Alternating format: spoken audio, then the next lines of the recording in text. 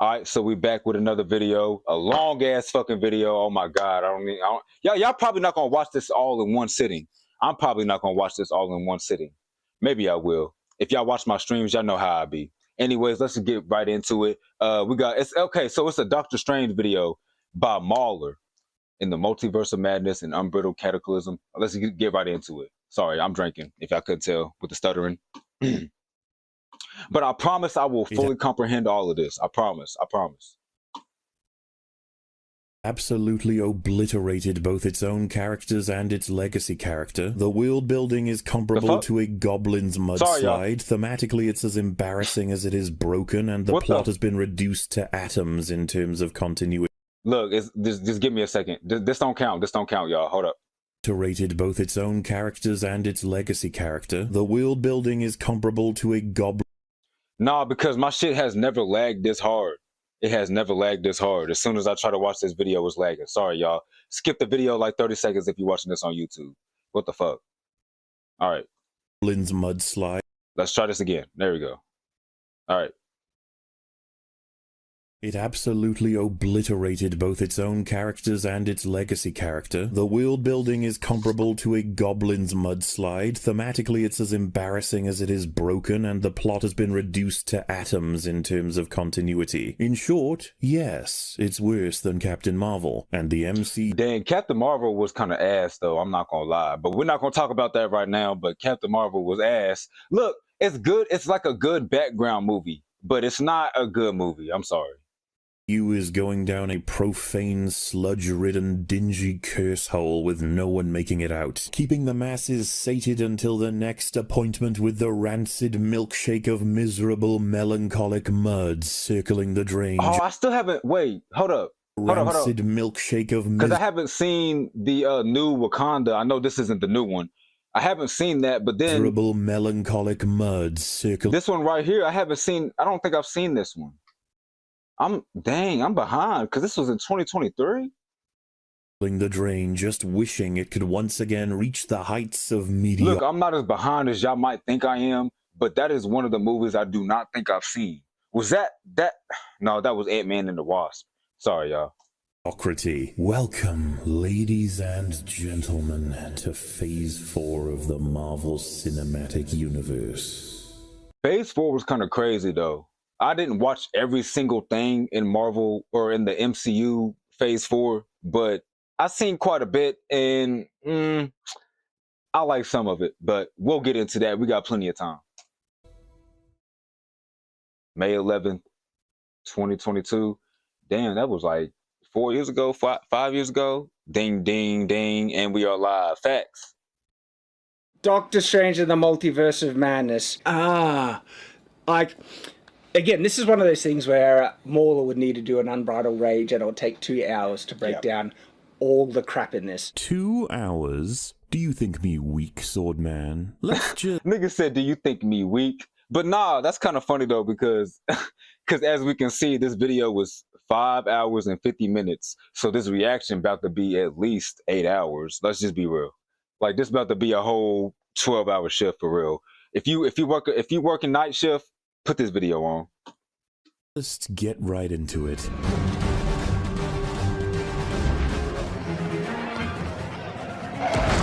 Shout out to all y'all working night shift. We begin with an exhilarating action scene. Dr. Defender Strange is running from this big old cursed spaghetti boy with his friend here, America. What, is this her social media or something? Chavez.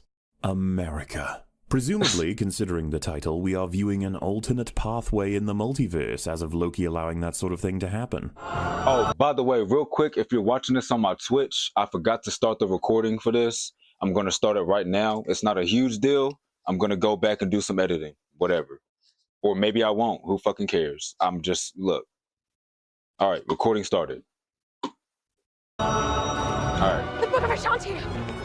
Bit on the nose with the dialogue there, as neither of you would need to be announcing this thing at this point. But hey, a little bit of clunky exposition never hurt anyone. Of course, Defender Strange isn't using his sling ring, so he must not have one. And that means there's much more tension than usual. Perhaps in his universe, This kind of technology and spell isn't possible. Thus, he must rely on the blue version of the magic we've been seeing. This form even involves freezing. An interesting trade. I mean, that's kind of cool, I guess. That's different. But I mean, why wouldn't it, I mean, off, I suppose. I'm not gonna lie, I got like 4 questions just from that, but I'm not gonna ask them right now. Though unfortunate, considering how much in. easier things would have been with a portal at his disposal. Hell, right, because that's what I was thinking when I watched it, but I wasn't trying to put too much brain power into that. I was just trying to enjoy the fucking movie when I seen it. But still, like, I was thinking that, like, why the fuck you don't just put a portal or something? But I don't know. Hey, look, maybe he had his reasons. Drama would have been over. Or maybe, like dude said, Mauler said, maybe he just didn't have that ability. He just simply couldn't do it. He didn't have the sling ring, but whatever. Might want to freeze it again, dude. You might... No? Okay. You might want to freeze it again, dude. Look, no, he was out of chakra, bro. You don't understand. He was out of chakra. I don't fucking know. But still, maybe that's why he couldn't freeze him again. Let's give him the benefit of the doubt. Let's give him, you know... I know with these type of movies, sometimes you can't even, you can only give them so much of the benefit of the doubt. But right now, let's give them the benefit of the doubt. Yeah. Let it take your power. Get to the book. How do I get across? Testing 1, 2, 3. All right. Jump! You know, you should probably use your little floaty boots a little bit more, but that's fine. It's all good. So they make it to a jump here to the next platform, but the gosh darned Pastor Beast has decided to sit... I feel him on the floaty boots, but, like, you got to understand, this nigga's fucking key bar or chakra bar isn't as high as you think. I mean, you ever played a video game before? You can't just spam abilities because you got to let your energy recharge. He can't do... I'm just playing. But yeah, you know, here for all we know. The next platform, but the gosh darned Pastor Beast has decided to sit right in front of him. Lucky for Defender Strange, he's got that freeze move. Is he gonna use it? He didn't in this point, but oh, he's not got that reaction time, huh? Well, yeah. He can use it now. Big fiery cheese boy might even fall off the platform. I mean, you would think so, but you know he's not going to. Or frozen. I mean, we've seen it. I mean, for y'all that haven't seen the movie, then okay, y'all, this will be new to y'all, but still. A great amount of time. Throwing rocks. I mean, you can throw rocks, yeah, but freezing would get you the book. Yeah. Oh, he using planetary devastation. You should definitely freeze it now. You can even cast spells with your free hand. Come on, man. Do it! I'm so sorry. What are you doing? I can't let that thing take your power. You can't control it, but I can. You're killing me. I know. Damn, dude. I guess we're getting very desperate here. Defender Strange will need to perform a floop suck to get the powers in order to prevent the deep-fried space octopus from gaining that same power. This process will kill her. Wait a second. So, why not just kill her? Why not just fire a freeze spell at her brain? Why not throw her off the side until she splats into one of those bits out there? Or maybe just crush her head with a rock, or slice it off with one of these things. Right, use a fucking destructo disc or something. Also, damn, my shit going slow as fuck. It's because I started recording. Damn. You're all wondering why I'm so readily suggesting... Makes sense. Hold up. Okay, the recording is paused. So the recording is paused. Nobody can see this on YouTube. Let me just see if I can speed this up. Hold up. Let me just see if I can speed this up real quick. Just a little bit. Okay, let me close Steam. This shit shouldn't be open. Booty Farm. Okay, look. Don't look. This is not what it looks like. I just need to close that so that I can make this shit go a little bit faster. Shutting down Steam. There we go. And then, all right, cool. And then here's also what I'm going to do. Before I play the recording again, before I start the recording again, it's paused. I'm going to close this and reopen it and then play it when I reopen it. Mind y'all fucking business. I wasn't playing Booty Farm. It was just my little brother was playing that, okay? That wasn't me. I wasn't playing that game. Booty Farm, what even is that? Like, what? But all right. I'm about to play it right now. Brick Nation, stand up. No, not for me. I'm not a part of that. Azik. I'm not. Okay, I'm about to play it in 5, 4. We begin. What the fuck? Wow, it didn't even save where we were. It's okay. We can get back to it real quick. It's all good. But see,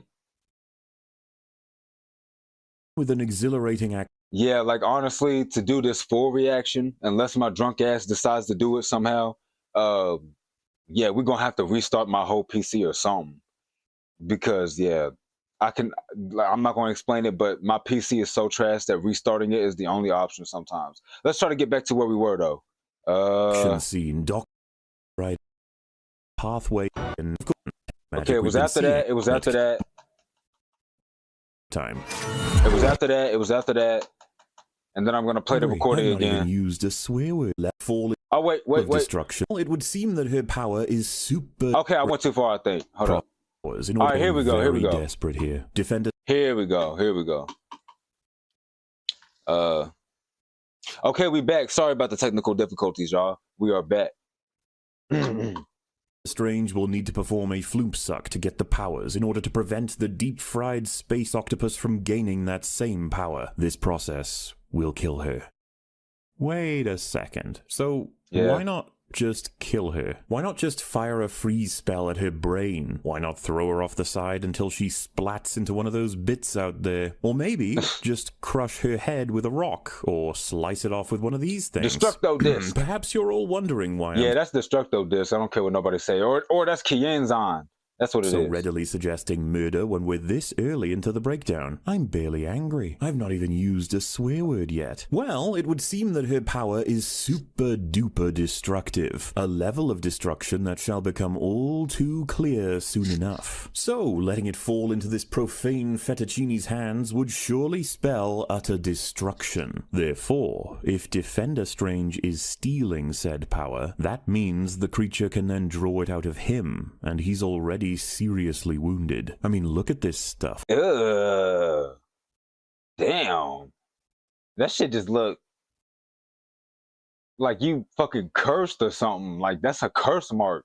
Not even from Naruto. I'm just talking about like a different type of curse mark. That shit just look, All the black goo and burns while stabbing right through could have nicked an artery. So why not eliminate the source and eliminate the risk of it gaining the power from you at the same time? If you need... Because I guess he's retarded like the other characters in the MCU movies. But not all of them, but never mind. The killer argument, and you don't think we have it already, then consider the time it takes to sap the power from America. Like, with how long this takes, you should definitely opt for a much more straightforward killing. Defender Strange is leaving himself wide open to being... Oh my god, I ain't gonna lie. That kind of scared me. But y'all didn't see me jump, but I did jump a little bit. Killing. Defender Strange is leaving himself wide open to being... Yeah, that kind of scared me. Yeah. So... Wide open to be... He gets lifted up and the Hellfire Linguini just sort of plays with him a little bit, which is weird, because it's like, whole goal is the girl. But it's very concerned about the well-being of the guy whose heart has just been split in two with some kind of spooky sludge knife that applies burn, toxic, and bleed. He's dead. Why put every one of your limbs and all your focus into him when you could easily grab her as well?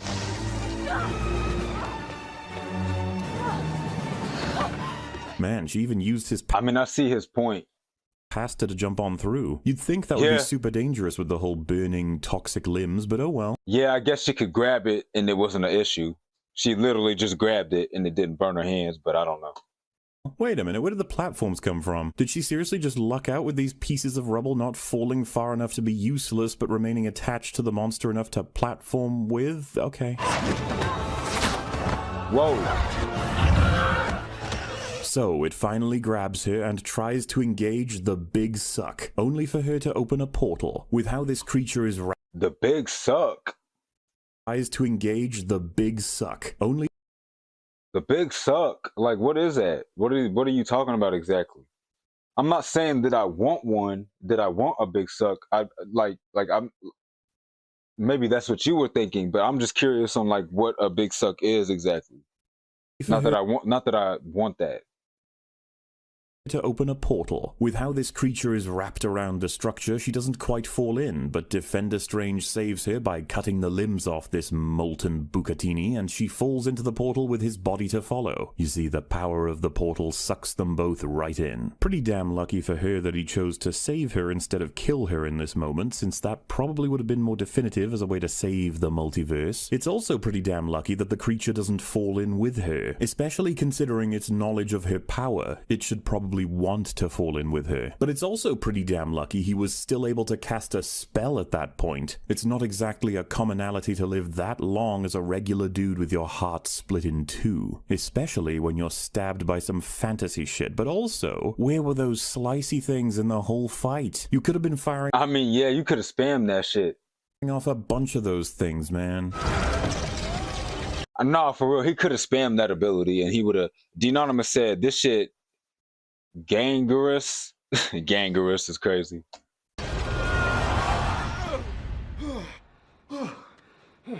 Alright, so not a great start. We got like 2 minutes in and the narrative is already falling apart, but that doesn't mean the rest of the movie isn't absolutely awesome. So let's jump in.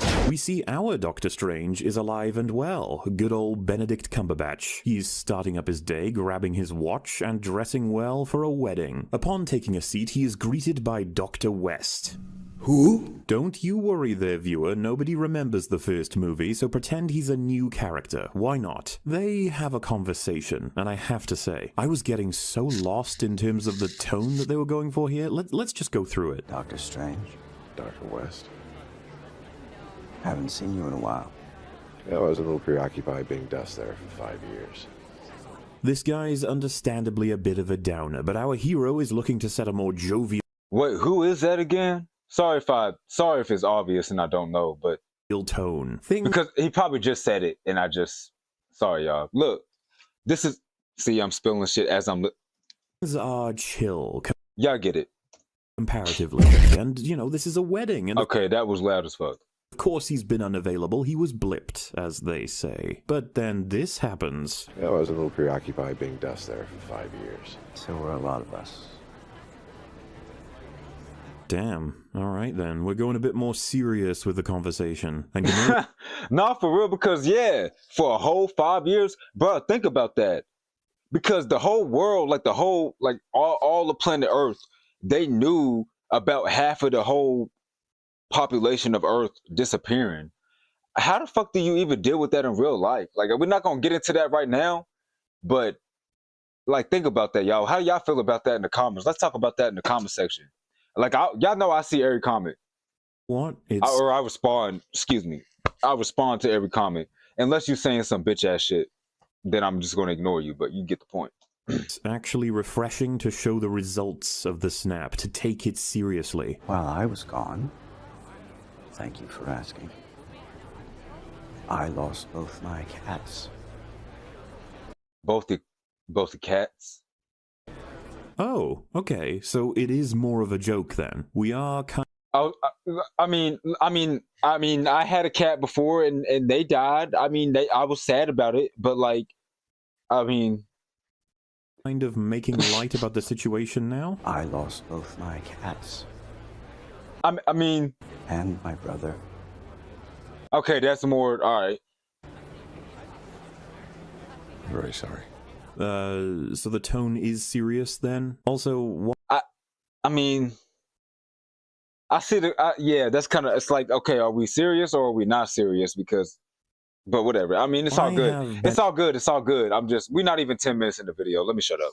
Benedict Cumberbatch roll his eyes at the loss of cats. Feels a little bit weird. Yeah, cats aren't people, but if you had two pets potentially die because you got blipped and you return to find them 5 years on in your house, which would be no time at all from your POV, it could be horrifying. Anyway, West... I mean, yeah, like, you know, you love your cats, you love your pet gerbil, you love your pet, whatever the fuck it is, pet parrot. I mean, you know, and they died. Yeah, you'd be upset about that. I mean, I'd be upset about that too. Begins to ask if there was anything that could have been done to have a different outcome, whether this was the only thing the Avengers could do. Was there any other path? No, I made the only play we had. It's unfortunate that Benedict Cumberbatch is still under the impression that there was no alternative in those movies, but hey, it's fine. Moving on. I mean, Best surgeon and the best superhero. But you still didn't get the girl. he was like, damn, nigga, you right. I still ain't get the girl. How? Oh my God, I still ain't get the girl. Nah. I'm sorry, what? It seems to me we committed to a somber atmosphere, appreciating those who died after a bit of a tonal back and forth, only to end the conversation with a playground-level snipe at not getting the girl. We were talking about the many dead and how the world almost ended. Time and a place, man. In fact, I don't think Dr. West... Right, like, why the fuck you bringing that up right now? ...would say something like this at all. I think the theme is barging in and forcing him to say this. More on that later. So, Benedict Cabbage Patch then looks on at Rachel. Sarah. Abigail. It's the girl from the other movie. Jennifer? Oh, yeah. Well, whoever that is. Yeah. Regina George. Christina... George, from her most famous role. I'm sick. Boo, you whore. After the ceremony, she pops over for a drink, and... Glass of red, please. Allow me, miss. A little too on the nose. Not for you, at my wedding. So he's Jesus. But nah. Cause nah. Allow me, miss. A little too on the nose. Not for you, at my wedding. It was perfect. What are you, Dr. Jesus now? Man, you gotta wonder about the applications of converting molecules into, well, any other molecules at will. You know, you could probably beat anybody by turning the fluids in their brain to wine, but, well, it's fine, it's fine. No, because look, don't get me started on that, because I get it. Movies and shows, sometimes they just don't be thinking about all those extra details and shit. But it's like, still, if you want us to take it seriously, at least to a certain extent, then like, be consistent with your logic. Because look, no, y'all see what he did. We beat anybody. Like, what's stopping him from doing this to somebody's brain? What is stopping him from doing this to somebody's brain? Do it to their heart. Do it to their arteries or something. Fill their arteries with wine. I don't know. Like, what? Like, is this a gag? I don't know.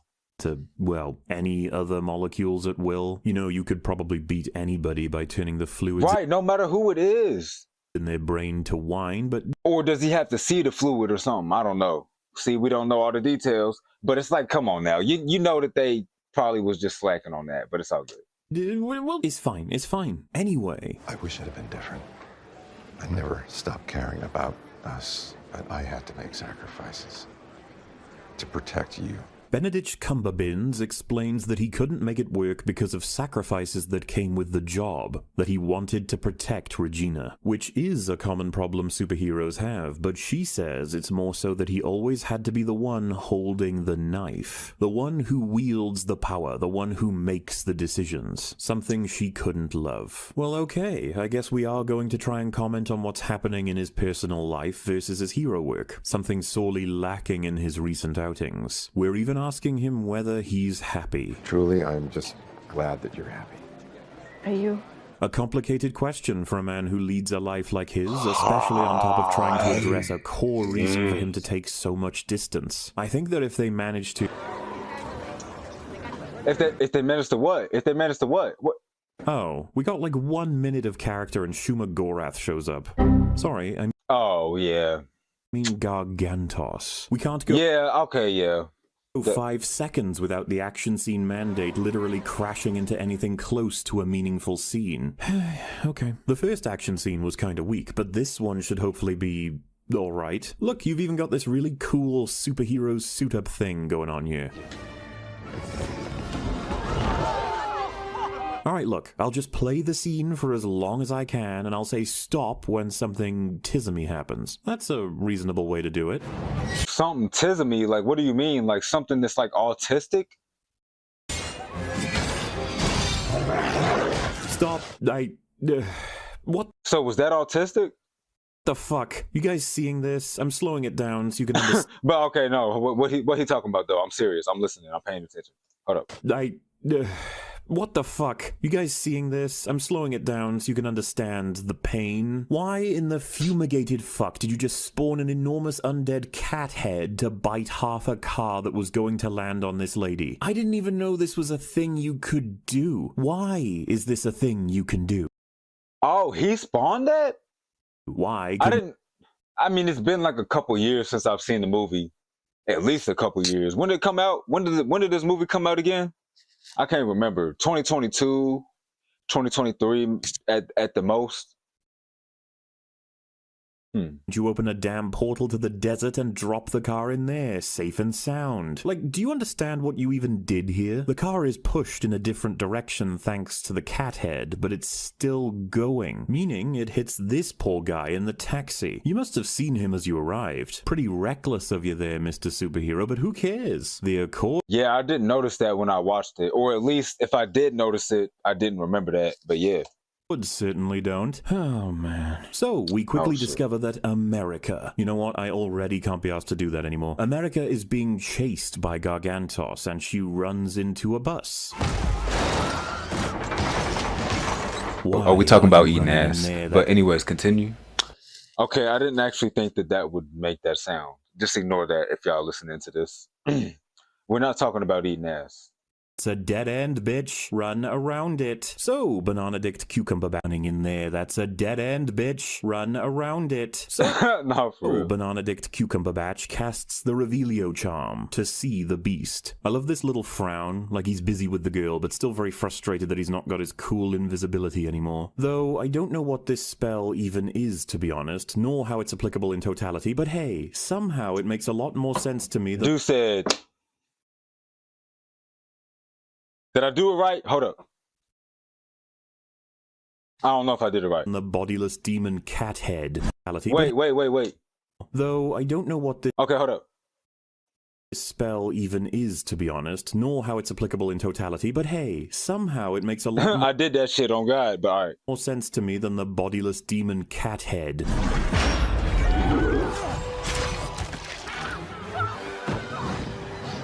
Oh man, it's so dense with stupid. Since fucking when could you completely deconstruct objects down to their component parts and manipulate matter at will? You can fold space and matter at will. Outside the... Okay, no, that's a good question because I thought, look, I was thinking the same thing when I seen the movie, but I just kind of assumed that, all right, you know, this the second Doctor Strange movie after a few years or so, and you know he been training and shit.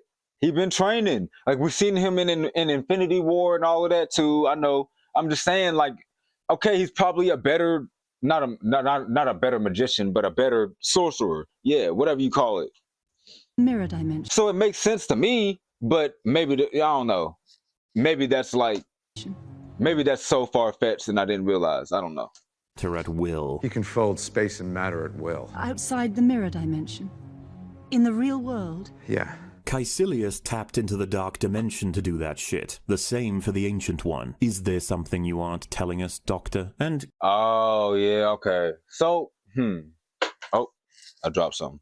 Could you do this all the time? It's incredibly useful. Can you deconstruct people? Should have done it to the gauntlet, eh? Not for real. Also, if you have the capacity to chop this thing into messes, then why don't you? You could, you know, save everyone. Also, you are staring at it, man. It's literally right in front of you. You have control of the bus, and then you drop it to look at this girl. Your job is not over. Why in the world do you think you can ignore this thing even for a sec? Oh, great. Now he's throwing it at you. I mean, that was kind of cool how he cut it in half like that, though. But no, for real, pay attention, nigga. What the fuck? That was cool. For a sec. Oh, great. Now look, you made it up. You made it up for that. Like, or you made... I'm not talking right. Let's take a shot so I can speak better. Bring it at you. What the fuck? What the hell is wrong with you? All you needed to do was portal both the Tentacle Bro and the bus to the Gobi Desert. Wait, I actually forgot about this right here. All you needed to do... Y'all see how he throws that little wave of energy right there? And just teleports people like with ease? Was portal... Suit, and then... Suit. They right there. This nigga could spam that ability. Or maybe, look, if y'all play video games, y'all know that it's not that easy. Okay, maybe that uses like half of his energy bar or something like that.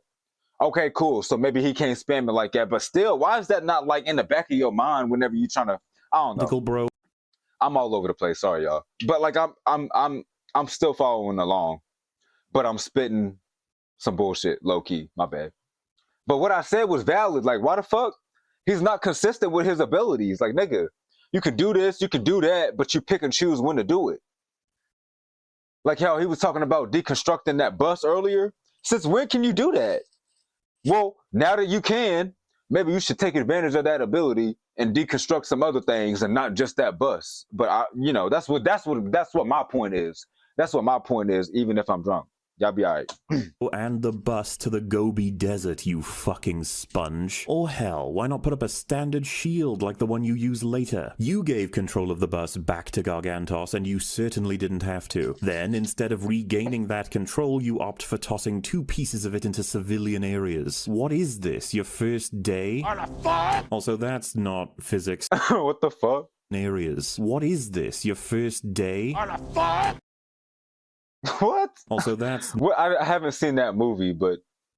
Not physics. You slice that bitch in 2 with a sword that thin, and both pieces are still coming right at you. They did it better in Infinity War. But Baller, it looks so cool. Uh-huh. Well, that would be a cool scene, thinking about it. Doctor Strange having to battle something like this while drunk. And his spells are kind of floopy. Yeah, the spells are all wonky. Like he tries to spawn a sword, and it's like all, it's just, you know. It's a floppy sword. Yeah, it's or something floppy. like Yeah. that. He has to use it as a whip because it's all floopy. That would be great because he could have gotten drunk at the wedding, and then he's depressed. Yeah, he just gets fucking hammered, and he's got to go out and fight. And that's how. And then like Wong's like, God, he's drunk. I gotta help him. He went to the wedding. He wasn't supposed to go to the wedding. So you may be thinking, dear viewer, that Benediction Crumble Bunch is now more alert than ever, ready to portal this creature. Ha ha. Sorry, had to yawn. Sorry. That Benediction Crumble Bunch is now more alert than ever, ready to portal this creature out, ready to chop its limbs off, ready to crush some buses around it. I mean, he's just had a rather large vehicle tossed at him. I have to imagine he's going to retaliate. Do I know you? No. Nigga, pay attention.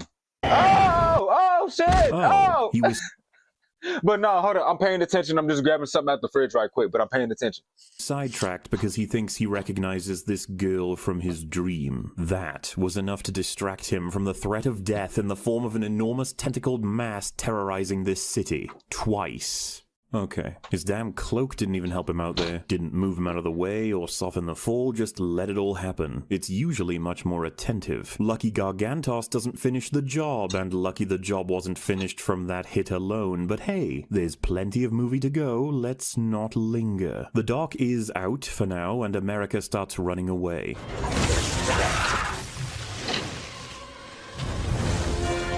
Oh, awesome. It's Wong. Dude, portal this bastard. Hey, we got Wong Ching Chong. We got Ching Chong Wong Wing Wong. Sorry, that's racist as fuck. That's so fucking racist. My bad. No, I'm cutting this out the video, actually. Put something in the microwave, though. Hold up. Ching Chong Wing Wong. That's racist. Sorry. Right out into the Sahara Desert, pronto. Okay, I see you. But aren't you gonna, like, you know, portal it out with your magical portal power? No, now you've... Wong, you had it all, man. You had it all. But usually it's cool. Alright, that's it. I'm going nuclear. America deserves the sequel trilogy. Dude, fuck it. I'm saying it. Gargantos decides not to kill Wong, but to simply hang on to him. That's lucky, man. These spooky creatures have already been shown to execute people in their way. But maybe this... Just cause you just traded a fucking knicker. What?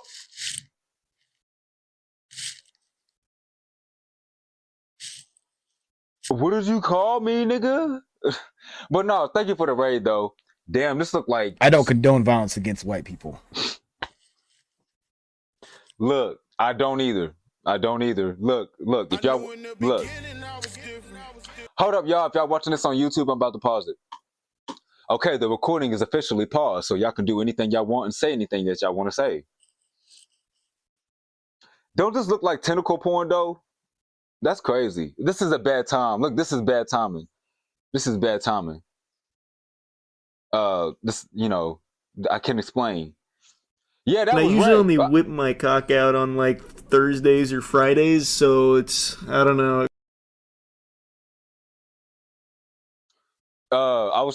No, it was Ray.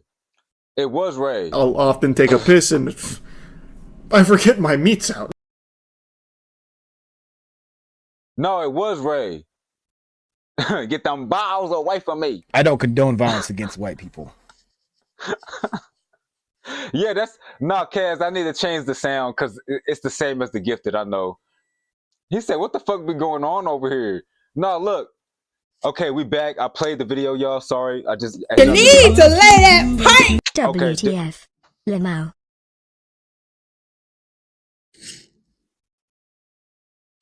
Okay, I paused the recording again. We're good. So you were good. I paused the recording again. But thank you for that 100-piece, Cass. Thank you for that. He done fucked everything. He done fucked everything. Somebody need to stop this nigga, bro.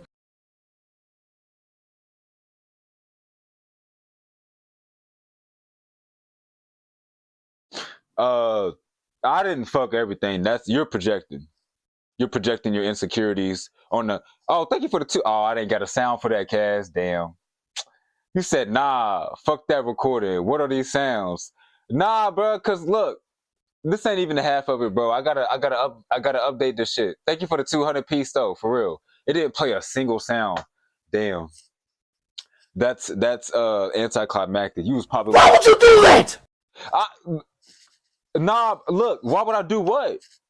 Why would I not add a You sound? need to lay that pipe. Ray used to be unhinged. I am crying. No, for real, because I think she was talking to Dan when she said that. She was like, "You need to lay that pipe, Dan. Lay that pipe on that old girl, and then she'll get you right." I can't remember. Ain't no way in the possible fuck. I can't remember. Oh, what up, Mystic? How you doing, Mystic? Welcome back, gang. Welcome back. How you been, gang? Nah, I can't remember what Ray was telling Dan though. All I know is that she was telling Dan to lay some pipe on some chick or something like that. I can't remember though. This was like 2023, 2024 though, y'all. This was a grip ago. Thank you for the 35-piece though, Cheddar Bob. Thank you for the, you know what I'm saying? Ray used, damn. Look, no, all the sounds that I got, y'all, just FYI, and this is for you too, Kaz. Just FYI, all the sounds that I have are under 100. And so, do you smell what we're cooking? You ain't cooking nothing, nigga, but I want some food, so hold up.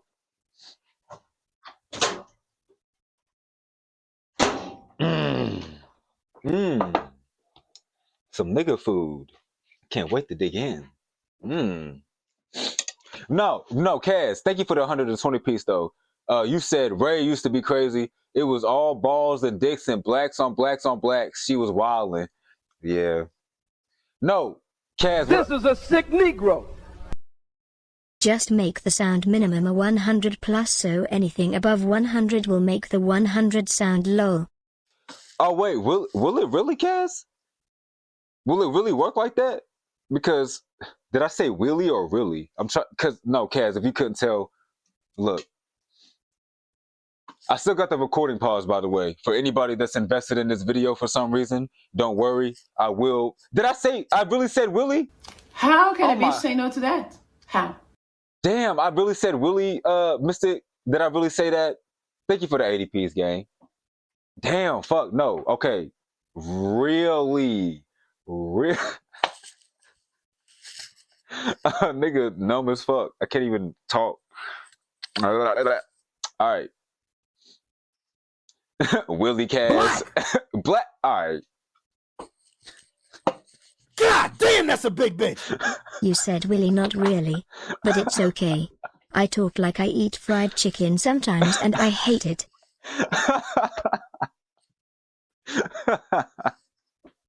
Nah, he said he talk like get them balls away from me. Nah, cause no, Mystic. This nigga is wildin' for real. No, Kaz, I didn't think it actually worked like that though. Is that something I can fix like right now? Wait. Thank you for the 55 piece and thank you for the 60 piece, Dom. Thank you for the 60. Why would you do that? Why would I do what? How you get your camera to switch like that? Is it automatic or you hitting a button? Oh, I got 2 cameras, Kaz. Look. Wait, no, look. Wait, you said, oh yes, you can fix it now. Is it Streamlabs or Stream Elements? Oh no, Kaz, it's Twitch. It's like I don't use Streamlabs or Stream Elements for the sound bits. I don't use either other. I don't use none of that. I just use the built-in, gas in my fucking esophagus. Hold on. That's why you fat. That's not. I'm not even. If I was fat, then that's why you fat. You use Twitch sounds. Okay, one sec, let me look. No, if I was actually fat though, that would be like 10 times more funny though. Well, no, thank y'all for the 15 piece. Thank y'all for the 30 in total. That's why you fat. Wait, Mystic said built-in gas from your esophagus, dog. Yeah, that's what it is. Cause no, I've been drinking and I've been, you know what I'm saying? And I just heated up some pasta, a little bit of spaghetti or whatever the fuck. But it don't even got no meat in it. It's just it's sauteed onions, pasta, and some tomato sauce with some tomato slices. That motherfucker gaping, chat. What's gaping though? What's gaping? This right here? This guy's just really friendly. Nah, okay, but we got to get back to the video, for, at some point. Just hold on, y'all. Hold on.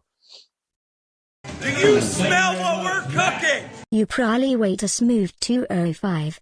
You starting to get a round face. You gaining weight. Don't lie. And your facial hair getting thicker from eating chicken grease. You're larger, no diddy. Nah, cause Kaz, look. Talk about my facial hair and shit. This the reason, bruh. I cut my facial hair with this, and the bitch don't work. It's just broken, bruh. So we're gonna have to go to a caveman era. I'm gonna let my beard grow out. See? I'm gonna start letting it grow out.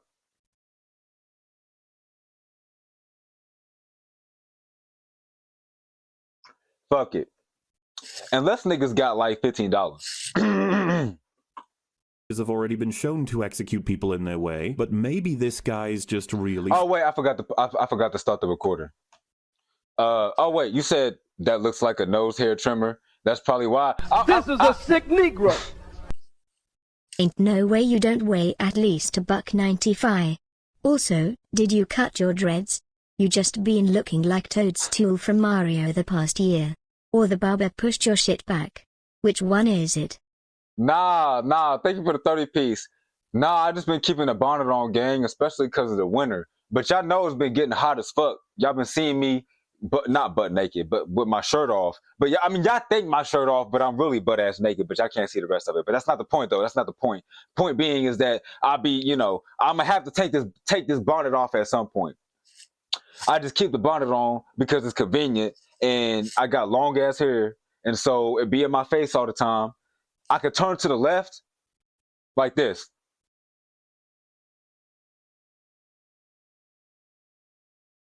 Either side. And then my hair smack me in the... Sorry, I didn't understand you. You talk like a black person. The bonnet means one of two things. Either you one of those black fatigue motherfuckers, or the barber pushed your shit back. No in between.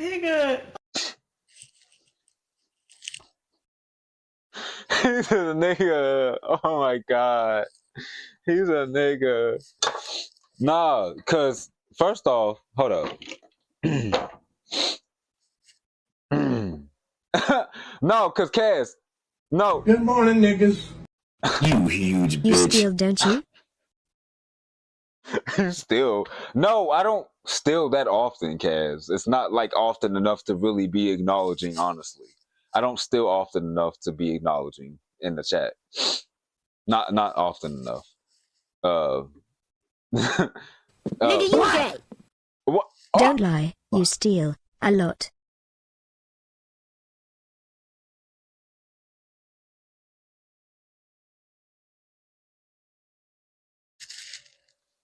No, I don't. This is a serious face. Do I look like I steal, nigga? Get them balls away from me. What the fuck? All right, what is going on? What? No, okay, yeah, no, Kaz. No, because I have two cameras. I have two cameras. Look. Look. There's the other camera. You know what I'm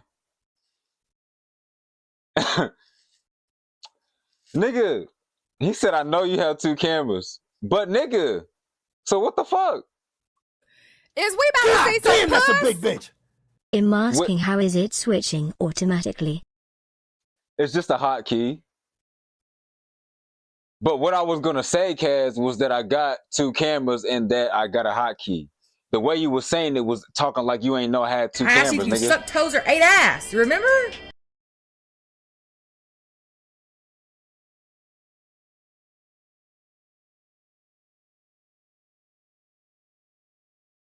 Yeah, but the way you was asking though, Kaz, was acting like you ain't know I had two cameras. That's why I mentioned that part first, but I didn't get to finish the second part. That's all.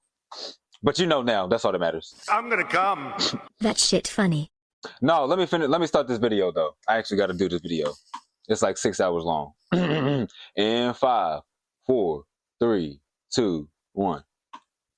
All right, y'all, we back. Sorry, y'all. I got raided and just a lot was Nigga, happening. you gay. Let's You get back need to lay that pipe.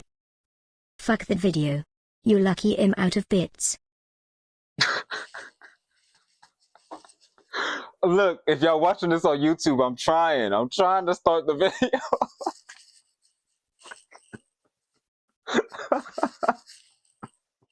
He said, "You lucky I'm out of bits." No, no, Kaz.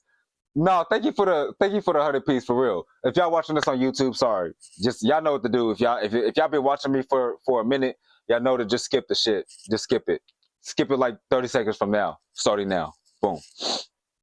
Well, you said those were for Dan the other day, but he ended before. I usually only whip my cock out on like Thursdays or Fridays, so it's, I don't know.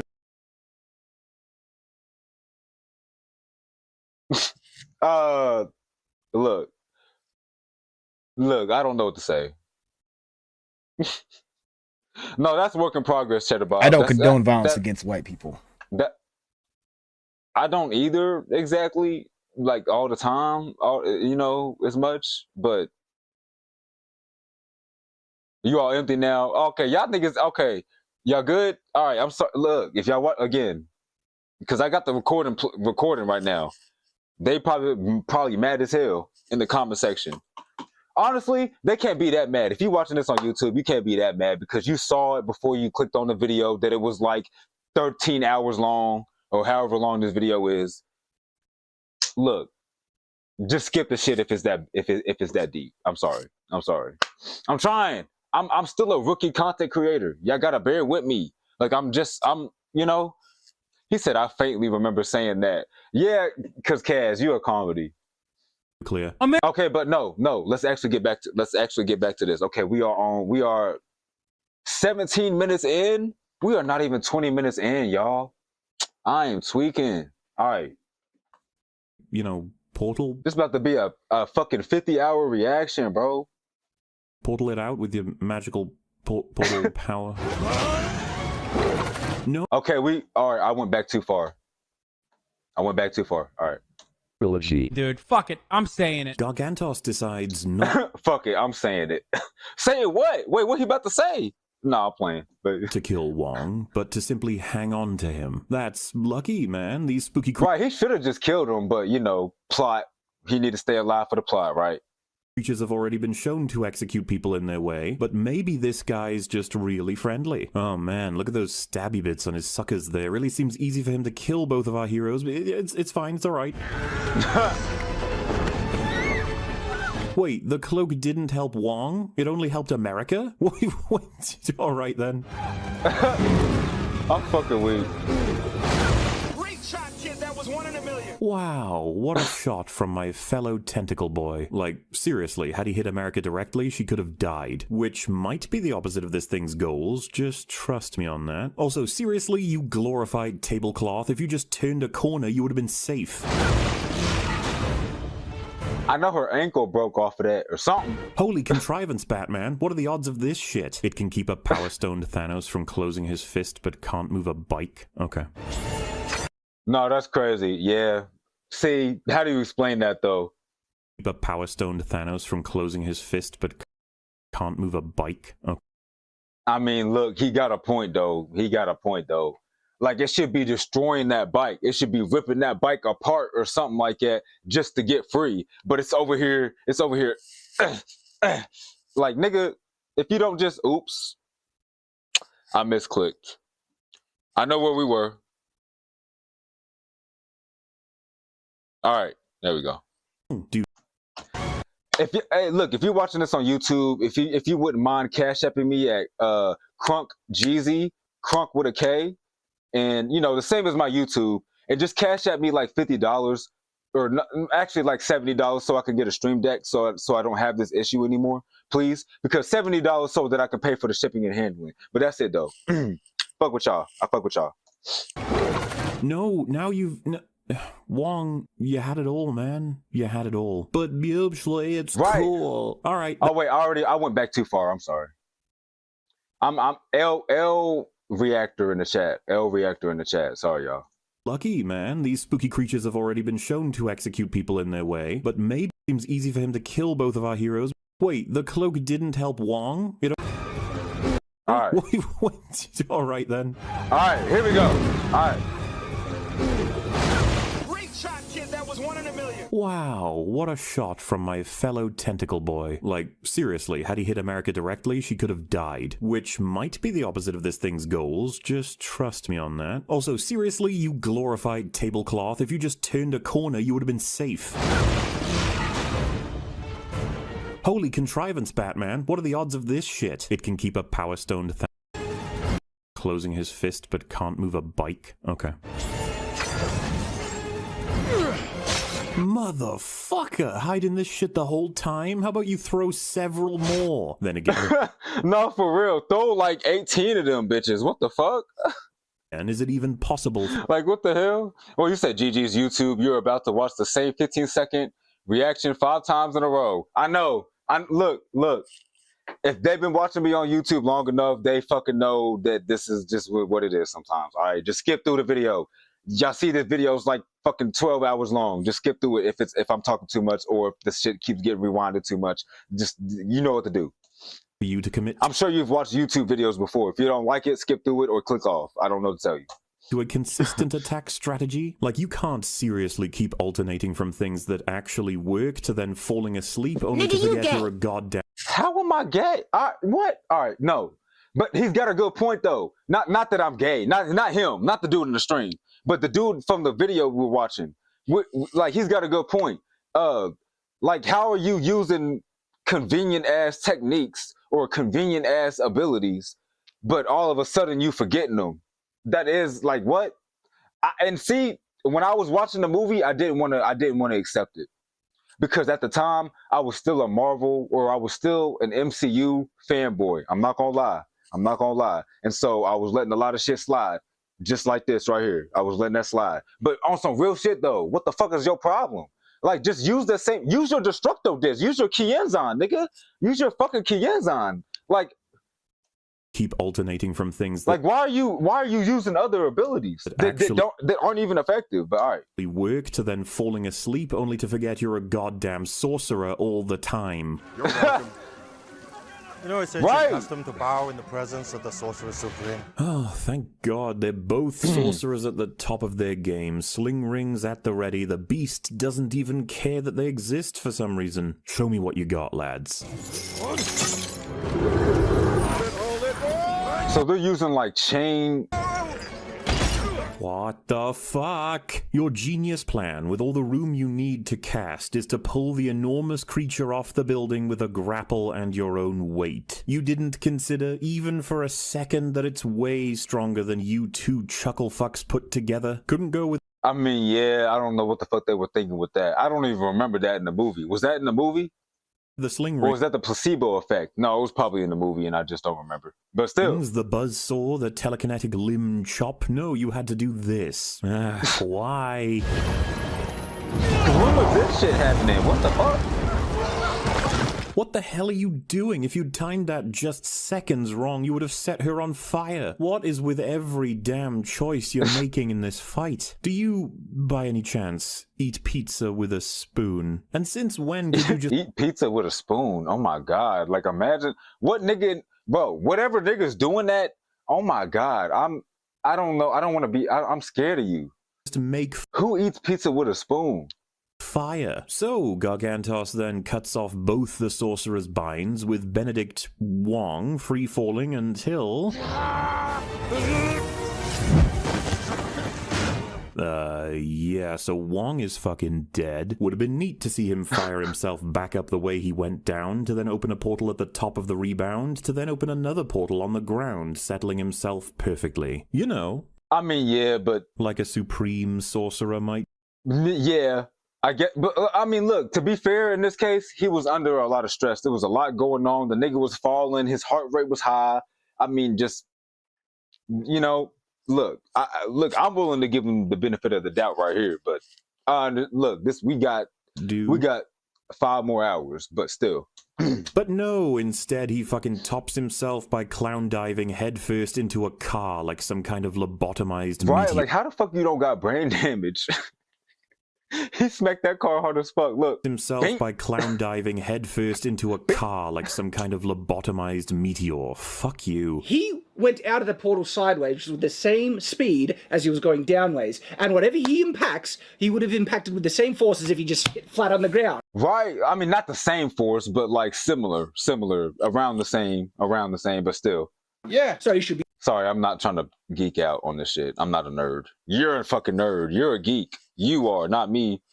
Wait, Cheddar Bob said Barry does the same shit. Right, Barry, don't get me started on Barry Allen, bro. Do not get me started on Barry Allen. There's nowhere to run. He dead. He should be dead. Not the fucking Mario edit. Wah! Benadryl should be dead.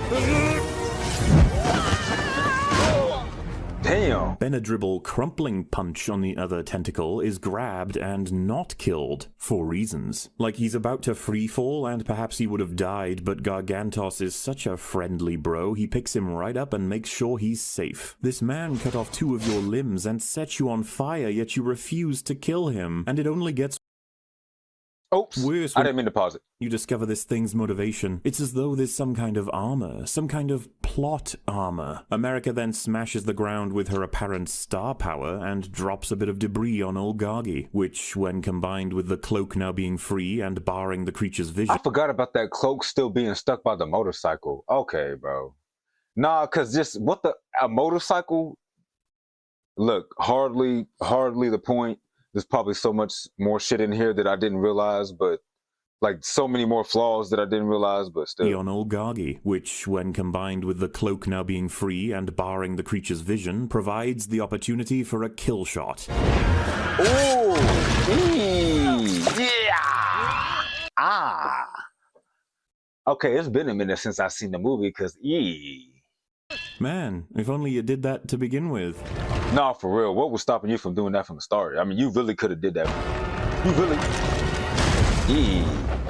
We did it, Patrick! We saved the city! Nice one, lads. Saved the city, but it's all burning.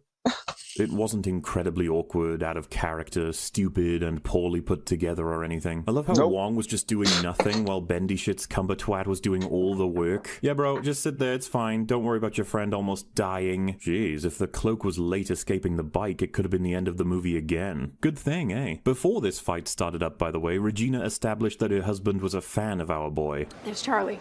I have to introduce you because he's kind of... It's embarrassing, but he's a big fan, so... During this fight, they bank on that setup by... It's embarrassing, but he's a big fan. Having the husband be excited to see the monster attacking the city with his hero fighting it while Regina is unimpressed.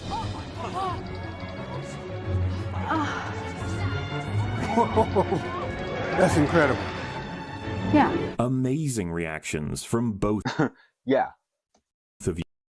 Wait, what happened? You selfish asshole. Okay, my fucking finger keeps... Okay, I see what it is. My finger keeps hitting my touchpad because I'm using a laptop, y'all. I know. Donate so I can get a desktop if it's that deep.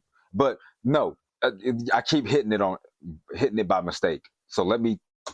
This thing is crashing through the city. It's killed several people already. It's destroying buildings, and it's caused God knows what kind of permanent damage. But you guys go ahead, laugh at the disaster from your safe and comfortable viewing gallery. Just try to ignore the screaming.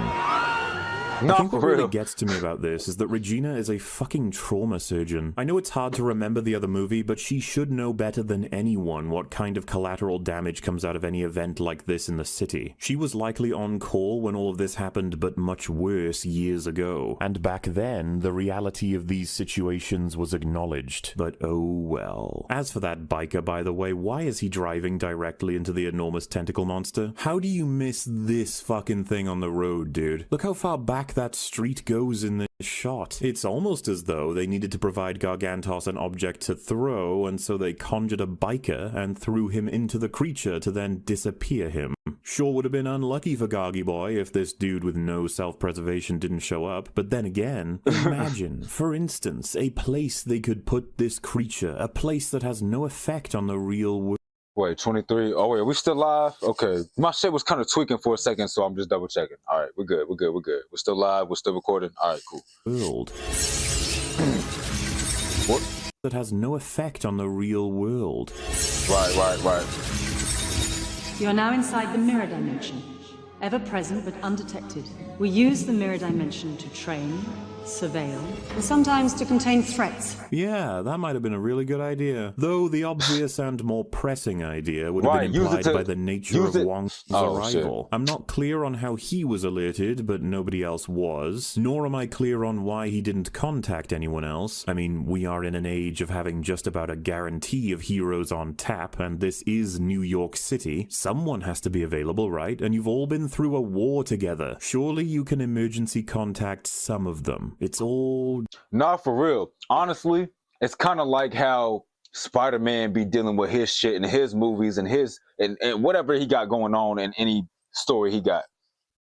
And don't nobody be helping him. Where the fuck is Iron Man? Where the fuck is Captain America?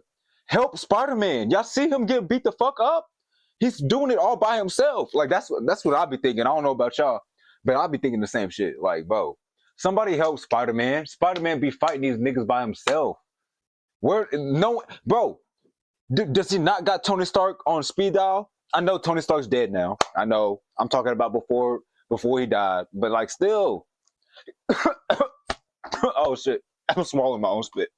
Just incredible. Anyway, America meets up with our team. Take her back to the site. She took my slingy. She took your slingy. Yeah, she steals his sling. I almost threw up, sorry.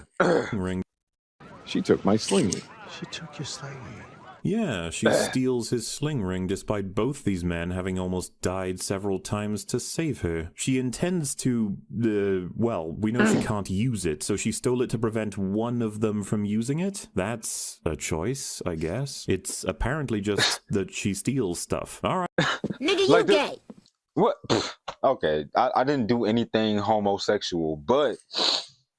Nah, because what, like, actually though, why did she steal that? I mean, there was no, like, it's just for the sake of stealing? Like, is she a kleptomaniac or something? What was it like? Right, whatever, can we please have some Yes, it's apparently just that she steals stuff. All right, whatever. Can we please have some time for characters now? Look, I left a very nice wedding to save a smart-ass kid from getting eaten by an ox. When? Holy shit, you married Christine? Do you mind? Yes, I do. No, I didn't. Yes. Man, it's so annoying. Yes, I do. No, I didn't. Yes. That we're getting into.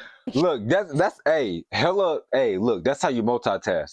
Shit, you married Christine? Do you mind? Yes, I do. No, I didn't. Yes. Man, it's so annoying that we're getting interrupted in this cafe. We probably should have gone to literally anywhere more private to discuss horrible monsters invading Earth. No, I agree completely, but one thing about the MCU is that they be fucking playing too much. Like, I don't know what they was thinking in their head, whoever was writing this part of the script or part of the movie. Oh, let's just have them sit in a fucking coffee shop and talk about this shit. Why is that even something that why are you okay with that? Not even just not even just an alley or something like that, like a random alley, and they just talk about it in there like there's no discretion at all. Is that a word? Discretion? I think it is. I'm drunk, but still, like there's none of that.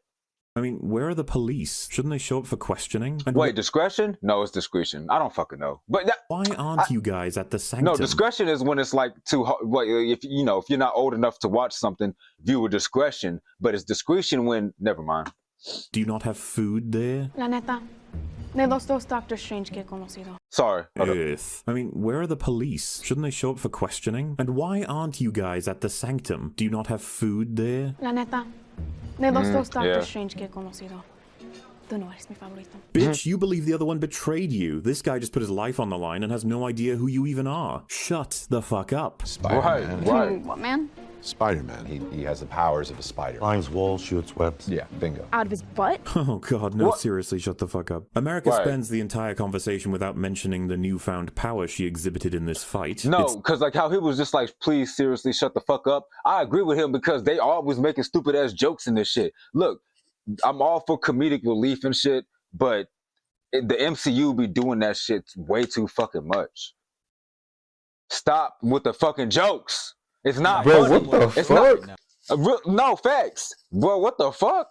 Thank you for playing that sound, because like, it's not fucking funny, bro. Like Thor, Love and Thunder. I didn't even fucking finish that movie because it's just a joke. Like, it's just a joke. They're not even, like, I'm not expecting you to take everything seriously, but what I don't expect you to do is to take everything as a fucking joke. Like, damn, that's why I stopped watching MCUs or MCU movies. Because it's not even serious. Like, I can't even take it seriously. Everything's a fucking joke. Seems they want us to. But just a quick little side rant, y'all. Sorry. Think she didn't even realize it But happened. welcome back, C-Mac. How you doing, gang? Welcome back.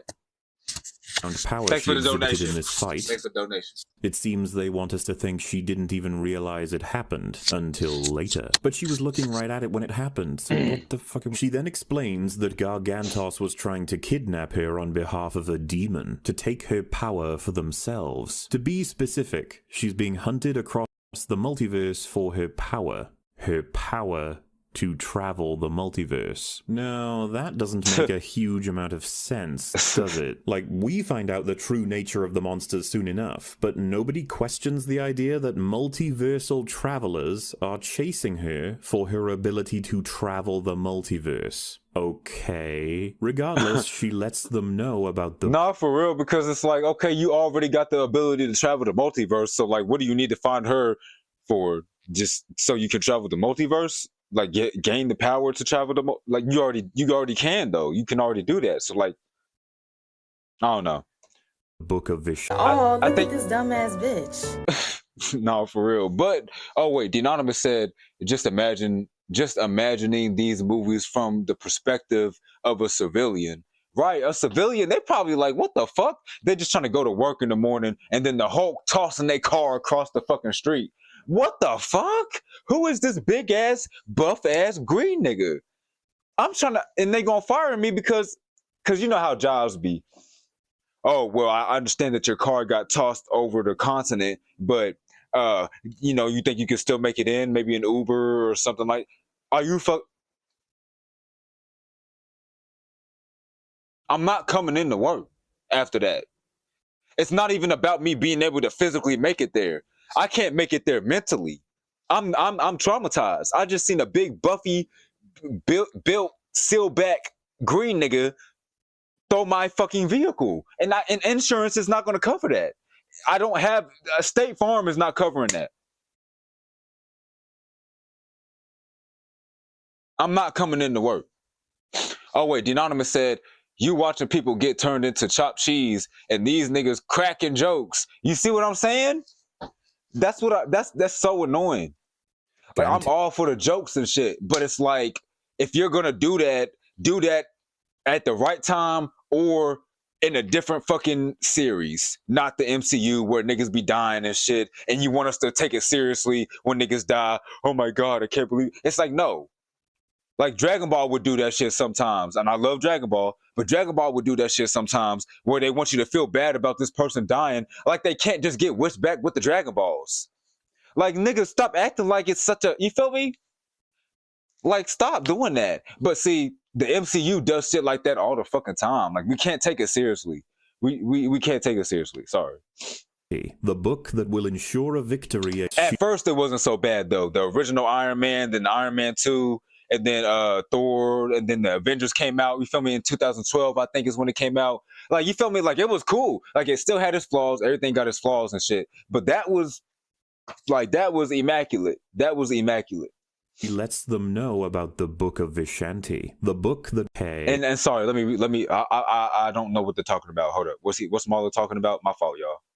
Chasing her for her ability to travel the multiverse. Okay, I remember this. Yeah. All right. Okay. Regardless, she lets them know about the Book of Vishanti, the book that will ensure a victory against the demon. Although it does exist, the Book of Vishanti is said to be unreachable. Wait.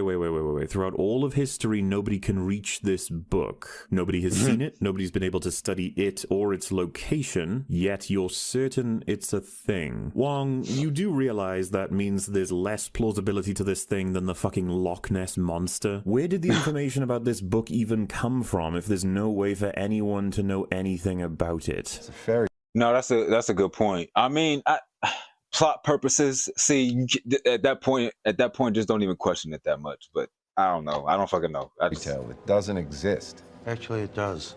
I found out in the secret book you get when you become Sorcerer Supreme. How do you? Okay, so.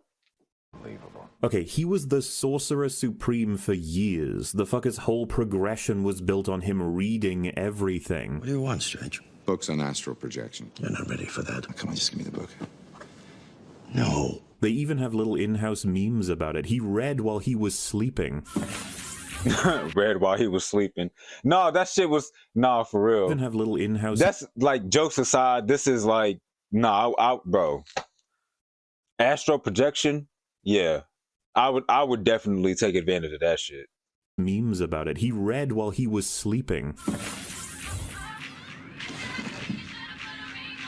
If you like me, then you should have put a ring on it. How the hell does Stephen Strange manage to miss out on the most powerful sorcery in history that was detailed in a book meant for him? And I guess Wong didn't feel the need to tell Benny Boy Bumba Chums about this incredible tool. And when 14 million futures were looked into, none of them had any information on it or usage of it. He didn't see a single potential outcome that involved the book that insta-gibbs Thanos. Okay. Whatever you say. America is then asked for proof of her claims, and so she presents Defender Strange's body. Dreams are windows into the lives of our multiversal selves. Dreams are seeing yourself in the multiverse? Then what the fuck is lucid dreaming? How hasn't this been figured out by literally anyone else studying this stuff for their entire lives? And wait, that just means it was well beyond astronomically lucky that our doctor dreamed about this very moment the exact time it was going to be relevant in his own life. You understand the nature of infinite universes, right? He could literally have been dreaming about any of them, and it happened to be the exact one he needed to understand what she's saying and to confirm her story. It even builds their trust. Surely the evidence suggests you're being manipulated. Also, what were dreams before the Loki show exactly? Oh, fuck, you wrote that one too. The sorcerers then suggest... Wait, for the Loki show exactly? Oh, fuck, you wrote that one too. Michael Waldron and Eric Martin. Okay, I don't know who these niggas are, but like, I'm assuming that they're not really good writers. Because the way he's so disappointed, Mauler's so disappointed in this shit. No, you guys writed this? No. But let's see. The sorcerers then suggest that America come hang out with them at Kamartage. The body of Defender Strange, however, can be buried on this roof. Like, he doesn't want to check him for any tech or information. He doesn't want to take him back to Kamartage, considering this is inevitably going to be found by somebody, and it may just be identified as Stephen Strange, which would cause you major issues. No? You're just going to keep him on the roof? Okay. This isn't sorcery. I mean, maybe they'll get to that later? I mean, I don't know. I don't know. We know anyone who's faced such a thing. Ah, Wanda Maximoff, recently recovering from that wonderful show,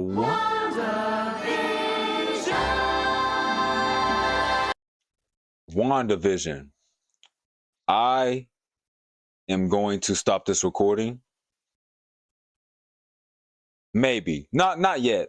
But at some point, I'm going to stop this recording so that I can fix something, because my shit's fucking up and I need to stop it to fix it. But yeah, for those on YouTube, y'all don't gotta worry about it. Skip it. a cute experiment with the promise of exploring characters in a wonderful world. Damn, so, when I play the video, it lags a little bit. Damn, I can't speed it up. All right. Constructed of in-universe references and homages to a bygone era of TV that turned into the most generic of Marvel sludge.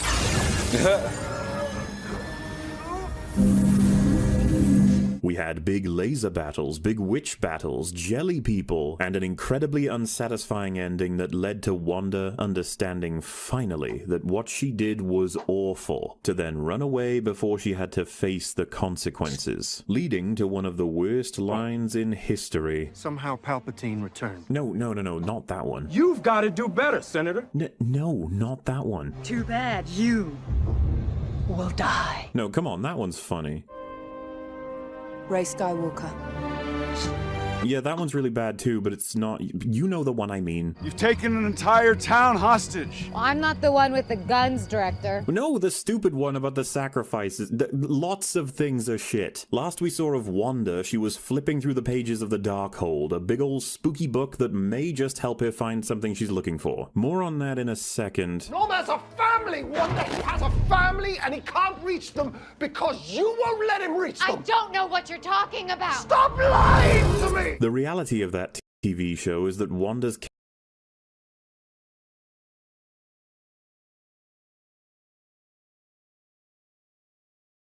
character was damaged significantly. Wanda, why are there no other children in Westview? Look, there are. Just stop it. No. The playground stands empty every morning I walk to work. My name is Sarah. I have a daughter. She's 8. If you could just let her out of her room. If I could just hold her, please. When faced with the idea that enslaving an entire town is evil, she deflects. Only when the people make it clear to her that they are suffering does she finally let them go.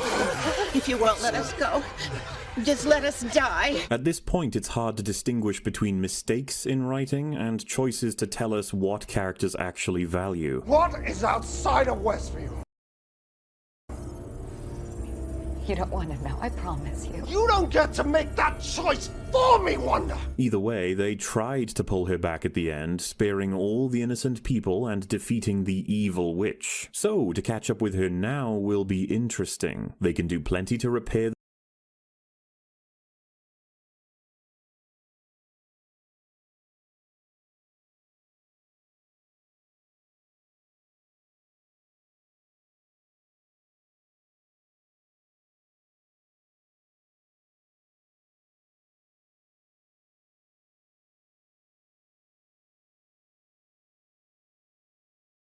witch. So, to catch up with her now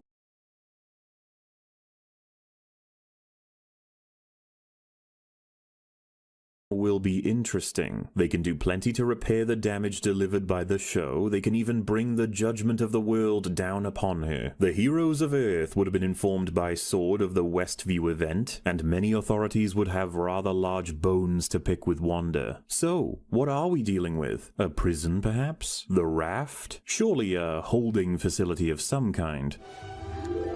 Oh, go wash your hands.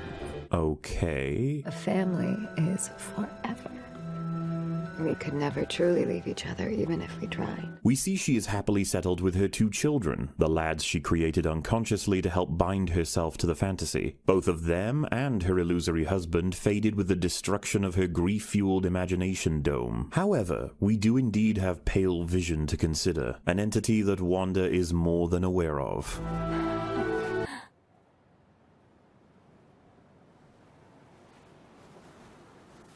Now that was a neat flourish. Always like my hard cuts to juxtapose realities and atmospheres. Though, as you can see, it turns out she's dreaming. Considering what we've just learned, she is seeing a different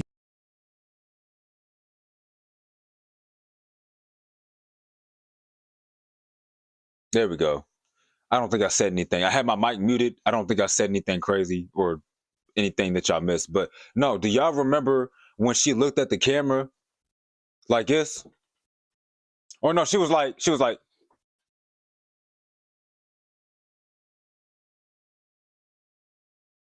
I was like, oh, hell nah. That was kind of clean though, especially if you watched it in the theaters, which I didn't. I'm just saying I can imagine on the big ass fucking, never mind. Just, never mind. All right. Hold up. Universe in which she is happily living with these kids. We're not even an hour in. Wow. Still, no Vision, no Pietro, no parents. I'm sure that'll be addressed. If it isn't already clear, the alternative Wanda is rather happy, while our Wanda is not dealing with her situation very well. This is a reasonable continuation from where we last saw her, and I suppose we can presume she's found a way to completely evade the authorities. And thankfully, she has her own little area of land, cultivated for natural growth, in aid of putting magic behind her. A surprise, to be sure, but a welcome one. But then Eggs Benedict Cumberbund turns up and asks how things are. I knew sooner or later you'd show up wanting to discuss what happened at Westview. I made mistakes, and people were hurt. But you put things right in the end, and that was never in doubt. Oh no. Oh. You fool! You foolish fool! Literally seconds of strands of continuity and it's gone. You want me to believe that Benedipshit Bulbasaur was aware of Westview and its terrifying results, yet chose to do nothing about Wanda? It seems you may have forgotten who Stephen Strange is. That's become quite apparent. My name is Yeah, because why the fuck? Yeah. Nah, you can't convince me otherwise. He's right. Nah, Marlo's right on that. Because Dr. Stephen Strange, and I have some questions for you. I keep a watch list of individuals and beings from other realms that may be a threat to this world if we don't do our jobs. What is your job exactly besides making balloon animals?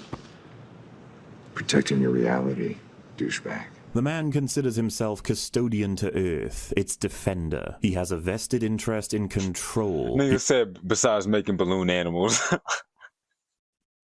No, because Tony Stark always had that fucking mouth on him low-key. I ain't gonna lie. But still. Custodian to Earth, its defender. He has a vested interest in control. He has a preference for holding the knife. When there presents a threat, like that of a psychotic witch enslaving and torturing a town, for instance, you have the outright refusal to obey many smaller yet important laws that include but are not limited to theft, abuse, threats of violence, seizure of land, the list goes on. Of course, she would have been dragged into court regardless, but you're telling me Stephen fucking Strange didn't look any further into this event because she stopped the mass torture. The mass torture she caused. Strange would have a full account of what happened. In fact, it would likely sound worse from the victims. Imagine what the children she locked in bedrooms for weeks would have to say. Imagine the sheer PTSD induced from having your entire being stolen from you for an extended period of time with no expectation of release. And we are now being told he never pursued her. Yeah, I'm not here about Westview. Westview's chill. You know, you put things right in Westview. It's just like, what the fuck? I'm looking down, but I promise I'm paying attention. For y'all watching this on YouTube, it's very late for me, so I'm probably gonna stop the recording and just continue it here soon. So when I do continue it, it'll be the next day for me or whatever the fuck. But for y'all, if y'all binging this video, then yeah, y'all gonna be like, what the fuck? Did he just wake up? But nah, let me shut up. Just FYI for anybody that gives a fuck. But yeah. at the end you put things right, and you're like, no, she didn't. She just ran away. Not even close.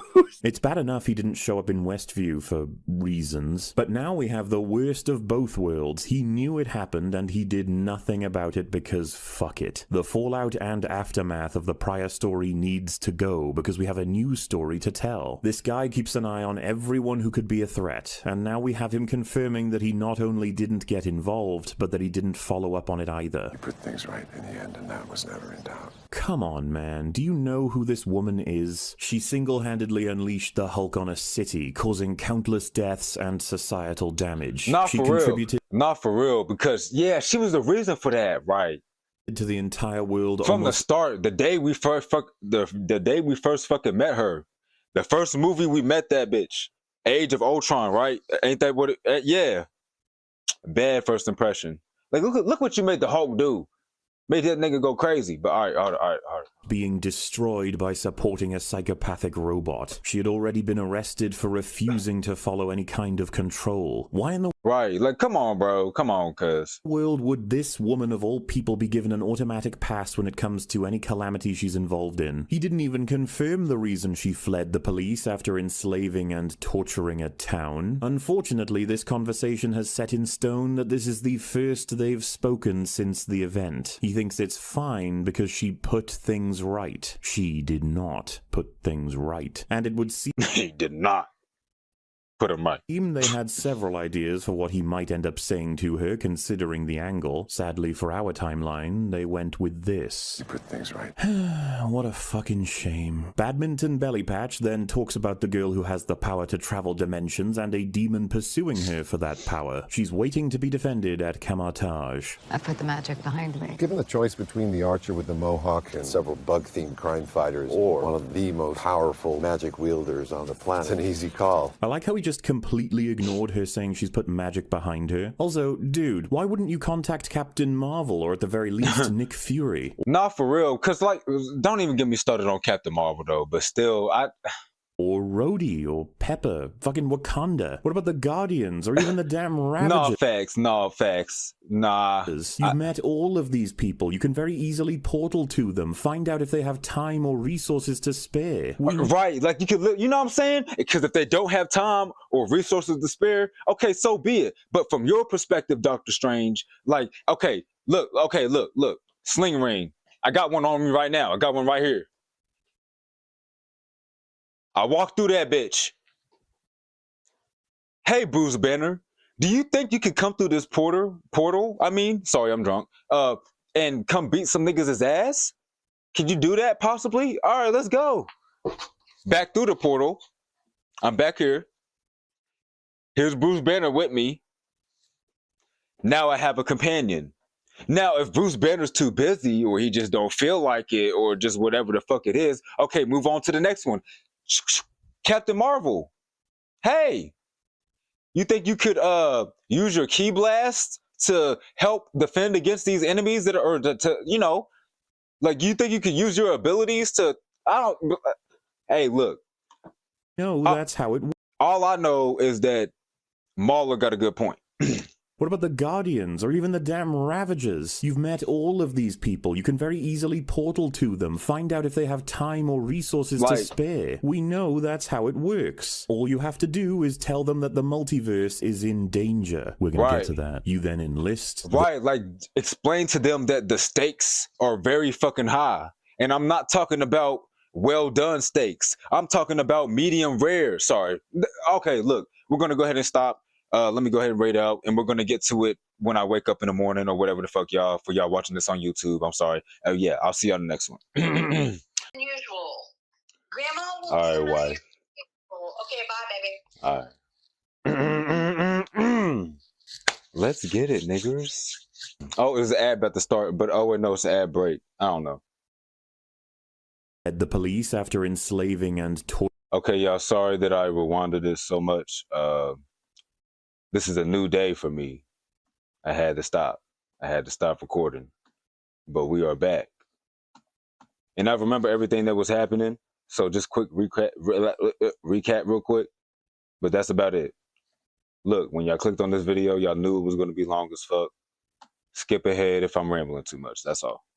That's all I can tell you. That's all I can tell you. Okay, so yeah, Doctor Strange was like, I don't know why he was surprised when Wanda behind her. Also, dude, why wouldn't you like, I don't know why he was acting like Wanda wasn't still using magic and shit. Like acting like she's just this peaceful woman now. Like, come on now. What's good, Toaster? Wait, what's up? Attacked Captain Wait, what's that? Marvel, or at the very least, Nick Fury, or Rhodey, or Pepper, fucking Wakanda. What about the most powerful magic? Okay, yeah, he could have called them wielders on the planet. It's an easy call. I like how he just completely ignored her saying she's put magic behind her. Also, dude, right, come on now. Why wouldn't you contact Captain Marvel, or at the very least Nick Fury, or Rhodey, or Pepper, fucking Wakanda? What about the Guardians, or even the damn Ravagers? You've met all of these people. You can very easily portal to them, find out if they have time or resources to spare. We know that's how it works. All you have to do is tell them that the multiverse is in danger. We're gonna get... Nah, for real. I don't know why, but see, they do this in all the Marvel movies though. They be forgetting to call the other heroes and shit. Like Spider-Man, where the fuck are the Avengers when Spider-Man is fighting his villains? Like, come on now. But also, I gotta fix something on my stream, so I'm gonna multitask. Just FYI. To that, you then enlist. I'm paying attention though. Also, what up, Kaz? Welcome back, gang. Oh, it was the toe from my. Oh, okay. Because you never take off that bonnet. I had the bonnet off earlier. I don't know what you keep bringing up the bonnet for. I mean, do I need to take it off? And then what do I need to do? Support. The reality here is that if he did do this, it probably would have led to the actual villain being stopped. However, we can't involve any of the franchise heroes that haven't signed the contract. Anyway, Wanda lets slip that she knows America's name without having been told it, and Benabubbly clubbing crotch notices. You know, the hex was the easy part. The lying. Not so much. That's a nice lampshade you have there, but all you had to do was ask her name. Never mind. You're familiar with the Not for real. Darkhold. I know it's the Book of the Damned, and that it corrupts everything and everyone that it touches. Damn, dude, it really does. When the fuck did Kaled become a part of the Marvel Universe? Invasion force! Release us! What the fuck? I hate this part in Elden Ring though. I hate these fucking dogs. You said facts, the portals got frequent flyer miles. Fucking, I'm used to the dreads. The bonnet is new to me. Since you're used to the dreads, nigga, most of my streaming career, I've wore the bonnet, bro. But I understand. Invasion force! Release us! Like, it rots trees, sullies the ground, and we've got some spooky red mist. Look what it did to the sun. That is one edgy book. So, Wanda explains that she wants America's powers because she can then travel to an alternate universe and be with her family. Wanda, your children aren't real. Which I still don't know how she escaped. Like, how did, what's America Chavez, I think? How did she escape? You created them using magic.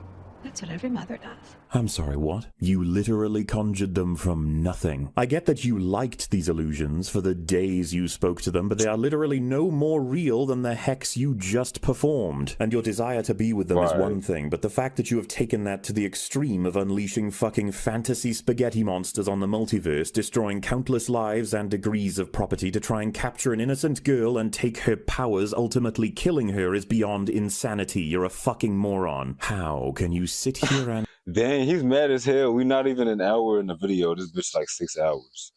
Said Elden Ring though, yeah. Nah, Elden Ring. I want to play that again, y'all. But look, y'all see this? Where I'm pointing, I need that, and then we can play it. Concede that what you did in Westview was worthy of judgment, not to mention a complete reversal by yourself when it meant the destruction of... If you're watching this on YouTube, Cash App KrunkJeezy. No, it's not an underscore, but KrunkJeezy, yeah. Children to then commit No, because she did a lot of bullshit making up this fucking... what's it called? The hex? Or whatever the fuck that she made. All them people that were suffering. And then her kids right here, obviously they weren't real, like they weren't real, but her kids right here. By yourself, when it meant that... Like, what the fuck? It's just, they fake suffering, I guess. I don't know, because they're not real, but it feels so real. Well, you say, yeah, she was fucking shit up, right? destruction of said children. Oh yeah, let me fix this chat right quick. Commit to this multiversal bounty hunt that's killing countless innocent people. How the fuck did you get from A to B, Wanda? What even is any of this? At least WandaVision, a garbage show for the record, tried to say that you understood the damage once people told you they were suffering. They even threw in, despite contradictory evidence, that you were mistaken the whole time, that you had hardcore denial. I've kept you safe in here. You feel at peace. Because even the writer of that show understood, by any common ethical system, you cannot, fundamentally, by means of murderous monsters, kidnap children at the cost of human lives. You fucking walnut. But I guess we've upgraded since then. No, for real, because she's acting like it's not a big deal. She's acting like nothing happened for real. There's yet another question that's mysteriously absent. Like, oh no, I was just, you know, using my magic and I was grieving with the magic and I just, yeah. So, how was your day with Doctor Strange? Bitch, you're going to wizard prison. You're going, or whatever the fuck, wherever the fuck bitches like you go. Kidnap children at the cost of human lives. Right, look at her. She's trying to fucking her baby. Like, what's her baby gonna do? Just die because of you. You caused this. Fucking walnut. But I guess we've upgraded since then. However, there's yet another question that's mysteriously absent from Doctor Strange's suggestions, and that is, if those fake children are so goddamn real to you, then make them again. Make a hex dome right here. Right. Here. Just you, Vision, and the kids. Maybe even Pietro. Boner. What? You could even set up deliveries. Maybe even Pietro. Boner. You could even set up deliveries to maintain resources. A place you could go to collect, you idiot psycho. What you're doing is a flagrant violation of every natural law, and if you take that child's power, she won't survive. Oh, thank fuck he still has a modicum of a spine. She won't survive. I don't relish hurting anyone, Stephen. Don't even fucking try to pull that card. But she's not a child. She's a supernatural being. Such raw power could wreak havoc on this and other worlds. Hey, dumbass. The categories of child and supernatural being are not mutually exclusive. What kind of fucking logic is that when it applies to your own children? Such raw power could wreak havoc on this and other worlds. Her sacrifice would be for the greater good. Bitch, please. I know of another supernatural asshole wreaking havoc on this and other worlds, and her 2 remaining brain cells are fighting for 3rd place. That's the kind of justification our enemies use. Is it the one you used? When you gave Thanos the Time Stone? What the fuck? Are you seriously equating a wartime decision to save the universe with murdering innocent people to hang out with children that aren't yours? You ate the entire crayon factory, didn't you? You break the rules. Why the fuck is she that retarded though? Like, And become a hero. I do it and I become the enemy. yeah, because you didn't do it the same way. You did it in a different way, and it was in a bad way. Like it wasn't to save nobody. It was because you was upset, basically. Yeah, you're the enemy. It doesn't seem fair. Fuck the— No, that is fair. Shut up with your absolute bullshit. Benedict Come-On-Socks was a fucking moron in No Way Home, Endgame, and Infinity War, but he was trying— I was about to say, especially in No Way Home with Spider-Man, because what the fuck? That don't even get me started, bro. That don't even get me started on that. We got 17 hours, however long this video is. I got plenty of time. I'm not gonna say it right now. Just these fucking movies.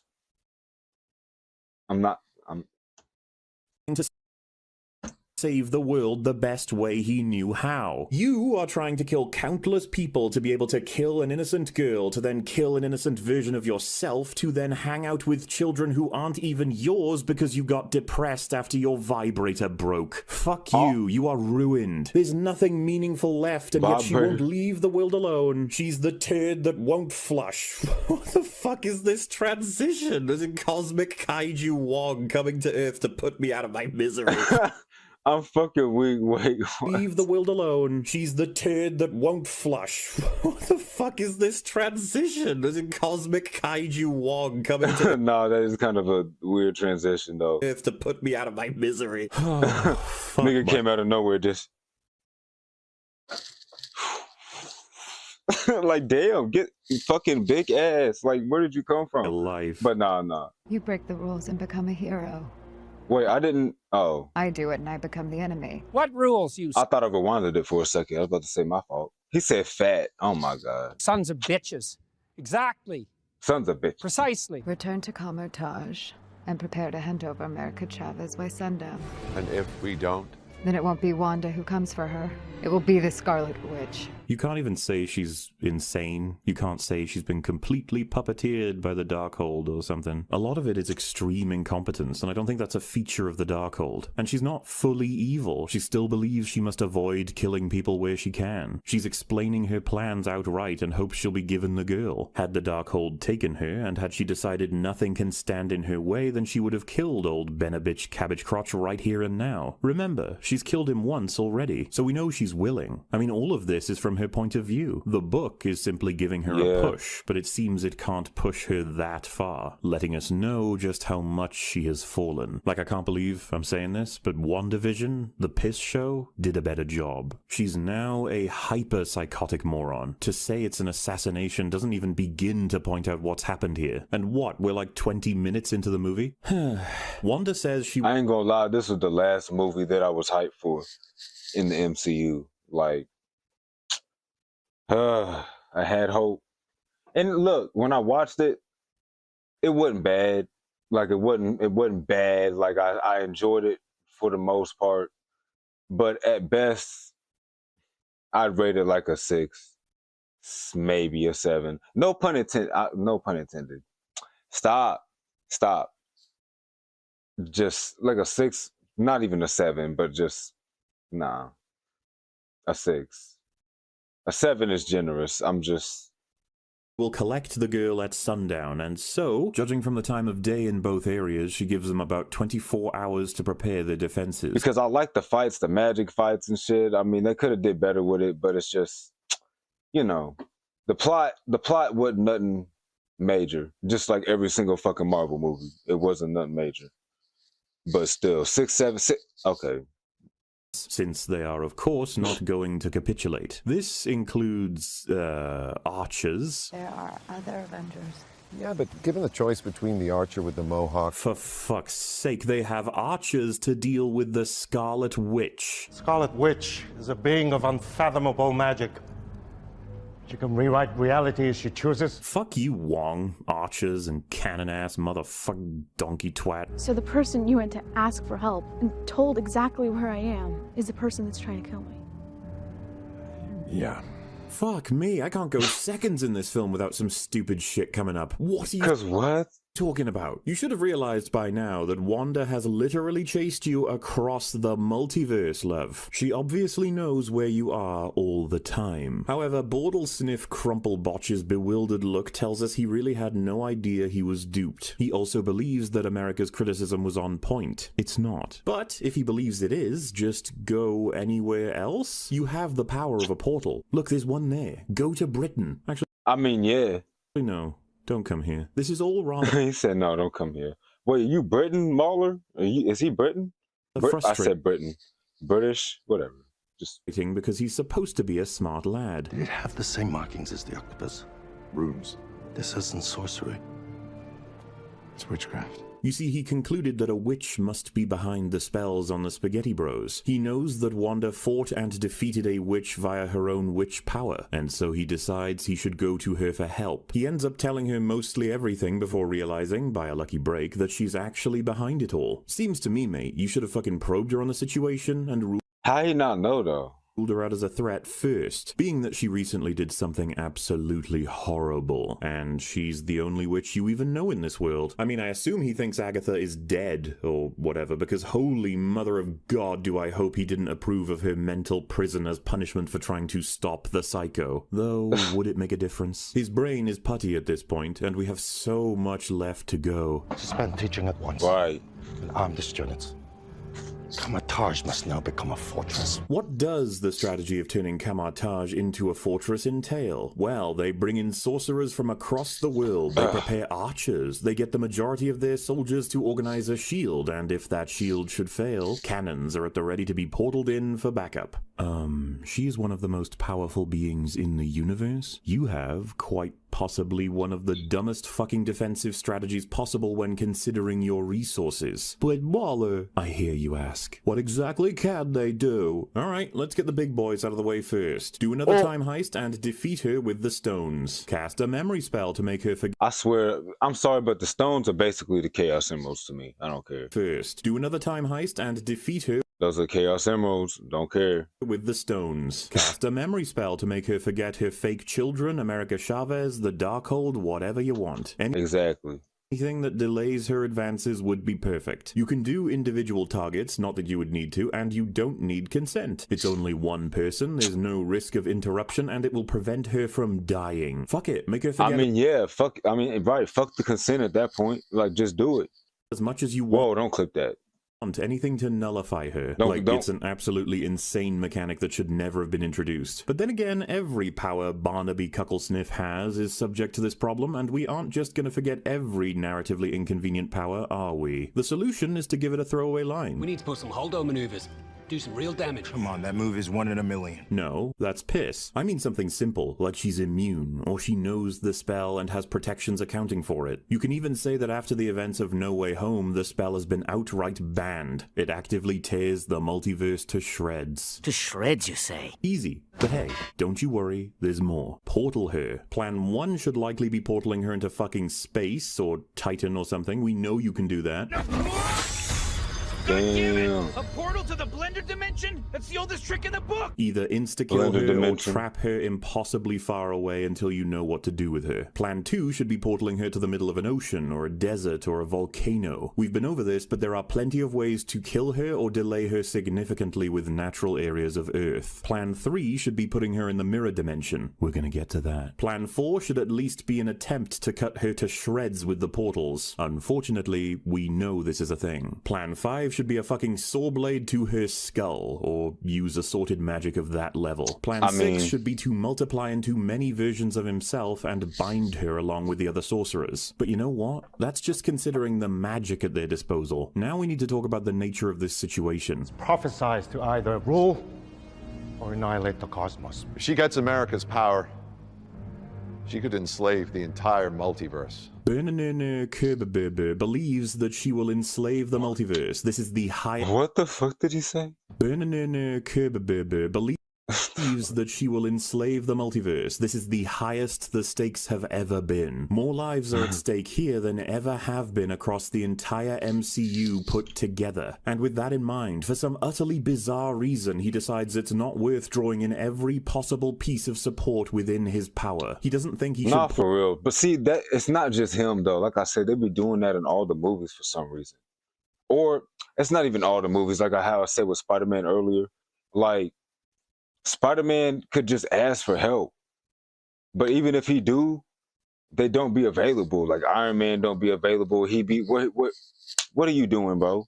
Whatever you're doing, it's not that fucking important that you can't come and help Spider-Man save the fucking world real quick. Like, come on now. Where's Bruce Banner? Where's motherfucking? I'm just saying. Portal in and talk to. And he's not even thinking to ask nobody. But again, it's not just him. It's not just this movie. I don't know why. I don't know. Maybe they expect the viewers to just forget or something.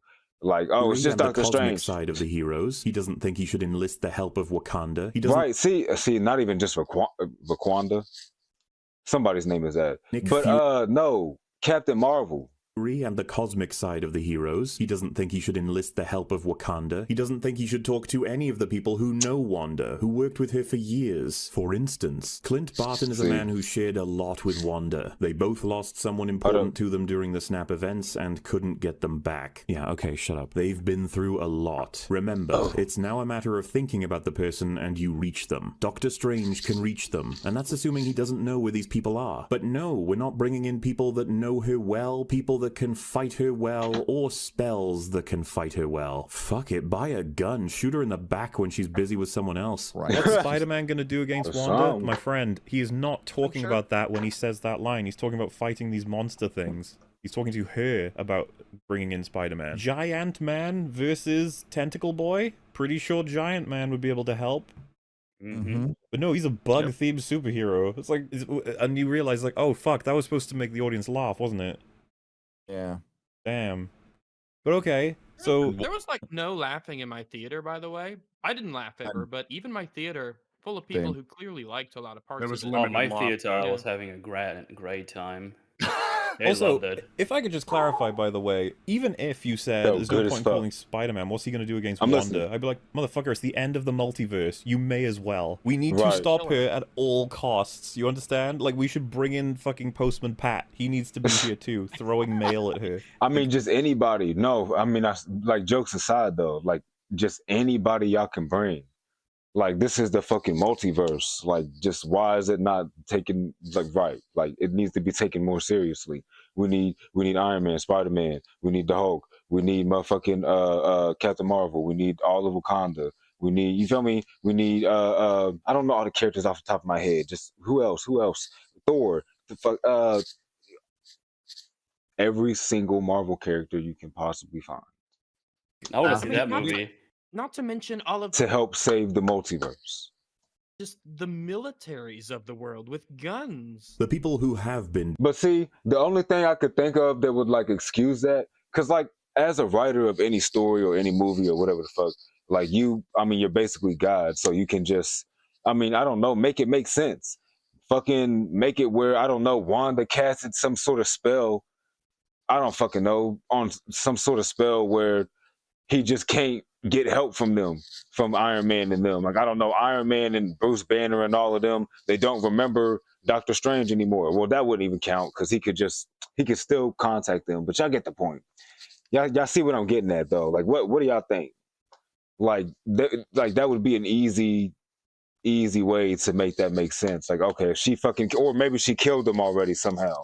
But like Doctor Strange is the last one, and so he's the last. He's got to do his best to survive. I don't fucking know. I'm kind of rambling about it at this point, but I'm just saying. Dragged in. Like, it's just so stupid to just not contact. And this goes for every movie too. It's not just this one, like I said. Selection of low-level sorcerers that absolutely have no way of dealing with this. No way of understanding why any of this is happening, and of course no one to care. Right, all they can do is like make portals with the sling ring, I think. Which is, I mean, that's still overpowered, but I think that's like a basic skill for sorcerers, right? But then they can also throw like small key blasts, and that's about it. They weak as fuck. What they gonna do? Care if they die. Understanding why any of this is happening, and of course no one to care if they die. See? Which means this whole thing is already a nightmare soup of writing, and it only gets worse. Wanda has arrived.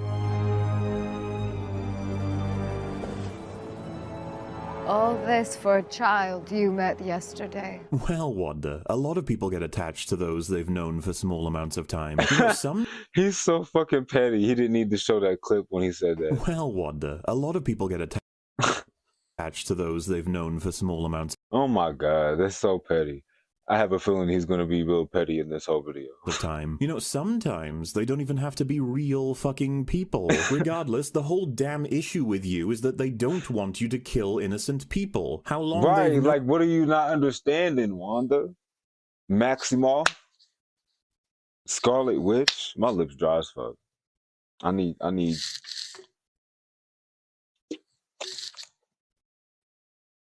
The fuck are you not getting? This girl is irrelevant, you hag. All this for a child you met yesterday. Wanda, you are justifiably angry. Justifiably angry? Motherfucker, what? What does Vision's death and plundering have to do with any of what's happening here? She hasn't pursued Pale Vision. She's not even trying to get Vision back via America's power, and none of the people currently in Kamartaj did anything to Wanda regarding that whole event. It's like she was slapped by a cat, and so she's threatening to nuke Europe. What the fuck are you talking about, and what does this have to do with anything? Justifiably angry. Bro, you already told her she's violating every natural law. law. It's a bit late to capitulate, and if this is actually something you think, then I guess you've lost that tiny bit of spine you grew. You had to make terrible sacrifices. I blew a hole through the head of the man I loved, and it meant nothing. Do not speak to me of sacrifice, Stephen Strange. Okay, something is very...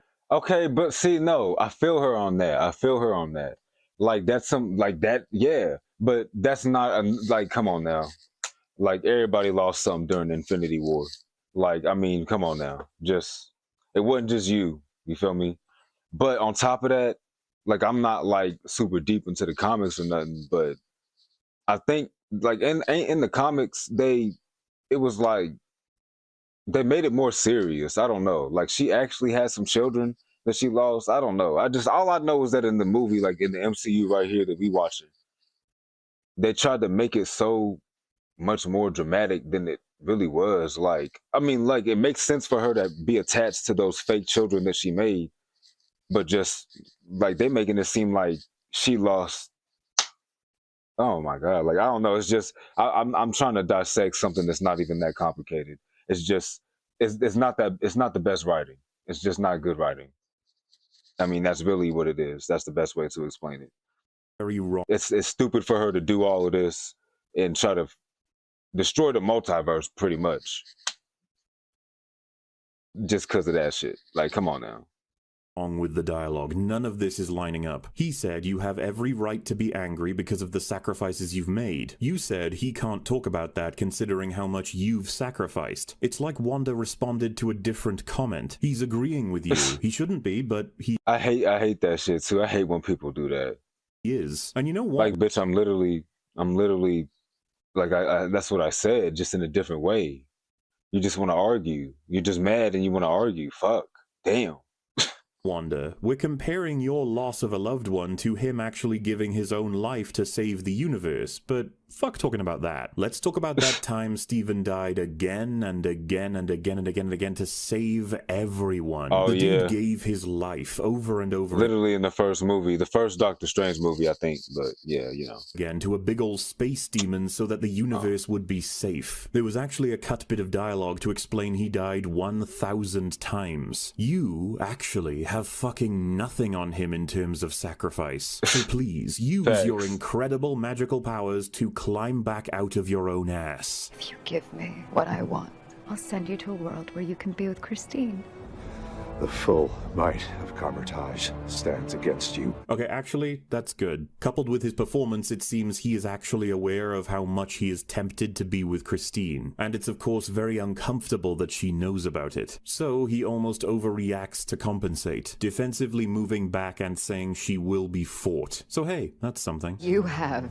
I mean, I fuck with that too, yeah. You know what I'm saying? Like, don't you say her name. No. You're gonna die. Like, you feel me? Like, this nigga's it's kind of, you know. Moving back. Let me shut up. She knows about it. So he almost overreacts to compensate, defensively moving back and saying she will be fought. So hey, that's something. You have no idea just how reasonable I've been. No. You did not just say you've been reasonable. Sending creatures to abduct a kid, I don't exactly call that being reasonable. Sending those creatures after her instead of myself was mercy. No! You motherfuckers had a simple writing problem to solve. How do we have Wanda being the bad guy revealed a little bit later in order to have that be kept under... See, and I'm sorry to cut him off. It's just what she said right here, though. Like, that would actually be kind of clean if it wasn't stupid. Like, you feel me? But because the way she said it, her delivery was good. Oh, I don't even remember what she said, but how she be saying it. Oh, you think that was mercy? That was nothing. I don't know. That was nothing.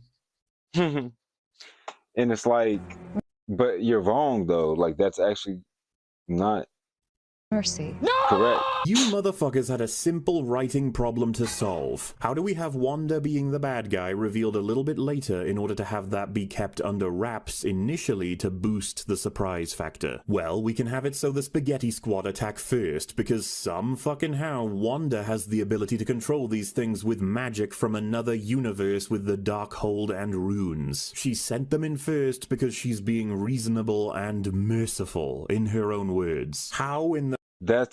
A flatulent fuck is sending these noodle cunts to other universes more merciful than getting her yourself. Take Gargantos, for example, in our universe. The Scarlet Bint could have gone there herself. She could have snatched up America and sapped the power no problem. She can grab her with telekinesis, mind control her to sleep, even pose as a friendly hero because for some reason the world still thinks she is. Wanda could then trick America into coming to her own personal dungeon for a good power suck. There would be no concern for enormous collateral damage, no additional lives lost, no severe property damage. She may have completely gotten away with it too because nobody knows this girl. Merciful. Reasonable. My asshole. Your intelligence now sits comfortably below that of a fully grown pizza. A fully grown pizza? Well, nigga, I'm on some. It is. She tried to kill Benedoodle Kumaflaps. Not that it's a surprise or anything. Why did he call him that? Benedoodle Kuma. Reinforce the shield! So, Wanda begins tossing plenty of red blasts at the shield, managing to pull off a decent amount of damage, and yet the shield holds. The magical barrier really is a strong defense. She's trying to get in their heads. Sorceress! Fortify your mind! Only then, Wanda does this.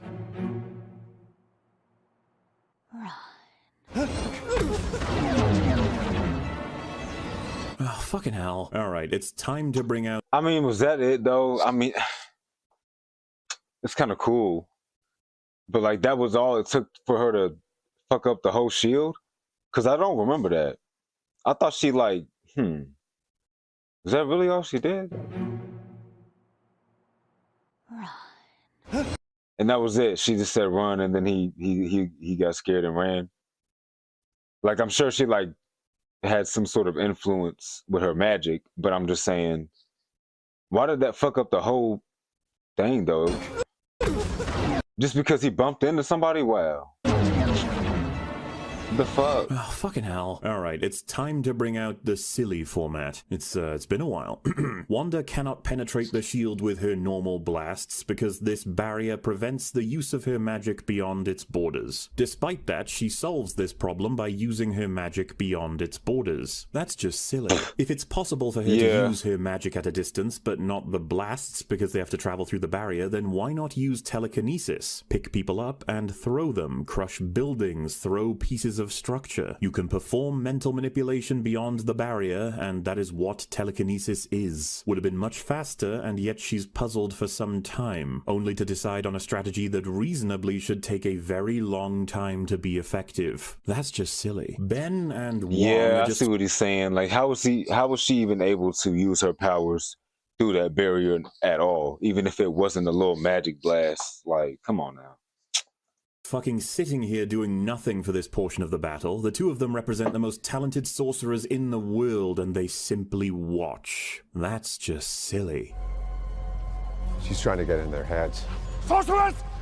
Fortify your mind! So they knew her plan of attack was viable and that they would lose eventually. That's just silly. What's fucking crazy is we have plenty of sorcerers who are not getting involved. Wong even calls in extras at one point. Why the fuck weren't they active already? Nah, facts. Extras. I didn't even know he did that. I don't remember that. Center portions come down, you have to move the sorcerer. Why was y'all not out here? What was y'all doing before? Was y'all just sitting there chilling on the bench looking at y'all phones or something? What the fuck? Y'all should have just been out here anyways, even if nobody called you to be. Just be out here. Nigga, the multiverse. Everybody's gonna die.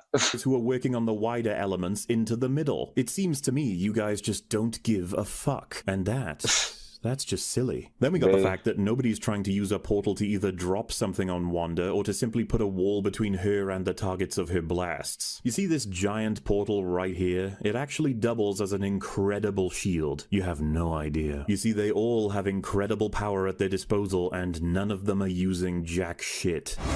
Yeah. Shield is down! So put it back up, you prissy fucks. And what is this? No, for real. I guess, put the shield back up. Yeah. I mean, my guess was like, okay, maybe they just ran out of energy or something like that. But I mean, they clearly don't. They clearly not out of energy. None of them are using jack shit. Shield is down! so put it back up, you prissy fucks. And what is this shit? They managed to portal in these twats to fire at her instead of just having them the whole time. They are sorcerers. They could have been reinforcing the barrier, you muppet. All of these people could have made it so... They really... Yeah, I don't know why they just now brought it out. She never broke in, for fuck's sake. Isn't the Scarlet Witch supposed to be a glass cannon? And yet she just tanked that shit? Since when was she immune to damage? I mean, okay, look. I was thinking that she just had extra durability because she's in her ultimate form, basically, whatever you want to call it. I mean, just, you know. Because you feel me, this ain't just regular Wanda, like this Scarlet Witch now. So like, okay, it makes sense that she could tank like a little small key blast, you know. I mean, like, look. Isn't the Scarlet Witch supposed to be a glass cannon? And yet she just tanked that shit? Since... I mean, I feel like that shouldn't, you feel me? When was she immune to damage? But at first, yeah, it makes sense. But now, I don't know, it makes sense for her to take more damage, so I don't know. Well, yeah, there you go. She should have been doing that. Why the fuck are the incredibly powerful sorcerers fighting the Nazi witch with technology from the fucking Paleolithic period? Nah, for real. Well, they're magic. Right, it's magic. It's magic arrows. What do you mean? Magic arrows. Shut the fuck up. They literally only okay. Operate as arrows and everyone fucking dies. This is so far beyond silly. Well, just everybody fucking dies. That, like, what is even the point? Wanda just executes all of these people, some by standard explosions, some by impaling them on their own arrows, because that was really the only use they had, and some she kills by... wow. That was, yeah. If you want the girl, you'll have to go through me. Fine. Oh, thank fuck they finally used the mirror dimension. Excellent work, lads. Better late than never.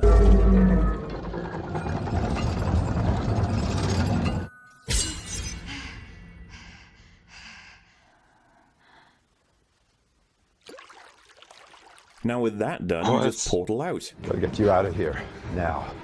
Wong, what happened? Kamatoi's just fallen. Whoa.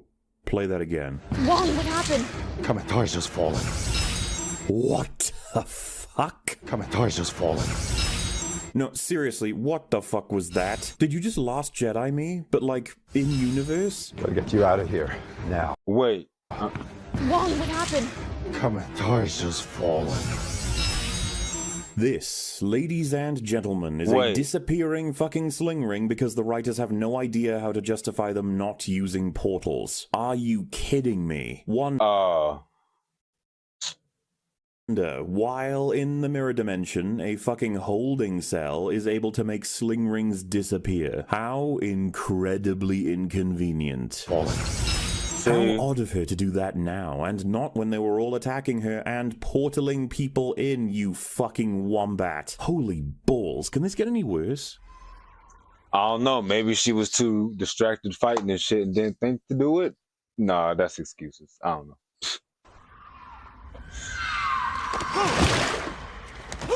Oh. I'm so sorry. Can you play that again?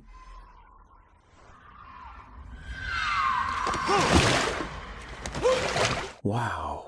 This is something really, really special. There are puddles in the room on this bright sunny day. Puddles that, if you stand on them, will eat you via Wanda grabbing you through them and pulling you into the mirror dimension, presumably. There are very few puddles in the room when there shouldn't really be any at all, and these poor fuckers just happen to be standing in the center of them. Might I ask, who the fuck looks to stand in a puddle when in a dry room?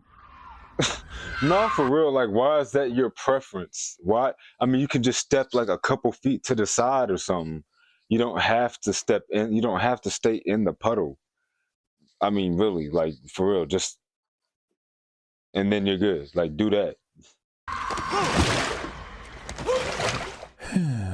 What the fuck?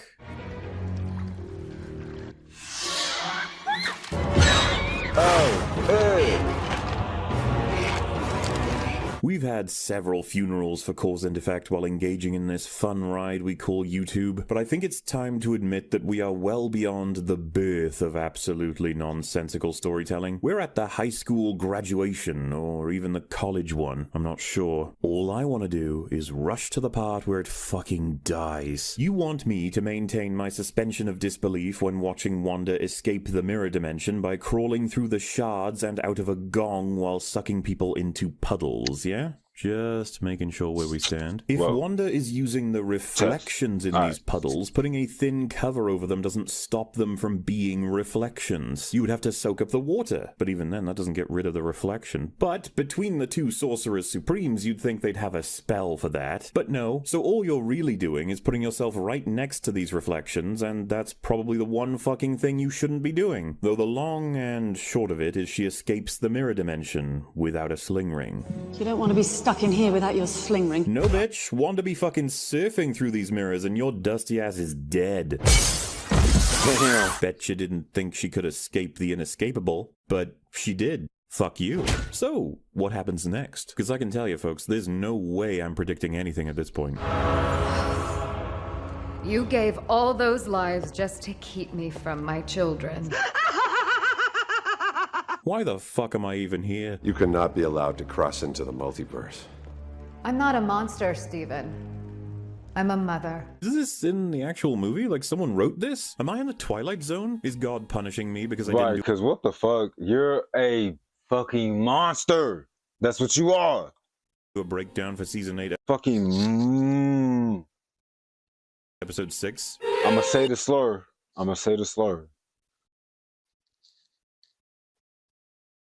Motherfucker. Yes, Wanda, you have no children. They don't exist. Oh, but they do. In every other universe. Wait a minute, what? How does that work, though? Like, how do they exist in other universes? That was something that I wondered, but I don't know if it's going to explain that or not.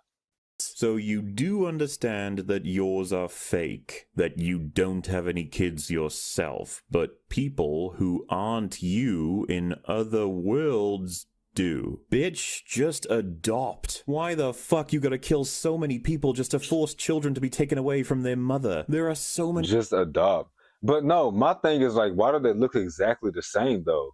I mean, I guess infinite realities, so then, yeah, I guess it's possible for the kids that you just randomly thought of in your head to exist somewhere. Yeah, I mean, yeah, it's just, I don't know. I'm not going to try to make sense of that one. That's just more pragmatic options. Why do you have to kill another Wanda at all? Just go to one where Wanda and Vision have died, leaving the kids parentless to simply jump right in. What if you reach them?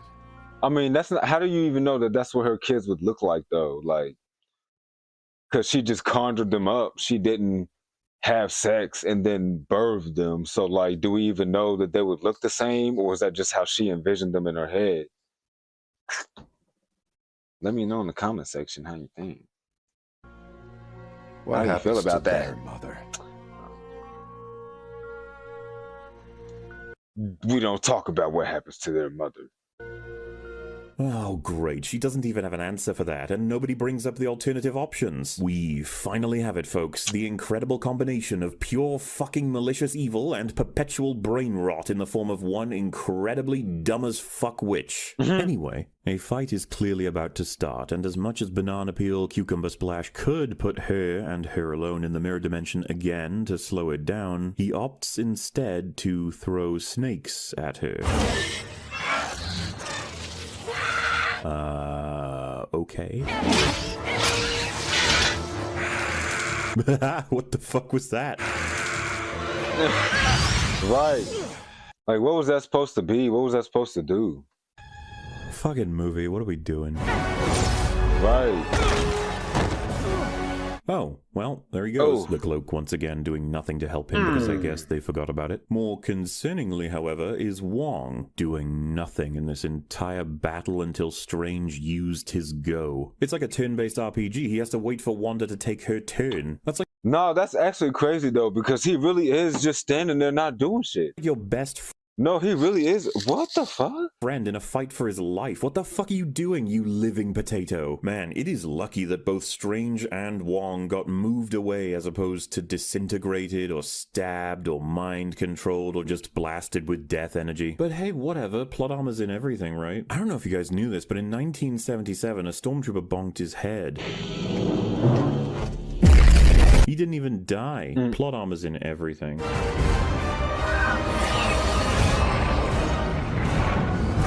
Okay, the film can end now. She has America. It's over. It's over. Okay. No, all right. See y'all later. Whew. Fuck. All right. Let's talk about taxes, y'all. Let's talk about taxes. I know you can't see me, but when we're talking about taxes, you don't need to see me. All you need is to hear my voice so that we can effectively manage our finances. So grab a pen and paper, and I'm going to need you guys to take notes.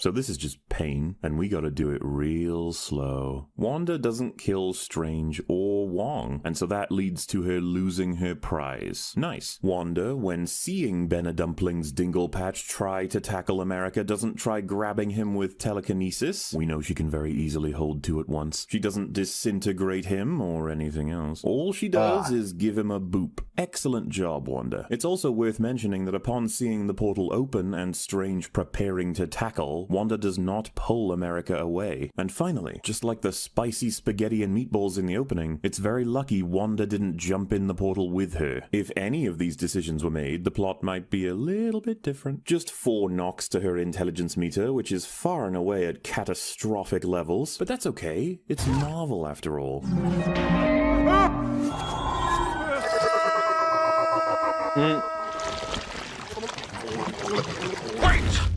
Hang on, before we do all that. You guys remember how Defender Strange was drawn into the portal from a significant distance away when he was basically dead? It sure is lucky that Wong didn't get that same treatment. Lucky for Wanda is what I mean.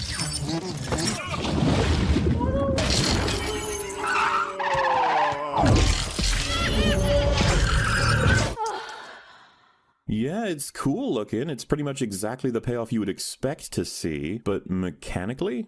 Well, we'll get there.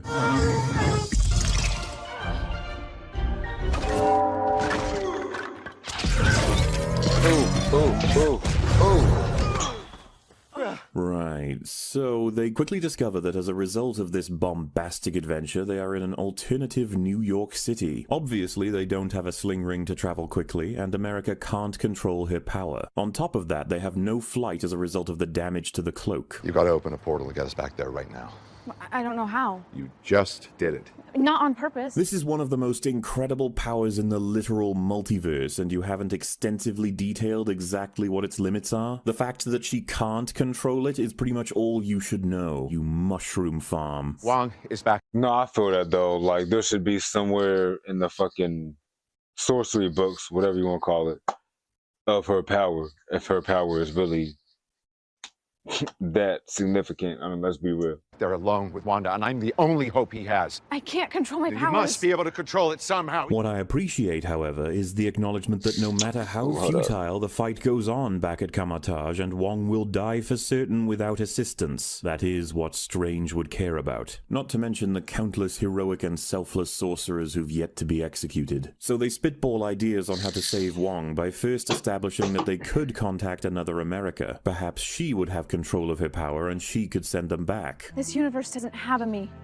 What? None of them do. But how do you know that? Because I've looked. And Because I never dream.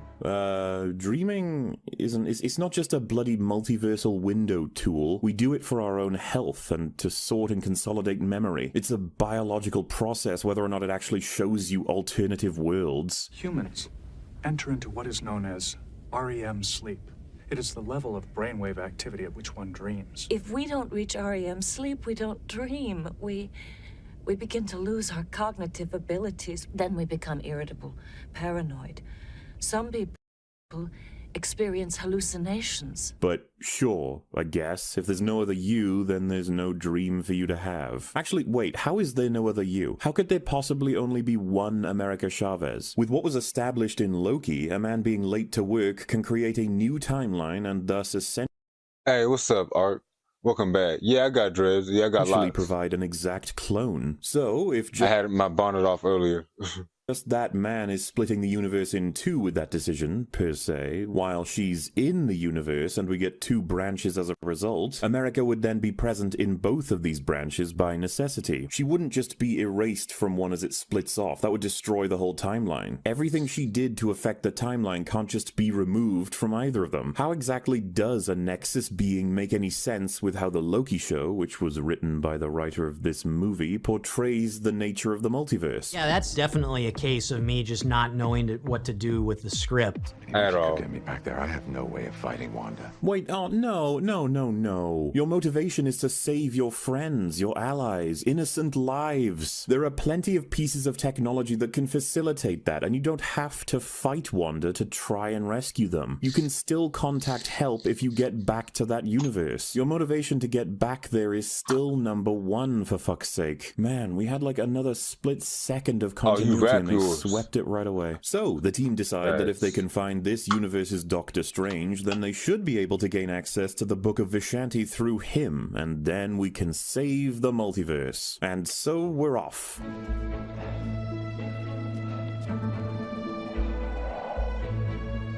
We're walking nice and slowly through this city. You know, contrary to some popular belief, storytelling is happening all the time. Every punch, every breath, every single step a character takes is representative of their values. But why do I bring this up? Well, Bondo, Cumbo, and America go from the top of this building, down the stairs to the ground floor, across this street, past a vendor, down several other streets, past this thing. You still rap yours? Oh, okay, yeah. I don't rap mine too much, if I do, but yeah. Oh, we're gonna talk about that. To then cut to them being outside this universe's sanctum sanctorum. They commit to this rather long journey with a very loose walk. Like, I'm not kidding, this is a slow-ass fucking walk to the point that if I was simply going to Tesco with these idiots, I would be getting frustrated. But that's okay, because being a little bit late to pick up some food, drink, or clothing can mean nothing in the grand scheme. Only, if you could, remind me of what the stakes are, as stated by the movie? The thing was trying to kidnap me. It's like a henchman who works for a demon. All we knew is that they wanted to take my power for themselves. If she gets America's power, she could enslave the entire multiverse. It's your destiny to destroy the world. Other you thought it could stop whoever was I swear I'm paying attention even though I'm flossing. after me. We need to go. I'm just not talking as much. This video long as hell. I got a lot to say though, but just I'm not saying it right now. Just bear with me, y'all. Find. Other me. Yeah, they need to find alternative Doctor Strange so they can find the Book of Vishanti so they can use its power to defeat Wanda. If they do not acquire the book, the entire multiverse could be enslaved and or destroyed. On a smaller scale, there are many sorcerers currently at the whim of this piece of shit psychopath who are desperate to be saved after being dragged into this mess. And so, you might think that's more than enough. But I require, dear viewer, that you look to the prior scenes in this dung pile, a process the writer is not familiar with. We began with an understanding that Wanda can pinpoint America no matter what, wherever she is across the multiverse. This has been done many times, and it always leads to a giant monster crashing through to capture her. Monsters that Benebricks Coppercringe isn't particularly great at dealing with. Our Wanda has the ability to conjure demons and monsters to attack America in other universes. So there's no reason to think that these two aren't both very aware that Gargantos-adjacent monsters could appear at any moment to try and kill them while they traverse this very densely populated area. In conclusion, these two know they are on the brink of death. Wong and the sorcerers are on the brink of death, and the multiverse is on the brink of enslavement. And or death. Right, I mean, there's just a lot going on.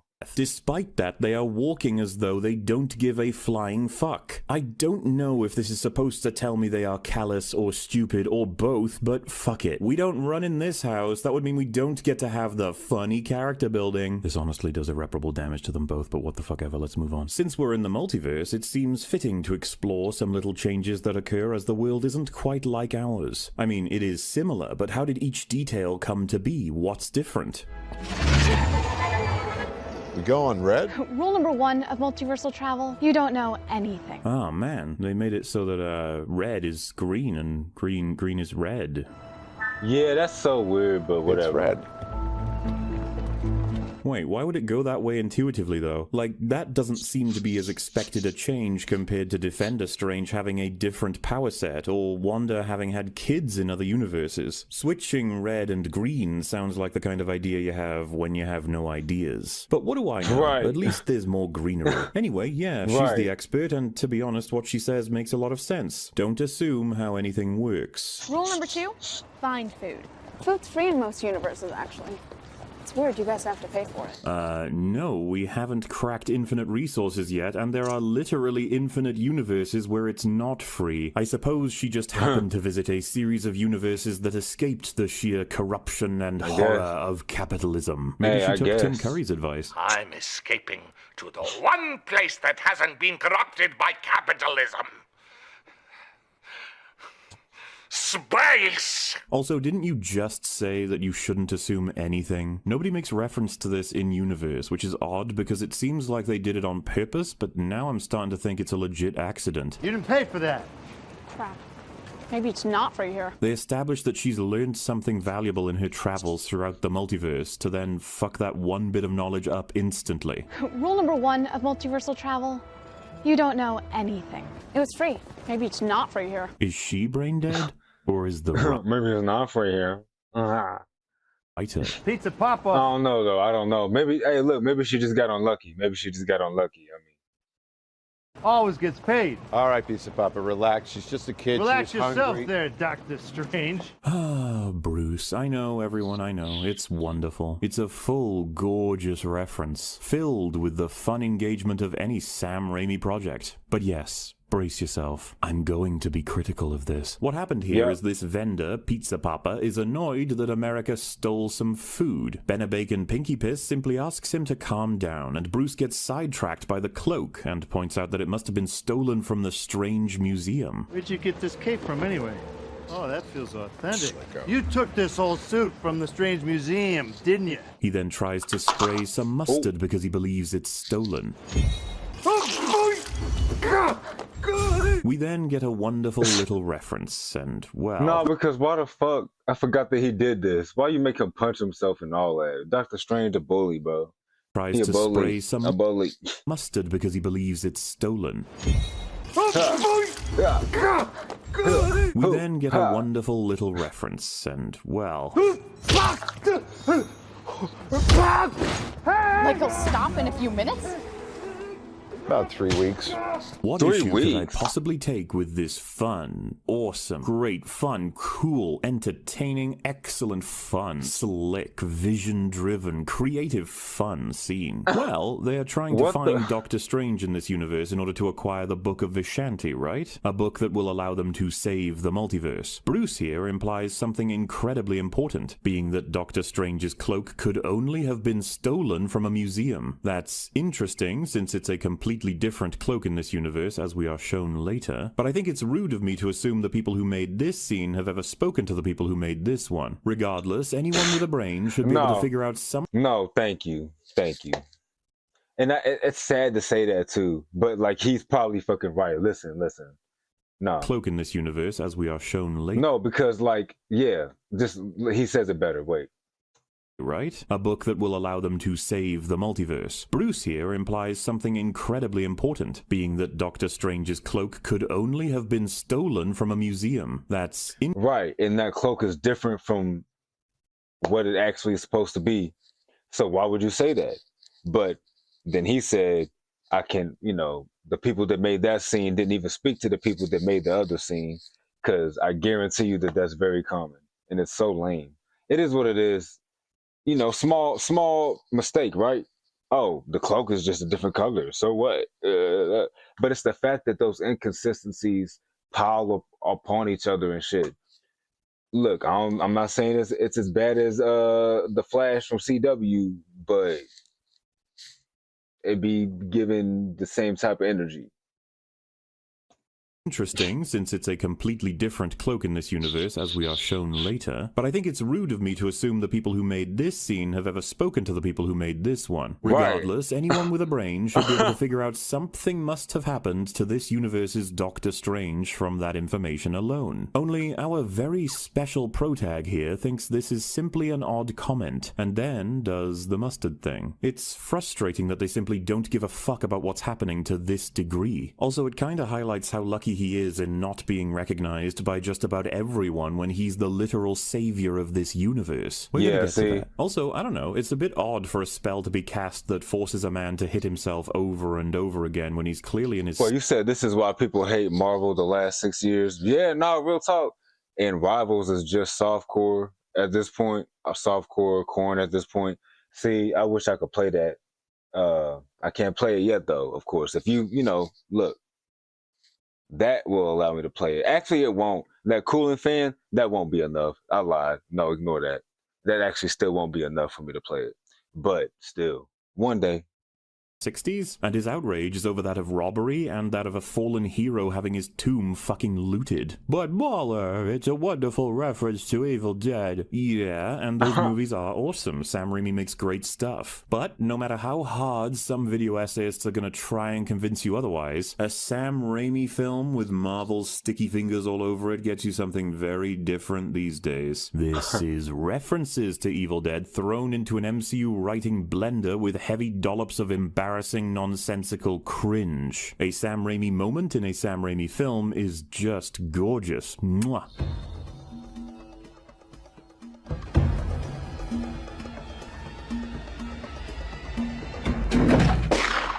A Sam Raimi reference in a sludge pipe movie, though? Well, it's downright incompatible. Go back to hell.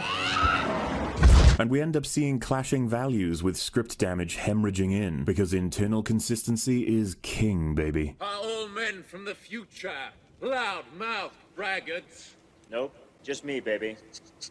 Just me. Anyway, where do they go next? Especially when there's a writing problem to solve. Drinker, you're a writer. You have a problem to solve. Our characters need to express to each other important memories. One, Doctor Strange, that he loves Rachel McAdams, and that there's an unrequited love there, and how he got the watch from her. We need to know that, and we need to know that America Chavez accidentally sent her parents through a fucking portal when she was younger, and that's the first time she had her powers. How, as a writer, do you solve that problem? How do you cause that flashback to happen? Have you got any ideas? You're gonna have to have dialogue or something that leads into it. Like they exchange a bit of information as they're hurrying to their objective. I think that's probably the best option to try and make it come up naturally. It might be difficult, but it's a problem to solve. So they had a different idea in this film. They're walking around, and this is different universe, okay? They walk past the memory store, and they accidentally step on a pad that activates memories, and it plays both of those memories. What the fuck? Replay your significant memories now at a discounted price. Yeah, I do remember this actually. I do remember this. So you don't forget. Are you memory serious? Store. The Yeah. Memory store?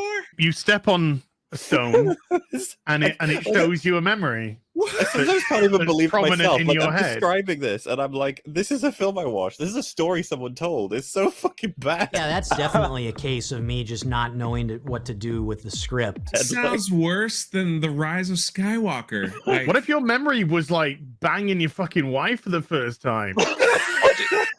or taking a shit or something, or like having a wank, or you've actually hurt my brain. I feel like I've had some kind of hemorrhage. Does it make sense? It's the memory store.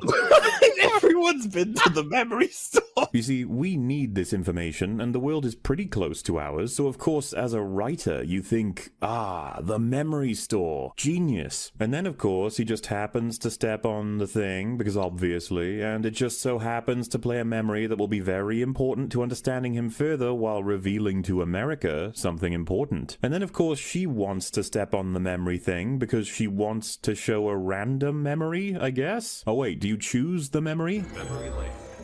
I don't know. I don't think you do. I don't think you do. No, it said significant. Well, hang on. What if it did show something incredibly private? Sex. Wait, how can you conduct this sort of bullshit without incurring What the fuck is this? Oh my god. What is this fucking haircut? This fucking...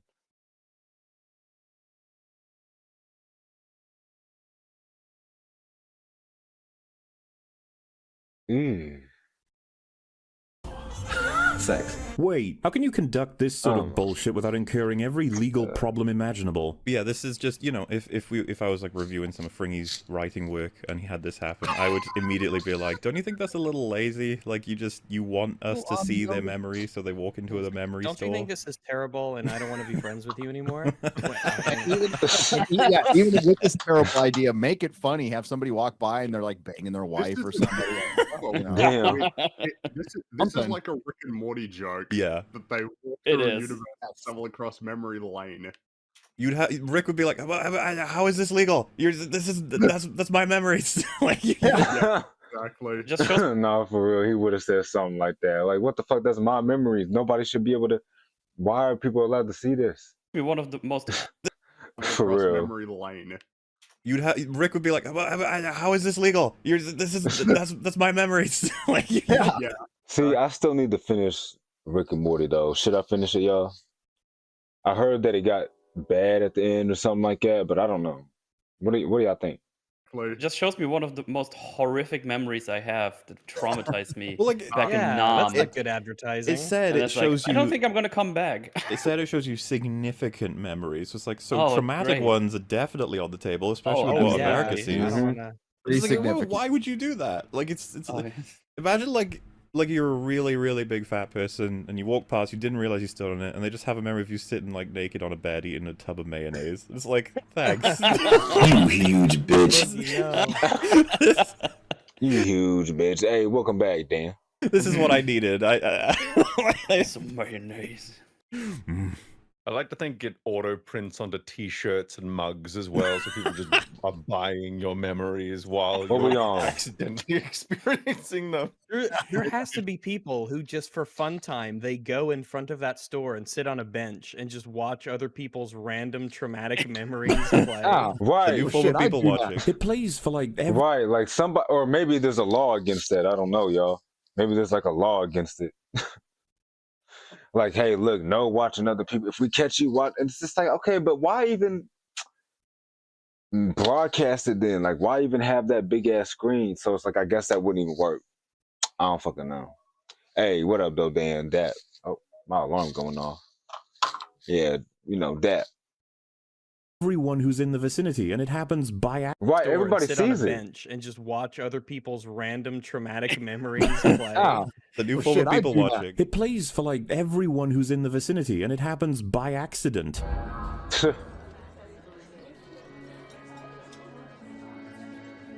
What the fuck? You went to these lengths to show us America's childhood and that he cares about Regina? A fucking automatic memory store? Whoever wrote this needs to be restored to their factory settings. This is well beyond lazy and bullshit. Just have them talk to each other about these events. This is pretty fancy. Did you have to take out another student loan? Nah. Well, I guess we should discuss the memories. Got you a little something. Shit. This was the moment that He Regina said, "Fuck a dab." Shit made me bald. What you mean, Kaz? What the fuck? bought Bendy Straw Cumber Chunks his watch, the one he's hung on to for some time. It means a lot. Wait, I wasn't paying attention to that part. Hold up. What do you say? Wait. Discuss the memories. Got you a little something. This was the moment that Regina bought Bendy Straw Cumberchunks his watch, the one he's hung on to for some time. It means a lot to him. He likes her a lot, okay? Bro, how does a memory get presented in any way but a POV shot? How are you watching as though there's a camera? How can he see what's behind him from his own memory? The AI running the store has a flair for cinematography. It's like, yes, and then we get this one shot of the parents getting sucked through the wormhole. Wait, what is that? Would have been, oh my god, through the because wormhole. that if they would have showed that memory, but hold up. Cinematography. It's like, yes, and then we get this one shot of the parents getting sucked through the wormhole. Bruh, that would have been so petty. That would have been so petty. You want to see your That's mom's some get good sucked through an shit. interdimensional vortex wormhole in 4K? Why the fuck is this so lazy? This is amazing, thank you. We don't have time for this. Your acting, though appreciated, cannot carry this wreck. But to be fair, he's absolutely right. You really do not have the fucking time for this. So, the other memory is for America. It's No, when I she forgot. opened her Right, you really don't got the time for this. I almost forgot. Like, y'all sitting here dilly-dallying and shit. Why the fuck are y'all doing that? I almost forgot. first portal. Unfortunately, it sucked her two mums into it and she's devastated, only to then fall into the portal herself. See, imagine if other people seen that. They'd be like, what the fuck memory is that? What? Tragic. Like, no, keep this shit private. Like, keep it private. But For nah. America, it's when she opened her first portal. Unfortunately, it sucked her two mums into it and she's devastated, only to then fall into the portal herself. Tragedy. Offset quite a bit by the reality of how this happened.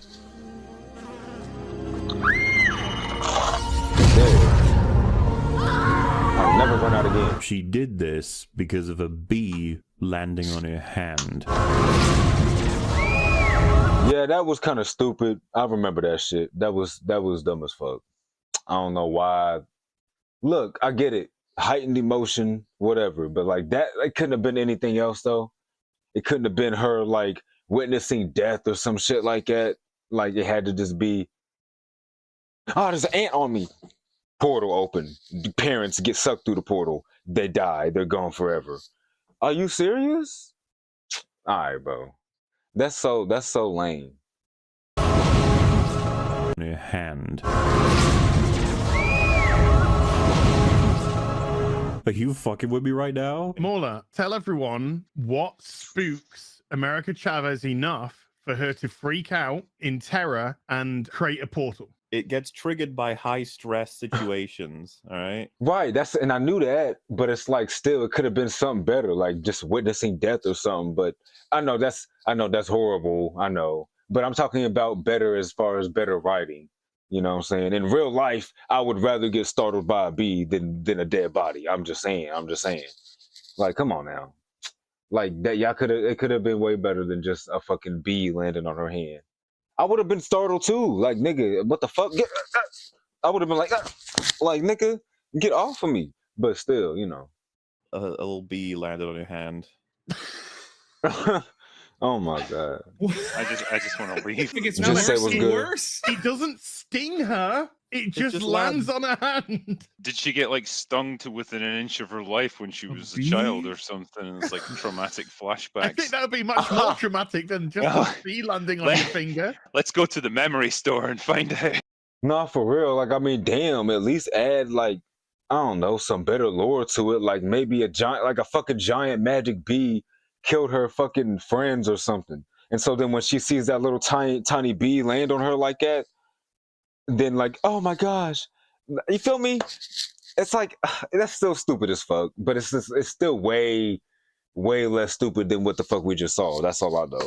Like at least it would make like, oh, okay, it's a trauma from her not her parents, but her friends dying, and even though it's not the same bee, it still was a bee. And I'm sorry, that's dragging it, but it's like, damn, that would have been so easy. I don't know. Like just a little piece of dialogue, like, oh yeah, my friends got killed by a bee. You could have just said that in the dialogue somewhere in the movie, and that would have been still way better, so that it would have made sense. But no, she just got startled by a bee, y'all. That's it. just cause, and that's frightening. That's not frightening, but startling sometimes. Apparently, that was enough to make her feel her entire existence was compromised to that degree for the first time in her life, which is kind of funny, not gonna lie. My dog stepped on a bee. Objection, relevance. Maybe she's allergic. That doesn't count. It wouldn't count. I wouldn't give a fuck if she was allergic or not. Still retarded. What the fuck was that? Still retarded. That was her origin story. So a bee. Her origin story is fucking comedy, though.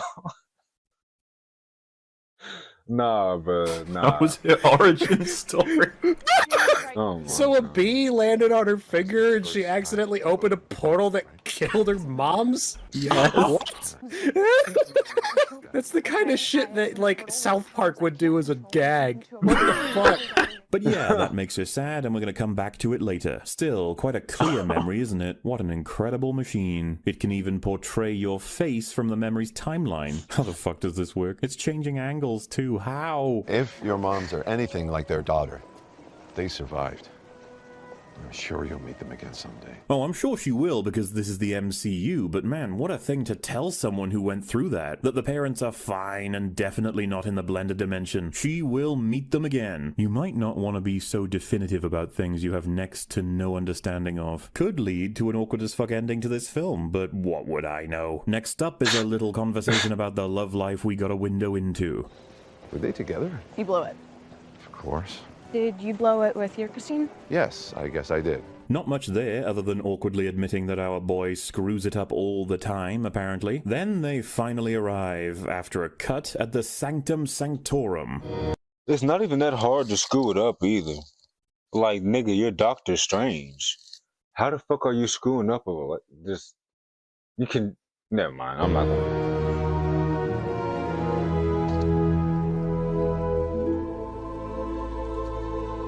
I'm sure they slow-walked the entire way. Give his life defeating Thanos? Yeah, see, we're not all bad. Well, would have figured that out a bit earlier if you gave a shit. Hey, I'm still here, y'all. I just gotta do something real quick, but I'm right here. Hold on. Does that mean Wong is the Sorcerer Supreme? Who's master of the Sanctum? I'm still here. Oh, hey, it's Mordo. Last time I saw you, you were removing the powers from sorcerers because you felt they were too dangerous. You still think there will be no consequences, Strange? We broke our rules, just like her. I will follow this path no longer. So, what have we got for him? Mordo was actually the first guy to let me in a camouflage. Oh, great. And he I'm back. dedicated his life to trying to kill me.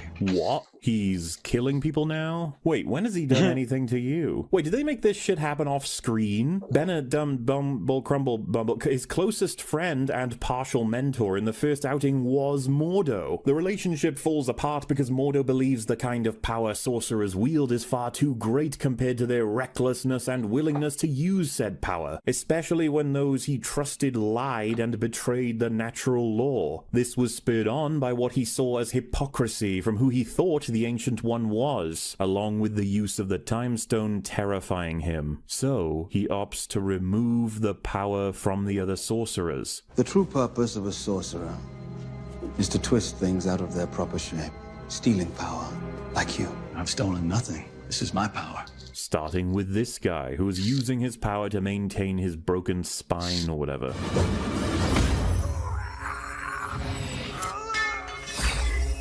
Why are you doing this? Too many sorcerers.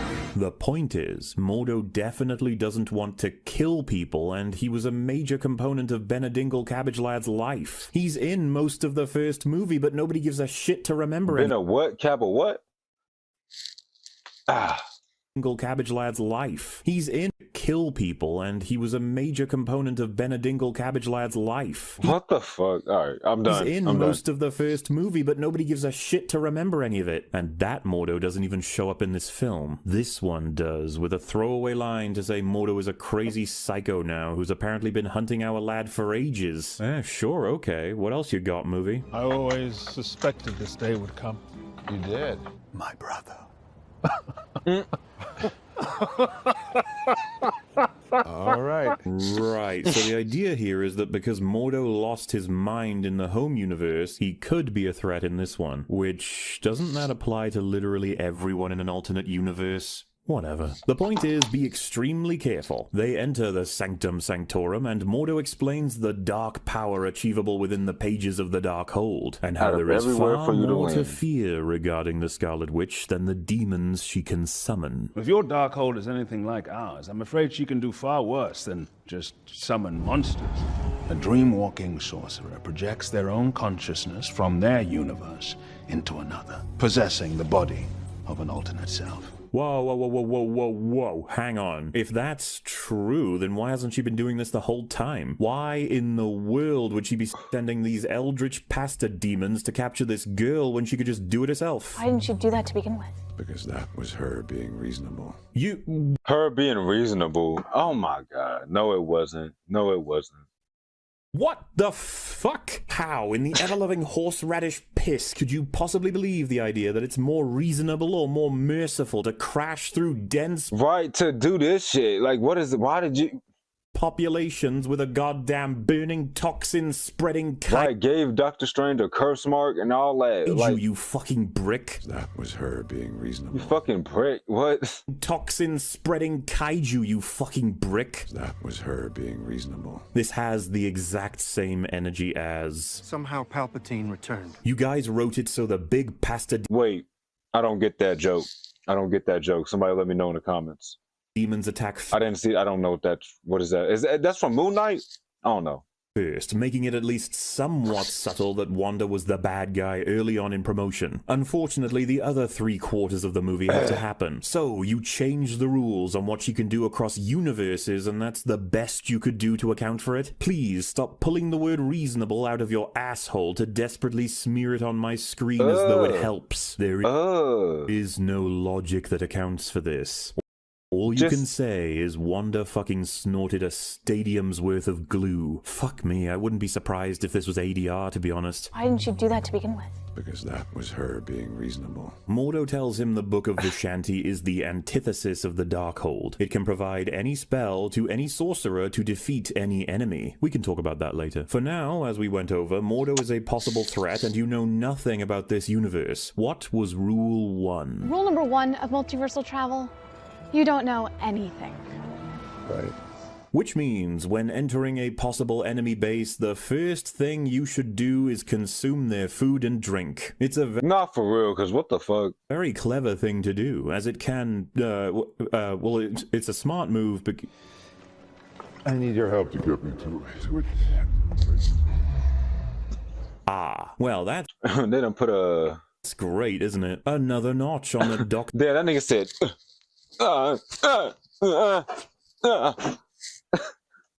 Like, what you put in that nigga's drink, bruh?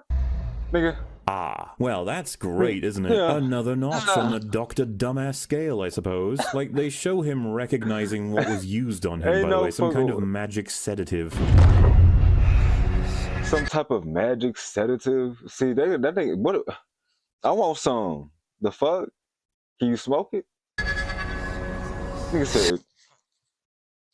Yeah. It's just sitting in the room with them. It seems like a big damn red flag for you to ignore, Benabitch, Cumber, whore. But okay, fine. Maximoff, who threatens our reality. It's the two of you. What the fuck is this effect? We play Minecraft now? So, as Mordo explained, our Wanda dreamwalks into the Wanda from the universe our lads are currently in. First thing to point out is that she is once again astronomically lucky that this universe has a Wanda, let alone one with the power to... Well, we'll get there. As she takes over this universe's Wanda, we get a little spooky. Some photos start looking at her. Sentient vegetables are a thing. And of course, the lights start doing a flicker. Why is the ocean in her tea? The kids didn't notice any of this. That is kind of crazy. I remember seeing that, but I didn't question it. I mean, just that's, hey, look, hallucinating. That's what happens. It might be the ocean might be in your tea. I don't know. this, including the dishes fucking smashing, but that might make things awkward, so on we go. Once she's taken control, the kids sing her a song, and she gets sad because she likes her kids. The kids are neat. Love and happiness for the kids. Kids are cool and fun and happy, and torturing and killing people is the only way forward. Back at Kamatage, it would seem Wong is a bit tied up, and a random sorcerer enters the room. Look, it's the lady with the cannon from earlier. I need to destroy the book. No. I'm looking. It cannot be you. Oh wait, doesn't she get burnt? Like, don't she get burnt to death by the Darkhold? Not the point, but hold up. It cannot be you.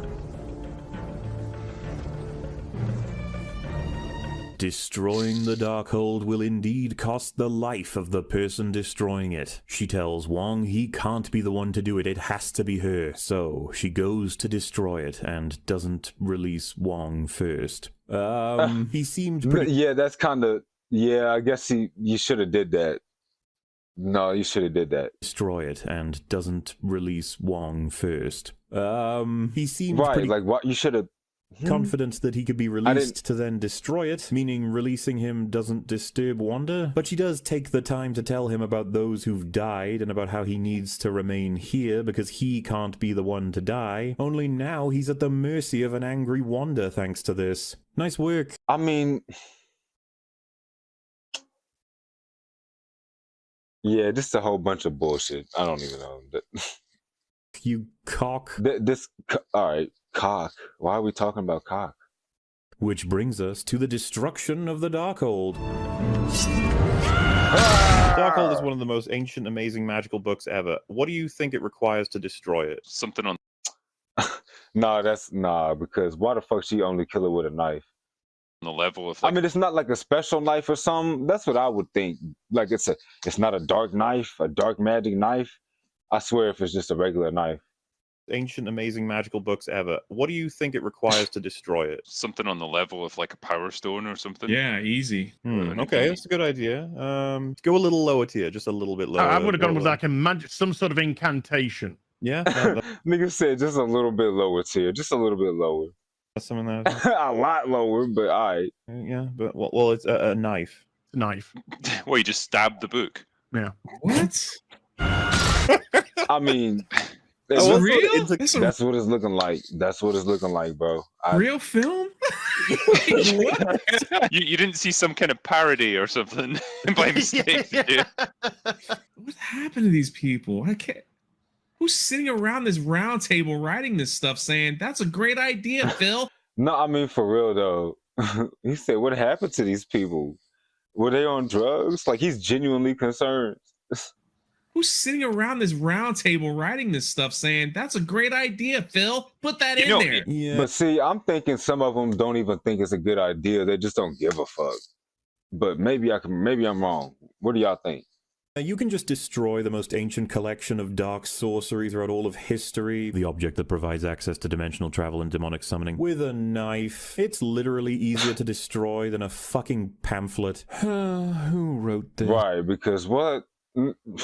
She just grabbed it, did a barrel roll, and then...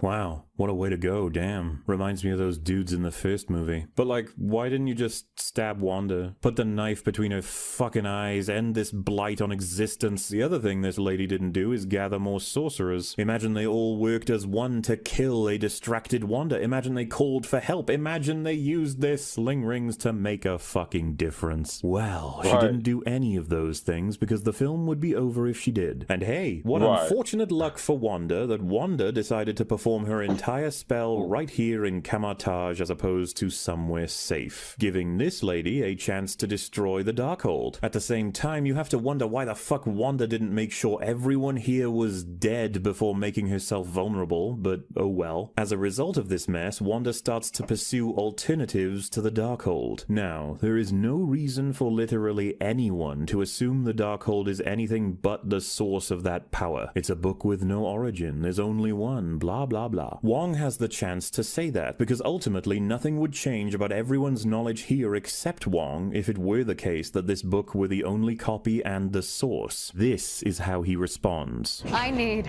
the Darkhold spells. Tell me what you know. You have to kill me, witch. Bro, that's admirable, but you just admitted there is something to be told. There is indeed information. You are surrounded by wounded soldiers. What do you think she's going to do? The Darkhold wants a copy! For fuck's sake. A copy. Legend speaks of a mountain with the wretched spells you see carved into its walls. Mount Wanda. All you had to say was that's it. The Darkhold was the be-all and end-all of dark magic, and that you know of no other source for dreamwalking. But no. Instead, you had to add that extra part. Incredible.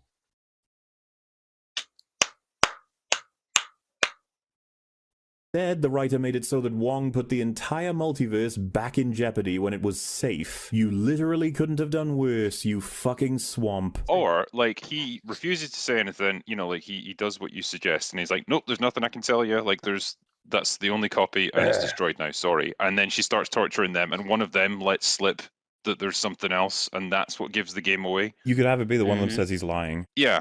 That could fix it. Do you like write stuff, Drinker, or is that? Also, Wanda torturing people, that's neat. So, she provides Wong with a spare sling ring in order for him to take her to the mountain that houses the original version of what was transcribed into the Darkhold. He opens it right up for her, and they immediately travel to the temple.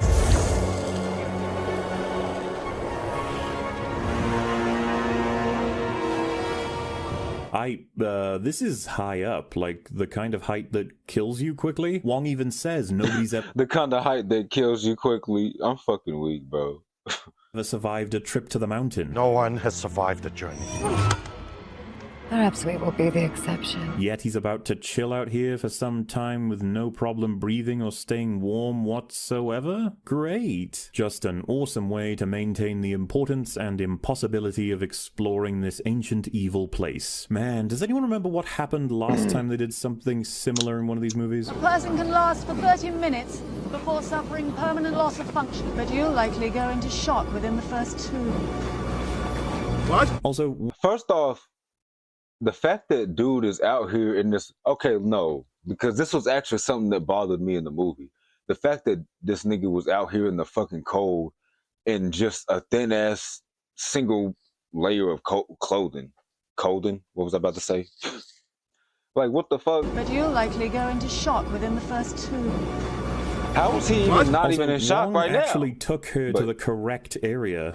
You couldn't portal us up there? My magic can only take us so far. Masters of the mystic arts weren't meant to tread upon the forbidden grounds of Wondercore. He didn't say the original is held at Avengers HQ. He didn't say it was transcribed in the Dark Dimension by Dormammu himself. He didn't try to take her to a different place to delay it as much as possible, to give his men a chance to escape. He could have lied. He could have just said it was at the top of Mount Everest. No, that's a good point. That's a good point.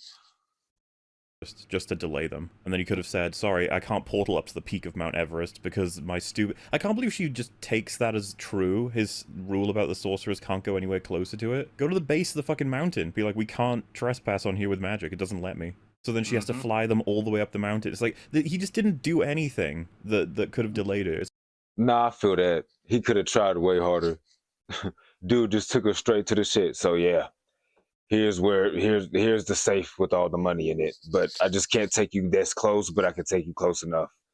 Yeah. Why? You didn't take her somewhere else? Y'all kind of crooked.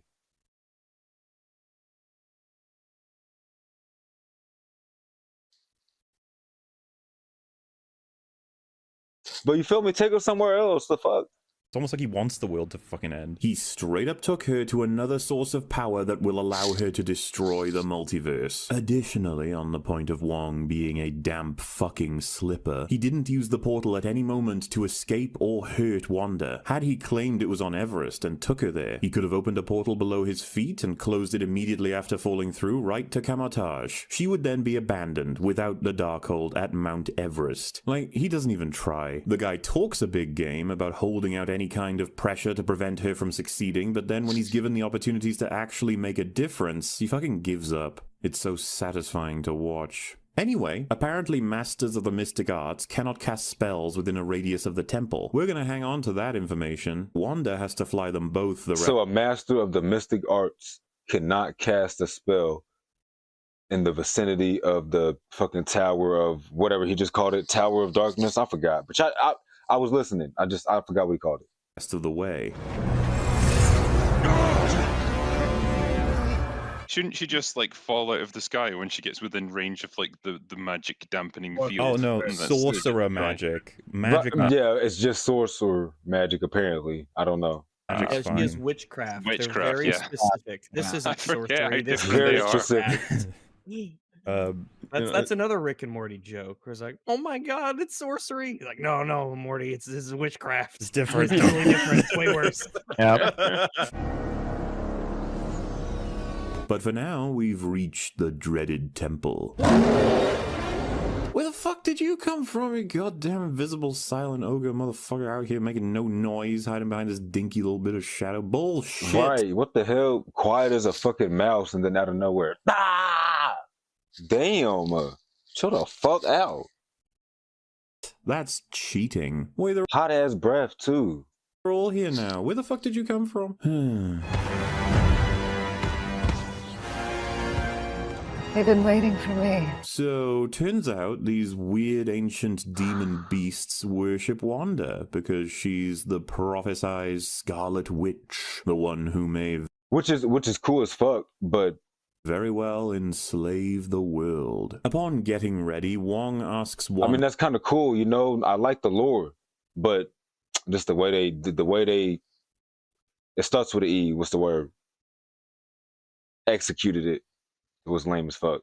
A very simple question, one that's been plaguing many an audience member who managed to think for even 2 seconds. When you could force America to send you to any universe you want, why take her power for your own? You know it will kill her. Not the most pressing of questions, but still valid enough to ask since Wanda is unaware of America's inability to control her power. Therefore, she can't be using that as her reasoning. For Billy and Tommy to protect them. Therefore...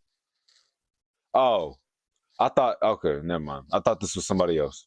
Or she can't be using that as her reasoning. For Billy and Tommy to protect them. What if they get sick? In the infinite multiverse, there's a cure for every illness. Oh, go fuck a cactus, you mystical piss stain. What the fuck are you talking about? You have to steal this girl's power and kill her just in case your kids suddenly fall victim to incurable space AIDS and you have to go adventuring through the multiverse to... just in case. Find a cure. You're a goddamn... Oh wait, them are pizza balls, ain't they? AIDS, and you have to go adventuring through the multiverse to find a cure. Yeah, what the fuck? I think that's what those are. I just can't remember. But yeah, what he's... Sorry, I'm getting off topic. What he said. Facts, yeah. You're a goddamn witch. Conjure a fucking aspirin and move on with your life. Nah, for real. No, conjure up some medicine and then just fucking cure them or something. What the fuck? You're the Scarlet Witch at that, not just a regular witch. You can't conjure up some super Benadryl, some mega ibuprofen or something. Like, you can't do that. Why do you need to kill this girl instead of this girl just teleporting you to the universe you want? Why can't you just do that? And then she says, well, what if the kids get sick with a disease that's only curable in an alternate dimension? What? I'll have to travel to that dimension in order to get the cure, so I need all of her power. It's like, are you... What? Did somebody actually write this? Like, this movie, I feel like I've never encountered something like this. Is there no peace in knowing that even though you can't be with the ones you love, there are worlds where you are together? Is that not enough? No. Well, no. No. Are worlds where you are together? Is that not enough? No.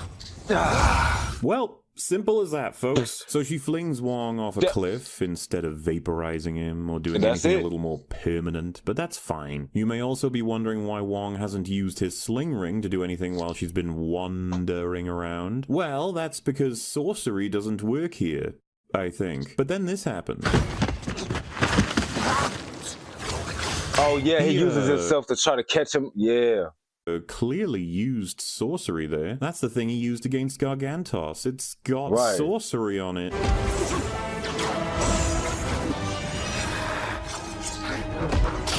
So, he can use spells here? Right, then because why now the he's so what the fuck? Right. fuck isn't he saving himself with his portals? He had the sling in the scene before entering, and then it's just gone between cuts. They keep doing this with the sling rings. Wong is fine though, guys. He's done this before.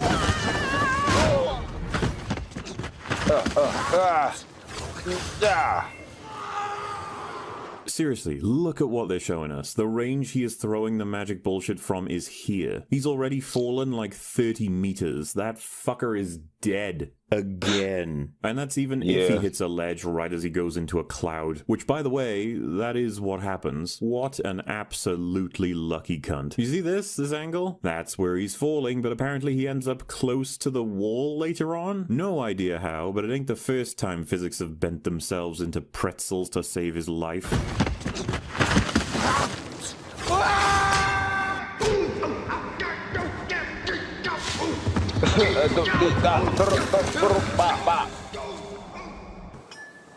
Damn. Wanda then starts dreamwalking and takes control of the Wanda in the universe that Benedict Cumberbum is currently in. She just flies to the building America is currently being held in. You know, she's not that fast of a flyer, which means it's time to address the issue. First and foremost, this is a dimension that Strange and America ended up in to then search for its version of Doctor Strange. That doesn't guarantee a Wanda. In fact, considering the nature of all of this, there is a good chance there is no Wanda, or there is a Wanda but she's dead, or there is a Wanda but she has no powers, or there's a Wanda but she has different powers, or there's a Wanda but she has a loving family that won't simply allow her to go on a killing spree. But on top of all that, this Wanda has to be living very close by for Wanda to make it to this building in time. She could easily have been on a different continent, let alone country or state or town. Even being about 50 miles away would completely screw her over. If any of these perfectly likely factors were in play, the film is over. Hopefully you understand this is one of the most dramatic coincidences in storytelling, and it's not even the worst one we'll come across in this story. Anyway, going back to Beneblond McCumberwumber, he finally wakes up in a box, with a bracelet on that prevents any magic use. The same goes for America. Which is interesting, I guess. That confirms whatever this is as magic. That follows as both Wanda and Defender Strange are magicians of a sort, and they fully believed they could control it as magic. I don't know if it's a learnable spell, but it is magic. You are in a highly secure research facility.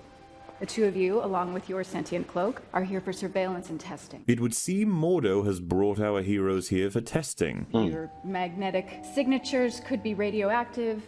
You may be carrying diseases we just don't have treatments for. Wait, what? Dude, Mordo should be quarantined too. He was completely exposed. Also, what do you mean may be radioactive? You guys haven't checked that yet? But sure, okay, these are highly secure containment box thingies that contain anyone that should stumble in from another universe. We actually discover that this is a procedure initially spearheaded by adventures this universe's Doctor Strange went on. 838, Steven, is that some kind of cyborg me? Our universe is 838, and we've designated yours 616. You idiot! 616 is the meme designation Quentin Beck gave Fury and Peter back in Far From Home. Mr. Beck is from Earth, just not yours. There are multiple realities, Peter. This is Earth, Dimension 616. I'm from Earth 833. He didn't actually come from the multiverse. He lied to the lot of them. They made fun of it. Beck! Report! I need a response. All the elementals, they're somehow merged into something more powerful. It's drawing energy from the Earth's core. Okay, I'm gonna have to stop it right there. I'm tapping out. Nigga,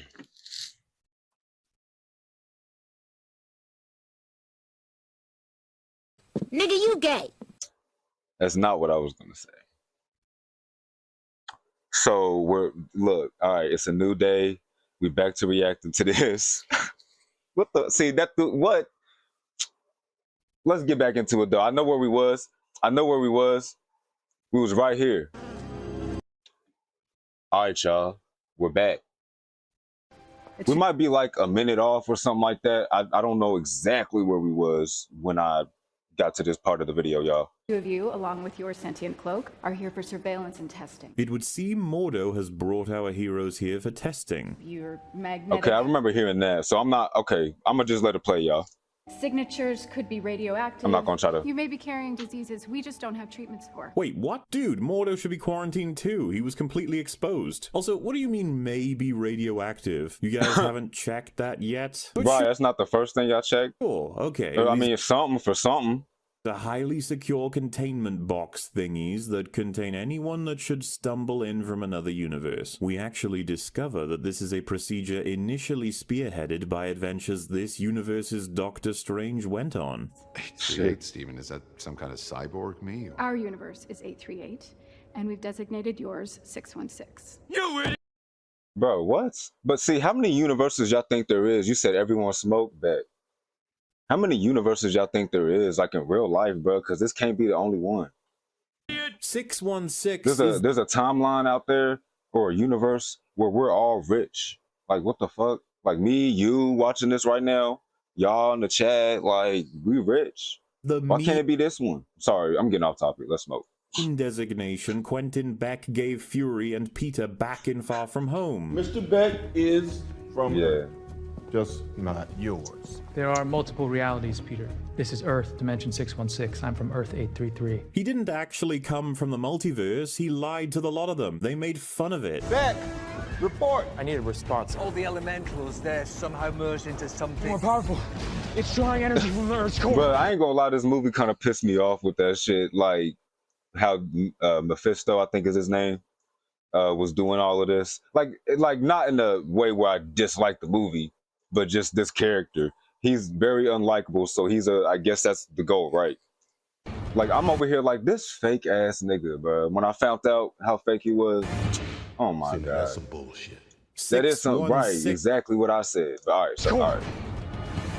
I'm not gonna pause up a storm. 616 was a joke because it's a reference to the fact that the comic designation is 616. You've made it canon that Mysterio plucked a dimension label out of thin air and it happened to be correct. You get that Mysterio saying that in the movie acted as a fun way of confirming he was full of shit early on, right? Well, not anymore. Unless, of course, the categorization is just as wrong in this world as Beck's guess in the home world. Either way, you get some hilarious bullshit because the writer probably disregarded Far From Home no less than the MCU as a whole. Also, by making it the comic continuity designation, you've made everyone assume the comic continuity is just non-existent in your grand multiverse, replaced by the MCU. You got the cel-shaded one and the paint one, but no room for the comics. That's nice. I know, right? Don't even get me started. Don't even get me started. That was one of the, honestly, I might have said it earlier in this video. I don't know, y'all. But, nah, I ain't gonna lie. Doctor Strange, Multiverse of Madness, that was the last movie I was kind of excited for with Marvel. Anything that came after that, I was just like, eh. Because they, you feel me? They was hyping it up. They just, I guess because they hyped it up so much, like it was really about to be some crazy shit, but it wasn't that crazy. Anyway, turns out Regina is in control of this facility, and our hero begins. Look, I'm sorry, I don't give a fuck. Skip like 30 seconds if you don't want to hear it. But real quick, one of the main things that bothered me about that movie was how, like, obviously how they hyped it up, but they hyped the Fantastic Four dude. I can't remember his name. I can't remember his name, Mr. Fantastic, but Reed Richards, right? Yeah, all right. Don't judge me. I forgot. I just you saw me just hit the ball. But he died so fucking fast. Captain Marvel, the black Captain Marvel, died so fucking fast. You know, I'm like, why did y'all hype it up like that? Like, and they only get like 5 minutes of screen time. That shit pissed me off. I was like, are you serious? Yeah, no. That was the last straw for me. I ain't gonna lie. I know. Why did I even let it get to that point? It's been the last straw for people since like Endgame, I think. For me, I still had hope. But after that, I was like, nah, Marvel got me fucked up, or the MCU got me fucked up. Nah. Turns out Regina is in control of this facility, and our hero begins to remember that he should probably talk about the coming end to the multiverse, because I guess you could say that's urgent. You gotta let us out of here. Everyone's in real danger. Look, I know you don't know me. And I don't want to. Yo, what the fuck do you mean you don't want to know? Mordo was told explicitly that they have the Scarlet Witch. Right, like maybe you should know a little bit about them. Chasing them across universes, spawning slimy monsters at will. How is this not something you need to inspect? Every Darkhold prophesies that this bitch will enslave the entire multiverse or destroy it. How the fuck is this not priority one? Bumper car comes snacks, then... I don't know. I guess they got their priorities fucked up in the writing and shit. Like, they wanted to be like, oh, let's make it where she is mad at him and doesn't want to get to know him. And like, why are you focused on that? Like that's not like. Why do you want that to be the focus? I don't know. Are they just retarded? I don't know. Explains that the entire world is about to fall apart again. Only he's And I'm not a fucking expert, obviously, but like something like that, I wouldn't have fucked that up. I'm just look. Did this time by Mordo and some Ultron bots arriving. Yeah, I guess Ultron worked out in this universe. It's time for judgment. The Illuminati will see you now. The Illuminati? You could try to write something funny. You know, like the first movie. Any late fees I should know about, maiming, perhaps? Oh, you know, people used to think that I was... He really said Illuminati. Funny. Did that work for you? All right, well, it's been lovely talking to you. Thank you for the books. That seemed to come naturally. It plays on what we know about the characters, and it was kind of clever. You said my hope was cut in half when Jonathan Majors got canned. You can write... Oh, you talking about, the black dude that was going to play that villain Kang or something? You talking about him ascending? Nah, bruh. That shit was lame as fuck. See, and I still was like, maybe, but nope. But see, for me, that was one of the straws. See, that's two straws. You want to know what the first straw was for me? We're not going to talk about Kane, yeah. We're not going to talk about it right now. But that's two straws I done gave y'all already. That's two. Which I think the first one was. Two. Clever things, if you want, you didn't. No, you can't.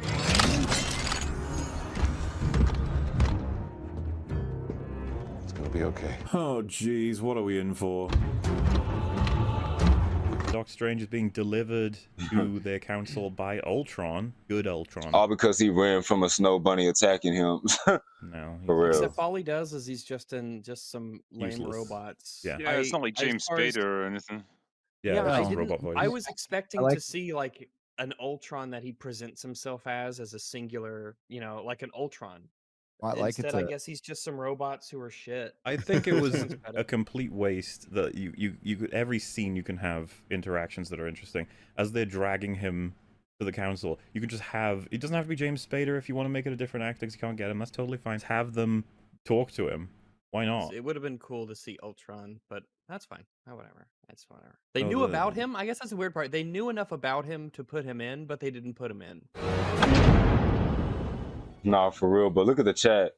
Someone said, "Old trans, to put him old trans." What the fuck? In, but they didn't put him in. But I swear I was listening. I wasn't just looking at the chat. I just didn't have much to comment on what he said just now. That's all. Stephen Strange, you are now called before the Illuminati. Oh, good God, we're in Key Jangle Central. Avert your eyes. They're trying to distract you from the shitty writing. But no, seriously, okay, we're gonna give this a good chance. We'll see what we got. I, Baron Carl Mordo. Carl? Shut the fuck up while I'm motherfucking talking, nigga. Carter. What if she said that? I would have been like, damn, I ain't fucking with her. Nah. First Avenger. Excuse you. See, now that was kind of hard how she threw that shield, though. Captain Carter. First Avenger. Excuse you. Captain Marvel is the first Avenger, buddy. But hey, yeah, girl Captain America, but also British. Woohoo. Great. I loved every bit of that. Badass. That's what the kids want to see. The kids what the fuck? Want to see Captain Carter, eh? All right, if you say so. Captain Carter. Kagar Boltagun, keeper of the Terrigen Mists, the Inhuman King. Oh, wow. There he is, Black Bolt. How about that? Lakagar Boltagard? Oh. Hit a guy, hit a there. Ugh, why the hell did they make you say that? Hey, the guy. Spider there? Jesus fucking kill me. What is going on? Captain Marvel, defender of the cosmos. Right. Oh god, it's you. It's not even her. It's the other one. It's the other one. It's even more arrogant than ours. It's the black one. No, I'm playing, y'all. It's more alive. For now. Oh dear, I seem to have spotted a cut. You're telling What the fuck? me Captain Marvel is a smug, bland, self-entitled asshole in every universe? Is this a joke? I wonder if that's true though, because Joke? Look, Bree owns the name Plank, alright? That's hers. I guess this lass, with how little we know about her, will have to be, blank. And the smartest man alive. Black. No, I'm playing. I quit. Of the Fantastic Four.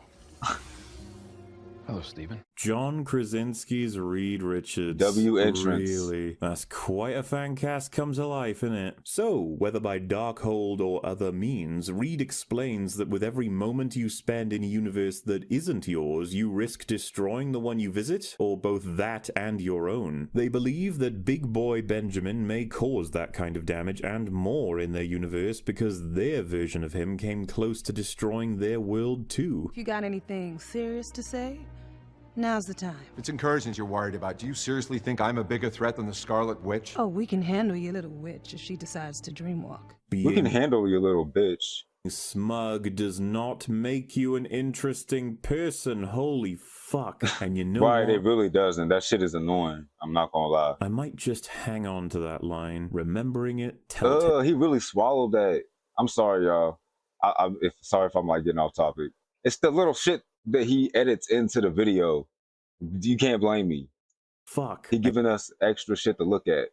Like this shit right here, that was crazy. I'm like, how the fuck you swallow that without cutting up your esophagus? And you know what? I might just hang on to that line. Remembering it, telltale style. It's not the Scarlet Witch that we Maybe fear. don't do that. From our experience, the greatest danger to the multiverse, it turns out, is Doctor Strange.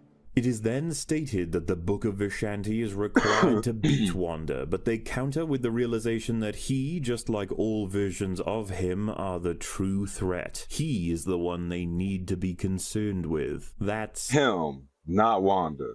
Him, by the way. He's not a threat. Or he's the threat, not Wanda. a little bit confusing because he's referenced as a mighty hero in this universe, and so it gets clarified. Our final member, Professor Charles. This old ass nigga, bro. Charles? Wait, you I'm have... sorry, nah, look. No, Professor. I know we all gonna get old. It's just, bro, look how old this nigga built, though. It's just the way he... No. It's the way, look.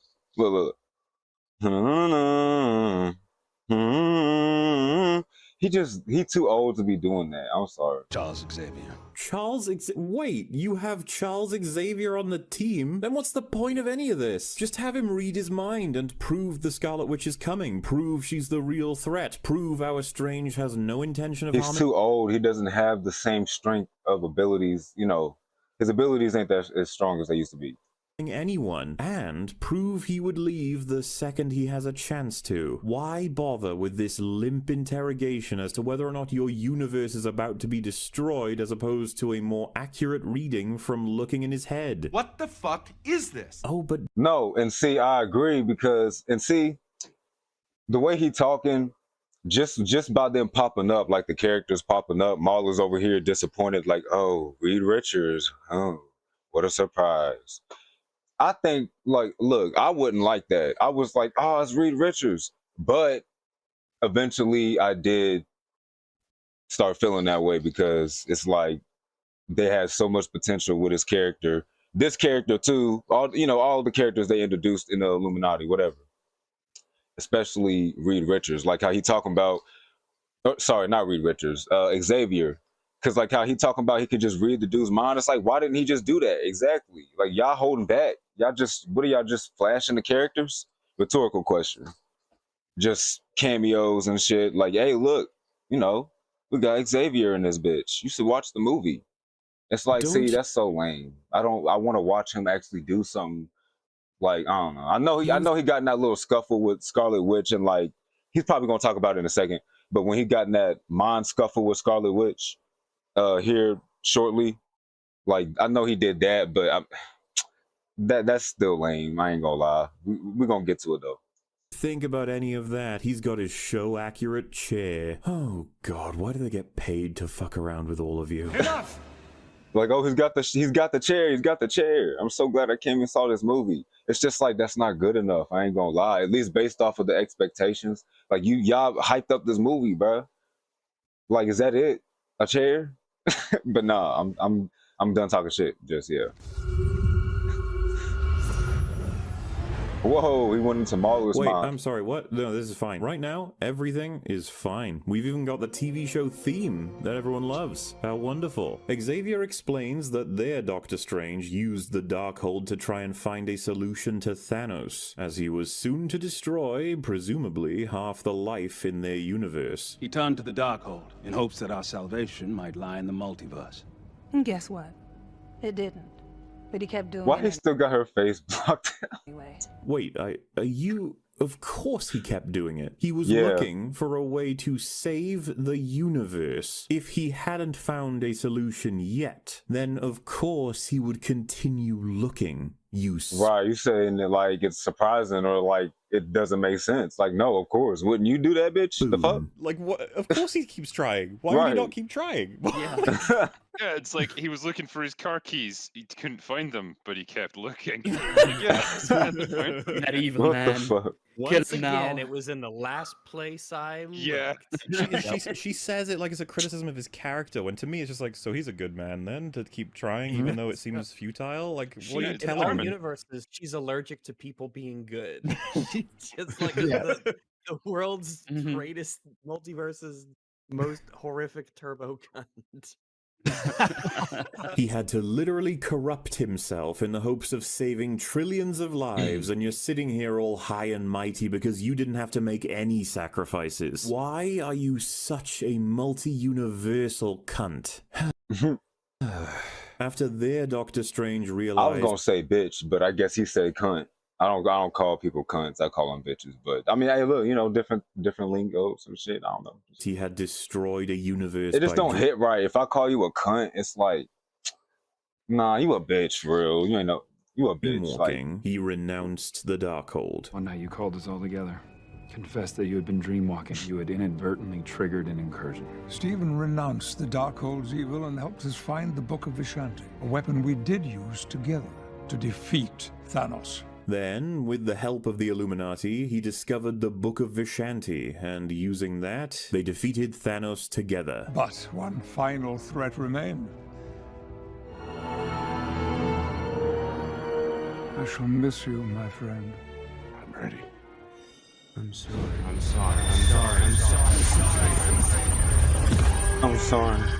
I'm sorry, I'm a bit slow. Why did you kill him? You wouldn't have any reason to think he's an incursion threat when he's not using the Darkhold, unless having used it to dreamwalk at all makes you a permanent incursion threat. But that can't be it, because that would fuck up the entire MCU forever, considering how the film ends. So you must simply be worried that he might do a dreamwalk again someday, making him a threat. And you're killing him for that. This guy, the same man who renounced the Darkhold the moment he discovered what he had done by accident when trying to save the universe. The man who came to you all and admitted his mistake. The man who helped to find the Book of Vishanti to actually save the universe from Thanos. That man.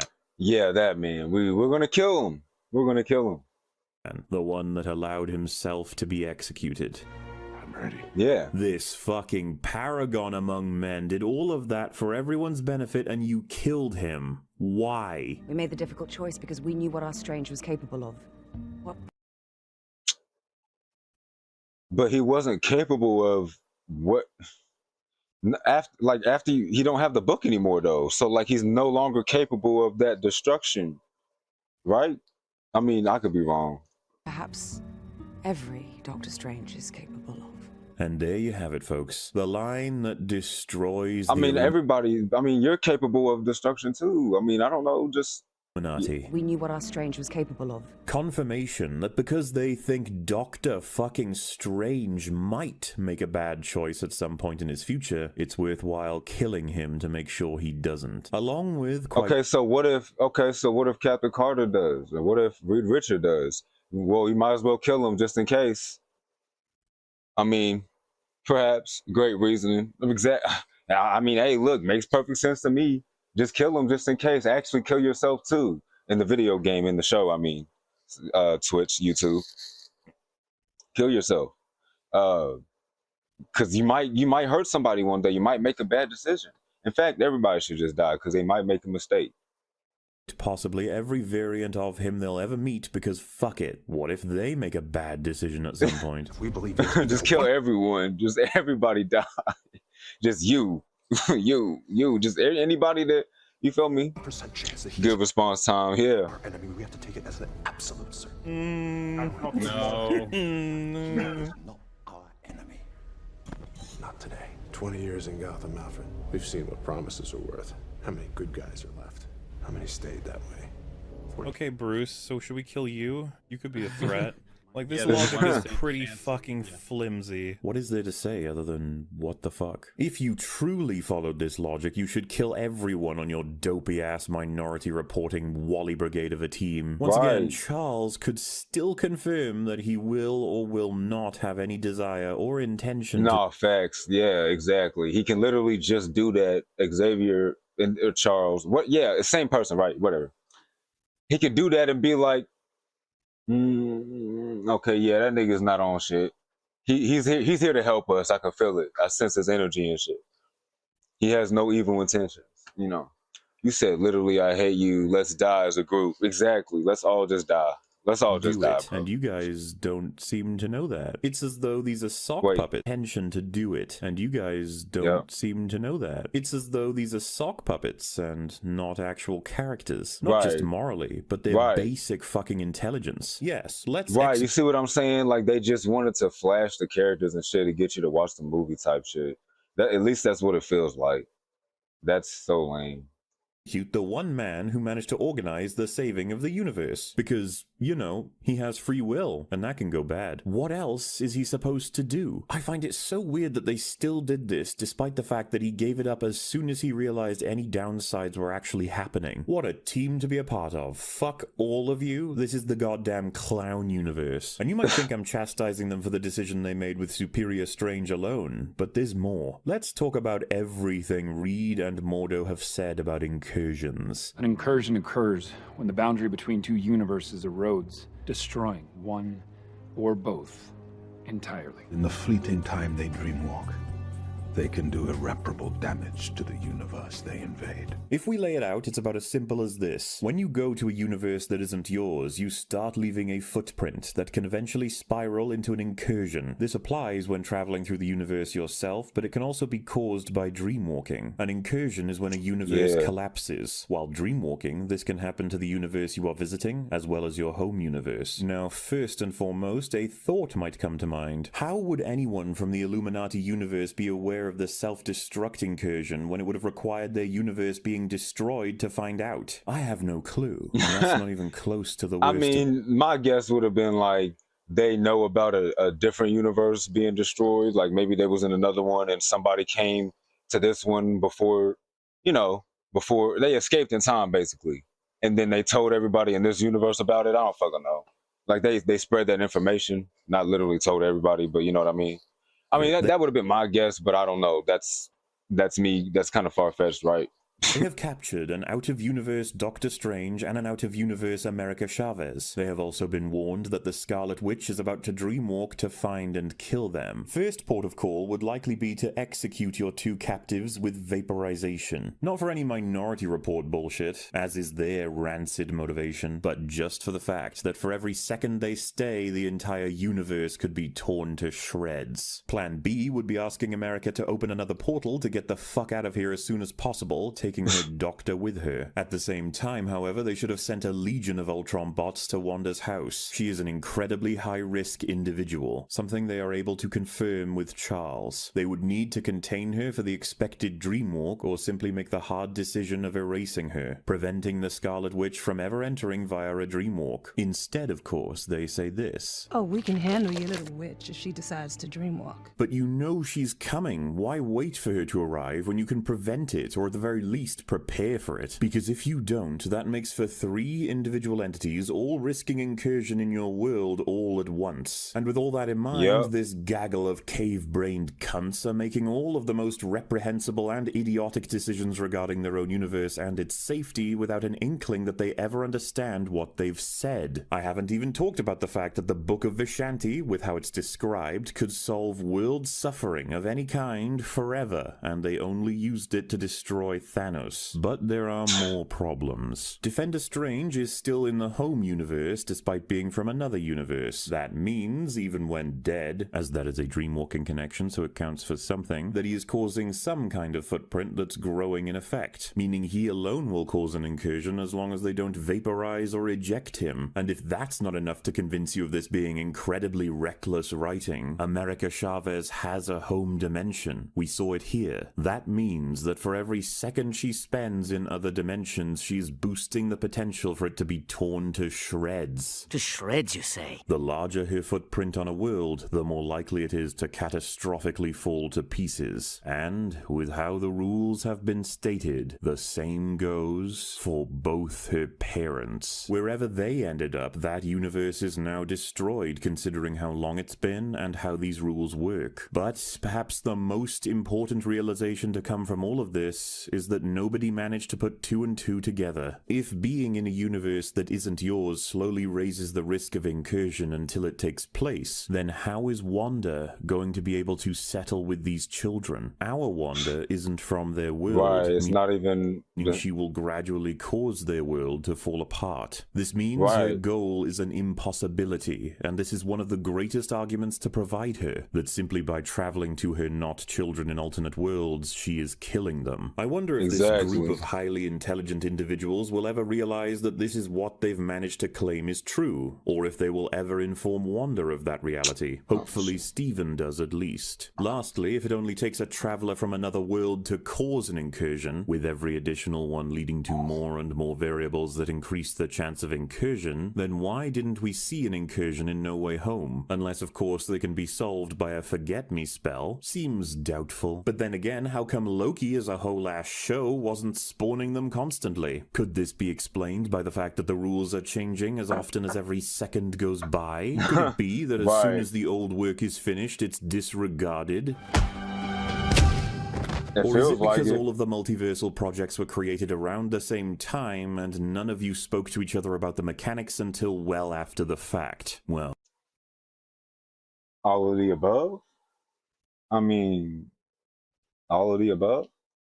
You've already destroyed this narrative with kindergarten writing 10 times per scene. What's the harm in throwing on several more catastrophic writing issues within a minute of screen time? Building's been breached. Oh, she fucking shit up. Whoa. Right then, so Wanda is here, and she's annihilating Ultron herself. That's great. I guess we got a fight coming. Watch him. We'll vote on our return.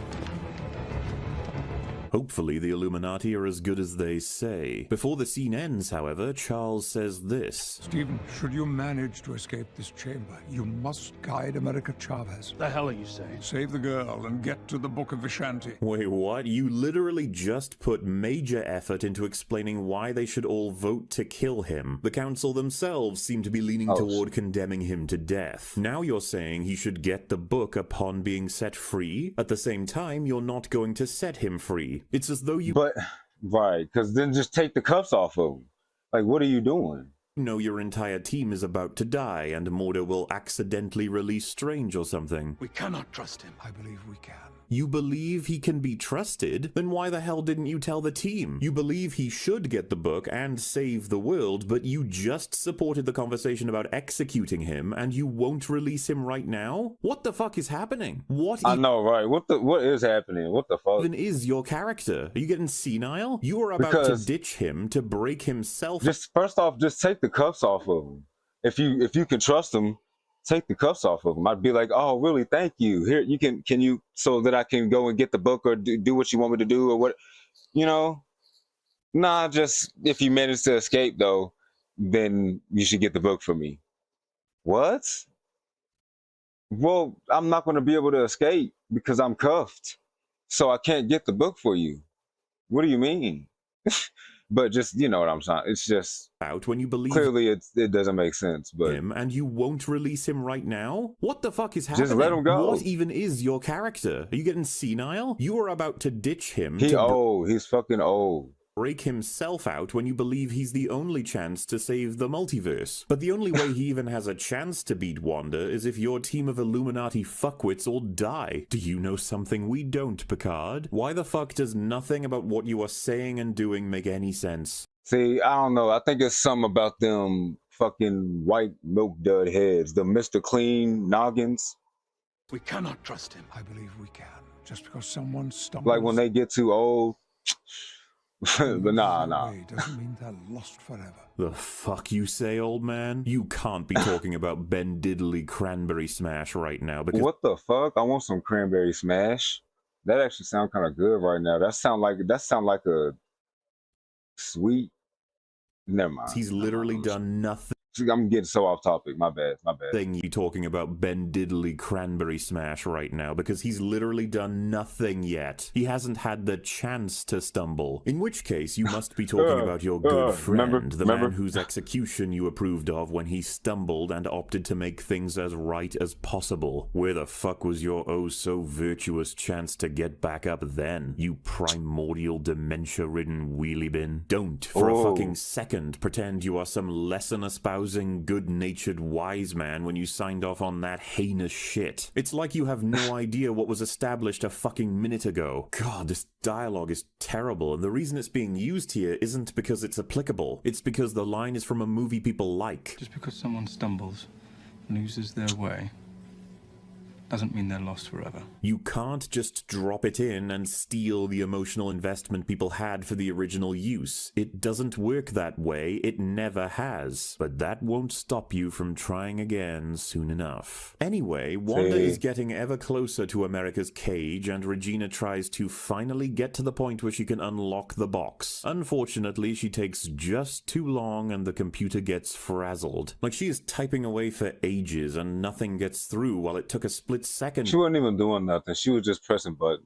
To open Steven's cell. You'd think with her having built these things and her being the department head that there would simply be an emergency switch to open the fucking doors within the console with her access, but nope. Oh no. It all seems hopeless. There's nothing to stop Wanda. It's all over. Unless...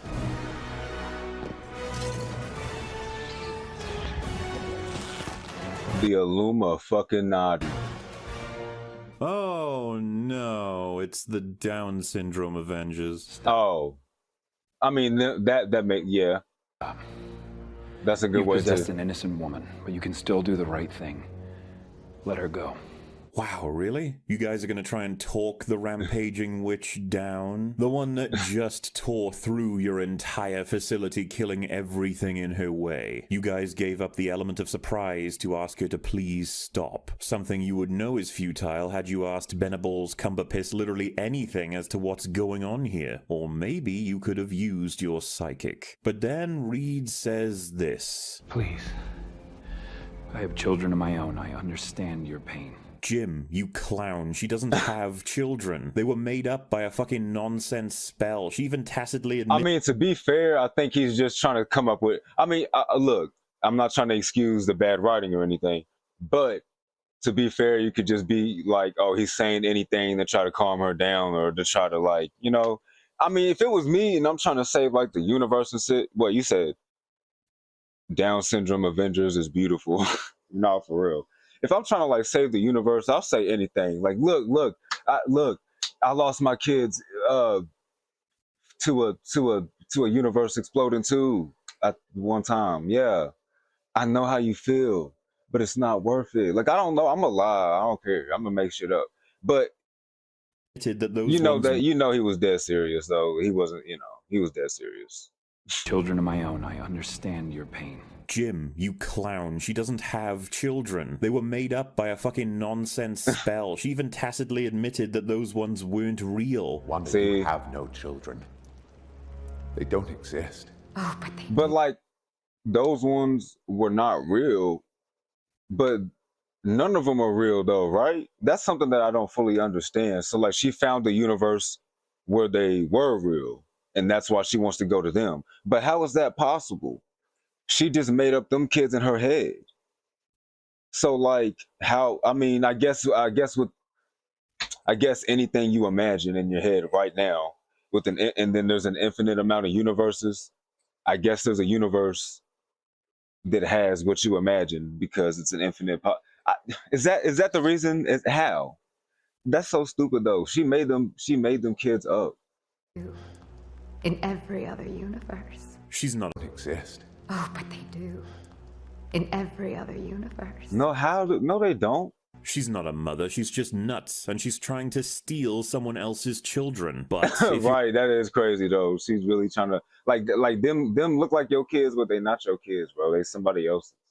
You're simply saying this to try and appeal to her insanity, then I think that should have told you there was a far better way to open this up than asking her to stop. Nah, for real, you need to stop this. Like, no, bitch. Yeah, and then she shoots you with a fucking like, no, you need to do something. You need to. But no, what I was gonna say was the kids, they gonna look at their mother different. Like they gonna notice little things, like, oh, our mom never texts us in bed. What the fuck? It's gonna be little stupid, little tiny things that they gonna notice. They gonna know that you not they real moms, bro. Mothers. And then they not gonna fuck with you. And then yeah, back to square one. And then on top of that, like Mahler said, I think he said the universe is gonna inevitably get fucked up anyways, right? I think that's how it go in the movie, or how the rules work. Yes. There will be someone left to raise them. See? Told you guys. Okay. She's fucking crazy. Now kill her. Iron Man. Her mother's still alive? Yes. There will be someone left to raise them. Yeah, she look crazy. See? Told you guys. She's fucking crazy. Now kill your mother her. still alive? Iron Man would have shoved a missile up her ass ages ago. You fucking idiots are just gawking about like knobhead lemons. Do something before I stop being so nice. Wanda. You was being nice? Black Bolt. This nigga Mahler has not been being nice at all. You have not been being nice. You've been very rude, in fact. One whisper from his mouth. Are you gonna...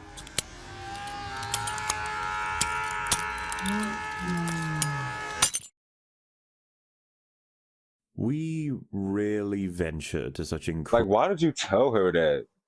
Incredible levels of imbecility. Yet, this is what we get to enjoy. The debut of Mr. Fantastic in the MCU. Reed goddamn Richards. He first attempted to reason. Sure, I can let that slide, why not? It's stupid, but at least it's noble. It's something. And then they had the smartest man in the world tell the enemy what weapon they have at their disposal, in the form of the most powerful person on their team and how to beat him. Wanda. Right. Black Bolt could destroy you with one whisper from his mouth. He said he gave his only weakness away. Smartest man, my ass. Right. Why would you tell him? Why would you tell her? You're trying to kill me, man! And the best part is Reed has no idea what he just did. This absolute chicken... Said that shit with a straight face. One whisper from his mouth. And you're a goner. What mouth? Nugget just... wait, it's like, see, no, look what you did. Look what you did. You shouldn't have said it. Shut your mouth. Everything to do with their tactics when dealing with an opponent, and he's the one character who absolutely wouldn't. So, what happens next? What mouth? See, it doesn't make sense for his character. Well, That's the end of Black Bolt. I'm sure fans enjoyed that. Apparently the Pillock blew his own skull off because he couldn't control his speech when surprised at the loss of his mouth. That sounds like him, a guy who's trained his entire life to never let stress or shock affect his vocal expression. They did such an excellent job. Yeah. You see what I'm saying? You heard what he said about Black Bolt. Like, well, that was Black Bolt. I guess he's done. I hope the fans enjoyed that or whatever the fuck. Like I was saying a minute ago.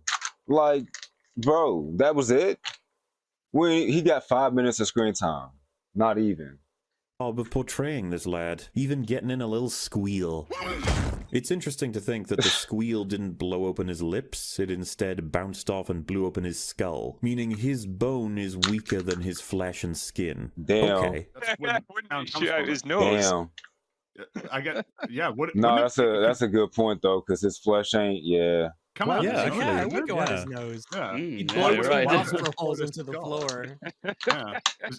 Good point. Yeah, I think you're right. It should have gone out his I didn't even notice that because I've seen that and thought about that many times. I mean, not deeply, I guess, but like, it just never occurred to me that, why didn't his skin explode and only his bones and shit? Yeah, what the fuck? That's a good ass point, actually. You said, bro blew out his own brains like an emo kid listening to Kurt Cobain and GTA. And if not, it should have blasted. See, you feel it. Though. Yeah, I think you're right. It should have gone out his nose, and if not, it should have blasted through his lips, and it should have hurt like hell. But that should have happened before it blows up his skull. Facts. That's what the kids want to see. Goodbye, Black Bolt. That's what the kids want to see. Effective and long-lasting as a dildo made of whipped cream. No, stop. I can't. It's so fucking bad. Good lord. Like, why? Reed fucking Richards, man. The dude has one of the most impressive minds in the history of the Marvel Universe. His first thought after seeing this deranged bacterial infection obliterate his entire defense force, magic away the mouth of, and defeat the most powerful man in their team is to give her a big old grab with his little stretchy hand. What the fuck is wrong with you? Gonna give her a tickle? Dumbass stretch arm strong mother... Fuck, why? Why though? You can write whatever the fuck. He is pissed. He is pissed. But I understand because, like, what the fuck are you expecting to do? Hug her with your elbow, nigga? Like, I feel it though, yeah. Hand. What the fuck is wrong with you? Gonna give her a tickle? Dumbass stretch arm strong mother... Fuck, why? Why though? You can write whatever the fuck you want, and you want to do this? He thinks grabbing the witch is a good idea. And that's what I'm saying. See, they did want to do that. He said it like it was a question. They do. They just wanted to get him up out of there real quick so they could continue with the movie and just, you feel me? They just don't care, bro. They just don't care anymore. Idea, so he stretches his arm out, and then this happens.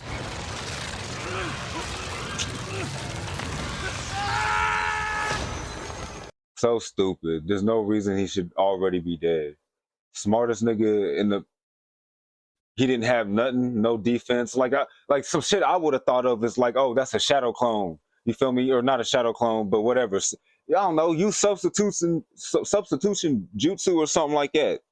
Like, I'm sure you can figure it out. You smart. Like, he could have did something. Well, you said the only thing I can think of is his helmet is holding his shattered brain and bone and...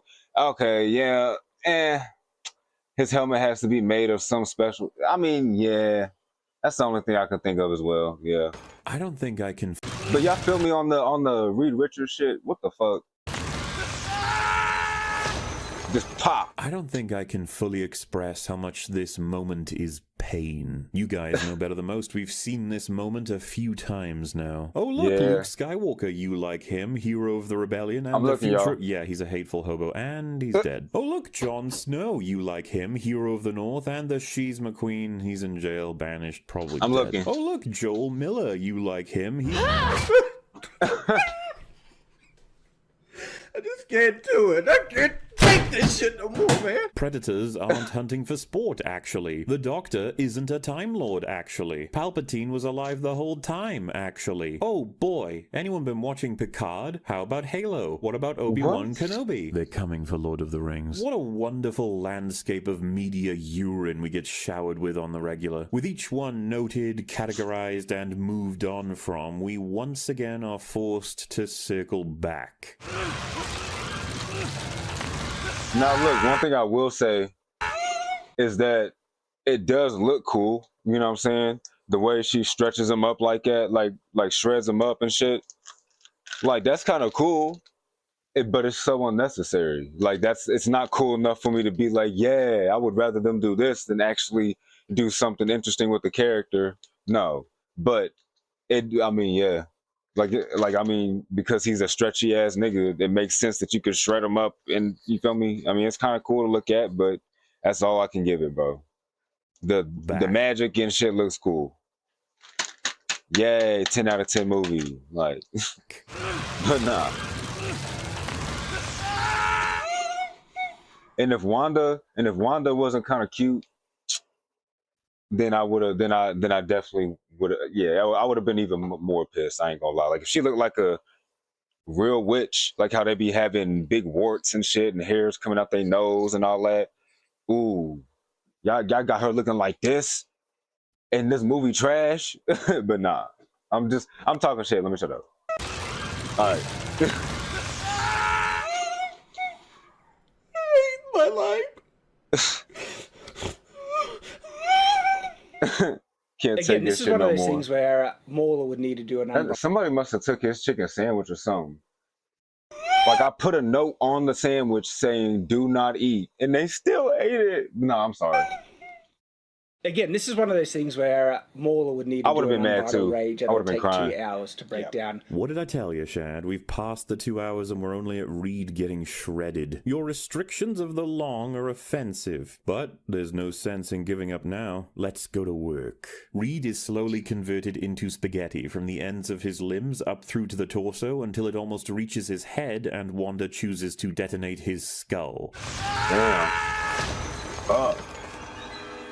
It's pretty grim when you think about it. Of course, the cartoon spaghetti makes it sit in a calmer age range, but yeah, that's his fate. I think it's about time we bring in the idea of understanding Wanda's potential. If you guys remember, she's a witch. She can indeed change the composition of your biology. She can convert your clothing, your attitude, your outlook. She can force you wherever she wants. She can knock... Exactly, which is really cool, bro. I wish we could have seen, but never mind. Let me shut up. I'm gonna let him finish. Out your clothing, your attitude, your outlook. She can force you wherever she wants. She can knock you out. She can make you see visions, mind control you, and hell, with the harnessing of chaos magic or the Darkhold, harnessing of the Chaos Emeralds, mind control you, and hell, with the harnessing of chaos magic or the Darkhold, I see no reason why she can't just turn these people into pillows temporarily. This to say, she's so catastrophically ruined as a character that they want to argue she has previously pursued the reasonable and merciful path while having an aversion to causing harm, despite using just about 0 of her non-lethal takedowns when she's a witch. Can you guys think of someone who is definitively considered more villainous than Wanda, who has a similar capability and didn't kill those he turned into spaghetti?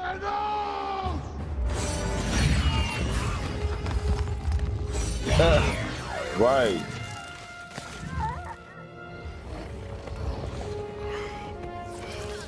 This woman doesn't care even for a second about the well-being of any of these people, and the idea that she'll only kill them if she has to is basically impossible to argue. In actuality, she even seems to rush to the idea of killing Reed. I have children of my own. I understand your pain. Is their mother still alive? Yes. Their mother's still alive? I'd be like, no, I'm not gonna fucking tell you that, bitch. I'm gonna be like, no, she's dead. No, please don't go kill her. Good.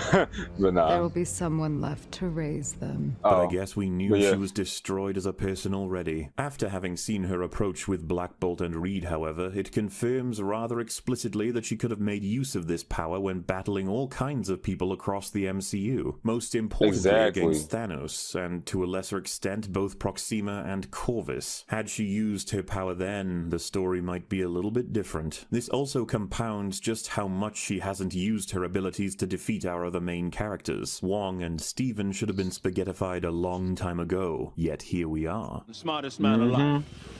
Reed Richards of the Fantastic Four.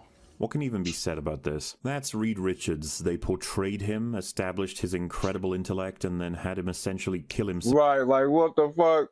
In attempting to tickle a witch. Mr. Fantastic. The human equivalent of a participation award. So I really stupid. can't believe all of this would have been avoided if Black Bolt just called her a cunt. Now, let's talk about the ladies. We'll begin with a question for the writer. Oh, remember, a bitch. If he would have said, bitch, yeah, that would have obliterated her. Oh, God. What do you want me to think about these gals over here? See how they're just standing around? You are supposed to be Earth's mightiest heroes, yet your reaction time is on par with a fucking geriatric possessed by a dead slug. You just watched a teammate blow open his own head as a result of Wanda's magic, and you're still standing there doing nothing. You continue to stand there and do nothing while your second teammate is screaming as his limbs are torn to shreds until his head explodes. Throw your shield, fire your lasers, do something. If you interrupt her spell, you might even save his life. Absolutely fuck both of you useless twats.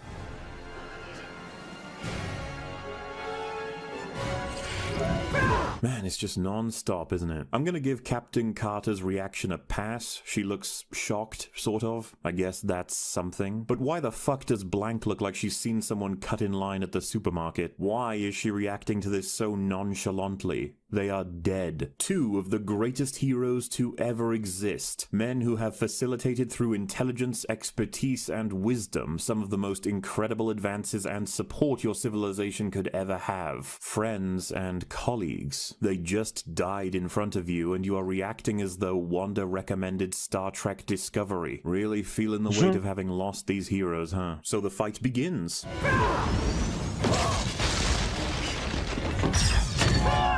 And I know you're confused. You're asking why isn't Wanda turning Blank or Carter into spaghetti? Well, the answer is she said spin jump. Yeah. Wants to fight them. How spin throw. Like, that's not gonna work on her, bro. Fucking convenient for them. Also, the editing here is rather funny. Let me show you it fully.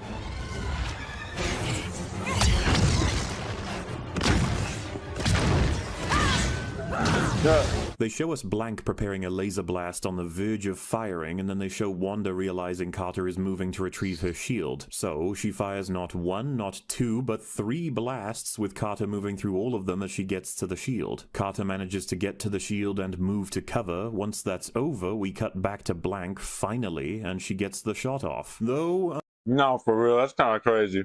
I didn't notice that.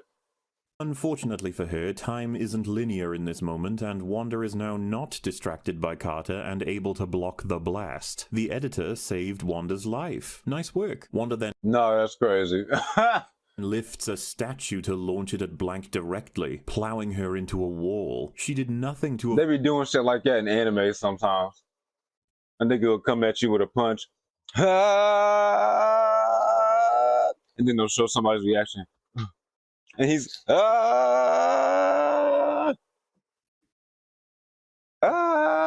and then somebody save him at the last second. I'm like, why you give him so much fucking time, editor?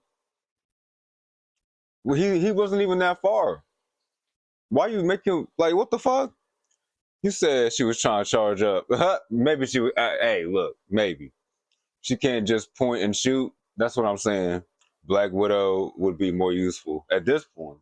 Avoided despite being able to fly it, presumably plowing her into... Nice work. Wanda then lifts a statue to launch it at Blank directly, plowing her into a wall. She did nothing to avoid it despite being able to fly at presumably the same speeds as Plank, alongside her ability to sever spaceships in half. But okay. Frustratingly, during this entire exchange, the movie decides to show us that Carter is simply running off into the corner. This was the one chance she had to attack Wanda when she was busy countering Blank, and she used that time to run around. But at least she finally does the countering Blank, and she used that time to run... look at her ass running around for real. But at least she finally does this. Wow, just a split second of a good decision and we've already fucked up again. Why isn't Wanda just dead? The super soldier just crashed a vibranium shield into this woman's face. Tanking something like that should make you look like the Elephant Man. Her magic certainly didn't prevent it. That shit connected right to her face. But I guess that...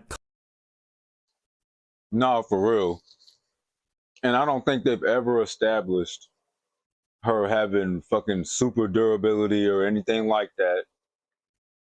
You feel me? Obviously her magic is strong, so okay, she put up a magic shield. Okay, yeah, it can block whatever the fuck. But nah, like he said, she took that shit straight to the like, bitch, you not knocked out at least? Classic question.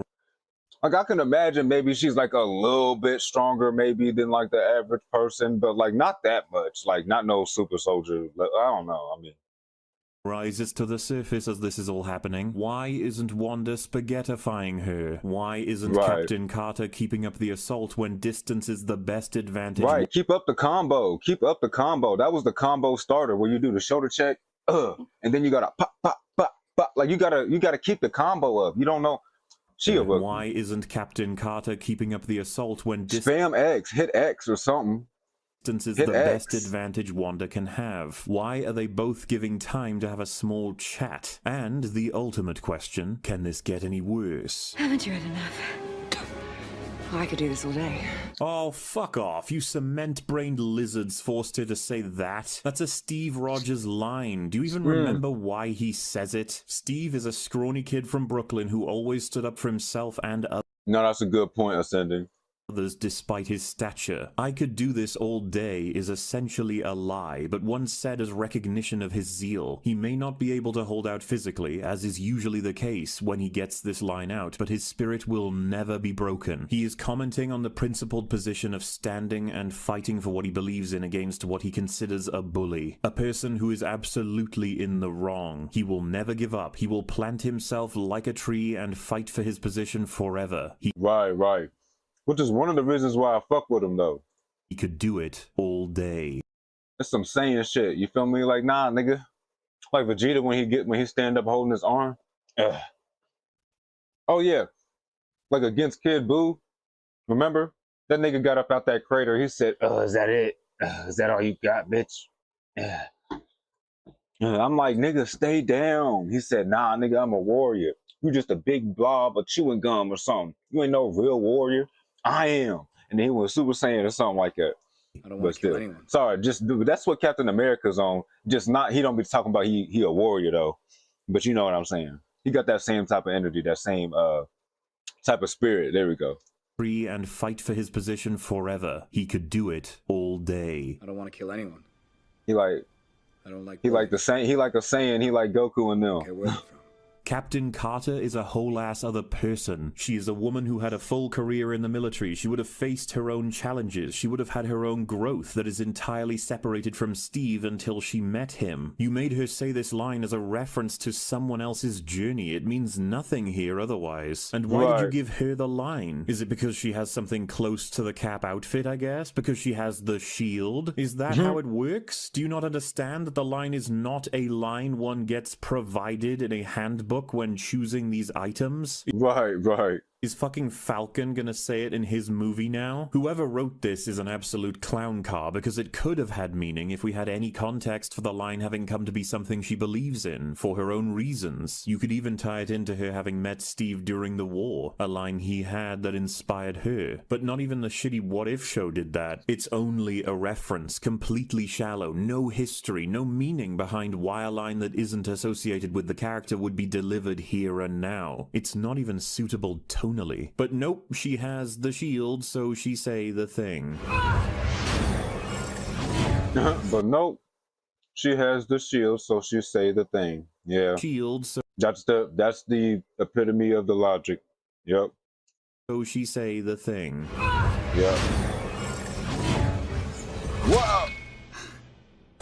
You fuckers really gave her the "I can do this all day" line right after fighting for about 10 seconds only to have her die, and she died. Yep, they try to get rid of him quick. via missing the shield by editing her swing to have her turned away as it comes back. Like, seriously, she dies to a move that Steve is absolutely capable of countering. Out of all the things you could have done, you gave her the shittiest death imaginable. Though, I guess... I mean, maybe she threw it so fucking hard and enhanced it with magic, Mauler. Maybe that's what happened, okay? You don't know. You don't know. That's on theme. You don't know, nice. Bro. Way to disrespect a character I don't even care about. Down goes Captain Carter. Darth Maul, right? But like, how the fuck is Wanda able to take down Black Bolt and Mr. Fantastic instantly and fucking gruesomely, only to struggle when it comes to killing a Karen with a frisbee? Like, what was all of that? Killing a Karen with a frisbee. So Blank blasts through the wall and the statue she got thrown at her to continue the fight. She and Wanda get tangled up, spinning again and again and again, only for her to say this. Get the hell out of my universe!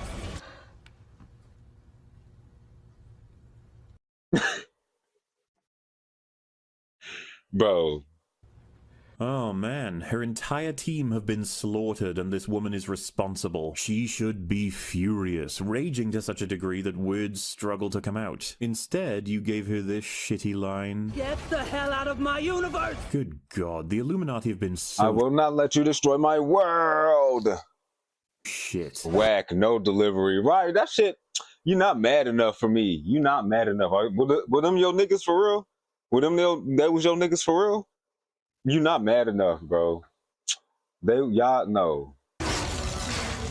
Get out of here now. Get out of my universe. Like, looking ass. What the fuck? I'm gonna stop you. See, now look at you, folded, fetal position on the ground. Got smacked into a statue, though. I thought she was more durable than this. I thought Captain Marvel was like planet level at least, right? Like, I mean, not that she can just blow up a planet instantly or nothing, but but she was not trying to slide, right? She was not on that for real. Well, looks like and then she gets folded immediately. Is overpowering the most broken character in the MCU. Incredible. Though, did anyone understand what the fuck was happening here? They're just spinning around. Ooh, I found an explanation from the internet. Wanda and Maria float in the air with rocks rotating around them before an explosion leaves Maria powerless. This is similar to a binary star system, where two stars rotate together until one eats the other. Captain Marvel's powered up form is called... No, nigga, it was a beam struggle. No. It was a beam clash. It wasn't no. And it absorbs the cosmic energy around her like a star. So this was likely intentional, meaning Wanda drained her power. Man, you just don't see this kind of coping every day. And wait, shouldn't this mean... Like, I would have never got that from that. I'm sorry. Blank would win? You just said she has the move that absorbs power, and one of them draws powers cosmically while the other is a witch. These aren't the same. And how, may I ask, do you kill this woman with everything we understand about her? See, that's what I'm saying. She dies from this. I remember what I was about to say a minute ago. I think I got sidetracked. I forgot. I should hit the bowl again. But nah, a statue. How a statue even knocking her to the ground in fetal position like that? You feel me? What?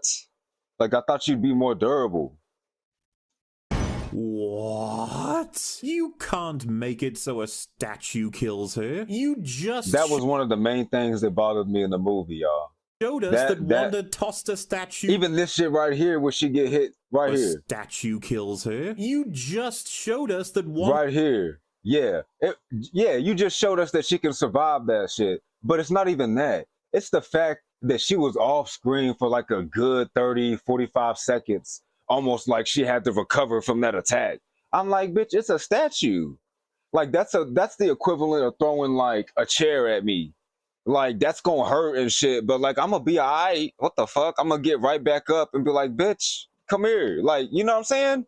Like, just there's no way this statue did that much damage. What is it made of? I mean, come on now. But that was the first thing for me. But then on top of that, she gonna get killed by the bigger statue. I know it's a bigger statue, but it's still rock. It's stone. It's mineral. The fuck? The tossed like if she had like took some of the rock and shit or some of the whatever and like stuffed it down her throat or something like that randomly with her magic and like suffocated her, because yeah, she, you know what I'm saying, she can't use her cosmic energy to live without breathing, right? So I don't think so, right? That would have, but nah, they just slamming niggas against walls and she's dead now. The impact killed her.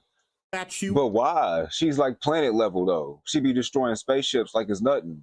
Y'all remember in Endgame? Well, obviously it was a different version of her. But y'all remember in Endgame when she went through Thanos' ship, like the whole ship fucked it all up in one good strike or something like that? Like it's been a while. That movie came out like what, 2019? Damn. Anyway, let's get back on track. Into her. Kills her. You just showed us that Wanda tossed a statue into her. How do you fucking figure this would kill her? Right. The statue just fell on her. It didn't even... She's Captain Marvel. Right, like she might get a boo-boo or something from that, but... She tanked a punch to the face from the Power Stone. Exactly, thank you. She's Captain Marvel. She tanked a punch to the face from the... I almost forgot about that too. I'm glad he brought that shit up, because what the fuck? How you take a direct hit too from the Power Stone? Boom. She didn't even defend it or nothing. Like that was a direct hit.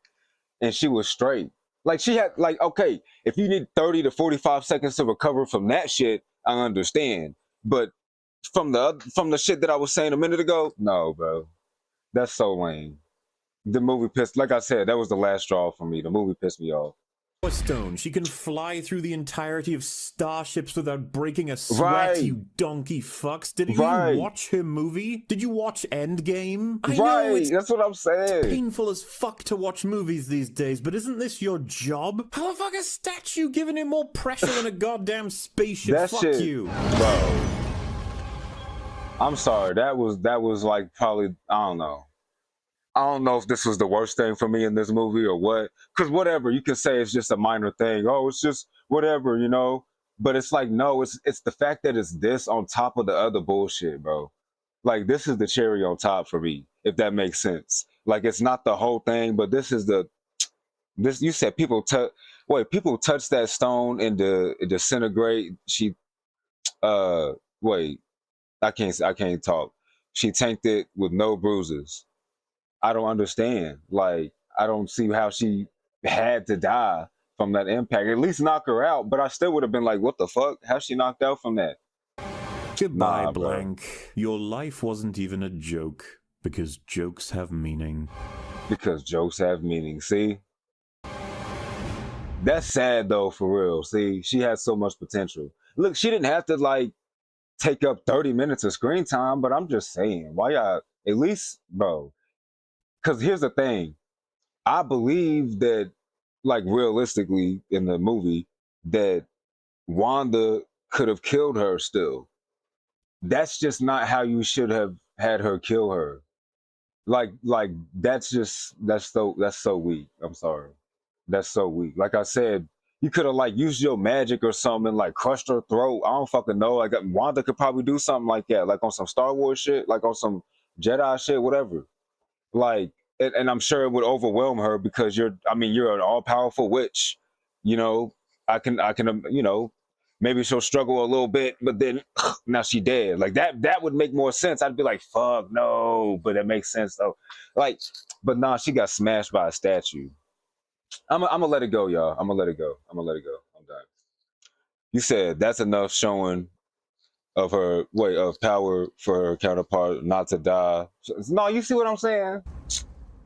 Like, they're not coming back. I don't even want to see we it would have avoided anymore. all these deaths if Rhodey was here. You know, one of the most consistently forgotten Avengers. The guy who can almost one-shot Wanda when she's at the same power level. Gee, I guess he wasn't cool enough to join the team. Cutting back to Benadryl Cumberbatch, we see a struggling Mordo trying to decide how to move forward, expressing that he's sure the heroes will be successful and they will return. He's not using the Ultron system to surveil any of it, because he would then discover the whole team are dead. And yeah, there's got to be plenty of wall-mounted cameras to use, not to mention more bots all having recorded what they viewed, by the way, which is something we will come back to. So Mordo, despite the literal walls caving in, is certain that everything is fine. Take me to the Book of Vishanti so that we can fight her together. My vote will conclude these proceedings when they return. Yeah, that's it. That's about as far as the conversation goes. Because instead of doing anything interesting, what if Strangey Boy baits Mordo into getting really angry? But first, some context. You know you hated me where I came from.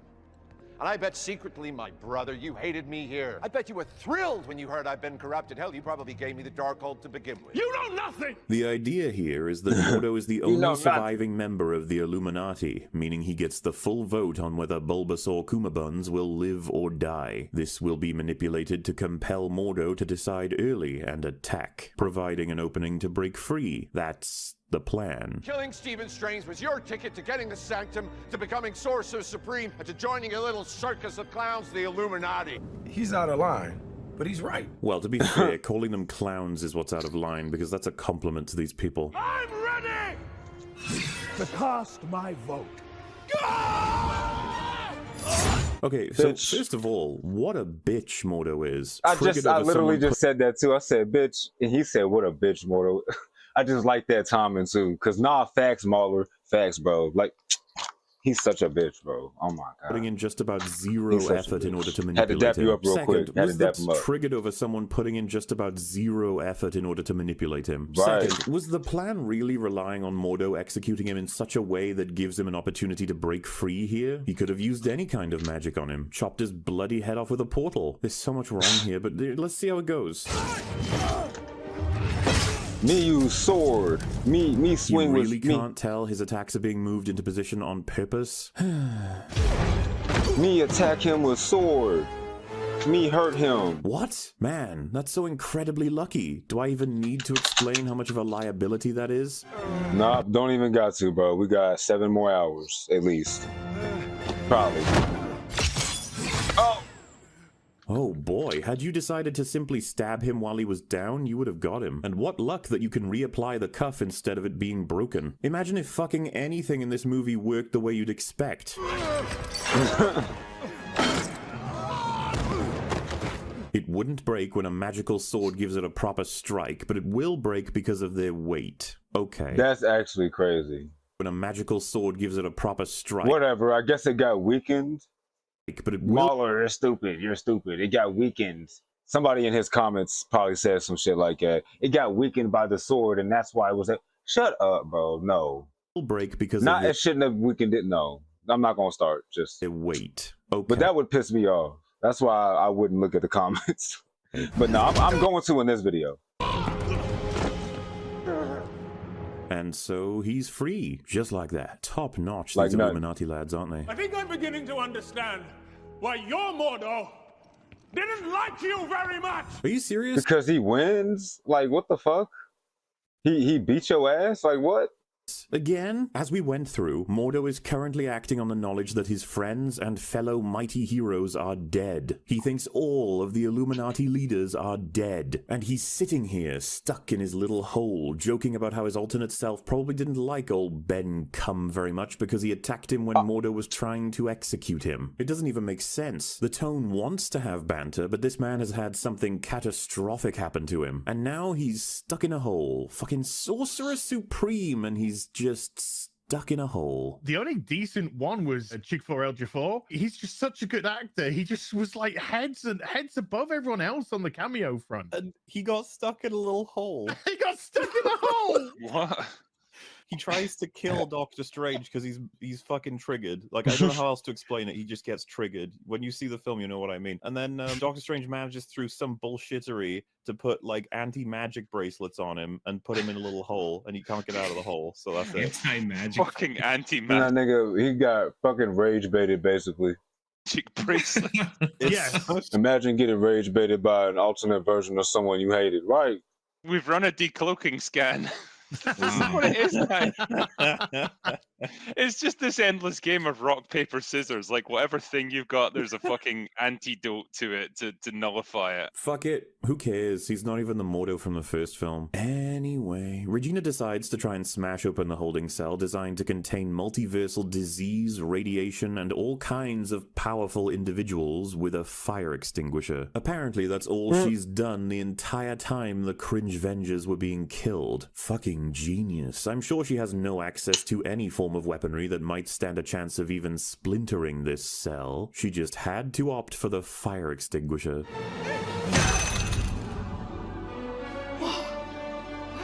But you already did this payoff. It was right here. She should already know about this. Wait, did she never bring up her powers to anyone? She definitely saw it happen. Okay. Unfortunately, Wanda has arrived.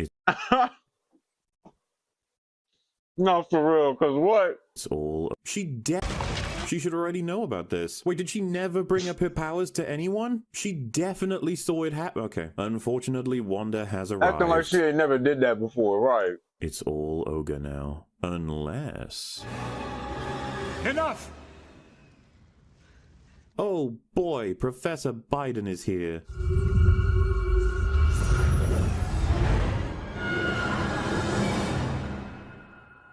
So Charles and Wanda begin a psychic battle. Charles is trying to free this universe's Wanda from the grips of our Wanda, and our Wanda is trying to stop him. Grab my hand. Perhaps if I can pull you from under the rubble, the spell will break. That's an idea, I guess. What the fuck is even happening here? Oh! Oh, he's dead. That's the 4th fucking time I've seen this man die in a movie. Thank you so much for making this so meaningful and not a complete waste. He totally wasn't a moron several times over to then be wiped out with ease. Oh, shit. Yeah, she looked crazy. Do not let her suck your dick. Oh my God, do not let her suck your dick. By a character who's already annihilated the equivalent of Captain America, Black Bolt, Captain Marvel, and Mr. Fantastic. This isn't incredibly frustrating in any way, and doesn't raise a whole bunch of questions. But I mean, it raises some thoughts. First and foremost, this is low-power Wanda. This is not the Scarlet Witch. Her mind influences aren't anywhere near as potent and controlled as a veteran Charles Xavier. She absolutely should stand no chance. She struggles to influence individuals to her preference. Charles can not only control entire buildings worth of people to do exactly what he wants, with Cerebro he can kill everyone on Earth. How is she beating what amounts to the greatest psychic of all canon this easily? Then because he old, I'm gonna keep saying it. There's gotta be the reason, right? Is the fact that what amount... He's too damn old. He's just too damn old. Oh shit. To the... Oh shit. Oh. Greatest... Sorry. Yeah, see? That nigga look like he having a stroke.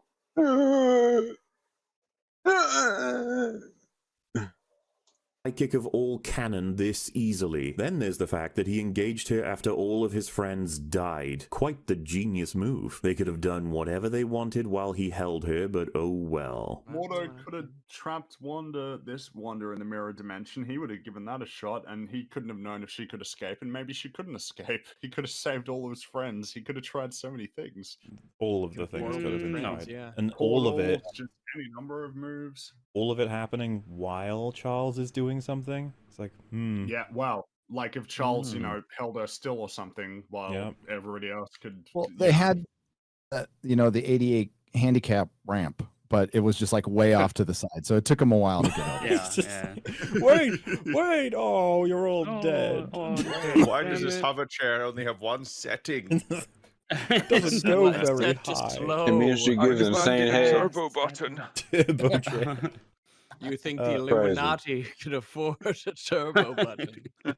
Rest in peace, you doddering old fool. I was going to foot him. As that was happening, though, it would seem America did indeed burst out of her cage by accidentally activating her powers, which makes you wonder just how much she was about to fuck up her hand by using a normal punch on this containment cell, especially when she saw a fire extinguisher didn't work. She ain't the sharpest tool in the shed. Certainly a tool, though. But to be fair, they probably should have designed these to withstand a punch that powerful. Wait a minute, I think there's a more pressing matter here. How is she using her powers at all? Excuse me, love, you're wearing the bracelets, are you not? The ones designed to... No, for real, what? Literally prevent your magical bullshit? If we can jump ahead just a little, this is what it looks like to get them off.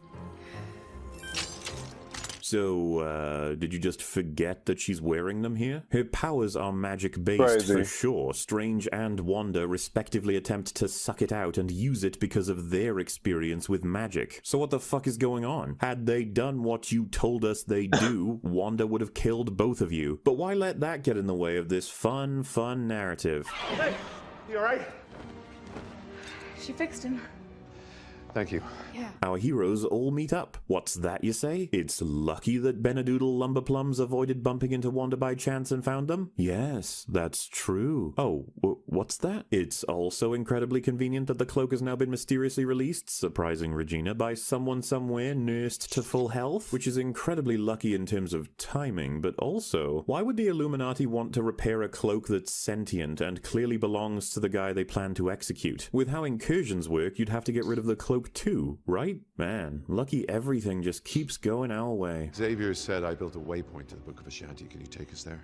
How am I supposed to trust you? The Book of Ashanti is the only way. Yeah, your way. Woman, what the fuck are you talking about your way? This is literally Charles Xavier's plan. He's the one who told Strange to do it. How else would he even know about it? He's been in the universe for 10 fucking minutes. Also, that was literally the plan to stop Thanos. That was the good solution that didn't...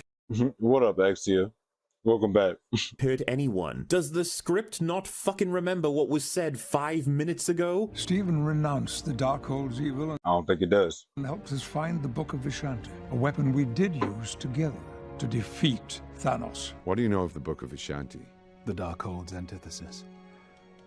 It can give a sorcerer whatever power they need to vanquish their enemy. It is the literal cleanest way to deal with Wanda, and everyone in your world that organized this very facility agreed to use it and saved the world. People are dying, Regina. What the fuck is wrong with you? You sound a lot like my Stephen right now.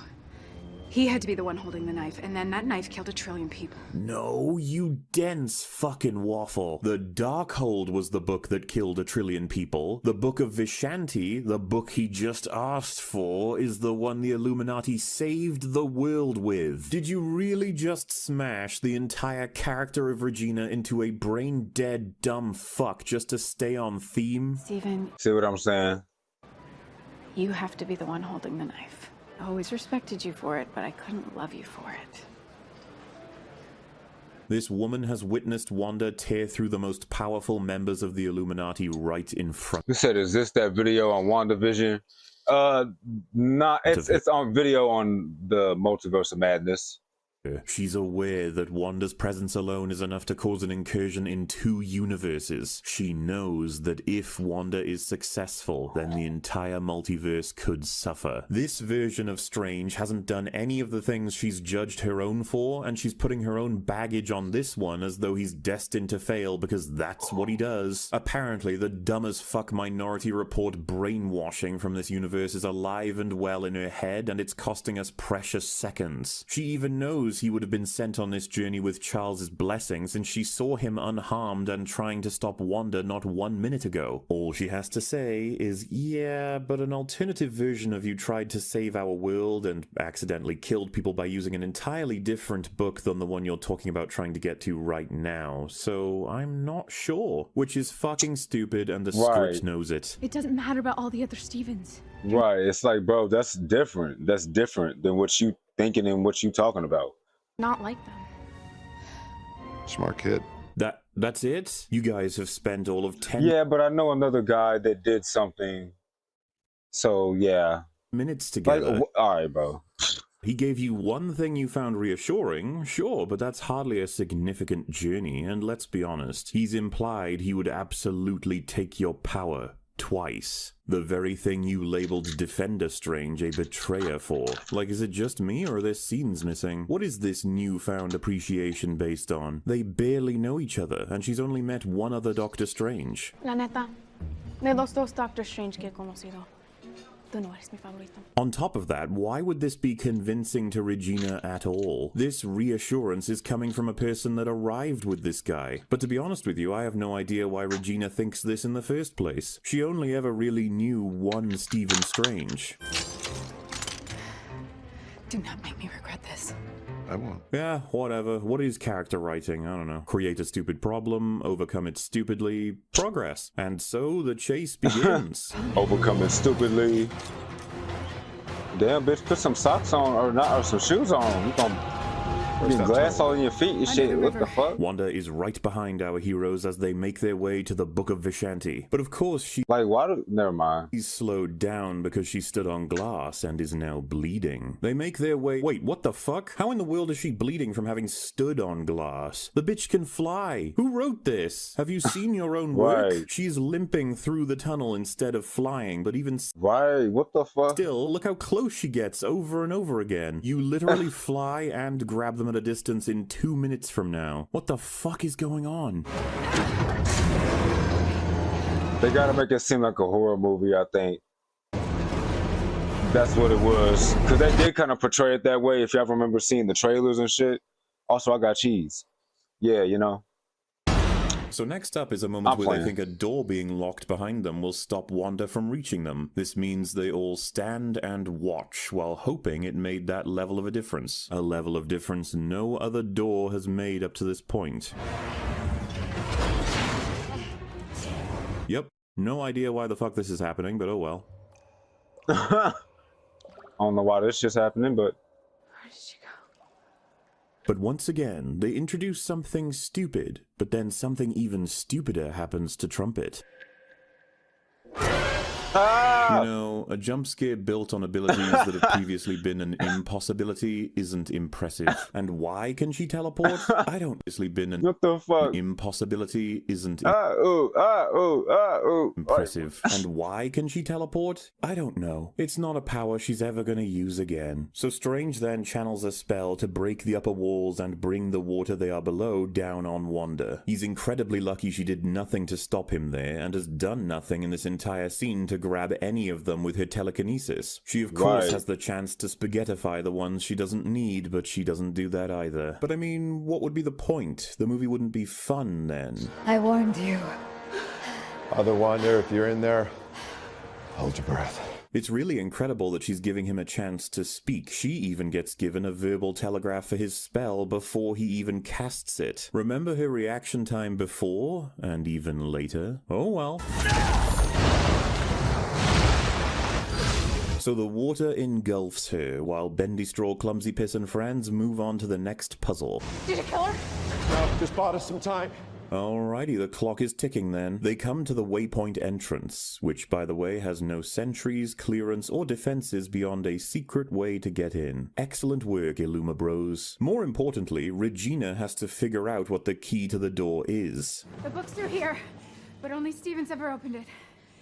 Which means Superior Strange never told anyone what it was beforehand. The fucking Illuminati killed their Doctor Strange before finding out what the key to getting into the waypoint to the book that can defeat any enemy was? Are you having a fucking giggle? The man used it to defeat Thanos, and you let him put it back without telling a single soul how to get to it? The Illuminati allowed this to happen? They just cucked themselves for no reason at all? Incredible. Wait a minute, they killed Superior Strange right after killing Thanos. How exactly did he manage to lock it away? He was dead, and there's no way the Illuminati... Not for real, because Thanos was literally right there, dead.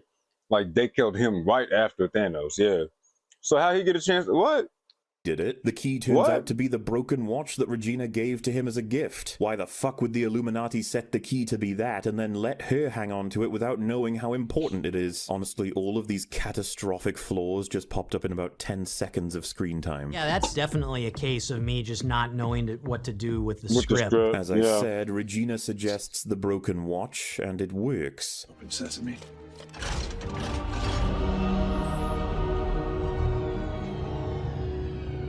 I consider it lucky as hell that this is the item he imbued and she decided to keep it with her as opposed to on a bedside cabinet. With the way they present it in this film, Christine figures it out, the key to it. She doesn't know the key to it. She figures it out. And it blew me away that I was just like, they have to fucking figure it out. And why? So she can reveal that the key to the door is the broken watch she gave to him. To again be like, you see, Christine is the most important thing to Doctor Strange. That's why this happened. It has nothing to do with the universal mechanically. That's why they completely forgot that Defender Strange would, of course, told them how to open the fucking door. Why would he not? And funnily enough, I was talking to Jay actually about this, and Jay was like, they had the perfect opportunity here. They could have said, how do we open this door? And then she's like, well, I don't know. And then Doctor Strange would be like, what do you mean you don't know? How do you not know how to open this door? He must have told you. And she's like, he did. And then he looks at her confused, and then she can say, he told Charles Xavier, Reed Richards, Black Bolt, Captain Carter, you know, name all the people who just died who are at the top of the Illuminati. So you can be like, oh, so at least you could say all of them knew, and they're all dead now. Like, so. No, you know what I'm saying? Right. And that's so easy to do. But you can tell that they're like trying to speed run the fucking movie or whatever. So none of that shit's coming to their mind. But I feel like the average person could come up with that. I don't know. What do y'all think? Ain't that what y'all would say? Just, oh, look, make it where, just, you know what I'm saying? Just like what Mahler said. Make it where they just have a little piece of dialogue and then boom, that's it. Just like 2 sentences. What, you don't know? How don't you know? Well, they knew, but they're dead. Okay, moving on. Acknowledge their death. Yes. Not that hard. Somehow. Yeah, you can even make it kind of like a somber moment that you could appreciate they fucking die. But no, he didn't tell anybody. So they just have this power locked away. Professor X was being honest with him. He said, there is a waypoint. I don't know where it is or how to open it, but there's a waypoint. Go nuts. Like, this film breaks in so many creative and interesting ways. But anyway, they then take 78,390 years to make every fucking decision they need to in this world while also leaving the door wide open because fuck it. We acknowledged within... Damn, that didn't even shut it. The story that Wanda is coming. But it's fine. Who the fuck cares about this loony magician? She's limping. She'll never get here in time. It'll be... She's limping. She'll never get here. Absolutely fine.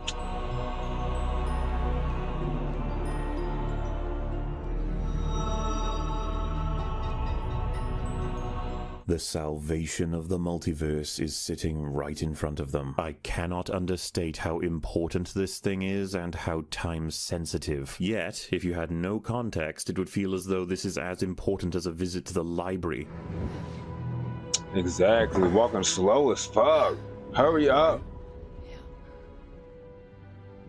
Get it, grab the book. There is no way to explain just how frustrating their lack of urgency is. It makes no sense to me that no one in the chain of production thought this was absolutely stupid as hell, but alright. This is the gap junction, the space between universes. Again, they probably thought of it. They just didn't give a fuck, bro. But I don't know. What? The space between universes? What the fuck does that mean? How can you be in space outside of space? What is this, Crisis on Infinitisms?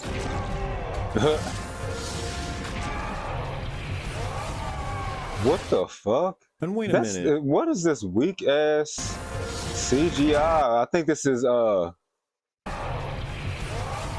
fucking what is this? Superman, nigga? And wait a minute, Junction, No, is this the only book of Vishanti in the only gap junction? This is the single nexus multiversal space that houses the book? Is the gap junction a way of saying that Defender Strange, Superior Strange, and Ben Billiard Ball's Cranberry Snatch all came here? The fuck? Cranberries. Oh, fuck. You are saying there's only one book of Vishanti and the entire multiverse share it? And we know of 3 strangers who have access already? Meaning there's infinite strangers fighting infinite battles in need of infinite books at all times, and they all return the book? And right now, this book is just chilling out here. Fucking really? I thought America was the one with the yeah, that is kind of lame. power to get Like, between but stupid. universes and stuff, but Strange has a doorway to a place in between them. Yeah. Like Mm-hmm. he just he just does. Shut up. I don't understand that. But, so in Endgame, when they go back in time, new timelines get created. If not by them traveling back in time, at the very least by them interacting with the past. We know this. This is confirmed. Like, this is absolutely true. They create new timelines. Does that create incursions or like cause any problems on that front in terms of like multiverse stuff?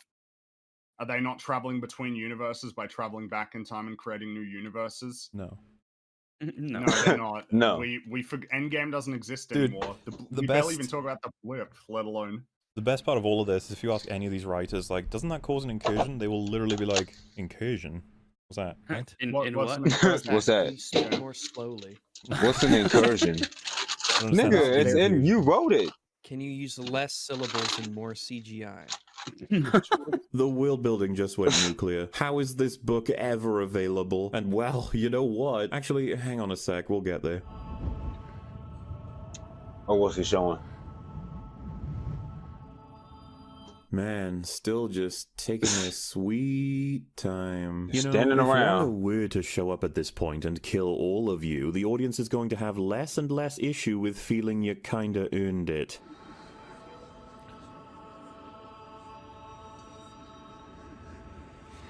God, this is insane. What the fuck are you doing? It's an automatic win. It's the greatest thing you've ever come across for now and forever. Why are you torturing me with so many extended scenes of slowly walking toward this thing? Right.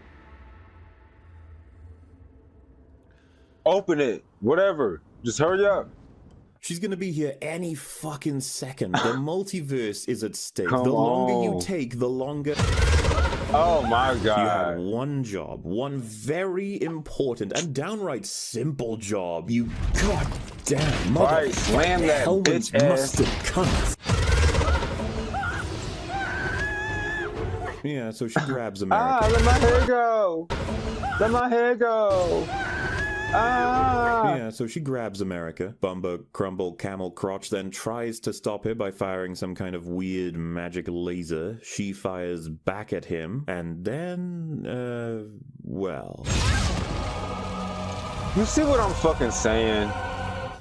You fucking You kidding see me? what I'm fucking I saying? believe it has come time to expire. I have designs upon departing. I wish to become deceased.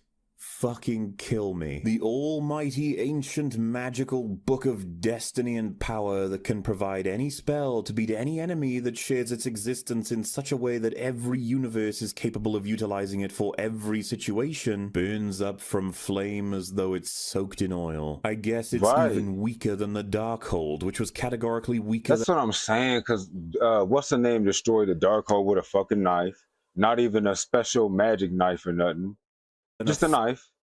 Fucking napkin. And then I guess you could say this other book burned from red fire. Because I mean, it wasn't regular fire, it was red, but I don't fucking know. It was still fucking fire though. That's stupid. It don't have like some type of magical coating around it to protect it from fire.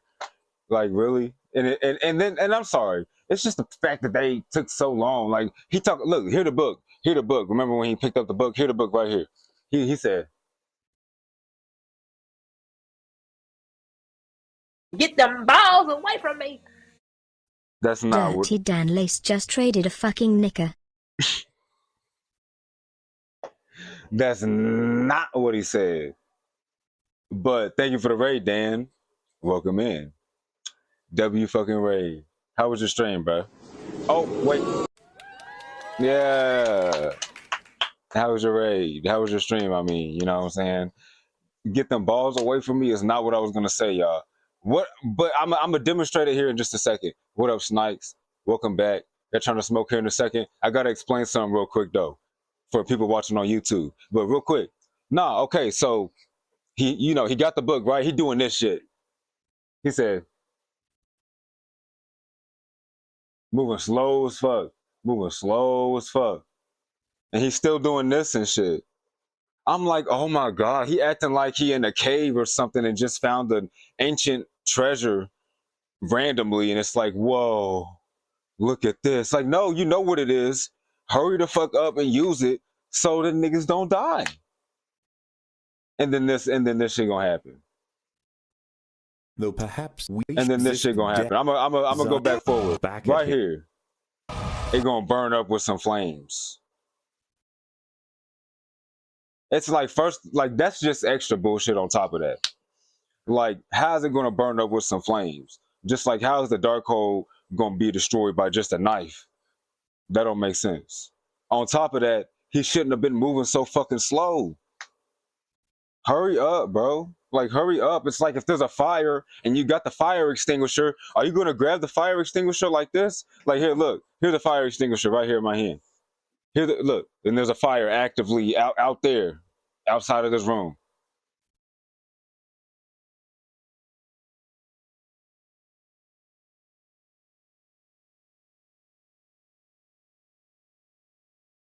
Better go put this fire out. Like, what the fuck? I would have been out the room. I would have been out.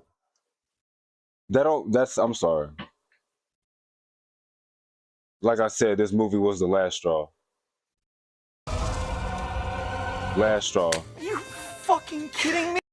Power that can provide any spell to beat any enemy that shares its existence in such a way that every universe is capable of utilizing it for every situation, burns up from flame as though it's soaked in fucking napkin. Though perhaps it isn't clear what just happened, so let me make sure it is. Wanda just destroyed an infinite amount of the multiverse's only means of saving themselves from all kinds of incredibly powerful foes. Exactly. There was only one of them, and she burnt it up with some flames. This book would have been the only possibility of saving potential trillions in infinite universes. She has damned infinite lives. With what we understand about this situation, this may well be the foulest act ever having taken place in the Marvel Universe. And it's not solely on Wanda. Steven understood entirely what and he look at him walking down slowly and shit. Hurry up! Book represents, and he chose to be reckless with it. He was the one to decide not to grab the book immediately. He didn't tank the hit from Wanda, no matter the damage it did to him. He didn't focus on evading Wanda. He didn't put up a shield and attempt to read it. He didn't give up America. He could have been like, hold on, and then started looking at the book and shit, like, hold on. Kept putting the shield up or something. Hold on. Try to like read it and shit while. You feel me? But all right, yeah, let's smoke here in a second, Snipes. I'm almost ready.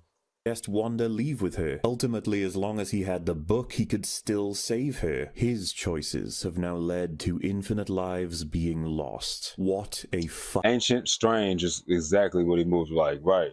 Fucking catastrophe. A whole catastrophe for no reason too. Like, this was for no reason, bro. What they gonna do? Bring it back up in the newer movie? I'm not gonna fucking watch it anyway. Look, Avengers Doomsday coming out. I'm gonna watch that. I'm not gonna lie. I am gonna watch that. I am a little excited for that. But I ain't gonna lie, if they ruin, bro, if there's no, look, I don't expect it to be perfect or nothing, but like, if it's not at least, never mind. Far worse by the fact that let me know what y'all think in the comments, bro. Let's talk about it. Y'all watching Avengers Doomsday? Shit, by the time y'all see this, it might be out already. Wait, when it coming out again? Next year, right? Or at the end of this year? 2026? I can't remember. I don't even know. Let me know when you done cleaning your thing though, Snipes. Pause. But he here seems to realize what's happened. If only he immediately tried to cast spells with it. Wanda doesn't even know what it is. Right, she don't know what it is, nothing, bro. You could have did something. So much potential in this movie just wasted for no fucking reason. Like, damn. That book got treated just like the Illuminati. It got like 5 seconds of screen time and it was gone. Oh well. Damn. Oh. Yeah, so Wanda doesn't kill these two immediately, like she's done to pretty much everyone else, especially when he's gotten in the way more than everyone else. December 18th? Ooh, okay. So we got, all right, babe.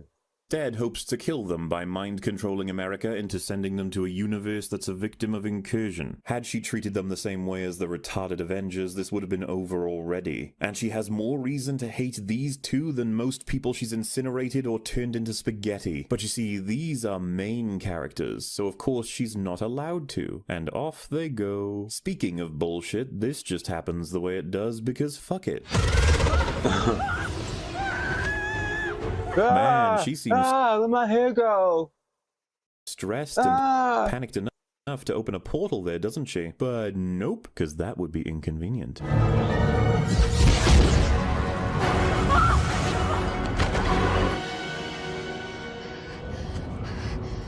Wanda then has her open a portal to herself back at the temple and throws America through. Pretty dumb decision, as she still needs to finish her dream walk, and so America could open another portal to escape immediately. You'd think being trapped in a room with the person trying to kill you while your heroes have been sent to a different universe would cause more than enough fear and desperation to open a portal, but once again, never mind. Nah, bees are way scarier, bro. They are way scarier. You ever been chased by some bees? Yeah. How isn't this causing her to open a portal? What's happening? This isn't what your children would want. They'll never know. Maybe They'll never know. Well, bitch, I'm gonna tell them. not. Well, somebody gonna tell them. How about that? Yeah, that's definitely not news to Wanda. She's been doing this for some... Wait, what? This isn't what your children would want. They'll never know. Maybe not. But you will. Yeah, that's definitely not news to Wanda. She's been doing this for some time now. In fact, no offense, love, she's got a lot more weighing on her soul than the killing of you. I doubt Wanda thinks her children would approve. Regardless, it's fair to assume the power sucking begins. Oh, crap.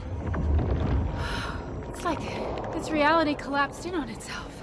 So, moving right along, Regina and Big Boy Cumbabumba make their way through the Spookyverse and decide they must reach Doctor Strange in this world to gain his assistance in reaching America. So we get a series of shots of them simply walking to the destination. No reason to have any kind of urgency when attempting to reach a person who you believe will bring about assistance in rescuing America, who, if not saved in time, will bring about the enslavement and destruction of the multiverse, a fate that is seconds from coming to pass as far as you know. It's just... Yeah, just walk.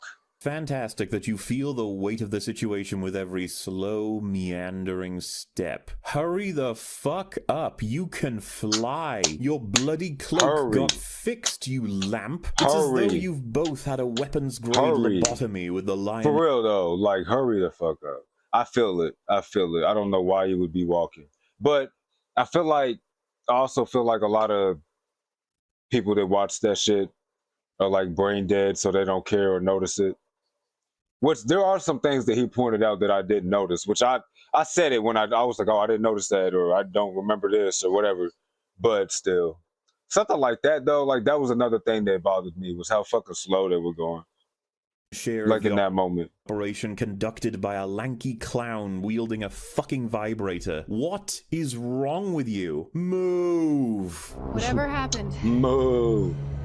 This universe's you didn't do a very good job of stopping it. You did not just imply it was the equivalent of him in this world's fault that this wasn't stopped, right? Like fucking hell, apparently this universe's version of you didn't do fuck all to stop it either. But once again, his spine is on vacation, so nobody's gonna say that to you. Good God, look how far they've walked. There's no way Wanda is still sucking, is there? Because that would be mighty convenient. Alright, nah, for anyway, real. into the spook. Cause in the background, yeah, she been sucking for a long time. She been sucking for a long time. Yeah. God, it's starting to get numb. It's like it don't feel good no more. No, I mean, wait, what am I talking about? What are y'all talking about? I'm talking about the show. Her sucking this energy. There's no way Wanda is still sucking, is there? Because that would be mighty convenient. Alright, anyway, into the spooky house we go. Beneflip's Cumbing Bong meets up with this lad and will be calling him Sinister Strange. Who are you? What are you? I'm just one of us. From the multiverse. Prove it. And he needs proof that this is indeed an alternate universe version of himself. We had a sister. She died. Oh, y'all ready smoke? Yeah. When we were kids. Oh, I need to update that command too, because I don't even got that emote active right now. So it's just a bunch of words for no reason. Yeah, let's puff though. We were playing fit. And he needs proof. Y'all watching on YouTube? Pack your ball real quick. Pause the video if you got to. But yeah. That this is indeed an alternate universe version of himself. We had a sister. She died when we were kids. We were playing on a frozen lake. She fell through the ice. I couldn't save her. And so a story is provided, one from our boy's history regarding a sister he couldn't save. She fell through an iced-over lake, which seems a little bit weird. This is another universe. Wouldn't a traumatic event in your history very likely be different for each of the Doctor Stranges you end up meeting, resulting in them taking all kinds of different paths? Rule number 1 of multiversal travel. Yeah. You don't know anything. Right. Of course, it's not impossible, but without hesitation he tries that out as opposed to realizing there's no real way you can consistently prove you're from another universe by talking. I mean, as opposed to a clone, or a flesh robot, an android, cyborg, a spell, a hallucination, a hologram, or even a simulation. If anything, by telling him about a memory he has, it would imply you are using information from this universe. None of this is highlighted because we don't have the time. There could have been evidence in the form of discussing the Darkhold, dream-walking, universal designations, visiting the paint and cell-shaded worlds, etc. However, he tries a childhood story and it works out. This is because the writers have finally been able to make clear the several points they wanted to make about Stephen in this film. Doctor Strange struggles to get close with anyone out of fear of losing them. He stays distant until he can control the situation. This is why he holds the knife, so he will always have the power to make or break situations instead of repeating that moment with his sister, being a time he was powerless to Which is some real shit though when you think about it. That's some real shit, bro. Save a person he cared about deeply. You can even argue he sees his sister in America, that this time he will save her. And this... Which they could have touched on that a little bit, but the movie was so goofy and just dumb as far as just a lot of things. But that would have been one thing that would have made the movie better too. Like not even making the abilities match up or nothing. Like how we was talking about earlier. Like, oh, how did she die from this? She's stronger than that. Woo-de-woo. Like, nah. As far as like the characters' connections and shit, like that could have been like like he didn't have to. I mean, he wouldn't have to necessarily say it. They don't have to put it in a dialogue. Like, oh, you're like a sister to me. But like he can express that in a different way. Maybe he could have. Attitude plays into... I just hit the bow. Fuck. This some bullshit. Oh, you keep getting... his level of happiness overall, that he is forever seeking to be the master of the mystic arts to protect everyone, to always have prepared anything he needs to save the people he cares about, to have everything under an environment he controls. And that makes an honest, passionate love being shared with him an impossibility. He fears a loss of control, something he must face, something he must accept. He cannot control everything. Face your fears. Well, and that's some real shit. I mean, focus on what you can control, but still. Oh, thanks for the first time, Chad. Lewis, 318, Lewis. I'm gonna just say that. But what's up? How'd you find me? Might be what they were going for. The problem is, this movie's been shoveling so much shit on top of anything resembling a point that it's muddied beyond belief. The stories of the MCU used to be so much more cohesive for the character journey portion, but we have so much Right, now they just... Bro, at this point they're using AI to write the characters. Just weak ass characters, I swear. But nah, we're just watching a long ass review on a movie, Lewis. What you up to? Conflicting information and behaviors that this idea for his character falters completely, just as the signposting for his happiness holds close to no water at all. Something we'll get into more later. I bet we'll get into that later. Said Kevin Feige and Sam Raimi didn't like each other. Oh, they didn't? There was so much that was cut, but it was the important stuff cut. Damn. Is that really what it was? See, if y'all niggas don't get over y'all feelings, why y'all don't like each other? What was the reason? But I don't know. If they really didn't like each other, then I can't imagine what the reason is. Maybe they just, my Spider-Man's better than your Spider-Man. No, my Spider-Man's better. No, the way I write mine, I don't know what they was fighting over, but. Are you happy? No, Spider-Man's supposed to be this way. Or something we'll get into more later. Are you happy, Stephen? Yes, of course I'm happy. I'm a sorcerer with the power of gods. What man wouldn't be happy? We really have so little time that they just have to absolutely cram it all into minutes. The action scenes and all that walking around really just eat up the time code, don't they? Yep, I was looking for a world where things were different, where I had Christine. Oh no. Oh no, no, no, no, no, no, no. Is the villainous Doctor Strange an incel? But I didn't find it. All I found were more of us. So I did those Stevens a favor. I'm gonna summarize. What did you do, bro? You killed them? But this as best I can. Sinister Strange talks about how he... Wait, Sam wanted to make an independent film and Kevin needed it to make it fit in the MCU. I mean, why did it have to, though? He can't do both? I mean, the fuck? But I guess they just couldn't find the compromise with that, whatever was going on with it. I didn't look it up, but yeah. Darkhold to search for a dimension in which he was happy, a world where he was with Regina. Unfortunately, he could only find more unhappy Stevens. And so, because he found more unhappy Regina-less Stevens, he decided to kill them. You ever had... For what, though? That was the reason? I don't remember that. I don't remember. That dream where you're falling as if you've been pushed off a tall building. That was... Oh, I hate when that shit happens. Like when you in class, y'all feel that shit when y'all in class? You... And then everybody look at you. It's like, whoa. It felt like I was falling, y'all. Y'all don't get it. Did y'all ever do that or experience that? Probably. Or he's talking about something else. Sorry, let me shut up. As if you've been pushed off a tall building. That was probably me. He said that was probably me. This nigga. Cringe.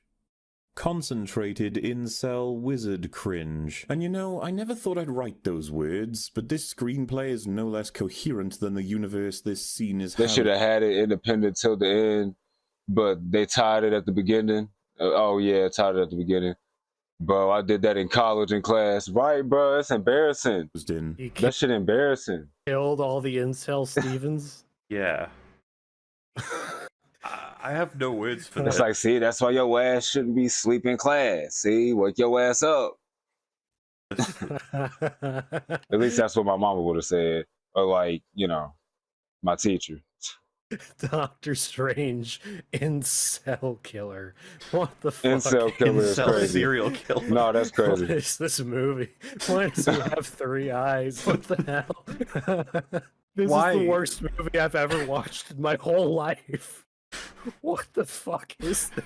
Why do they think this is scary? Like, dude, you could have just gone on Reddit and found like way more if you wanted to be a serial killer. Like, what the fuck?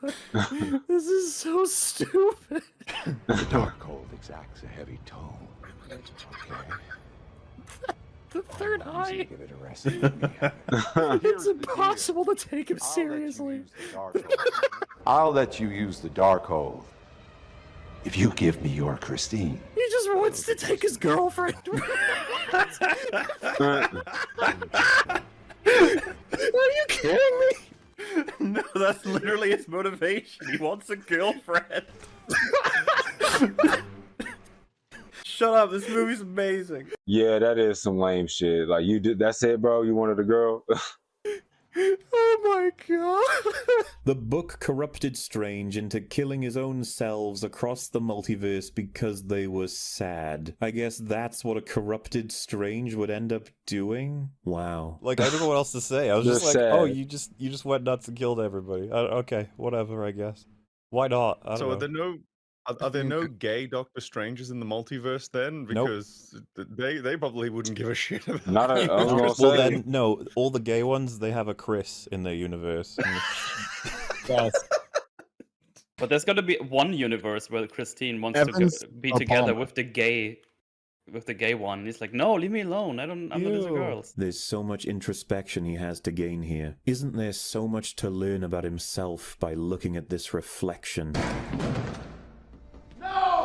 So, Sinister Strange says he will indeed provide the Darkhold on condition that Bernie Flumpybatch gives up Regina. I'll let you use the Darkhold if you give me your Christine.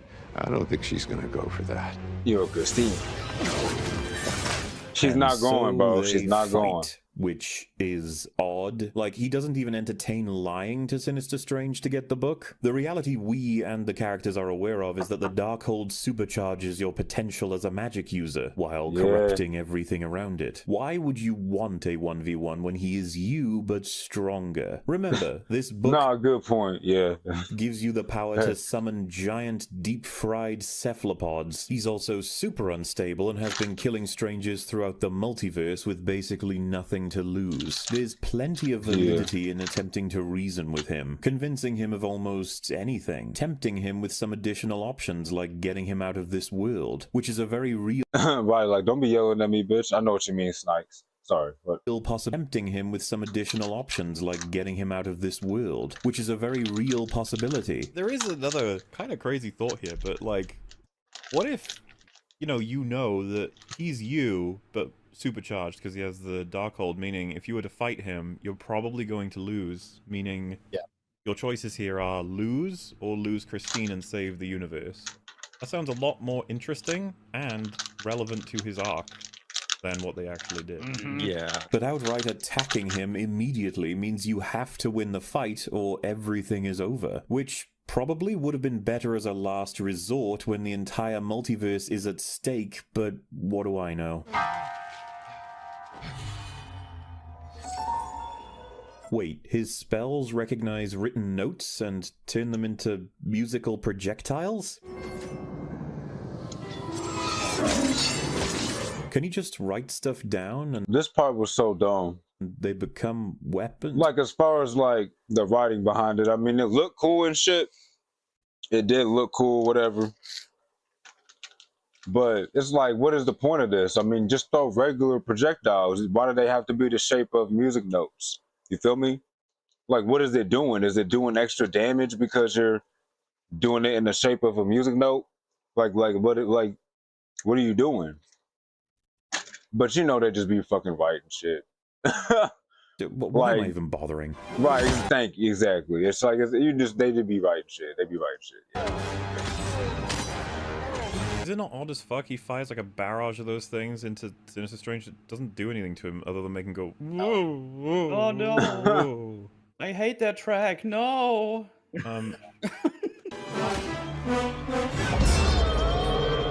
I guess someone thought this was a good idea for a fight scene. Oh, is he gonna play him a lullaby? What the fuck is this?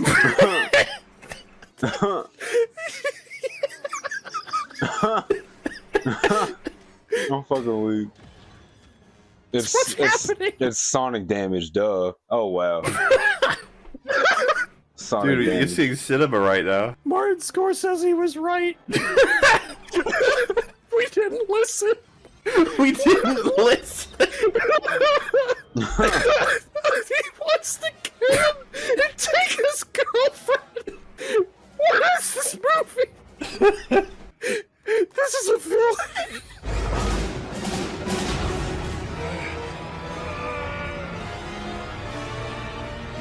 Oh hey, we're even doing the locked in a struggle with their magic flumes bit. How exciting. One of the things I very much enjoyed, I was reading through a thread on this film, and this scene in particular, there was a split decision on whether or not this scene is awesome or cringe, and lots of people were arguing for both sides, and there was two people whose discussion was particularly interesting, where they were trying to argue. One of them was like, it's a classic Raimi scene, it's fucking awesome. The other one was like, no, Raimi doesn't do this shit, this is embarrassing. I was like, so you can't even figure out if it's his or not. Like...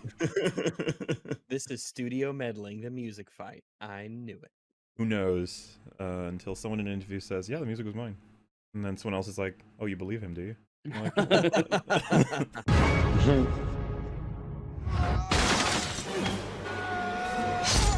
Wow. You managed to not only have him lose the fight, but you blew him out the window as opposed to literally hitting any other part of the building. And you got him to land on the railing while the book stayed in the room. The luck is once again off the charts.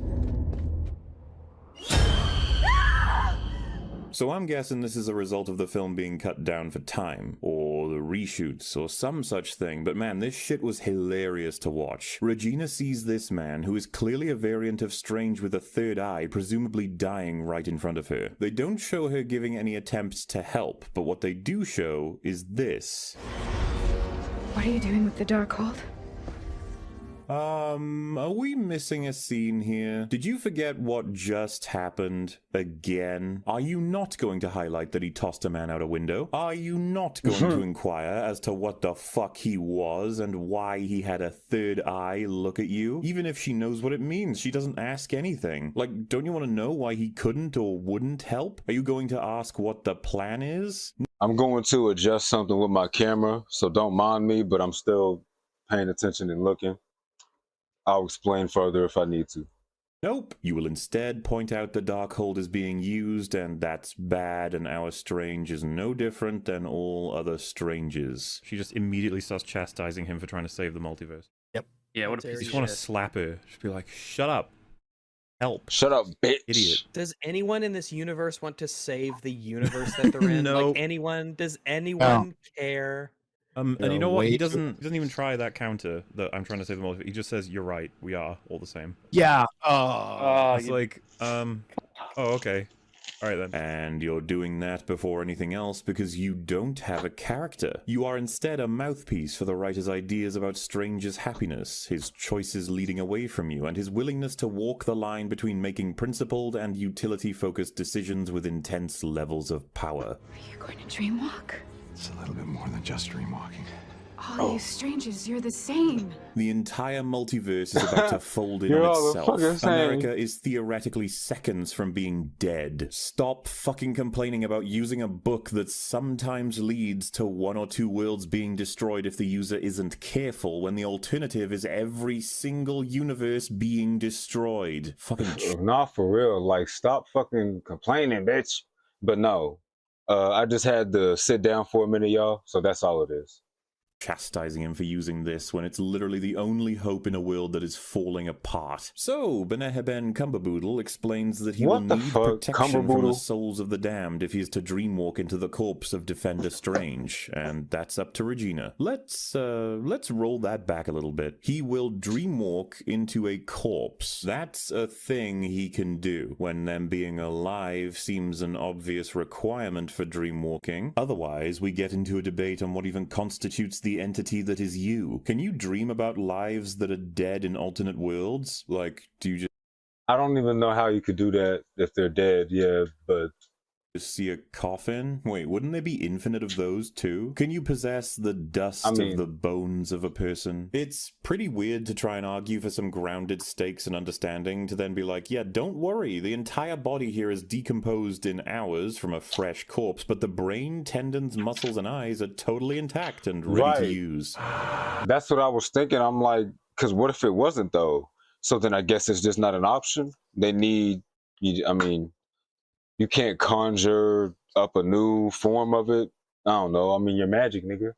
You can't do something else.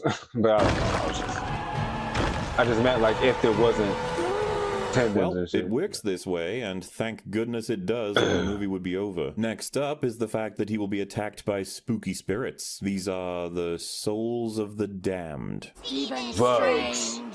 Possessing a dead body is forbidden.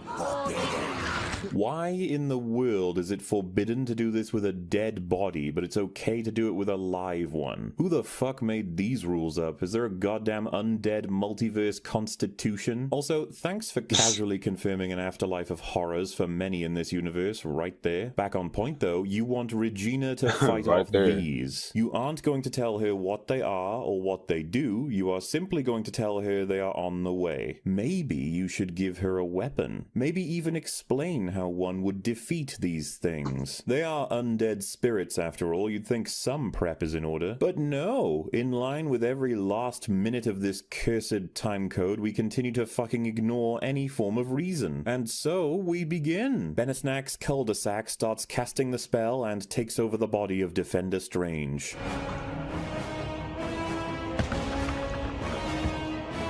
It's crazy that his body was even still intact enough. No, you hack fuck. Wait. What did I miss though? Like, wait. He got the sling ring.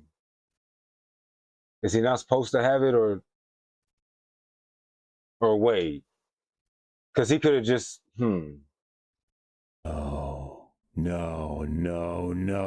No, you hack fuck seriously did not just do that. With this one image, you just fucked up everything. Again. And I'm sure a bunch of you are listening to this, seeing the sling and thinking, how does this ruin anything? Yeah, I was, but I'm trying to, he's going to explain it, I'm sure. You feel me? Doctor Strange, it's a sling ring. It's fine. Well, granted, this was 3 hours ago, so I do forgive those with a hazy memory. However, if 3 hours ago, shit, for me, it was probably weeks ago. I'm sorry.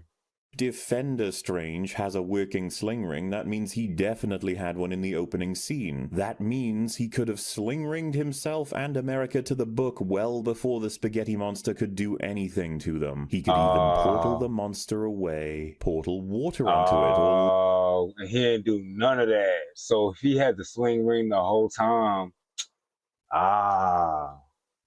see? Wait, do we even, okay, so like if we go back to the beginning though, are we gonna see the sling ring on his hand? Or is it gonna just not be there, but like in the next, like in the scene we just saw, it's on there? Cause you know how shows be doing that, they be forgetting, a dude be having a hat on, and then the scene right after that, the hat don't be on no more, etc. It's like, I didn't see it though. But I also wasn't looking for it. I don't know if he's gonna show it, but or a fucking rock. He would. But either way, there's no excuse for that. I'm just wondering. Away, portal water onto it, or lava, or a fucking rock. He would then have reached the book. He would then have destroyed the monster. He would then have destroyed Wanda. Once again, the movie would have been over. But you made it clear he did not have a fucking sling ring because he didn't use one. He would be incredibly stupid not to use it, wouldn't he? In fact, that's why he died. There was no other option. He had to try and take America's life or give his own. But now, because you have no talent, you have to give Dr. fucking Dumbass his sling ring back in order to get him to Mount Wumbo quickly, and you just fucking hoped that nobody would care about you teleporting in a sling ring. One of the most powerful pieces of tech in the universe. Because why fucking not? What difference does teleporting one of them in make when you've been teleporting them out anyway? Yeah, that's definitely a case of me just not knowing what to do with the script. I wish I could say this was the first instance of the entire movie violently shitting itself, but we're up to a solid 3-digit number for that. Even strange. Possessing a dead body is forbidden. So, the undead spirit damned ghost dudes start trying to stop the dreamwalk and Regina is attacked by them. They even shove the camera right in her face. Good old Raimi. Where's your Bob alive? She then falls right next to this thing, and apparently it's a weapon? It even works on these undead spirit creatures. Wow, that's so lucky. And she knows how to use it? Wow, that's so lucky. Imagine it just wasn't there, or it was something in Sinister Strange's world that she didn't recognize, or she simply didn't know how it worked. You don't know how to use that, do you? Well, would have been a different story, eh? We even have some wonderful cringe to cap it off. Go back to hell. Christ, not that I needed convincing, but Rachel McAdams is not Bruce Campbell. You're master of the mystic arts. They're spirits. Use them.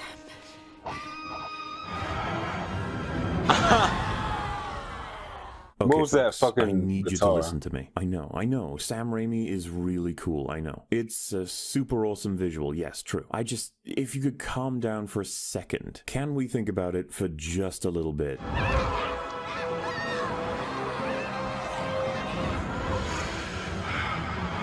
Apparently, these spirits have a very specific purpose, and that is to stop sorcerers from dreamwalking into dead bodies. Something we didn't even know would be a thing. But okay, that's what they do. Only they have a fatal flaw. They can be manipulated into becoming a significant tool, all the way to becoming a weapon if the person they try to damn happens to be a sorcerer. Which is a basic fucking requirement to be able to cast this spell in the first place. So I must ask, what is the point of view? A supernatural force designed to stop sorcerers that has a fatal weak point of being unable to deal with sorcerers. Fucking genius. And if only it stopped there. For example, why in the world does the former, by technicality, Sorcerer Supreme, the master of the mystic arts, the fucking goat sorcerer, have to be informed of this ability by Regina fucking George? What does that even mean? I would accept Wong, but even then, where the fuck is Strange's agency? An agency that is informed by his intelligence and passion for the art of sorcery, tempered by his decision to become the custodian of Earth. Where the hell did that character go? And with all that in mind, why was this hideous bit of writing injected here? That nigga overdosing off of the perks. That nigga. Well, this is the hero moment. But nah.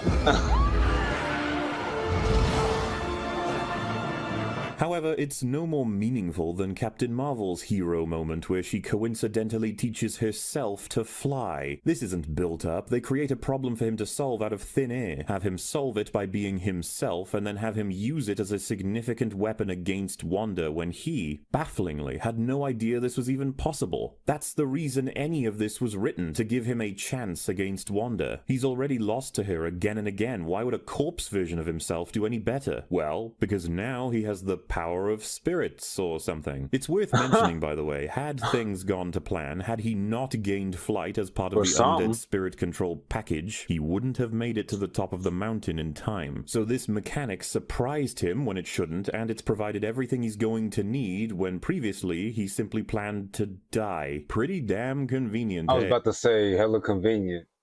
Almost like somebody just making shit up. I mean, you gotta make shit up anyways to make a movie, right? But you know what I mean. Y'all know what I mean.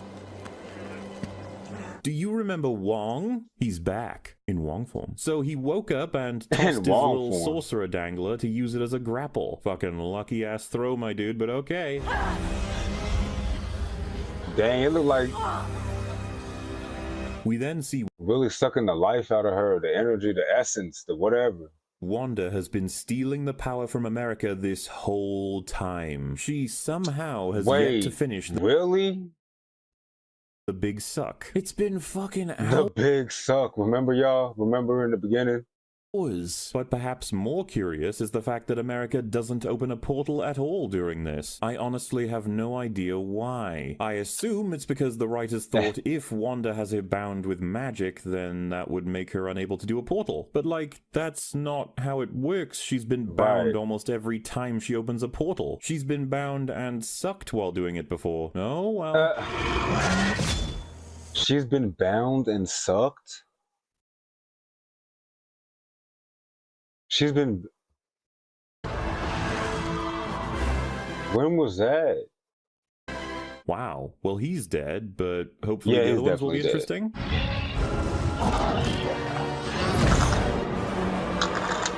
Oh, I'm out of floss. Okay. What a great addition to the narrative. No. Also, Zombie Strange stays to do a goddamn trailer pose, but he didn't use the time to save his friend from the cliff's edge. Doctor Strange then takes the time to acknowledge he can see Wong. Wong shouts Strange's name, and he does a little spinny, cool, like, I'm awesome thing, and then he lands to attack Wanda, and it's like, bro, what about Wong? What about Wong, your buddy, who you haven't seen for a while? He's hanging on the edge of a cliff. Yeah.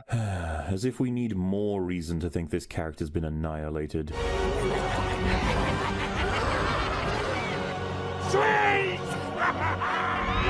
Man, feels weird that Wong, of all people, would celebrate this when he knows it's a forbidden usage of a forbidden book that corrupts those who use it. He should know better than anyone, considering he's been the source. If anything, I figured he would have been looking like, what the fuck, Strange?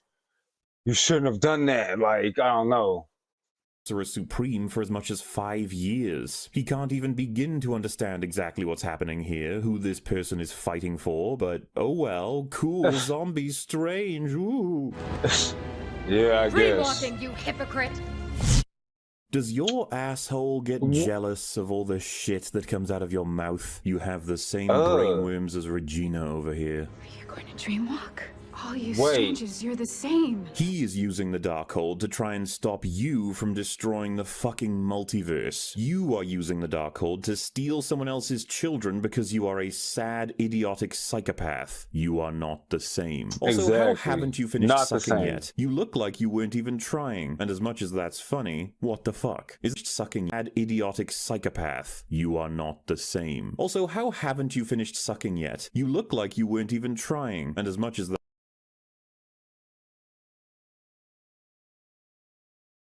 That's crazy. That's funny. What the fuck? Isn't that That's whole gotta be a point of sound it? bit. Anyway, they fight. Wanda doesn't convert Strange into spaghetti. She doesn't seal his mouth shut or do anything to him, really. In fact, she doesn't even react on time. You know, it takes a while from her first soldier to go down, and then the rest of them, to then give Strange his chance to pose for the audience, and throughout all of these events, her almonds do not activate. How convenient. Wong finally climbs up, though.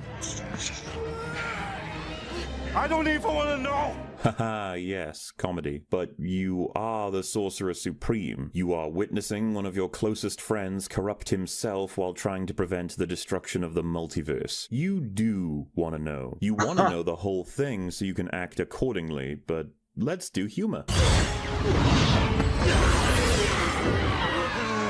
So Bubbly Tumbles encases Wanda with a bunch of... The humor that they would do, it's like at least time it right or something. But they was focused so much on that. And it's not even just in this movie, y'all. It's not even just in this movie. Like, Marvel started doing that shit way too much. Like Love and Thunder. Y'all know Thor Love and Thunder? Just in the trailer, I'm like, it's like joke after joke. I'm like, yeah, I'm not fucking watching that. Can't take nothing seriously. Ever. Like, come on.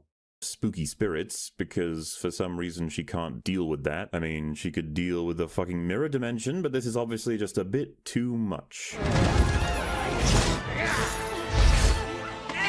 She's breaking free! What you doing there, Wong? That looks like sorcery, man. Masters of the mystic arts weren't meant to tread upon the forbidden grounds of WonderCore. I thought there was no sorcery. Sorcery was forbidden in Mount Wumbo. I'm fucking weak. Hey, look, catch him, you know, cut him some slack. Power! There's no other way. Yeah, this is the only way. Wong's trying to hold her, but he's like, she's gonna break free. You gotta take America's power. And it's funny to me because it's like, no, kill her. Don't take the fucking power, because then Scarlet Witch will just take it off him. Kill her. Stop fucking around. Finally, we can do what Defender Strange didn't even like. It's just funny to come full circle. Well, anyway, here it is, the moment of truth. How do we solve the problem of America Chavez? With how this movie was made, Strange cannot kill America Chavez, but he also cannot kill Wanda. Shame. So what will he do? Well, maybe we pop her in the mirror dimension for safekeeping. Maybe we get her out of here, first and foremost, to give time to decide. You have the sling ring after all, and, I mean, Wong said sorcery was forbidden in this area, but he literally did it right there. And I think it's safe to say this is sorcery. And you know, the big thing is that you can still get other heroes to help you. So why don't we take a look at what happens? I'm gonna take my power before Wanda can. It's okay. I understand now. Oh wow, she certainly changed her mind on that, eh? You know what? We can talk about that a little later. I've come here to tell you to trust yourself. Trust your power. That's how we stop her. Oh, really? Believe You're in gonna yourself. Stop her by believing in yourself. That- Strange is about to That's risk literally the what I said, but entire yeah. multiverse on the hope that maybe America can engage some kind of control over her power, to then also use that power to defeat Wanda? When this is your last chance to do anything about any of this. When you're gonna kick that witch's ass. Does he give any reason? I can't control it. Yes, you can. Every time you opened a portal, you sent us exactly where we needed to go. Wait, what? She absolutely did not send you where you needed to go, my friend. Right. I don't know if you That's noticed, not but what she's happened. currently splayed across an altar waiting to be sacrificed so that the god of narcissism can retrieve her Pokemon save file. The first portal didn't even get her to you. It got her to a city where she was chased by a monster that eventually led to you saving her, but she almost died several times. I mean, so did you. Sounds like an incredibly unreliable form of getting what she needed. The second one got you both to the Illuminati universe, and that led to absolutely nothing because the book got destroyed. It was a complete waste of fucking time, unless a subconscious goal for America was seeing beloved characters getting killed off over and over and not you, over again. If the entire point was to defeat Wanda, then you are simply wrong, because America's portal should have taken you both to the Book of Vishanti. She was more than aware of it, and magic can be used in the form of portals to access the gap junction. Why didn't the portal just take them straight to the So Book what's of your Vishanti the excuse? second Because time? Doctor Strange is full of shit. Okay. Yeah. So on the track that it always took them to where they needed to go to eventually have it be that the Scarlet Witch was defeated, that means that whatever her subconscious is, it decided we have to have all these people die. The Illuminati have to die. All these innocent sorcerers, they have to die. I don't see how that makes sense in terms of the way that her powers It's work all- from her look. perspective. That Well, doesn't it's- make a whole lot of sense to me. It puts their deaths on her. If you're arguing that this is like... Yeah, her she- subconscious. She decided. It's just like, you know, you have the ability to get to the thing you need, but you keep choosing alternate paths for no reason at all. By the way, I'll be standing back up here soon, y'all. No, not, you know. And your delays cause people... Within the hour. It's 3:23, 3 hours and 23 minutes in. So yeah. To die. It's like, you need to fucking think about that. Why would she even subconsciously take herself to another Doctor Strange when she considers the last one a betrayer? She says she struggles to like him, and what, subconsciously she decides he's the best choice? I'm starting to think that what Strange said is absolute bullshit, which actually means this is a whole lot worse, but we can go over that later too. What about the first time? Even that led you to this moment. Yeah, so did everything that happened. Every horrible thing that's happened to every innocent person has led here. That doesn't mean it was all designed to get us here, nor does it mean it was the only way to get us here, nor does it fucking come close to being the best way to get us here. Strange knows all of this, and the lives of every person across the multiverse hinges upon his decision here. But the writer forced him to say all of this. Every single movie has just taken chunks of your brain out and replaced it with melted crayon. We know he truly believes in this because he sees it as a better solution than killing America and guaranteeing the safety of the universe. Did he say his brain replaced with melted crayon? Oh my god. I know I'm late reacting to that, but yeah. This guy, one of the most intelligent people ever, is convinced that America is actually in control of her power because she always ended up taking herself to places that ultimately ended up here. The literal last gasp of sentient life's freedom. And not only that, he believes her simply having control is an automatic win when fighting the most powerful creature he's ever fought, barring possibly Dormammu. Absolutely dreadful writing. Yet, it will indeed facilitate a payoff. Believe in yourself. One that we've already seen in this movie and movies before it. It's time for that second wind.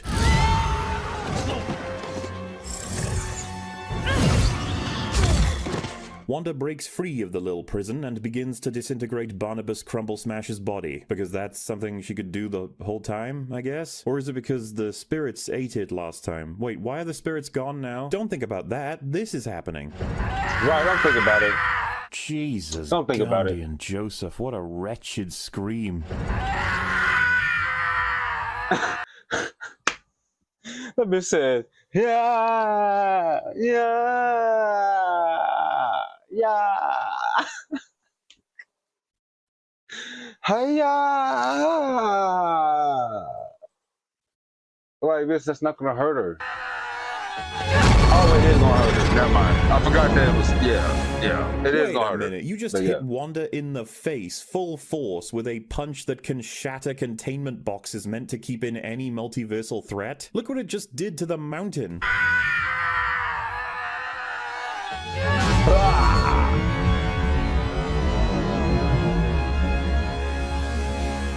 Oh. Look at the fucking shockwave. She dead. She absolutely dead. Right. That thing just annihilated her face. She then punches Wanda another 3 times with a kick to finish, and Wanda's doing literally nothing about this when, if she just grabbed her, kick to finish, just She said, Hold on, let's see her get punched in the face again, y'all. I'm gonna shut up. The fucking shockwave. She dead. She absolutely dead. That thing just annihilated her face. She then punches Wanda another 3 times with a kick to finish, and Wanda's doing literally nothing about this when, if she just grabbed her, mind controlled her, like she's done pretty much every single time they interact, the movie would be over, and the multiverse would be in peril. Instead, Wanda decides to allow this girl to pummel her.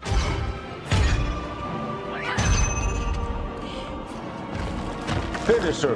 Why the fuck are you now not punching her? Send her off the cliff. You could just close the portal at this point. She'll be stuck in Mustafar with no Darkhold and nothing to damage anyone. Finish her. Hey, bro, what? I swear I haven't watched this before. That's like the 3rd time I think that I've said something that he said.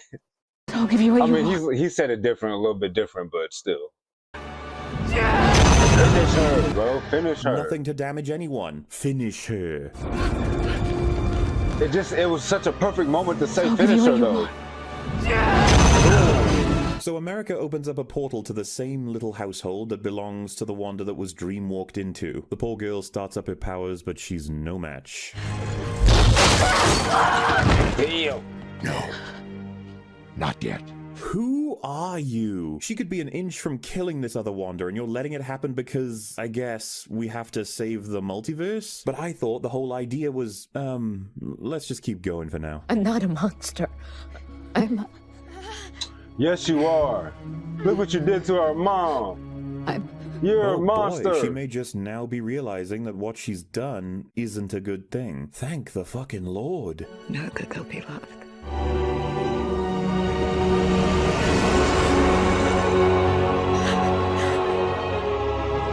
Okay, so you want me to think that the Scarlet Witch, the one who's been on this rampage throughout the entire film, she's been convinced that she was doing bad things and she's going to stop because her children saw it and did a scream. Please don't hurt us. Please.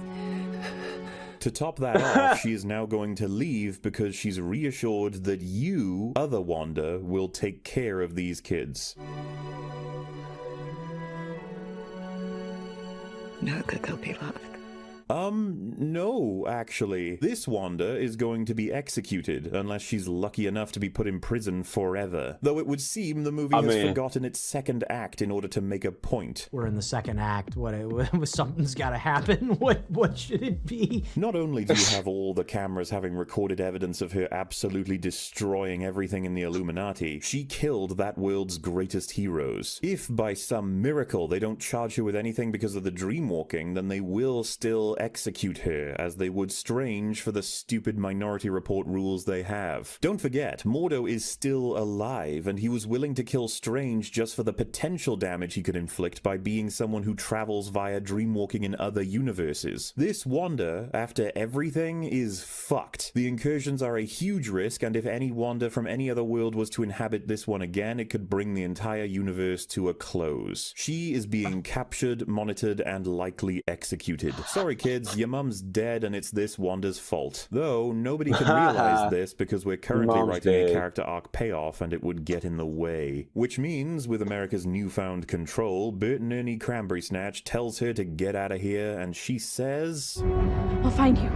Meaning she really does have full control over her power. Thank fuck. Imagine if she didn't. Strange and Regina would be stuck back in the world that's being torn to shreds until they died. Whew, lucky, eh? And that means she can pin pinpoint her portals down not just to universes or places, it's specific, down to a person. More on that in a sec. Also, I guess everyone decided individually that Wanda is no longer a threat. Like, everyone is leaving as though they know the building's about to be destroyed by her, and that she's definitely not evil now. No one will ever be tempted by the Darkhold again. Well, looks like the Darkhold got that bit of the prophecy wrong. It's your destiny to destroy the world. So anyway, Wanda drops a building on herself. She even creates a little red blast, presumably a clue to her not being dead at all. But who the fuck knows? Body, no death. She'll be back. Yeah. Oh, yeah, I mean, she's not dead. Dude, even if they showed all of her body parts being pulled apart and then turned into dust, I'd be like, she's coming back. Nah, she's not back. Nah, for real. Look, let me tell you about a guy called Palpatine. Who was Palpatine again? Somebody said it was from Star Wars. He's still earlier. out there somewhere. During this process, she also destroys the Darkhold in every universe. Right, so that nobody can ever be tempted by it again. Which seems pretty incredible, right? First and foremost, its influence over her is just gone now. Almost as though it was much more reliant on the personality present than it was a book that makes you crazy. I mean, it can't even influence her to the point of protecting itself. But also, like, wow, I had no idea that was a power she had or a thing she could do, and I guess it means she just died infinite times too, considering how they said the rules work. You know, the person destroying it dies. Regardless, this decision seems agreeable, right? It's a big, bad, spooky book. Obviously, it's got nothing to add to this world, only... Wait a minute. Butterbob Cumfudge literally just saved the multiverse thanks to its existence. He used it to defeat someone who was far more powerful than him. He used it to reach them. That's his rationale. Look, I'm sorry you couldn't save your universe, but maybe you could help to save mine. The Darkhold exacts a heavy toll. All the more reason to give it a rest and let me have it. And I mean, had he not done this, had there not been a Darkhold, it would have been over. That would have been a seriously good act prevented had the book been destroyed beforehand, wouldn't it? But there's an infinite multiverse out there. As this spell was completed, there was a Doctor Strange out there fighting an evil enemy with the Darkhold, and the book disappeared. I don't know if anyone understands what this means. They have just approved of infinite good being snuffed out by having no book to defeat enemies that make people very desperate. And so, once that damage is acknowledged by the audience and never by the characters because the writers didn't even realize, you end up thinking about this temple. What did Wong say about it again? The Darkhold wants a copy! Legend speaks of a mountain with the wretched spells you see carved into its walls. These same spells were later transcribed into the Darkhold. You may have broken Wombo Mountain in your universe, love, but you haven't done that in every universe. And don't tell me this is a Nexus Mountain, because that shit makes even less sense. So yeah, the Darkhold is still transcribable in every single universe. In fact, through transcribing, it could even get back in ours. Didn't really achieve what you were after there, but maybe that's a good thing, considering all of the infinite universes that have a scrotal snort bubble bitch looking to use the Darkhold to actually save the world. Oh boy, what an ending, eh? She did the right thing. I knew it! Old Benabum's Bumblethump then tells Christine he loves her, and he gets too scared to be with her. I love you in every universe. I get scared. Face your fears, Doctor Strange. There, arc. Did it. Give me a second, we'll talk about it. We're almost done. How is this so much harder than multiversal portal? She needs to slow down and be more patient. We see America is training to be a sorcerer. With how shit the writing is these days, I'm sure you can expect her to be Sorcerer Supreme by the end of Doctor Strange 3. Are you happy? That's no, for real at that point. Let's be for real. Two magic lads then have a chat. I think that saving the world will get you there, but doesn't. Sometimes I do wonder about my other lives. Right then, we're finishing off that arc too. What have you got for me? And I remain grateful in this one, even with its tribulations. At least we don't have to go through it alone, huh? Oh, that's it? All right, we'll talk about it. Wong just goes, I sometimes think about the alternate versions of myself, but then, you know, I just try to be happy where I'm at, even with my tribulations. And then Doctor Strange's like, we're not alone. He's like, yep. It's like, oh, is that it? Okay. Yep. That's the movie. That's Doctor Strange. Yep. That's the, like, I guess that's their message. It's like, if you're not happy, Just try to be. It could be worse. It could be worse. I'd have glad. No, that's hilarious. I ain't gonna lie, y'all. Ain't no way. If you're not happy in life, just try to be. Okay? That's my advice to you out there. Anybody watching this, listening to this, I don't know who needs to hear this, but if you're not happy in life, just try to be. Try to be happy. Have you ever thought of that? Made some sparks. Your parents will be proud. I hope you'll get to show them one day. Oh no. Oh no.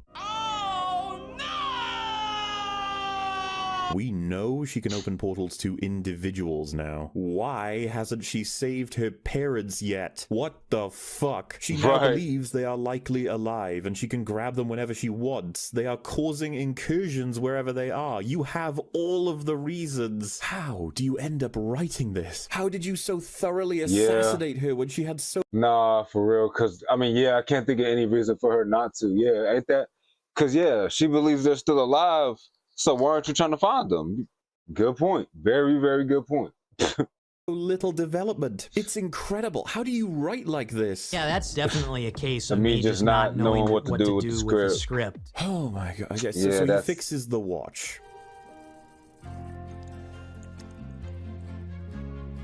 Man, look at us go, completing all these themes as though they have a through line. Can't wait to chat about it. The film then ends with Benjabumbo screaming as his third eye opens up, and man, does he put effort into these roles. His son. Sordid scheme. What the And none can stop me. What the fuck, Which takes nigga? us to credits, but that's not the end. You caused an incursion, then we're gonna fix it. The first end credits scene is hyper cringe. A comic character appears and says, "We gotta fight stuff," and so they do. Unless you're afraid. We gotta go fight stuff. Come on. It's just funny how he explains it though, because that's really how it be half of the time. Like, just there's some bad guys and we're good guys. We gotta stop them. You with me? Yeah, I'm with you. It's like, what, nigga? First end credits scene is hyper cringe. A comic character appears and says, "We gotta fight stuff," and so they do. Unless you're afraid. Not in the least. It even regards incursions and the dark dimension, so maybe they do realize he's causing them wherever he goes. Who knows? The more distracting part, I think, is that they placed this right next to this.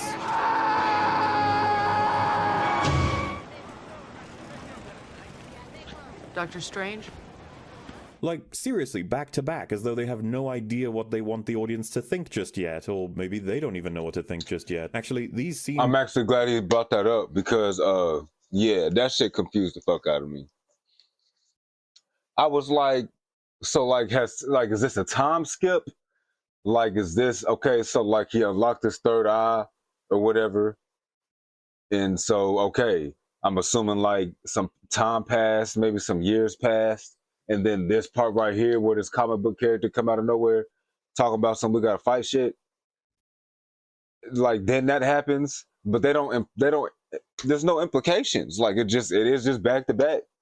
Okay, what happened in between that? Or was that after, or was that before? I mean, obviously it was before, but I don't fucking know. Ask the writers, right? They don't know either, do they? They just were likely made by different people, honestly. The second after credits scene is fun. You know, as an isolated Evil Dead reference, this is fun. Yeah. And that's it, folks. That's the movie. We have some things to talk about. It's over!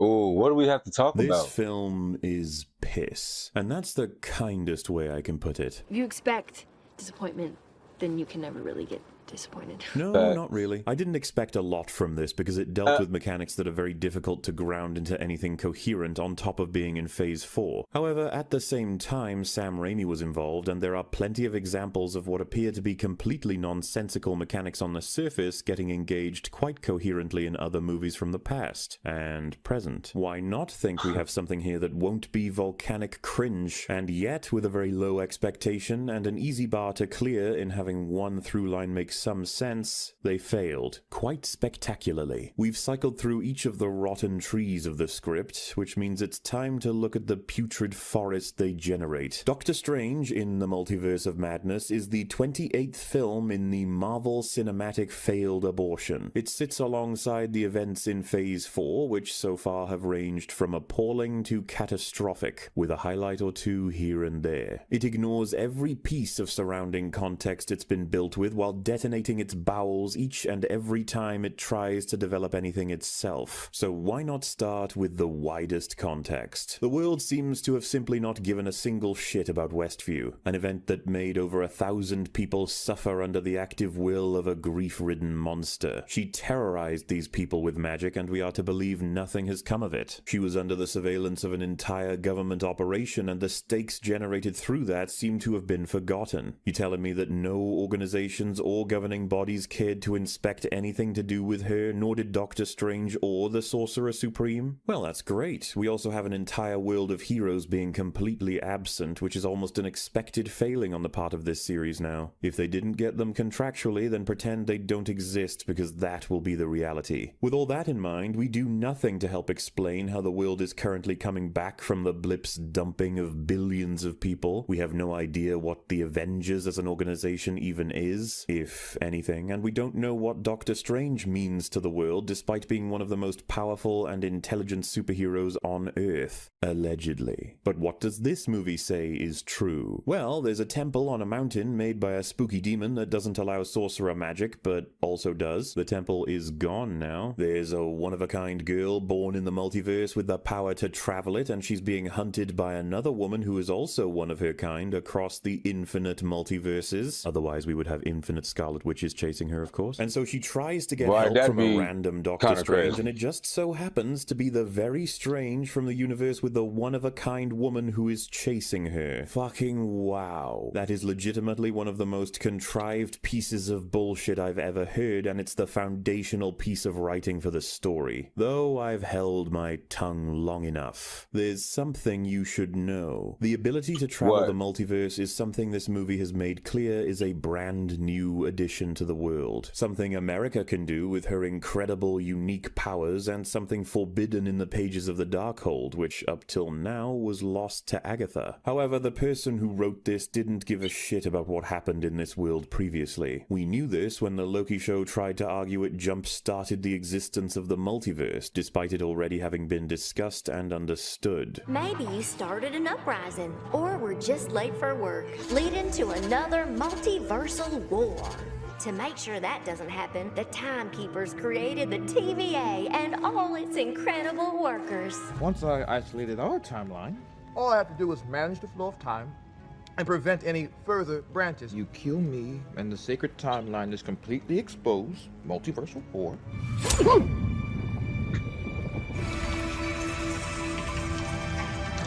Yeah, except in Doctor Strange they were absolutely aware of such a thing beforehand. This universe is only one of an infinite number. We harness energy drawn from other dimensions of the multiverse, some benevolent and life-giving,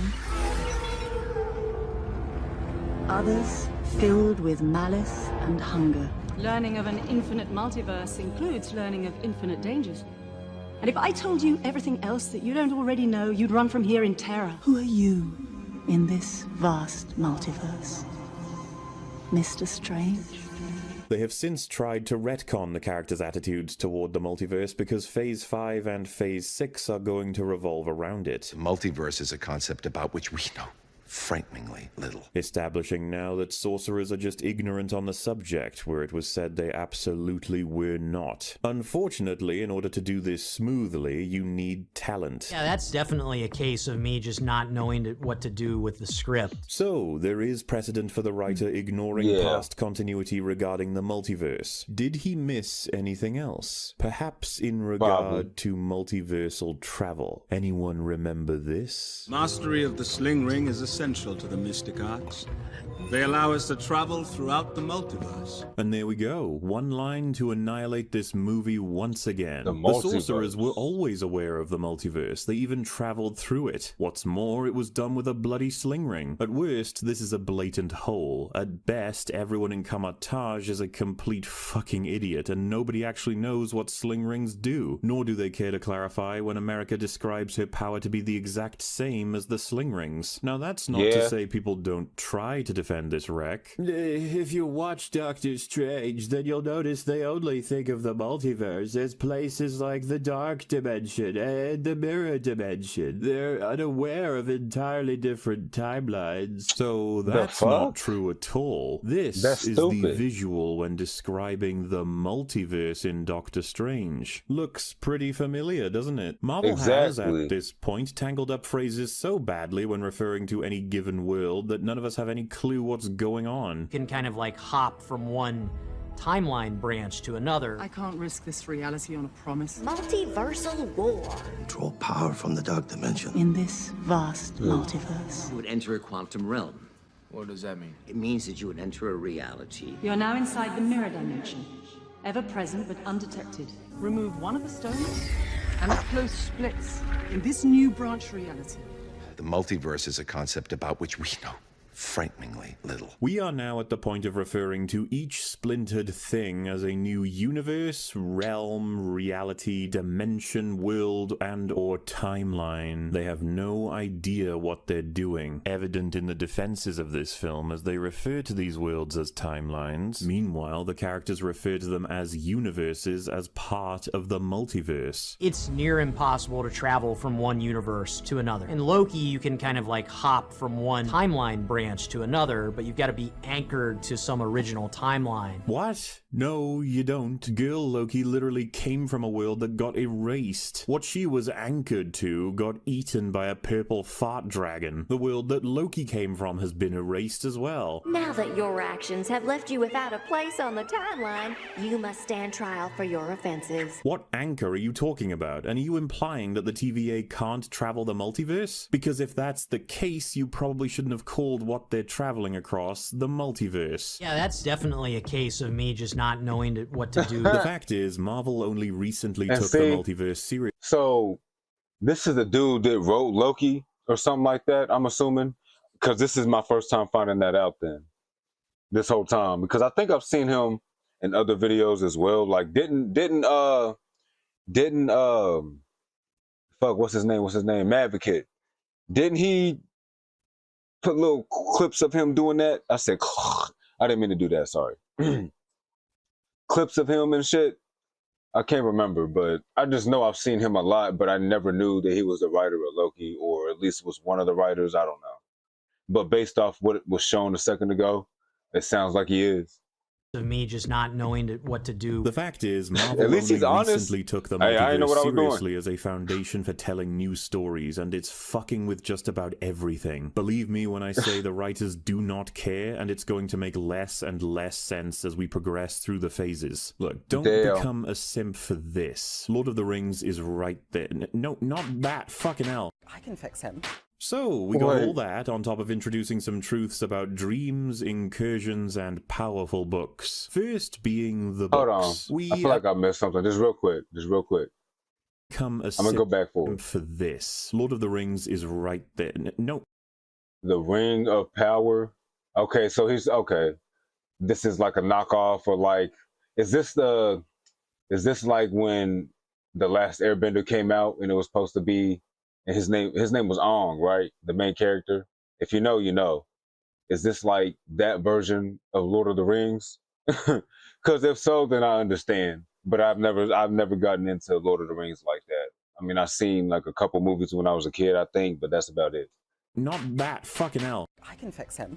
So, no, you can't. I don't know. Oh, we got all that on top of introducing some truths about dreams, incursions, and powerful books. First being the books. We apparently have an all-powerful book in this universe that truly trumps everything, and nobody knew about it up to this point except Wong. Except he did know about it, only he didn't think it was reachable whatsoever. Only it is gone now. For everyone. That about sums it up. The fact that this book is... You said it's supposed to be a prequel series. It's bad. It's really...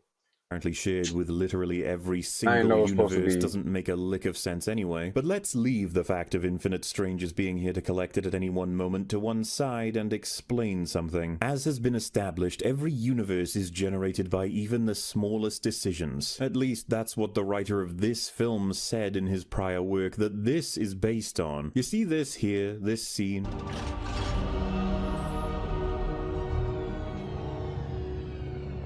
You are creating a universe at the millisecond for every decision you both make and don't make, even in the smallest of ways. All of them splintering off at incredible numbers before opening up this gap junction door, which means that when they do open it, enormous hordes of these people would pile into the gap junction with the same goal. Assuming, of course, it wouldn't just be some horrifying mound of flesh and cloaks that spurts through instead. And that's assuming the rules for variant worlds doesn't apply to the gap junction, but really, why the fuck wouldn't it? Why wouldn't every decision made in there not generate more versions of that universe? What happens when you take the book out of the gap junction and cast one spell? You could have cast two. You could have cast all kinds of spells. Do you split the world in two with a now second book of Vishanti? Do we get two worlds with one lacking the book? None of this makes any sense because they simultaneously have to make it so we have access to legacy characters and cameos, i.e. the multiverse. See what I'm saying? Right, exactly. They got their priorities fucked up. They focus on the wrong shit. Also limiting the scope, i.e. nexus beings, or like using you worried the words about dimension, worlds, universes, and timelines interchangeably. Unfortunately, they then invent incredibly powerful items to help our heroes defeat newly established hyper-powerful entities, only to then remove that item in the hopes of repairing the stakes going forward. The escalation of power is so absurd they've now invented something safer, less costing, and more powerful than the combined might of the Infinity Stones, only to then get rid of it before the movie closes out in order to have their own second act low point. And then there's the dreams. That in your world, whenever you dream, you briefly view your life in an alternate universe. This can't line up with so many other elements. Y'all think that's true in real life?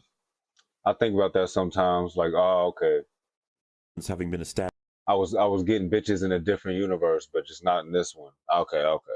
Good to know I was getting bitches somewhere, though. To you, including but not limited to dreams having existed before they told us the multiverse had been started up. Only that was a retcon in Loki anyway. But it doesn't line up with lucid dreaming, nor does it sound like something one can casually figure out. If you find you cannot dream, you should probably conclude you have Charcot-Wilbrand syndrome before believing this guy, and suddenly concluding you are the only one of yourself in the multiverse, and everyone else is visiting their alternate selves when they sleep. Seems like a bit of a jump is all. Which leaves us with the last of the significant new mechanics. Incursions. Meaning the gradual destruction of a universe. They are facilitated, of course, by multiversal travelers remaining in any universe other than their own, which has come up in a few other installments. This was a required mechanic to facilitate the downfall of Superior Strange while giving reason for the Illuminati to kill our Strange. Only it has a catastrophic ripple effect as a rule applied to the world. Not only for basically everything that happens in Loki, but for every person who moves through worlds throughout this film. The excuse you can run with is that it takes a bit of time, so moving quickly through the world isn't so bad, but we have several entities that now simply exist in worlds they aren't from. America is the main one, of course, as well as her parents, as well as the events in No Way Home being made far more catastrophic retroactively. But let's not forget Gamora. She is definitely not from the world she's currently in. So, give it a few months and the primary timeline, reality,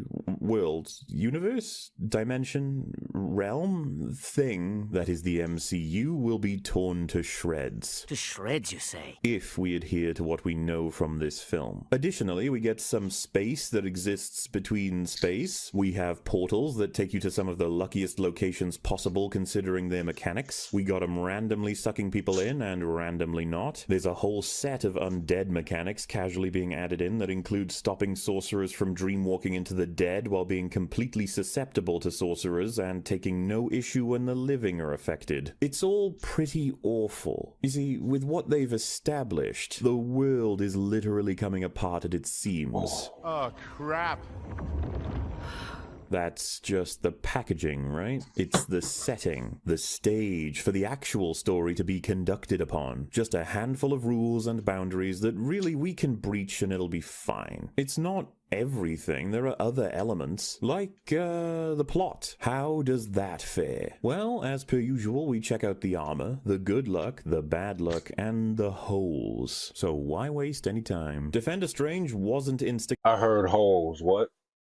Sorry, I was listening though. It's not everything. There are other elements, like the plot. How does that fare? Well, as per usual, we check out the armor, the good luck, the bad luck, and the holes. So why waste any time? Defender Strange wasn't insta-killed here. Strange isn't killed here. Miracle physics prevent the bus from hitting him. Wong isn't killed here. Neither are killed here. Wong doesn't die from being a dumbass here. Strange isn't killed here. Strange and Wong make it through a whole fight with Wanda here. Wanda isn't stabbed in the brain by this sorceress. Wong doesn't die here. Wanda isn't annihilated by the Illuminati. Carter isn't spaghettified immediately. Mordo doesn't easily kill Strange. Wanda doesn't kill or catch up to the heroes easily. Strange and Regina survive Wanda again. Strange never once thought to try hiding America in the mirror dimension. Wanda tanks a cannon, a vibranium shield, and a star power punch to the face. And that's the quick list for armor. How are we doing on luck? Well, the cloak escape. I thought Wanda could go into the mirror dimension though,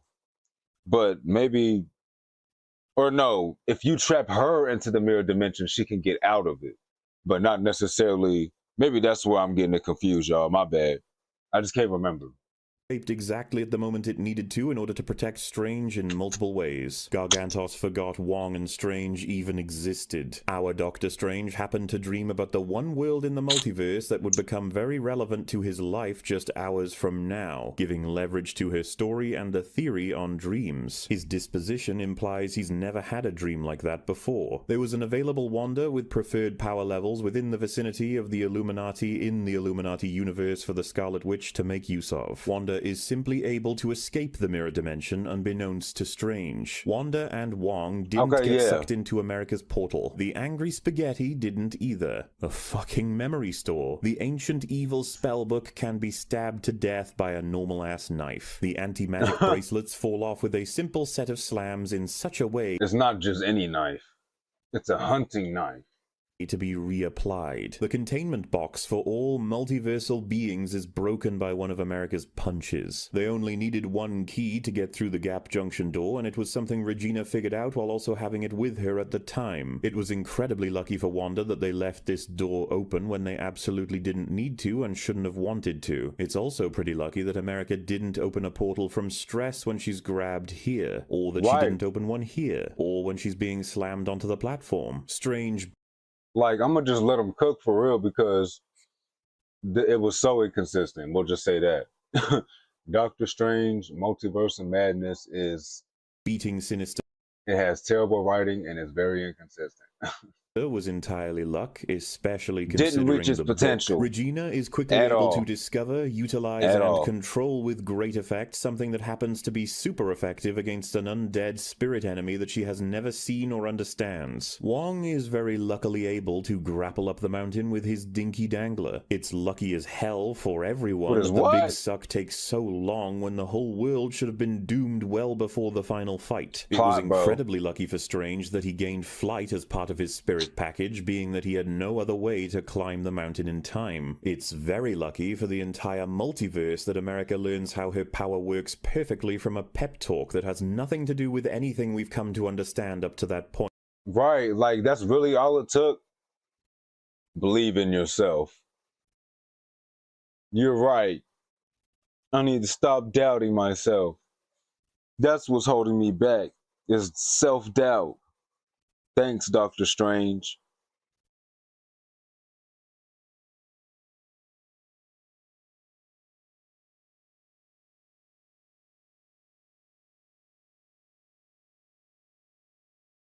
This isn't anime, bro.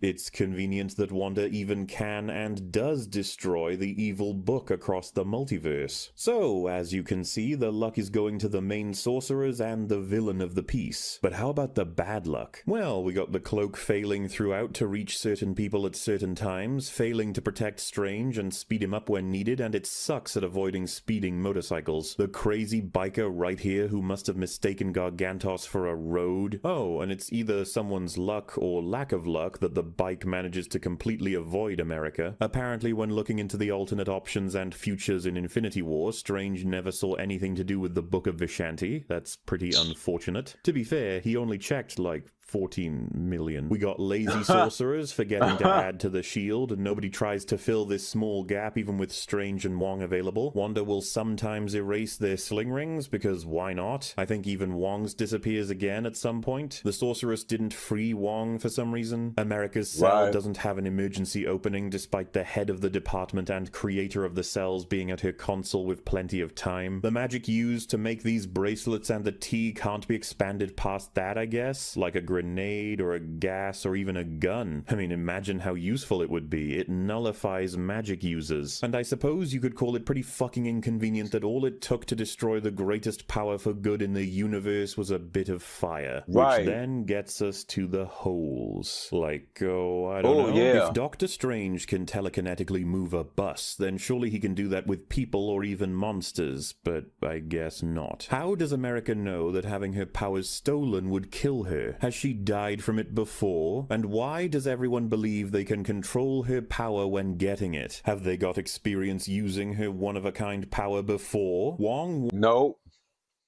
No, he's bringing up a lot of good points. That's why I'm silent, y'all. And I'm eating some fruit. Wanda and America seem to have no idea they have entered an environment with freezing cold, incredibly thin air on top of a dramatic altitude change. They moved there immediately, while professional climbers have to take as much as a week to get accustomed. Why didn't the Illuminati read Strange's mind to understand his intentions, clearing him of guilt while also being able to understand Wanda's power? How is it that the Illuminati concluded their Doctor Strange traveling via dreamwalking would risk destroying their own world? Was their universe destroyed by that before? If regular Wanda can spaghettify whoever she wants, whenever she wants, you'd think she would have used that on the children of Thanos, might have made certain events end differently, as well as basically everything she's ever been a part of in past movies. America uses her magical powers despite having the magic-stopping bracelets on. Nobody ever uses their sling rings properly. Some people don't even realize they have them, and Captain Marvel, the light-speed traveler, slapper of spaceships, queen of fucking density, is killed by a statue falling on her. Why was she even in the movie, by the way? Maria Rambeau, who really stole the show in Captain Marvel. How is it? That's a fake laugh. It's real! Meaning, with that, we have now lost the container of the story that is the world and the repercussions of No, like, what the fuck? Is that your girl on the low or something? And you trying to boost her? Talk about stole the show. What? I forgot about her until they brought her up again just now. The fuck? What do you mean? Existing in it while having torn the road through the story to shreds. To shreds, you say? Not to mention punching holes in each significant bridge. However, we have the car. Right? The individuals who make the meaningful decisions and overall patterns in theme are left to consider. You see, it's not over. We're just not doing very well right now, to say the least. So, let's go with characters, and why not start with the brand new awesome character? America Chavez. We learned quite quickly from the events of the story that she's impossibly stupid. She forgot monsters were ready to spawn on top of her at any moment in the Illuminati universe, when that's her primary reason for universal skipping, as well as just running for her life. She cornered herself in a bus while being chased by an enormous tentacle monster. She thinks her location was given away by Doctor Strange when she's been chased down to specific coordinates in all universes again and again. And they could have left whenever they wanted. She has specific rules for multiversal travel that doubles as strong advice that she herself breaks immediately after saying them. She failed to save the day definitively when she had the chance here for seemingly no reason at all, even when she's already shown a willingness to kill Wanda. And just to add to the asshole layer of the cake, she switches languages on purpose for full sentences in the middle of conversations for no reason at all, while assuming this Steven is fluent, which again is against her own rules. Congratulations, you're stupid in 3 languages. A lot of this screws with her characterization, but there's more. She never seems to fully care about the destruction of the multiverse, proven by her rather slow walking in many of her scenes, including a chosen detour into the fucking memory store. She steals food as well as other items semi-regularly, and upon realizing this... Right, like she relaxing and chilling and shit, like, oh, I know a good spot down the street. We call pizza balls. We can get some pizza balls and blah blah blah. Like, nigga, what the fuck? Why are you caring about this right now? Like, this is like, why are we going on a tour? This is part of the man's livelihood. She does not give it back. She activates her powers when her life is threatened or when she's under great stress, only she doesn't activate them when she's being dropped to her death in the bus, when she's on this building, when she's drugged, when she's grabbed by Wanda in the Gap Junction, or when she's free for a moment at the spooky temple, or during all of this.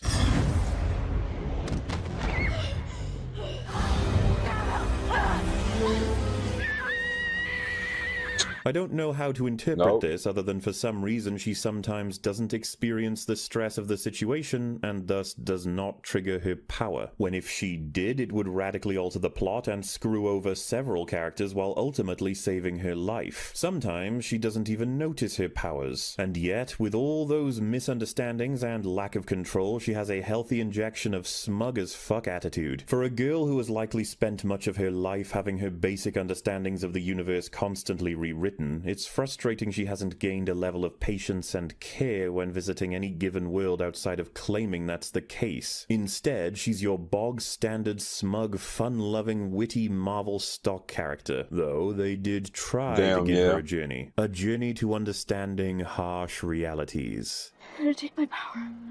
It's okay. I understand now. At the beginning of the story, it is made clear that America believes Steven choosing to sacrifice her is a betrayal, and, well, wrong. She makes this clear and later worries that our Steven will do the same thing. The power is dangerous enough in the hands of a kid. Imagine if a real threat acquired it. Made worse by Wong's terrible attempt to come across as friendly seconds later. It occurs to me, young one, we don't know your name. So, she has a very concerning and troubled view of these characters. The next most significant thing to happen is her perspective that Strange gave her location away, putting her in danger to then angrily comment on how even he can control her power, so how come she can't? I'm the only hope he has. I can't control my powers. You must be able to control it somehow. Even I could... They then share about 5 minutes talking about their trauma, but the scenes are mostly exposition being tossed back and forth about the world they are in or what the plan is, and it gives us their separation after their drugging, only to have her say this when they team back up. It doesn't matter about all the other Stevens. You're not like them.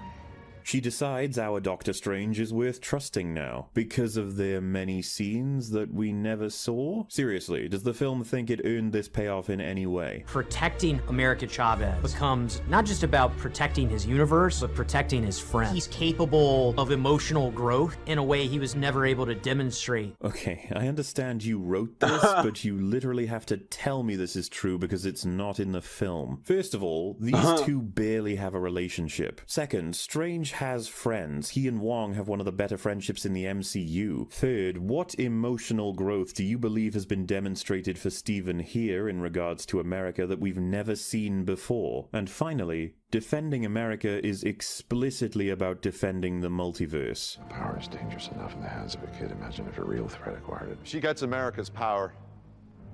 She could enslave the entire multiverse. It's bizarre that they need to tell you this is absolutely happening in the film, because you know it isn't, but they know that the film will be regarded far more positively if they can get people to parrot this very statement. I mean, is there any kind of narrative to be drawn together as to why they became close at this point? No, but she does indeed trust this Doctor Strange even after he uses the all-corrupting book. To then say she understands now, she can see how she needs to be killed to prevent the end of the multiverse, I suppose, which... I'm looking something up real quick, y'all, but I'm paying attention. Is fascinating to me, because that's the major criticism she had of Defender Strange, and nothing is said of him. Nobody gives a fuck that that man's corpse is flung around after being used at the whims of everyone else. He doesn't get a burial or a funeral. There's no attempt to tell his loved ones what happened or how he died defending the lives of literally everyone. Nobody feels the need to talk about his decision being the correct one in actuality, albeit less efficient than simply chopping America's head off. Regardless, she doesn't take back what she said. Unfortunately, this is because the writers don't give a fuck about that character at this point. He was a cameo. A reference, not a person. But there's also the angle that the film thinks she is wrong here, that the correct decision still doesn't involve her death with the mechanics as stated, because with just a pep talk to believe in herself and control her powers, she gets her hero moment and defeats the villain in Doctor Strange's story. It's not that other characters can't have their own victories when the story isn't primarily about them, but it's not a good sign if they happen at the cost of any sense of... Wait, unless they're what? Primarily about them. Unless they're... Oh, wow. But it's not a good sign if they happen at the cost of any sense of continuity, as well as the cost of the primary character having their struggles brought to some level of closure. We will get to whatever was going through Stephen's head a little bit later, but for America, she went from concluding her death was the correct course of action to thinking she can indeed take on the Scarlet Witch with her star punches, despite the fact that a loss here means the end of the multiverse. That's quite a risk, and to be fair, a single punch should have left a crater in Wanda's face, but we don't talk about that. The point here is that America isn't much of a character in terms of continuity. She's bafflingly stupid, smug, and kind of an asshole despite claiming to live a life that should have fostered the opposite, while of course going on two different arcs that have less than no references to support them. If anything, she should have reached the opposite conclusions about her abilities and her relationship with Strange long ago. Regardless, she then comes through and saves the multiverse with the most Hail Mary plan I think anyone could have contrived. She had a chance here to close the portal and save all of the everyone. Instead, she decides to show Wanda her kids and hopes that would work. And it does. The biggest shame about all of... Yeah. Seeing it do work. She basically used talk no jutsu. Like, think about what you're doing and all the people around you that it's affecting. Would your kids want you to do this? You're right. I never thought about it that way. Maybe I should stop trying to take over the universe. I don't... Like, what? That was really how you convinced her? Lost potential, as is often the case with $200 million projects. The arc here was clear as day. She's a multiversal My fault.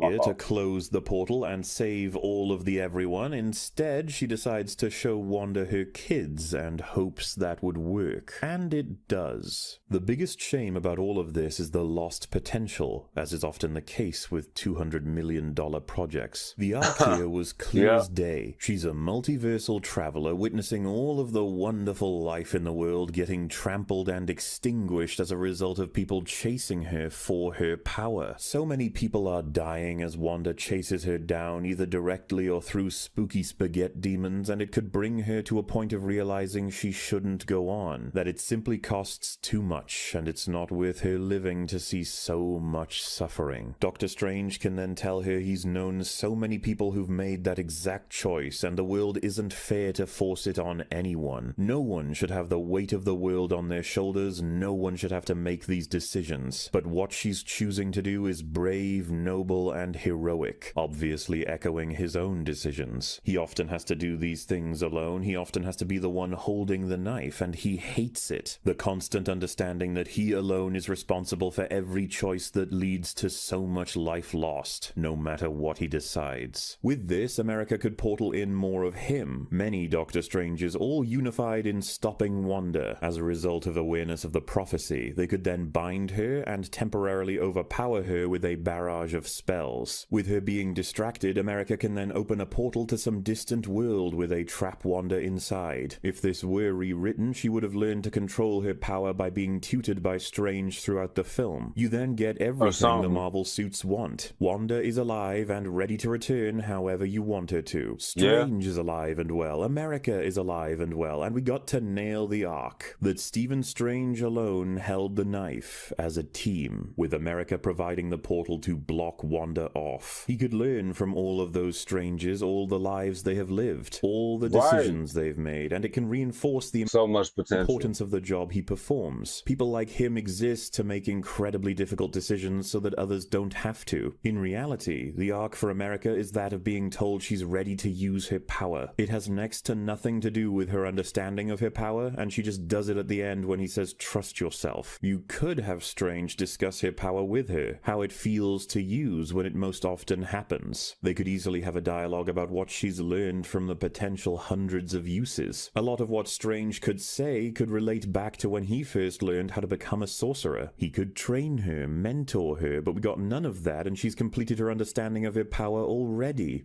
Iron Man was a billionaire playboy inventor who was kidnapped and grievously wounded as a result of weaponry he created. While watching the damage those very weapons caused, he built himself an ultimate weapon to balance the scales personally. America Chavez saw a bee and yeeted her lesbomums into another universe only to eventually believe in herself and defeat the most powerful being in the MCU, only to then forget she can save her parents at any moment. I'm sorry, this shit is hilarious.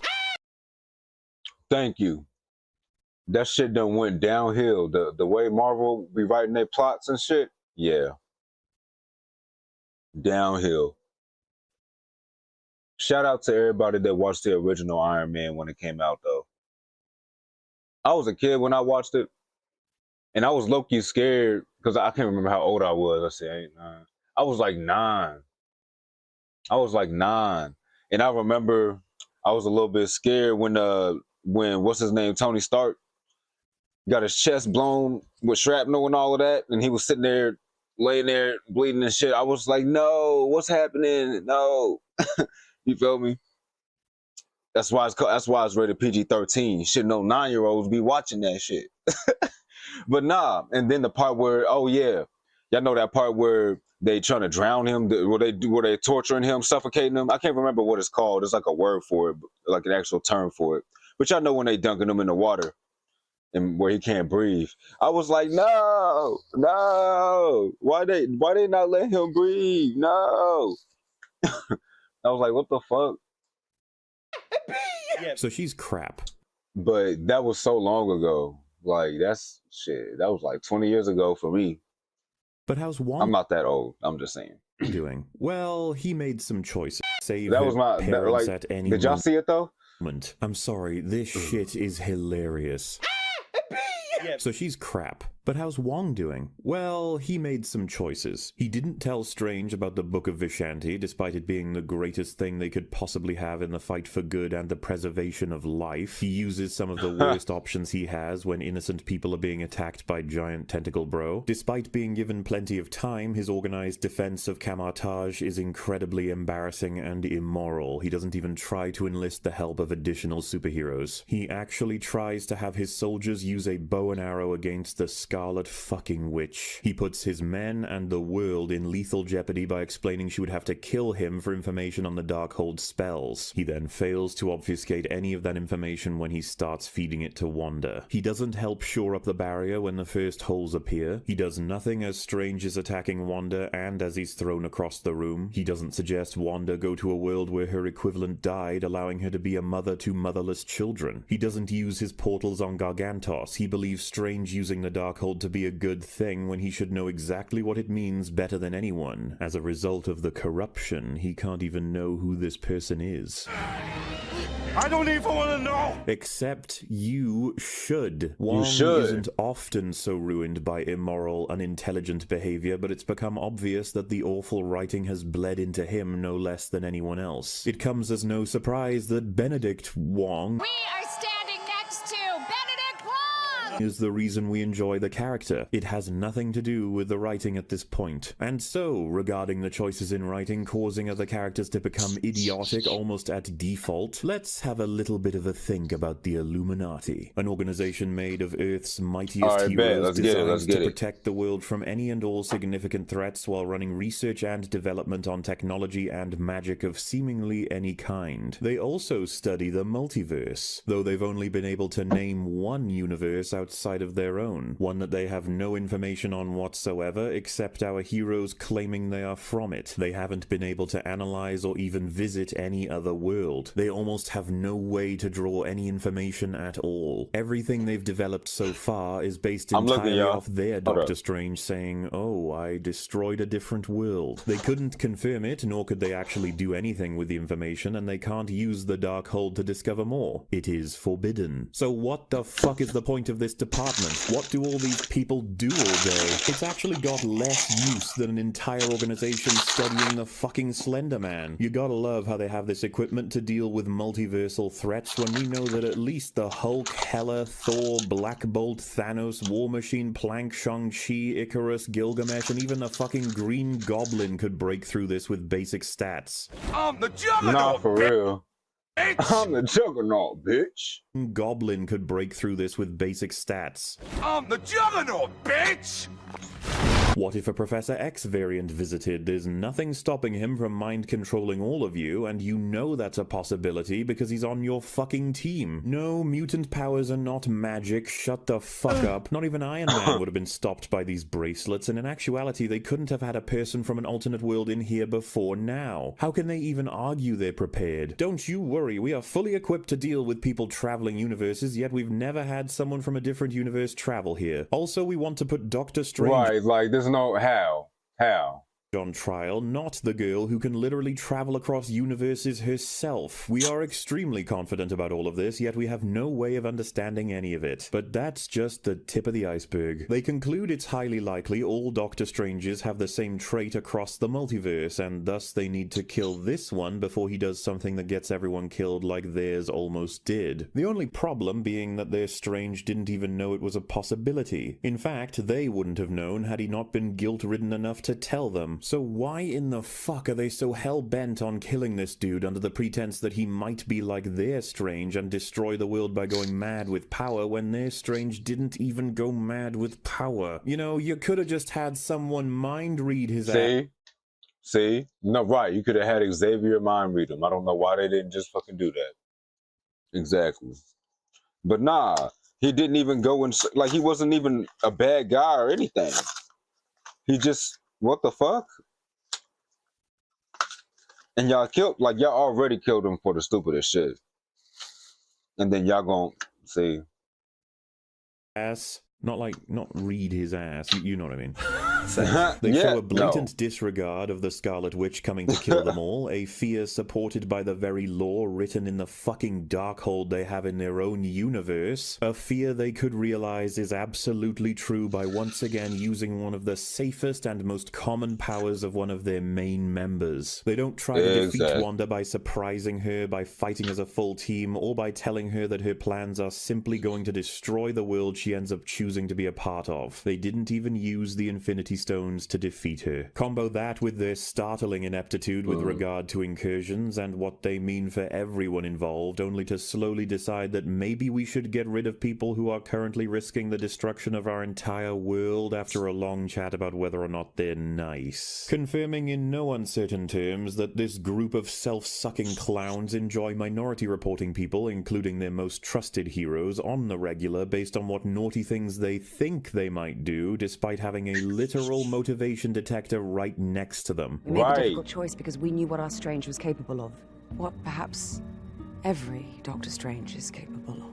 Shut the fuck up, Carter. With that logic, America, Wanda, and Strange should have been executed on the spot. Right, Actually, kill everybody. Just kill everyone. Yeah, I didn't Fuck see it, that. we could all be evil, so whatever. Oh, and don't forget they let access to the greatest evil-destroying power of all time die with their friend for no reason at all. The Illuminati scenes are filled with a lack of concern for their own friends and the world as a whole. We get utterly backward lines, attitudes, fighting strategies, and understandings, leading you to think this superior universe is only in such a state due to fighting enemies with IQ tests that came back negative. And of course, Reed fucking Richards goes in for a tickle only to be shredded while Black Bolt kills himself. It's all a bad fucking joke. Which takes us to possibly the most prominent of the characters of the Illuminati, considering he was set to become the villain at the end of Doctor Strange, though this film shares little to no continuity with that one. At all. In fact, I think it's safe to say they didn't even all. see that movie, let alone respect anything Scott Derrickson intended with Steven's storyline. You see, our Like, Mordo why even has show gone us that? completely insane. He's killing people, while this Mordo is a petty dumbass tricked into releasing prisoners who can barely defend themselves, especially against the Sorcerer Supreme. He Like, doesn't what a seem to bitch. care all that much about helping his team. He doesn't much alter his thought process for them having died, and he is now probably the leader of the Illuminati in that world. I wonder what he'll do to Regina when he finds out she released the prisoner.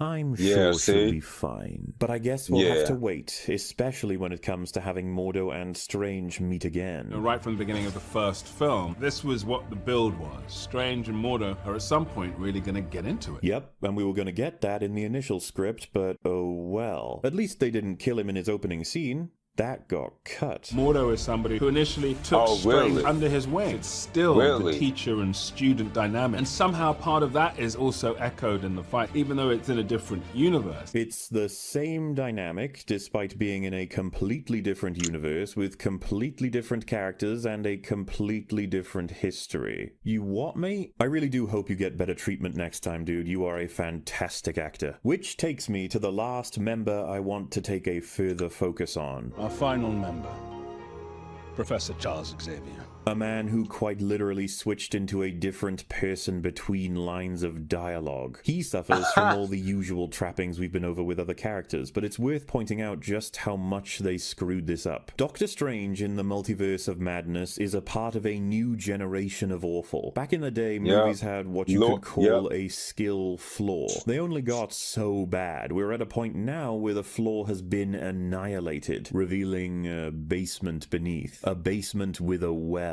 A bottomless fucking well of agony. There's really no telling what's on the way at this point. Regardless, X-Men 3 is widely considered to be the worst X-Men film on top of being a contender for worst superhero movie, but this fucker was released in 2006. That was like 10,000 years ago in terms of culture and writing disciplines. So just how bad was it? Well, how about we look at two scenes in which Professor X and a powerful entity go toe-to-toe in a psychic battle, giving us some insight as to which was executed better. In X-Men 3, we've already spent some time with... I was about to say, still better than the fucking Multiverse of Madness shit, though. Jean Grey being a student of Charles Xavier. We know they've known each other since she was a child, and she was incredibly powerful from the start, meaning she has the advantage of being trained and encouraged by the most powerful psychic in the universe at the time. Her power was leashed for some time, being that she is the strongest mutant hadn't ever seen up to this point, and it meant a form of protection. In an attempt to save the team at the end of X-Men 2, Jean uses more power than she had previously and is consumed by the waves, only to re-emerge as the Dark Phoenix, the entity vying for control of this power within her, as well as a catalyst for the greatest damage being done with it. Her power is psionic, psychic, and telekinetic in nature. Meanwhile, the Scarlet Witch is said to be the most powerful magic user in the universe, only she is taking control of Wanda in a different universe, leaving her with a limited power set that includes telekinesis and partial mental manipulation, of which she struggles to maintain. I created a series of psychic barriers to isolate her powers from her conscious mind.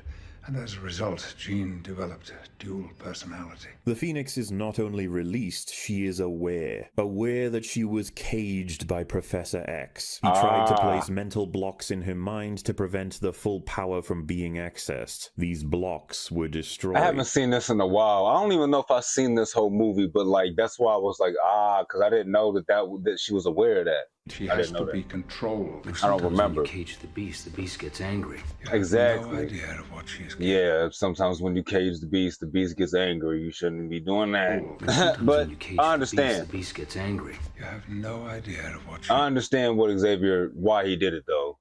She's overpowered, bro. I'm just saying. The story tries to ask what level of control is suitable to avoid catastrophe, represented through these character dynamics and in the overall struggle of humanity against mutant kind, with communication absolutely falling apart. I had a terrible choice to make. I chose the lesser of two evils. Well, sounds to me like Jean had no choice at all. I don't have to explain myself, least of all to you.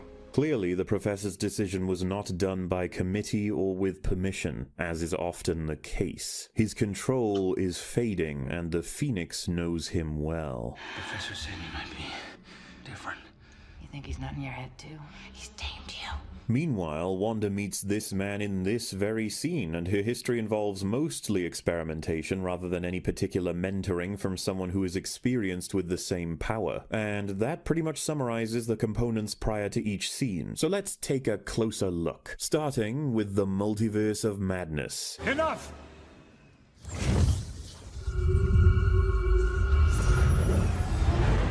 We get an initiation with the Professor announcing himself for no reason at all before the attack, taking away the surprise. Visually, it is striking that Wanda would see herself as under rubble when trapped in her own head. A nice touch referencing her history. Perhaps if I could pull you from under the rubble, the spell will break. So this is already odd in that it seems Charles isn't in control when this is the Mindscape. This is his realm. He should not only have familiarity with it, but essentially full control. Right. Now we're at the point of him being terrified at the big ol' red mist coming behind him, and before you can even think about what that means... Yeah. There we are. A dead Professor X, defeated psychically in an instant by a woman who is casting spells against a man who is biologically using mind control. So yes, that's one approach. Let's see what X-Men 3 did. She needs help. Jean is not well. Funny, you sound just like her parents. To begin, we have the two strongest perspectives on how the issues between humans and mutants should be dealt with arguing before we even reach the Phoenix. In their prior scene with the same approach, it was Eric that allowed Charles to control her, but with an all-out war, Magneto needs soldiers. Regardless of that, his view is that any control of a mutant is obscene, and he is no longer willing to allow Charles the chance, increasing the pressure. I've come to bring you home. I have no home. Yes, you do. You have a home and a family. Not seconds into their discussion, Charles is attempting to build the blocks back up by appealing to Jean, but telling what he understands to be the Phoenix that she must return to her family and her home. Despite his fear of the power sitting across from him, he is trying to get in her head, and Eric notices. I don't believe your mind games are going to work anymore, Charles. So you want to control me? No, he does. No, I want to help. It is clearly becoming difficult for the Professor to contain the Phoenix when everyone now shares a similar opinion of it being unethical. Despite that, the Professor will continue to keep everyone safe, including Jean. It's not exactly. It's like, see, and he wasn't on that type of time, and then in the Doctor Strange movie, he went on that same time. About control for him, but that is the method of facilitating a peace he thinks best suits all parties. Exactly. And as he attempts to calm the room down, he is trying to get in her mind. You've always held her back. Exactly. Good, Jean. Her anger is becoming more apparent, and it's very likely spurred on by the realization that Charles's success here is a form of death for the Phoenix by placing those mental blocks within Jean's head. Get out of my head! Perhaps you should listen to her, Charles. You're a danger to everyone and yourself, but I can help you. And this is where the stakes begin to change. Eric is slowly drawing his aggression back because he may disagree with Charles, but the last thing he wants is significant harm to come to his old friend, and he is recognizing that potential. You killed the man you loved because you couldn't control your power. No, stop it! Eric is now out of the equation, and Charles knows this is his last chance to stop Jean before she loses control completely. So he appealed to Scott, having lost his life, that her power will only lead to that outcome. Jean, let me in. This is the last line for a decent chunk of the fight, to signify that Charles likely began this with the sole intention of locking the Phoenix back as he did all those years ago. Only this time, she's not letting him. Yeah. You get her skin slowly turning more demonic and veiny, while Charles has started looking more and more stressed of his abilities.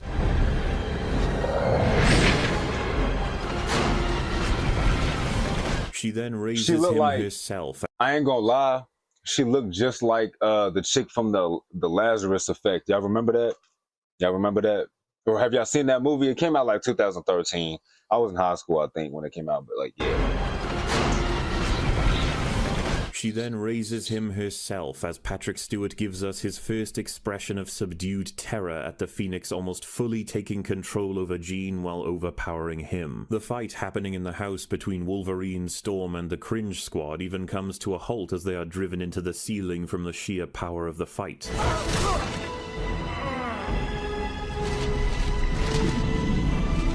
Still, Charles keeps fighting. His resolve remains, only to show he is starting to fade. Jean is slowly tearing him apart, to then bring us this quick moment of Charles realizing he's not going to win, on top of Ian McKellen giving us a fantastic performance as usual to illustrate what his friendship means and the regrets he likely has. The scene then slows right down and Charles says one last line.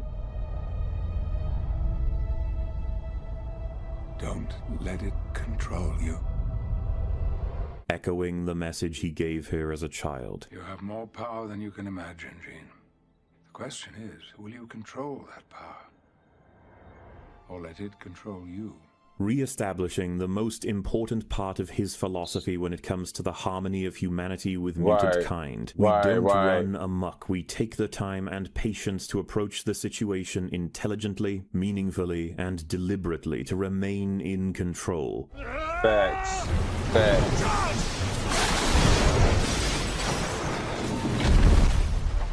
His smile at the end could be interpreted in many ways. That he's happy knowing that Logan can reach her and she will ultimately be stopped. Or that he did everything he could and countless lives were made better thanks to his choices. Or maybe he knew he was going to come back as the old dude at the end, or whatever the fuck that was. The point is, the scene is pretty short, but it's done with some great purpose and attention to detail while giving an end to a very well-respected and beloved character. And it doesn't end there.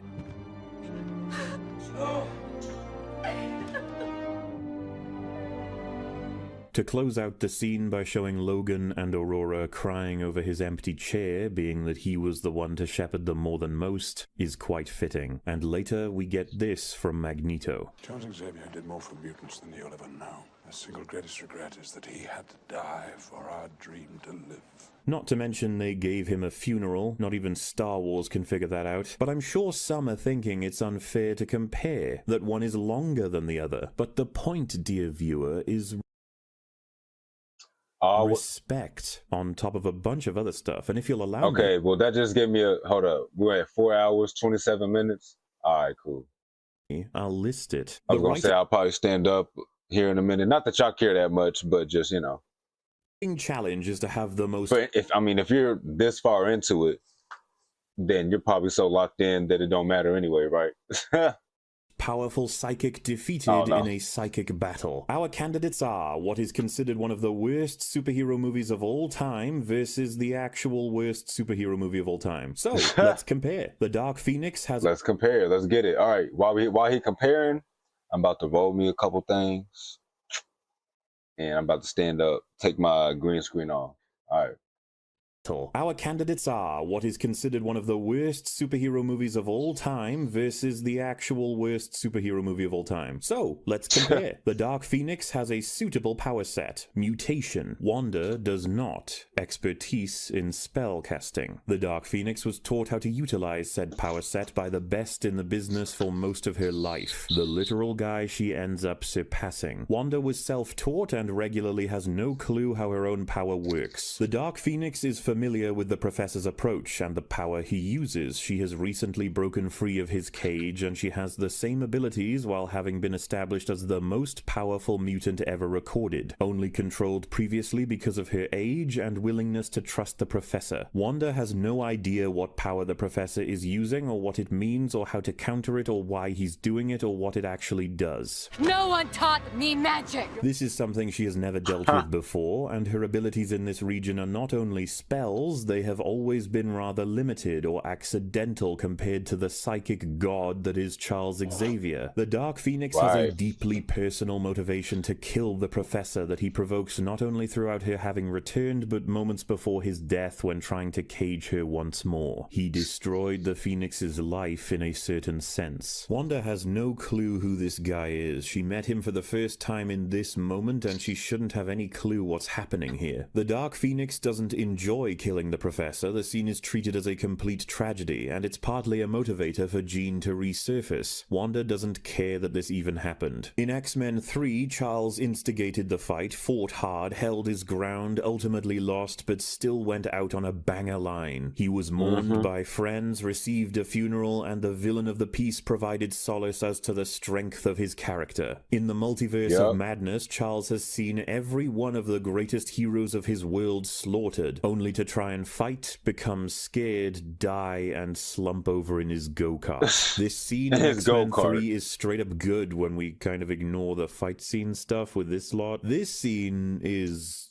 well, it's like every other scene in this mess, and it's indicative of the lack of consistency in characterization haunting even the smaller roles, as well as the complete disrespect given to characters the audience have a huge history with that they are trying to bank on. Now, with that mini essay out of the way, we were talking about individual characters, specifically the Illuminati. So let's give a little look at Regina, or Christine. She holds the position that Stephen is kind of a bad guy, in that he manages situations in such a way that he ends up with the power and the choices only to kill trillions. A position not founded in any kind of familiar logic, since he did that, according to the Illuminati, by complete accident. He was trying to save his own universe and asked for help immediately, and laid down his own life in concern for what effect he might have on their world. It seems she's ignored the entire context of the event in order to be critical of a completely different character in such a way that holds no weight at all. And it doesn't stop there. She believes his desire to reach the Book of Vishanti will lead to trillions of deaths, when the entire reason we need it reached is to stop Wanda from getting America's power and destroying the entire multiverse. The stakes are so wonky and absurd, it feels as though the writers completely forgot why anyone is doing anything in this plotline. And that's on top of the multiversal scientist failing to understand that fundamentally one Doctor Strange does not equal another. Just because your version is someone who made that very specific mistake, it doesn't mean this one will, though we will get to that shit too. This is a pretty simple concept to understand, especially being her position as a trauma That's a whole new can of worms. But hold on, I'm doing something.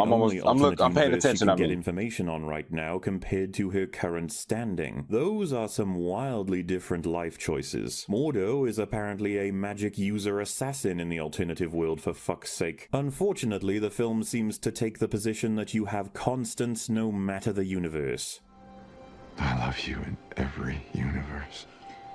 No. Cringe, Doctor Strange. That is cringe. The film being like, oh yeah, Stevens across universes, they're so similar. It's like, here's the thing, they wouldn't be. No. What happens to you in your life drastically changes who you are more so than like innate qualities of you. Like if one Doctor Strange, I don't know, like didn't get bullied at much at school, he may be a totally different person. Like that's what the multiverse as a concept should give you, that you can look at people who have nothing in common with you. Who are you? They look like you, they sound like you, but they got nothing in common with you, and it's just a couple of different choices, or like one event that didn't go quite the same way. Exactly. Like, this film almost seems to want to make a point that like there were universal, like something minor, like oh, this is the version of you that never went to college. You know what I'm saying? Something like that. One event that didn't go quite the same way. But like this film almost seems to want to make a point that like there were universal qualities of Doctor Strange, and it's kind of funny to think about because which is not in no way realistic. They do a really cool thing, which is like it's almost a universal aspect of Spider-Man that like there is this lesson that gets instilled in him. That's like a really interesting way of leveraging the multiverse. They're different people, but there's like a core that binds them together principally. I would argue that part of what's happening in that film is that Andrew and Toby push him onto that path where he might not have made it. He might not have made it. That's right. Yeah, just that it could have ended. You could have had a darker Spider-Man who doesn't fucking care. Well, it's like Andrew Garfield said. You know, I got rageful. Like I got vengeful. Exactly. And if it wasn't for them, honestly, the version that we know, like in the MCU, yeah, that nigga might have been evil or something. Maybe not evil, but like, you know, like worse than how Andrew Garfield Spider-Man was. Like worse, because he said he got vengeful and rageful and stuff and stopped pulling his punches. But I feel like it would have been worse than that. But I could be wrong. That's right. Yeah, but yeah, that's just how I felt about what's that. Happening in that film is that Andrew and Toby push him onto that path where he might not have made it. Yeah, he might not have made it. That's right. Yeah, just that it could have ended. You could have had a darker Spider-Man who doesn't fucking care. No, exactly. It's like Andrew Garfield said. You know, that would have been that kind of would be cool. I got vengeful. I had a bad experience, and I don't want you to be like me. It's like an acknowledgement that the event will change you. Yeah. But in this movie, it's like, well, no, you're like Doctor Strange. I can't believe that somebody who wrote for Rick and Morty would like come away with that perspective on like multiverse. How do you write for Rick and Morty and come away with such like a shallow interpretation of the multiverse? I can explain it for you, because they want to have that line, the line that everyone celebrates, and I think it's cringeworthy, the I love you in every universe. I wouldn't be surprised. This is so embarrassingly childish that it can simply be placed in the neat pile of millions of different ways this narrative shot itself in the head. He even tells her Charles informed him of the book and compelled him to use it. She knows the entire Illuminati are dead now. There is literally no reason not to get the fuck going, but she has to have dialogue that comports to their dumbass arc. It's incredible that she would even entertain discussing this when a psychopathic hyper-powerful telekinetic is steps behind them. Exactly. I feel a lot like my Steven right now. He had to be the one holding the knife, and then that knife killed 1 trillion people. And she's convinced by a person she doesn't even know beyond them being sympathetic to this very Steven, to then criticize him for using a spooky book to save the entire multiverse. But that's just the thing. Christine doesn't get to have a character. She is facilitating the idea that Steven loved a woman that couldn't love him back because he was too scared to go that far with anyone, and he had to be in control. Thus, face your fears. Doctor Strange. which is enough to distract everyone from the fact that she didn't even get to be a person accurate to her standing and experiences, a person mourning the deaths of the greatest heroes in her world, a person who has her own loved ones to get back to. She should be desperate to return to her world. It's in tatters. She needs to help them repair. She'll need to provide many explanations to many grieving families. All of this should be on her mind in the third act, and yet she simply operates as Doctor Strange's not girlfriend. At this point in the story, she should have a full 3 dimensions. She instead is a lame puppet, complete with the bog-standard Marvel snark. Whatever happened, this universe's you didn't do a very good job of stopping it. Perhaps this wouldn't be so bad if the points the writers wanted to make had more subtlety than volcanic diarrhea, which, as prompts go, makes it easy for me to segue into a discussion on the man of the hour, Dr. Stephen Strange. Oh boy, here we go. How about a speed round to start on this disaster of a character? Why didn't he cast the stop hitting yourself spell on Thanos? Why did he toss a car on a civilian? Why does he keep forgetting Gargi exists? Why does he never use his sling ring until the writer remembers it and deletes it from the universe? Why does he never use his magic hatchet again? Why would you attach yourself to that? Why would you nearly burn America, you fucking commie? Why didn't you use the grabby lamppost? I know I'm looking down. Hold up, because I actually want to see this part. I'm going to rewind it a little bit. Just give me a second, y'all. Give me a second. I'll probably cut this out the video. Hold up. No, because I'm almost done, actually. I'm almost done, y'all. If you're watching this on YouTube, just skip it like 45 seconds or something. Hold up. Because I want to see this. I'm actually ready to stand up and all that now. I want to see I want to see what he's explaining. Because I hear it. Obviously, you hear it, bro. We know you hear it. The fuck? Why are you telling us? I said that already, bro. Play the video. Just play the fucking video. Hey, look, I'm about to.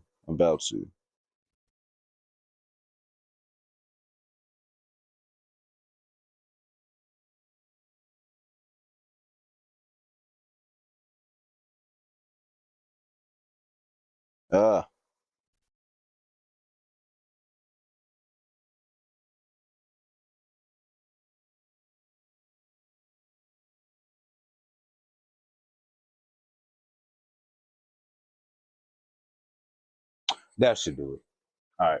Had more subtlety than volcanic diarrhea, which, as prompts go, makes it easy for me to segue into a discussion on the man of the hour, Dr. Stephen Strange. Oh boy, here we go. How about a speed round to start on this disaster of a character? Why didn't he cast the stop hitting yourself spell on Thanos? Why did he toss a car on a civilian? Why does he keep forgetting Gargi exists? Why does he never use his sling ring until the writer remembers it and deletes it from the universe? Why does he never use his magic hatchet again? Why would you attach yourself to that? Why would you nearly burn America, you fucking commie? Why didn't you use the grabby lamppost move at the start? Why didn't you put Gargi in the mirror dimension? Why don't you ever use your telekinesis? Why don't you ever seem to use any of your spells after they get established? You just keep coming up with new ones. So there's all of these spells that Doctor Strange has, and we need to come up with new spells that haven't been seen somewhere else. Keeping it fresh is really important. How in the world is a spectral zombie cat keeping it fresh? Oh my god, don't piss me off. I understand the keeping it fresh shit, but it gets to a point. It's like, okay, if you're gonna use a new magic spell that's super convenient for like traveling or something, and then there's a plot point where the dude needs to travel and he doesn't use that spell, that's stupid. Like, what the fuck? Unless he has access to the spell temporarily, but there's no establishment for that. I'm sorry. That's lame. That's stupid. Keeping it fresh, you fucking kebab. Anyway, back to the questions. Why aren't you replacing the failing barrier? Why split the bus in two and fire it at people behind you? His cloak was also a bit of a cunt in this movie, as we went over. We had his variant selves, one who had no idea. My thing is, why are people even still here anyways? The fact that y'all are still here. Why split the bus in two? Like, if I see a big ass tentacle monster outside, I'm getting as far as fucking possible. Why would you even still be the same couple blocks near it? Like, I wouldn't even fired be... at people behind you. His cloak was also a bit of a cunt in this movie, as we went over. We had his variant selves, one who had no idea how to utilize his many magical opportunities, as well as engaging in the least efficient way to save the multiverse. Then there's the other, who gave his life for a reason he couldn't know to be true, while failing to make sure his friends knew how to access the book that can save them from any threat. Both of them are fucked, but what about our main boy? Well, on top of the speed round, he hadn't read all of the books about spells the Sorcerer Supreme has access to, which is just absolutely the opposite of him. He's aware of the Darkhold and Wanda's insane antics over in Westview, but never thinks she could be a suspect in what's happening to America, nor did he want to do anything about those events. He even almost gives away everything to her, instead of having any kind of time to think. He doesn't find any confusion in the story that America is being hunted by people across the multiverse for her power to travel across the multiverse, despite that being a huge fucking reach compared to her simply using magic. Sorry, I didn't understand you. You talk like a black person. He leaves a corpse that matches him almost entirely, ready. I'm fucking weak. What up, D'Artagnan fan? What? Nigga, you change your name? Who is this? To eventually be found on a rooftop with... Is this Dan? Sorcerer technology on him instead of portaling him to Camotage. He didn't call the Avengers for help at any point, despite having direct access to them in more ways than one. He even makes fun of utilizing an expert sci-fi archer, only to bring in a literal army of archers to fight the most insanely powerful entity he's familiar with. His organized defense of Camotage, along with Wong, is almost as stupid as the Winterfell defense, and it absolutely doesn't incorporate the resources we know he has from previous movies as well as this one. The last time the universe was at stake, he brought the world to fight for. What we didn't told you about this that? time, all of the what I do. But hold up, I'm gonna rewind it like 30 seconds. My fault, y'all. I'm also getting hot, so let me do something about that. Let me stand up and all that. Yeah. Universes are at stake. Hold on, y'all. Hold on. My fault. But welcome back, though.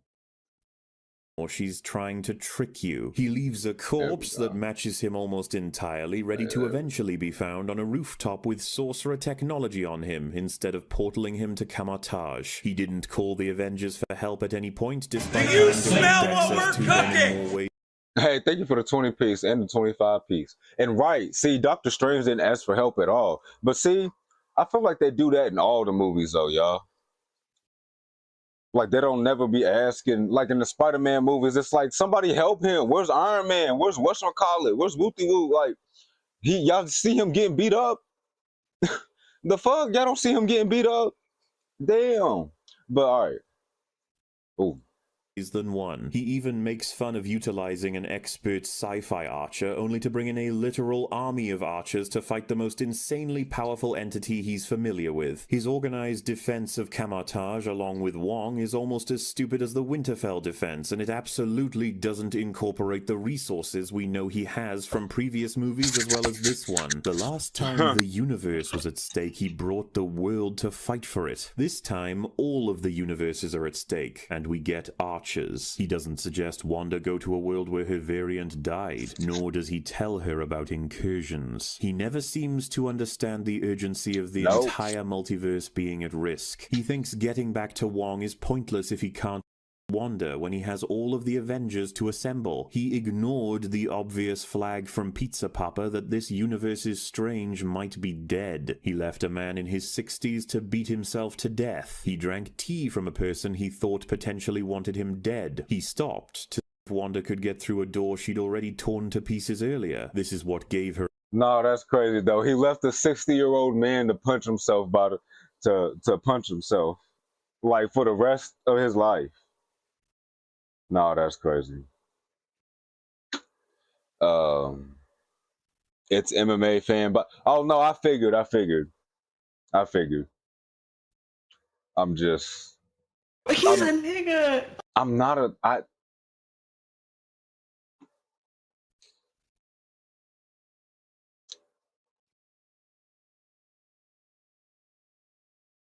a chance at a kill shot. He casually left the door to the salvation of the multiverse open to her. He didn't rush. I am a nigga, I know. To get the book. He failed to protect the book, despite it likely having limitless power. He doesn't even try to reason with Sinister Strange when the multiverse is at stake. He didn't know a sorcerer could control spirits. He puts the fate of the multiverse in the hands of telling a dumbass teenager that she should believe in herself against the most powerful witch in the known. Right. And she does this fucking corny ass smirk too. Look at her fist too.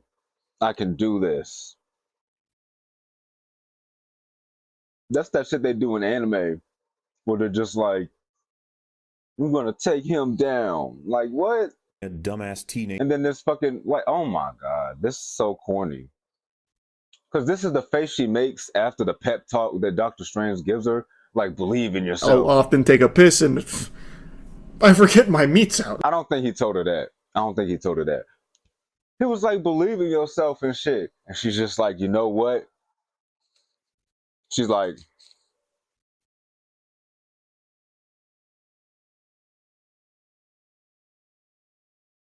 and then the fist is like,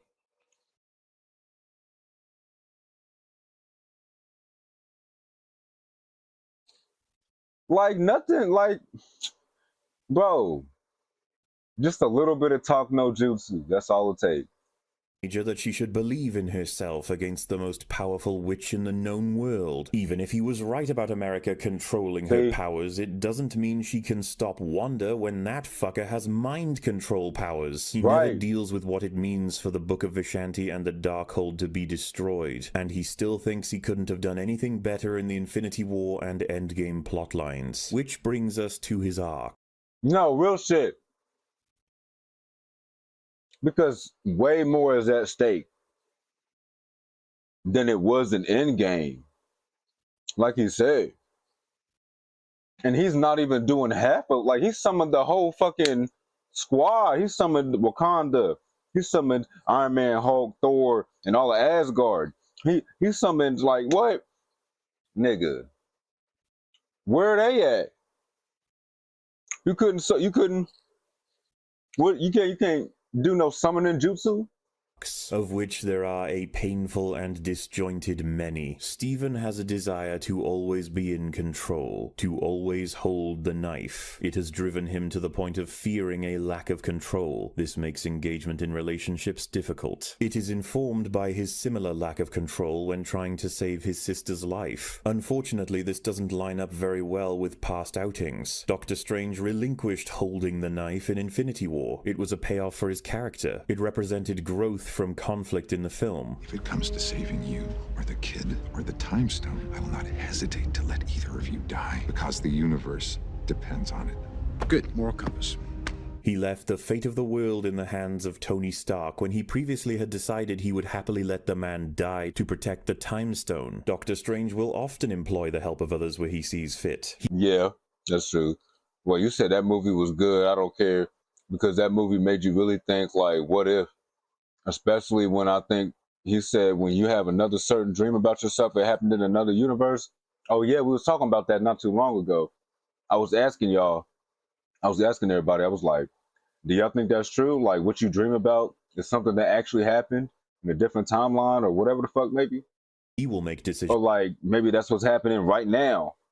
Where he believes it is the right thing to do. Christine referencing this isn't meaningful because it doesn't refer to much of what we've seen. We don't know that he's refused to be with her out of an interest in holding the knife, out of a fear that he could lose her, out of a fear of the risk of what could happen next. She's not been in this story. The world of the MCU forgot she existed. This is no more meaningful than had they decided he's afraid of golf and she's an avid golfer. He said, I don't know, but it made me think though. Yeah, same here, bro. I'm like, so, because I mean, infinite possibilities, right? There's definitely a universe where you're an actual Viking. It's like, what? He needs to realize that just because he can't solve a problem in one stroke doesn't mean he can't solve it at all. Yeah, it's that stupid. This is... Yeah, it's that stupid, yeah. Well, just because you failed doesn't mean you should give up.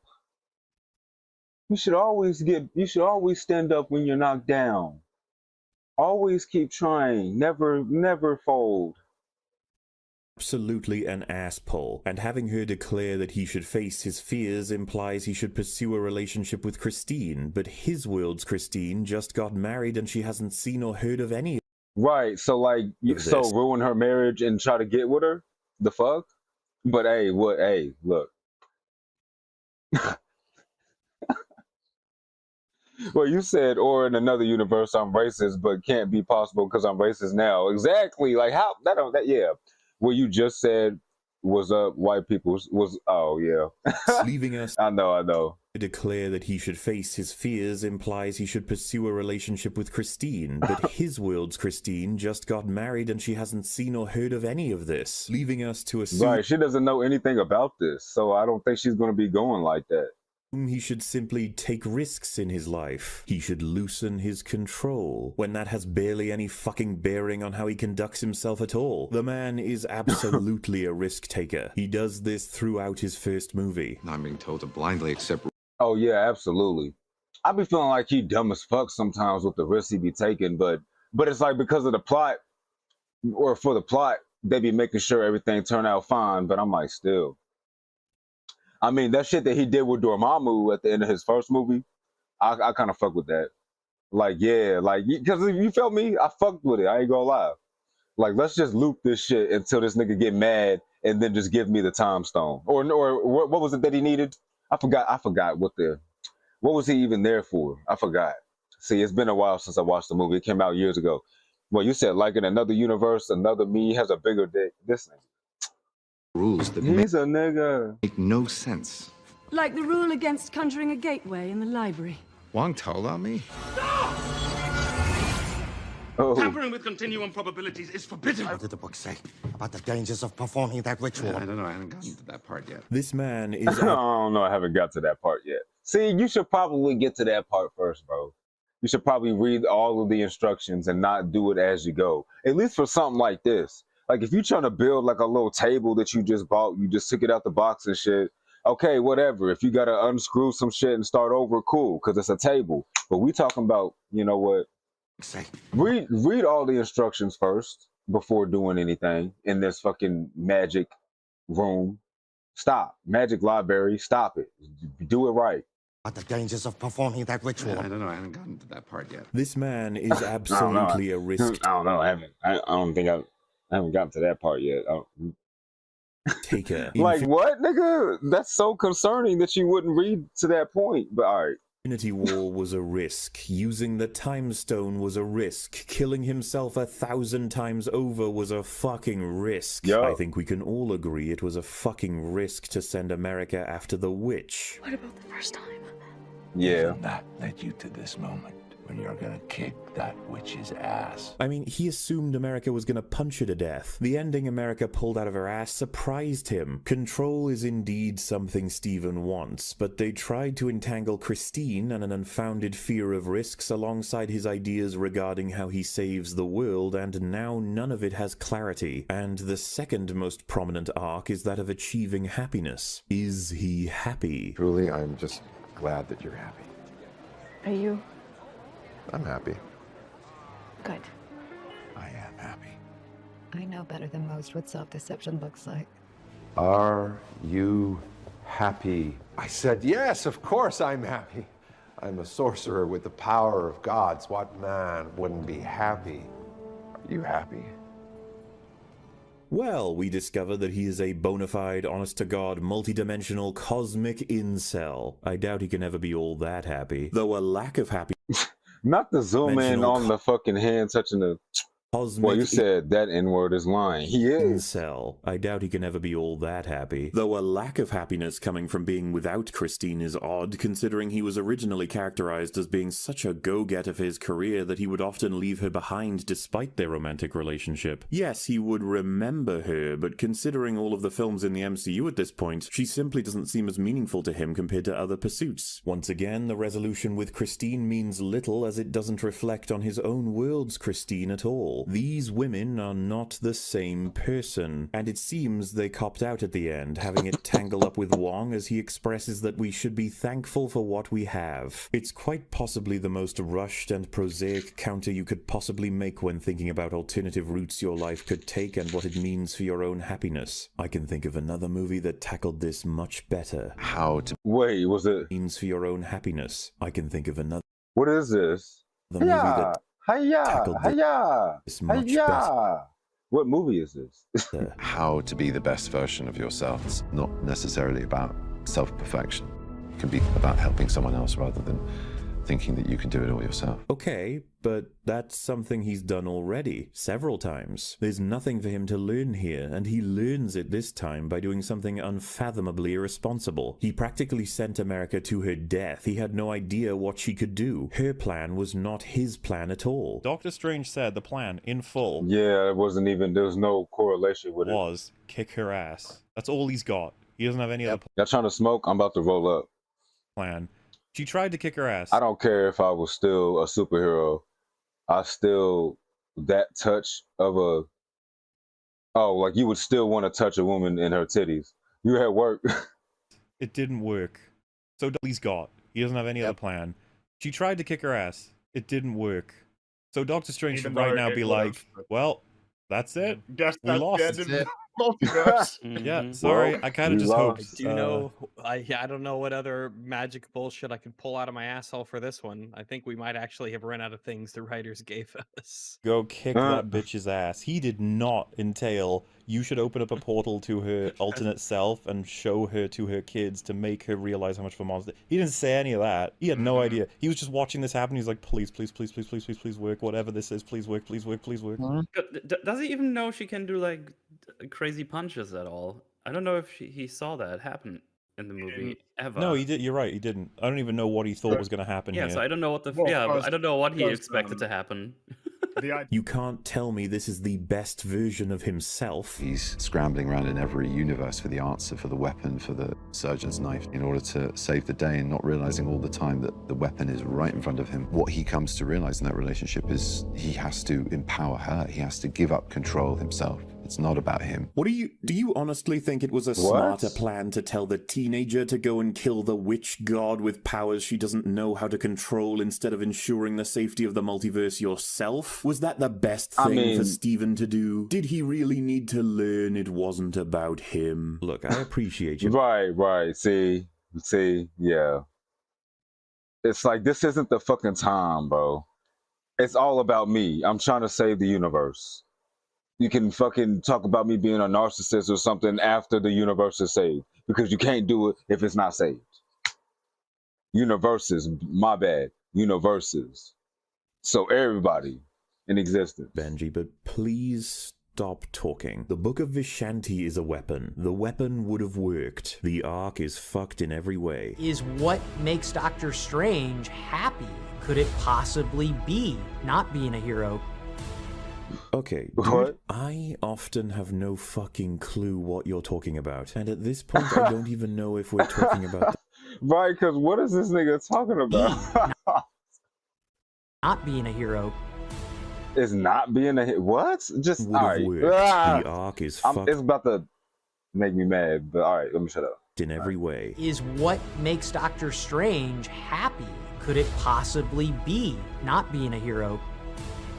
Okay, dude, I often have no fucking clue what you're talking about. And at this point, I don't even know if we're talking about the same movie. Moving on, we have to address something the writers have always played with when it comes to Doctor Strange. A rather complicated element to the character. When I became a doctor, I swore an oath to do no harm, and I have just killed a man. I'm not doing that again.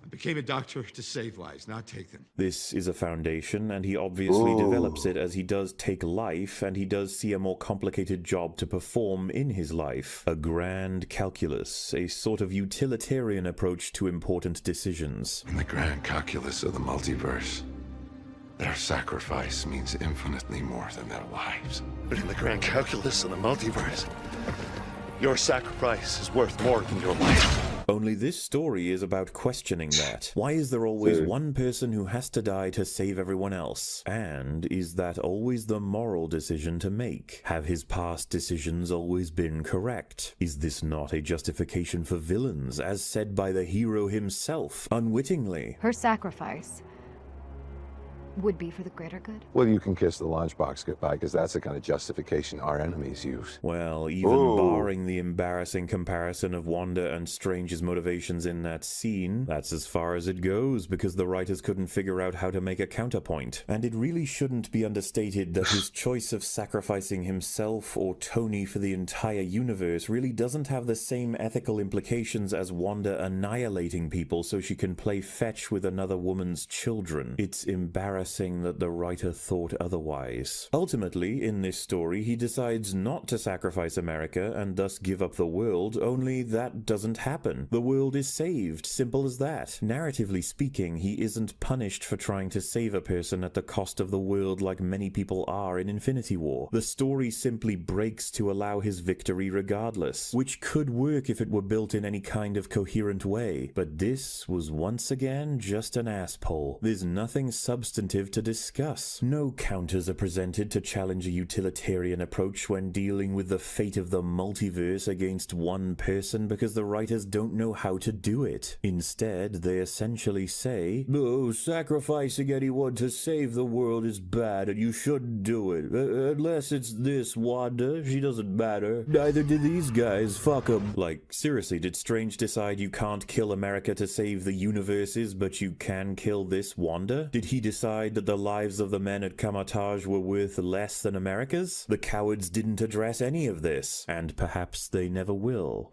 The final arc that is present, will Strange become the man he spirals into in other universes? Will he falter and embrace the dark magic? Well, yes, he will. Had he not, the world would have ended. That was a fruitful exercise. Done. That's the end. Over. Falter and embrace the dark magic. Well, yes, he will. Had he not, the world would have ended. That was a fruitful exercise, and so what about this? I suppose he's been affected very negatively by using the Darkhold, but you idiots didn't. Right, but you didn't explain anything. In the film there, you had to have your cameo scene. He's using the Darkhold, but you idiots didn't end the film there. You had to have your cameo scene. He seems pretty chill with the third eye now. Or is... Right, that's part of why I thought that time had passed, like I was saying like an hour ago. This all how the corruption works. Did anyone in production actually know which scenes were cut and which were left in? Why does this movie shit on Strange like so consistently from start to finish? It shits on not just Doctor Strange, but multiple versions of Doctor Strange. One is not enough. Version. Yeah, like the heroic guy who was like protecting the entire multiverse right at the beginning, and he's portrayed as some kind of betrayer. Yep, really like, fucking annoying You too. made the only rational choice. I don't know what else to conclude. This is an utter annihilation, a dirty destruction of a character. He is well beyond stupid, immoral. Yeah, it's very unfortunate. Again, this was I'm gonna keep saying it. This was the last straw for me, y'all. I gave Marvel a chance up until this point, and yeah. But I'm still watching Doomsday. Y'all watching Doomsday? How y'all feel about that? At this point, the movie might already be out if y'all watching this. But if it ain't out yet and y'all watching this, let me know something, because I look at my comments. So I'll respond quick. A dirty destruction of a character. He is well beyond stupid, immoral, and downright broken at the core. There are no consistent characteristics to grasp anymore. He really could do anything at any time, and he doesn't know anything, but he also knows all things. He is a puppet for Phase 4 to play with because the actor is popular and the character can facilitate basically any plotline. The Ancient One once said he was the best of us. Strange is meant to be the best of us. Well, that was a fucking lie. He can't even get a good wig anymore. You gotta put the fucking I was about to say Tyler Perry. Tyler the Creator. Well, that was a fucking lie. You gotta put that in there. To be the best of us. Well, that was a fucking lie. He can't even get a good Well, wig that was a anymore. fucking One lie. thing of value in watching Doctor Strange on screen is seeing Benabumbo Wombleham do some solid acting. Though I can't say the same for everyone. What exactly is this woman doing? It's like she knows she looked right into the camera, and so now she wants to be as nonchalant as possible, but she's doing the exact opposite. Anyway. Damn, right. Like, bitch, we see you. Did you know that we can see you? As You're not nonchalant slick. as possible, but she's doing the exact opposite. Anyway, that is possibly the biggest thread of damage we've seen so far, and we haven't yet found one that's intact. But we still have one more character. The star of the show, Wanda Maximoff. A woman whose brain being melted might actually improve her decision-making. Especially considering she'll go full goblin mode at the mere suggestion she get laid instead of destroying the world. So let's roll her back a bit. Wanda, as a result of the loss of vision, on top of the grief associated with taking his life, only to watch him be resurrected and killed again, created a hex, essentially by accident, where the members of a town are enslaved. They were forced to put on a pantomime that matches what Wanda understood to be the family life of America in the 50s up to the present. When faced with this reality, Wanda pushes back on the idea that she's done anything wrong at all, coming out with some baffling lines. I've kept you safe in here. You feel at peace. Eventually, she releases her victims and relinquishes both the constructions of her husband and her new children. Catching up with her in this film, it is said that she is aware of her children existing for real in another universe. A universe where they would have a Wanda for a mother. Only our Wanda believes she can reach them, and it only costs a young girl's life. As well as the Wanda's life, and anyone who gets in the way. That sounds totally reasonable and... Yeah, just everybody. Yeah. Our Wanda believes she can reach them, and it only costs a young girl's life, as well as the Wanda's life, and anyone who gets in the way. That sounds totally reasonable and in character. So how about we start with Wanda forgetting the entire reason Westview even happened. She was grief-stricken because she lost Vision, and yet Vision isn't present in her dream universe at all. She doesn't seem to care that she could go to a universe in which her boys and Vision are alive. He's left entirely out of the equation. And don't forget, this is the equivalent of a universal supermarket. She can have anything she wants, everything she wants. But no brother is mentioned. None of the friends lost in battle. Are mentioned, not even her parents. The only thing she wants are the children she made up. What a sorry excuse for a starting point. A complete misread of Wanda Maximoff. But even that's fucked up. It's they just wanted to focus on the kids, I guess. I don't know why. Even if this was how everything was set for her character, she could still re-engage her hex in her own private, non-disturbed way. She could get back everything she sacrificed, right? Yeah. Well, she ain't doing that either. She just has to kill the girl, and she has to do it at first by using demon spaghetti that rampages through cities, killing bystanders and destroying all architecture for the sole purpose of capturing the target and bringing her back to base. How does this even work if she's in an alternate universe? I have no idea. But we know she does it while happening to dwell in the same universe, too. She doesn't go and get the girl herself, despite that being way easier, less conspicuous, and way less collateral damagey, though I still find it more annoying that Strange doesn't use this realization to his advantage, instead letting her know he noticed. When assaulting Kamar-Taj, she has the power to literally poof objects out of existence, and only uses it after dealing with more of their firepower by planting her face into it.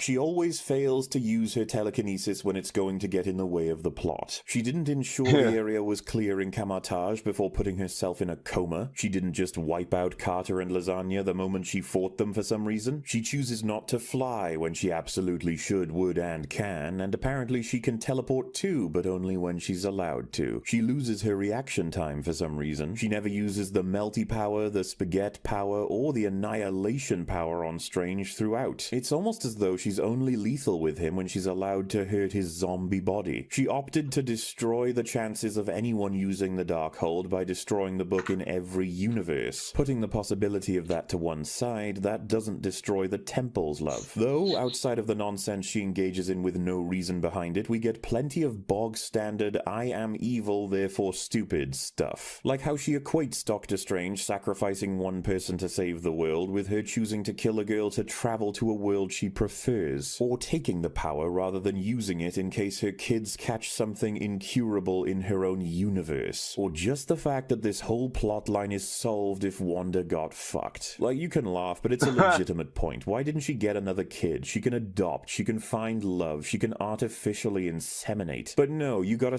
I mean, yeah, she got hella options, but no.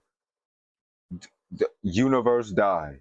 Sacrifice this girl because you can't figure out Tinder? She even right. seems to recognize what she's doing is wrong. She even says she doesn't relish having to hurt people, and she shows some level of discomfort, sometimes. The first problem with this is that she has reality-bending powers. She can make people see whatever she wants. She can send them to sleep or control them to any whim she has. She could turn them into spaghetti when occupying her low-power self. Just turn everyone at Kamar-Taj into pillows temporarily.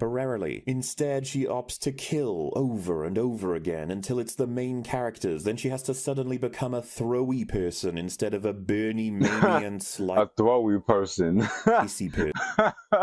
Right, because what about all these, right. She doesn't even get to... What about all these other abilities you were using? Now you're just throwing them, you're doing that supernatural shit where the demons and shit will just push each other against the wall. Like, y'all not even doing nothing. Y'all not boxing for real. Y'all not, just, don't get me started. Just wee person instead of a Bernie, Mamie, and slicey person. She doesn't even get to understand what destroying the Book of Vishanti or the Darkhold means for the future of any sorcerer trying to save the world. Though perhaps that's asking a lot for the movie. So we know she's far stupider than what should be possible, far crueler than required, despite that being antithetical to her stated goal, and she's forgotten elements of her history that, if anything, could be useful for justifying more motivations. Unfortunately, the writers had different ideas, including but not limited to her forgetting incredibly important information regarding her own powers despite being fed exactly what she needs by this book. The Darkhold, the very thing used to defend her actions in this clown swamp. The idea, I think, is that it removed her inhibitions to an extent. It has cranked her desires to override any sense of morality that might stop her. Wanda's gone. She's got the Darkhold, and the Darkhold has her. Only we know that's not true, as she not only gives Doctor Strange 2 chances at a peaceful exchange, she did not engage America herself at first because it was the reasonable thing to do. Right. So it's not reasonable quotation points, marks, whatever. Complete removal of inhibitions, but it's enough that she believes murder, torture, and kidnapping are acceptable when pursuing her goals. Except on her friends. No, wait, sometimes on her friends too. Look, she'll simply do it in a nice way where she can. Only, no, not really. Like, she'll give extra chances when it's someone like Doctor Strange, but she ain't giving people in any of the cities her monsters attack a chance. And from her POV, they are far more innocent than Doctor Strange. But they gotta Exactly, but they still get killed anyway. They still gotta suffer and shit. Look at her running with her baby and shit. Look what you doing, Wanda. The fuck See, look what you doing. See, she quick or die. All of this to say we are already in completely nonsensical territory, but let's keep going. Superior Strange uses the book extensively, and he doesn't come close to becoming evil. He has immense guilt for having accidentally destroyed a universe in his wake and gives up his life to prevent further damage. It sounds like the book had no effect on him whatsoever. Our Doctor Strange handles the book for a decent chunk of time, and he doesn't seem to become evil, despite of course one of his variants going full school shooter mode when realizing he can't get laid. Give me your Christine. Oh, that might have been too edgy, risking some social backlash there. Up yours, woke moral. I mean, I wasn't fazed by it, but I mean, if y'all want to get offended in the comments, and I mean in his video and in my video, but yeah, just hey, look, school shooters, they exist, you know. Sometimes we make jokes about it.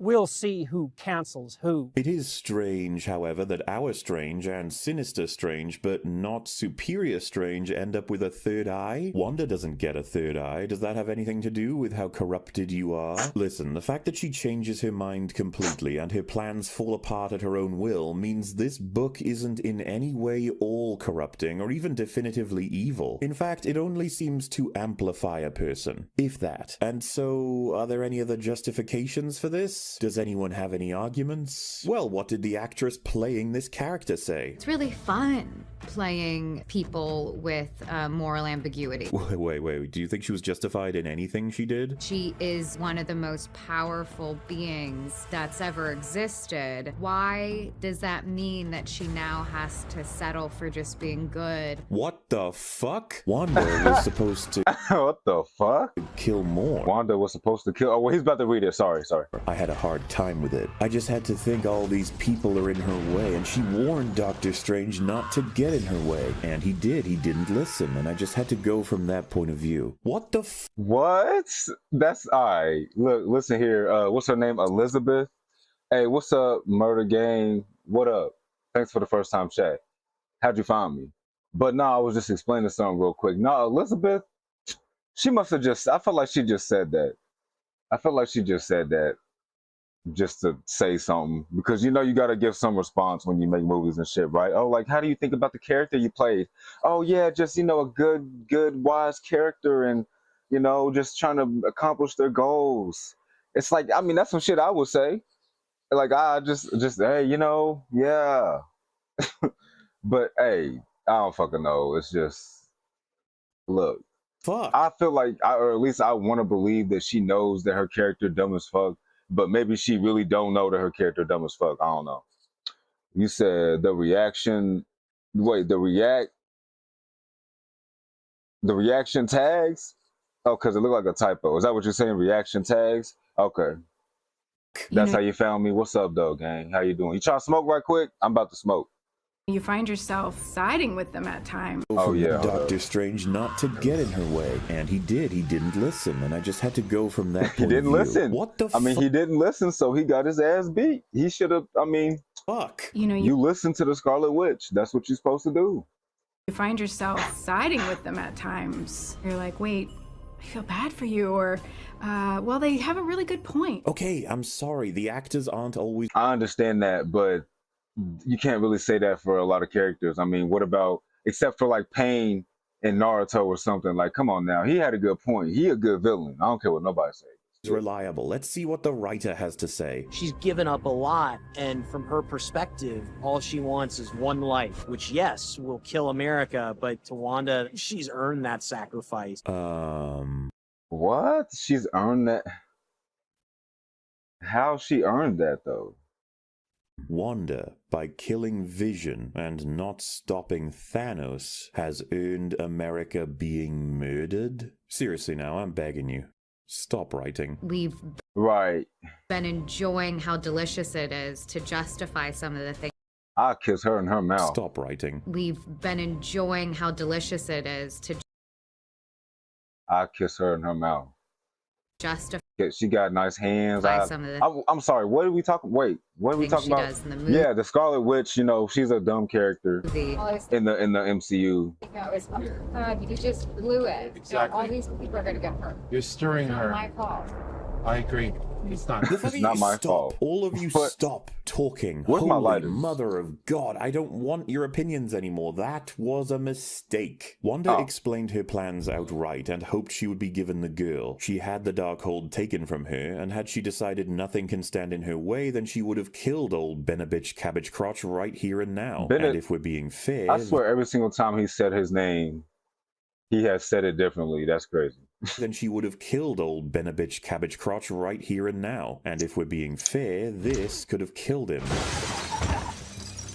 So what is going on? Well, its corruption seems to be plot dependent. It's a scapegoat for her insane and horrific actions while allowing space for pieces of Wanda to shine through and to keep audiences invested in the idea that it's not just some random monster, it's her, which has caused immense damage. When she is without the book, her personality and goals do not change at all. The influence it has must then be permanent, only she ends up destroying the temple in this universe and the book in all of them. If the Darkhold can express truth or have its own investments in existence and the corruption of individuals, then it probably should have stopped Wanda from destroying everything about it everywhere all at once. The better movie, by the way. Check it out. Wanda, once upon a time, felt... Oh, wait, I heard of that, though. Because, I mean, if he's saying it's a good movie. All at once. The better movie. Everything, everywhere, all at once.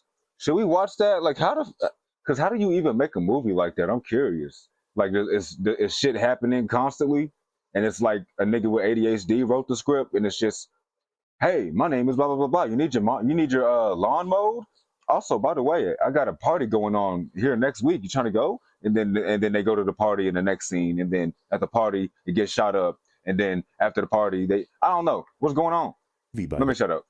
Check it out. Wanda, once upon a time, felt her vengeance dissipate regarding Tony Stark when she found herself assisting an apocalyptic event. Upon joining the Avengers, she ends up losing her brother in the fight for the world. She lost her lover through an attempt to protect the world. She's always had a consistent through line of putting the vast collective of humanity before her own interests. Exactly, right. Like, she wasn't no fucking superhero like, oh, I'll throw my life away for anybody just to protect them. Like, she went on that, but like, yeah, if it meant protecting the human race or something, it's like, nah, I ain't gonna hurt them. The fuck? I'm gonna protect them.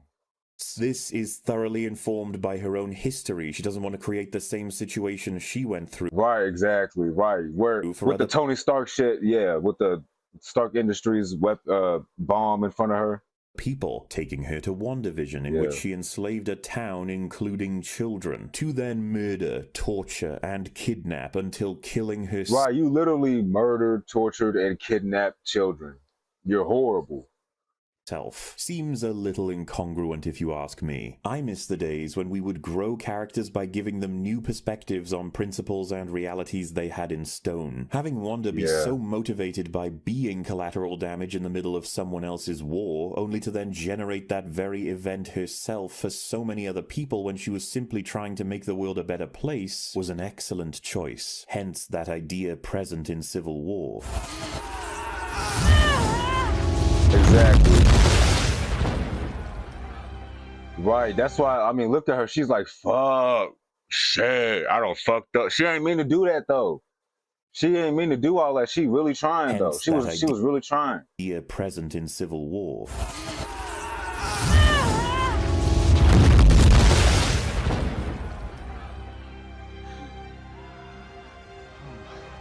Damn. That's how she can still grow from reaching an important plateau in terms of core characteristics. You don't, however, decide she's willing to put the entire multiverse at risk to recover her fucking Sims file. You can't control me. Her fucking Sims file, oh my god. Because that's basically what it is. She made a whole, oh wow. She made a whole fucking city based off of her Sims file. But nah. The way you do them. They all Sim characters. Do them. Can't I? The fact is, WandaVision and Multiverse of Madness have been portraying a different character. Gone is the Wanda Maximoff who went to hell and back for revenge only to realize her power could be channeled into saving lives. Now we have a skin-walking ghoul who looks just like her, shaped by the narrative goals of writers inheriting scripts far too meaningful for them to even remotely understand. Stop it!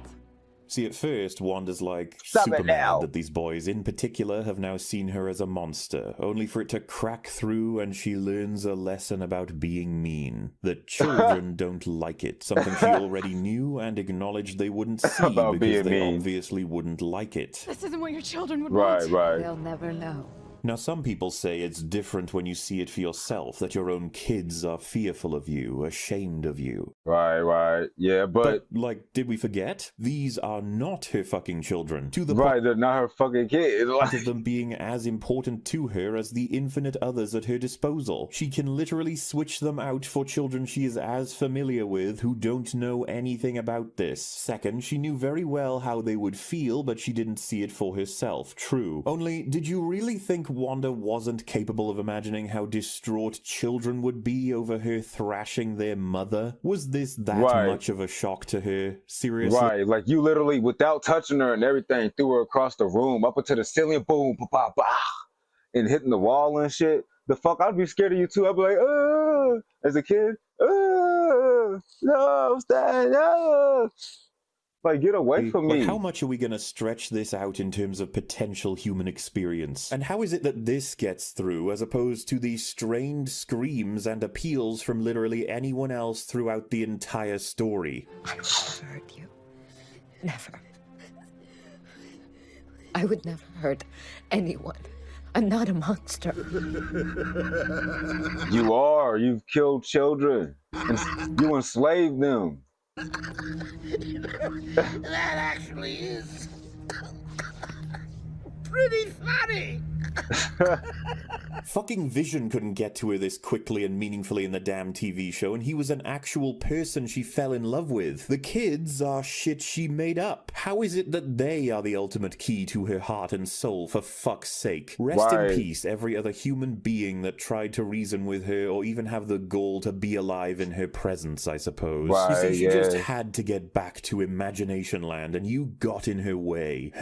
Even if we did grant that the Darkhold corrupted her, she's still assassinated thoroughly. She is absurdly cruel. She has a severe lack of intelligence, and her memory of her lover, brother, and her parents are entirely gone. But I ain't granting that shit at all, not with how poorly this has been executed. Not even Wanda could realize that going to a world where her variant recently died would have been the best choice. It's honestly the most basic shit. I do have one emergency solution that I can use. For real. Kind of put everything back to normal, relatively speaking. There's an infinite number of realities, Morty. Now we can just slip into the place of our dead selves in this reality, and everything will be fine. And, did the writers... Which is fucked up. I don't think I've seen that episode of Rick and Morty. Well, I haven't seen a lot of Rick and Morty, but still.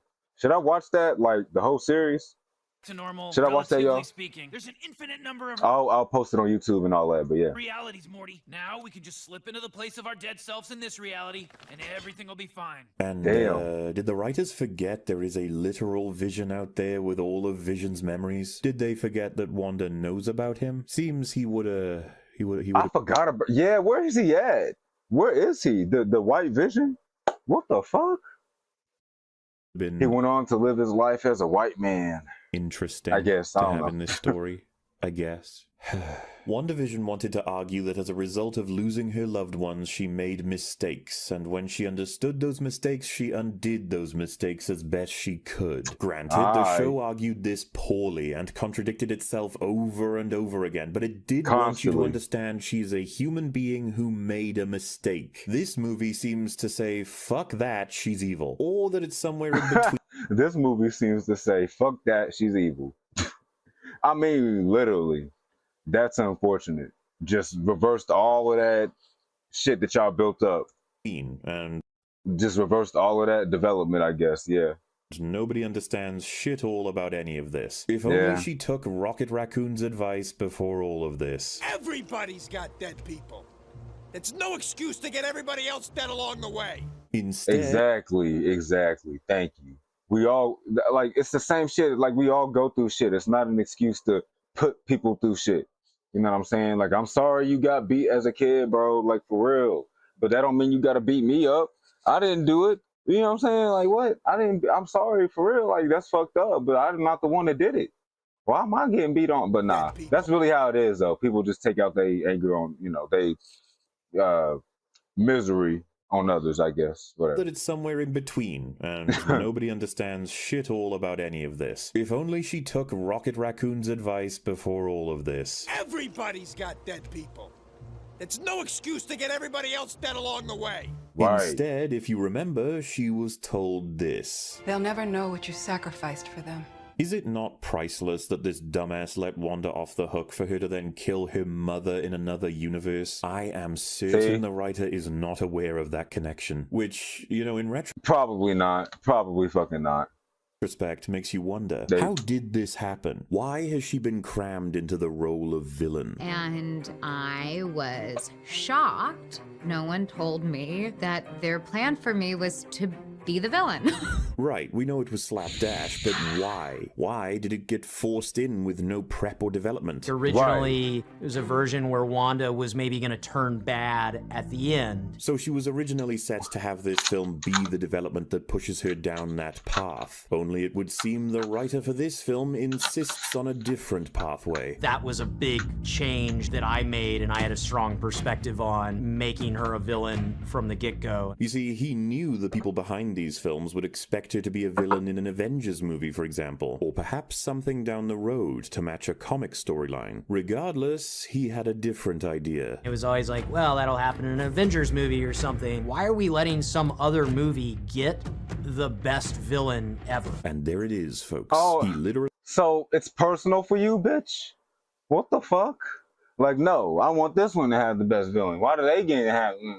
Like, so... Oh, my God. Made her the villain because he thought it would be cool and didn't want a different movie to have that payoff. So he just made... my God. See, the lamest reason. Her evil from the get-go. Seriously, you have no idea how much this explains both in Wanda's characterization and in the entire standard of storytelling we've been witnessing. An approach where you submit to a childish sense of playing with the coolest things. Maybe I don't realize how much, because I realize that it does. But he said how much. I don't realize how much. Hey, you might be right. You want in the hopes it admits and in the entire standard of storytelling we've been witnessing. An approach where you submit to a childish sense of playing with the coolest things you want in the hopes it stops other people from doing it before you, regardless of the story being told. Congratulations, you are the guy who did the cool thing now. Tell me, was it worth it? No. Wanda Maximoff can join Steven, Natasha, and, well, just about every fucker from this franchise being thrown into the big bin of piss and failure thanks to a lack of discipline, talent, and patience. Which tells us that we did indeed lose the container of the story that is the world and the repercussions of existing in it, while having torn the road through the story to shreds and punching holes in each significant bridge. To now discover the car has been put through a chainsaw tornado, naught but pieces of the chassis remain. No engine, no seats, no windows, and at the same time no brakes and certainly no wheels. Which leaves us with the very last element. Is there any fuel in this car? Did a thematic through line manage to bind this story? Did it shine a gorgeous thread around what is clearly an unholy eldritch hurricane of writing? Well, the answer's not going to shock you. Thematically, this story is about escaping your own nature and what it says about you. Wanda spends the film being dictated by very specific goals the writers believe would reasonably push her to particular endpoints, until of course she unwittingly is taking the very element of herself the children love away from them. You see, she is comforted by the knowledge they will be loved. Now, we've been over how much that wouldn't be enough to convince her if the corruption is active and she still has alternative universes to make use of. It should also be something she knew, and indeed she was told by Wong and dismissed it, and it should come as no shock to her that children would be mortified at the sight of mangling their own mother. Yet these same elements were meant to forge an answer, to recognize the flaws within yourself and to see the damage those flaws do to other people, and even still the damage that can be done when working on those flaws. This is reflected in Strange, that his counterparts when holding the knife caused trillions of deaths. His pursuit of happiness led to his decision to become a virgin serial killer. Interpret that at your leisure. Only these weren't very applicable in that one of them was a complete accident and could have happened whether one or many were holding the knife, and the second is a man who simply goes nuts. Nothing about him matches the man we know. The story is critical of Defender Strange for considering sacrificing America, adding to the arc that Strange will inevitably allow his ideas related to the grand calculus of the multiverse outweigh his interest in saving individuals. However, we are not presented a viable alternative. We are not told why this is not a moral solution. They simply say, don't do it, and hopefully things will work work out. This theme is obviously relevant in the handful of Just times don't do it. variants are compared or directly battle each other, but it's also informed in that several growth moments are predicated on the idea that your variants will still share a core flaw that relates to you as a person. This spits in the face of the meaning in choice and environment dictating the person you become, even to the point of I love you in every universe being much more creepy than romantic when considering its implications on top of Strange consistently being too afraid to maintain a relationship in every universe. There are much better lines. I love you 3000. Facts, facts. I love you 3000. Well, yeah, that's better. You're gonna need a rain check on that dance. That was better. Well, yeah, when it comes to expressing how you feel about a loved one, that's way better. Yeah. Oh yeah, for sure, for sure. It's way better. Then finish it. Because I'm with you to the end of the line. Okay, you can't compare lines like that when this film was written by a shoe. Not knowing Nigga said what to do. You get some what to do with the script. You just don't Ross is know always anything, you feel like. But no. greener in this movie too, but it doesn't explore any of it further than Wong saying, hey man, appreciate what you got. Ultimately, this theme is botched by the many elements that make it up. Its points fall in on themselves when looking at the decisions people make when presented with their own flaws, while showing us that perhaps they really can't escape themselves despite the vast nature of the multiverse. And so, whether it was even a coherent message or not, it's rather a shit one, and I recommend anything else that covers identity or alternate pathways or the butterfly effect and the nature of the self, which means, yeah, there's no fuel in the car and it's heading for a cliff. So why not talk about the paint job and the stickers? Tonally, this film is a disaster. We switch constantly from pieces of drama to pieces of comedy to pieces of horror, likely because we are deep into the era of refusing to allow any particular emotion to reign for more than 10 seconds, in the hopes of preventing anyone from coming away with just one impression of what the movie managed to do. To say it's janky would be an understatement, and the harsh tonal cuts are becoming clearer and clearer. Oh. On one hand, we have this booming soundtrack, a horrifying monster killing people, blowing up buildings, and you have extras running and screaming, but then in comes the comedy mandate, and suddenly the scene snaps into a different mode, despite every element remaining the same. You're welcome. It's as though you've been signaled that nothing matters anymore. You can laugh now. It then snaps back to the carnage to see America almost die, Strange is desperate. Yeah, see, and that's something that they do a lot. They did that a lot in Thor. Or they do that a lot with Thor. Just his character, no matter the movie, I feel like, setting this thing on like, oh my gosh, like, can't even take it seriously for 5 minutes. Like, damn. It could be a long-ass villainous speech from a villain. And then after the speech, somebody like farts or something. And it's just like, hey, what the hell? I was talking. That's what they do with Marvel, bro. That shit gets on my nerves. That's some shit that they would do right there. Hey, I was giving a speech or something. Like, bro.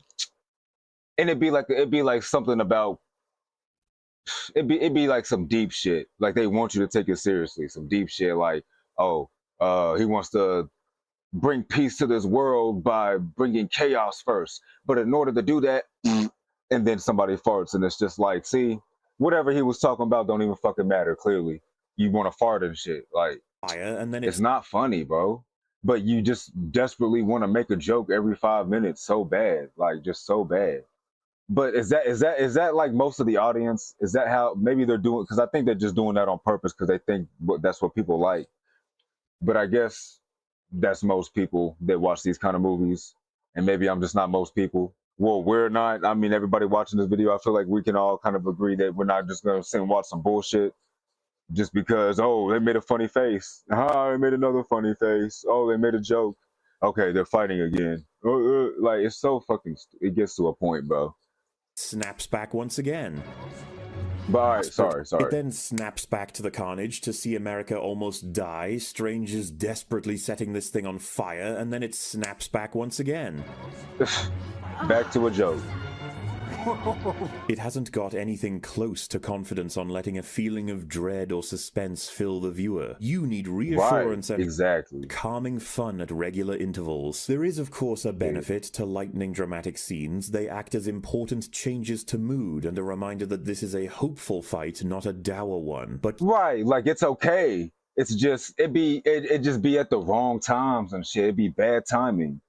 It's like, oh, somebody, you know what I'm saying? Somebody got a gun to their head and it's like, fuck, we gotta save him. We gotta and then somebody make it a joke. Like, that looks like the kind of gun that my grandfather used to use. I don't fucking know. Something stupid and retarded like that though. And it's just like, why are we talking about your grandfather, bro?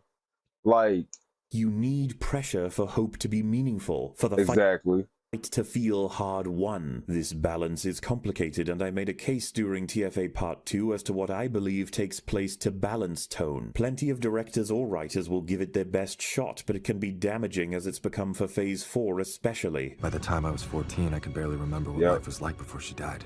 I was willing to do anything he wanted. If he asked me to burn the world down, I would have asked him. Beef or vegetarian? You see, that's what I'm fucking saying. Oh my, that shit right there, my nigga. That he's trying to talk about his origin story and shit, and it's deep and serious. It's not like he's talking about some bullshit like, oh yeah, I went to the grocery store one time, got my favorite candy bar, but it was only one left and blah blah blah blah. No, he's talking about some deep shit, and then like they can't help themselves, bro. Whoever wrote that part in the movie right here that he's showing, they did that shit on purpose, bro. That's why it pisses me off. Like you did it on purpose. You're trying to ruin it. Like you want it to be a joke. You don't want it to be serious. And that's why I can't fuck with it, bro. I know. See, I'm letting it get to me. My fault, y'all. What life was like before she died. I was willing to do anything he wanted. If he asked me to burn the world down, I would have asked him. Beef or vegetarian? Beef or vegetarian. It's just like, you can't ask me after I'm done explaining it. Like, just write that into the script. Let her ask beef or vegetarian after he's fucking done. Fuck. You had to do it right there. Can we hear the rest, please? I don't give a fuck about the beef or vegetarian. But whatever. Roll out of the chicken. So, why don't we take this scene from Phase 1 as a counterexample? It'll be an hour before they can scramble the National Guard. National Guard? Does you let me know what's happening here? Do we? This is well before Steve commands a lot more respect and even retains an official rank, yet he's ready to give orders and lead the situation. You need men in these buildings. There are people inside and they're going to be running right into the line of fire. You keep them off the streets. I need a perimeter as far back as 39th. Why the hell should I take orders from you? There's very little reason this man would take Steve seriously, and so the orders are listed, listened to, but refused. Exactly. And then what happened, right?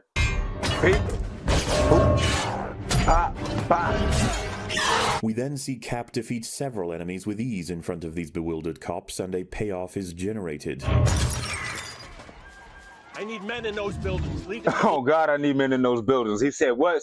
No further than 79? All right, bet. I got you on block 79. And then I need men over here. Make sure y'all keep all the civilians off of the streets. Like, oh God, I'm going to listen to him.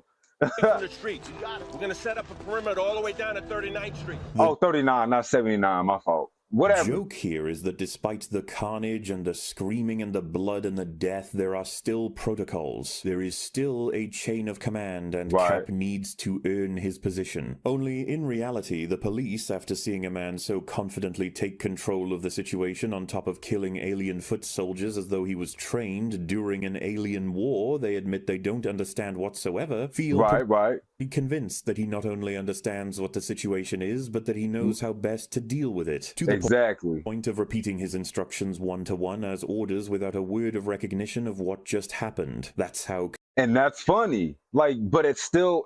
Like, I'm not a fucking expert. This dude, Mahler, the video we reacted to, he can clearly explain this shit better than me. But that is a fucking prime example of a good way to implement some comedy. And even then, don't do it every fucking 5 minutes, every 5 seconds, yeah. But it's like, still, if you gonna do it, like, this is a good way to do it, in my opinion. But let's see what he say about it. to one as orders. Let's see what all he say about it. Sorry. Understand whatsoever, feel pretty convinced that he not only understands what the situation is, but that he knows how best to deal with it, to the point of repeating his instructions one-to-one as orders without a word of recognition of what just happened. That's how convincing Cap was. This moment is dire. It's about saving lives, preventing suffering, saving the world. But this bit it's not human nature, set and paid off as a behavior we could all relate to, can give you a smile in the middle of the carnage without overshadowing it. And it's without overshadowing it, because it was just a quick little 30-second scene. You feel me? Like they didn't put too much time on it.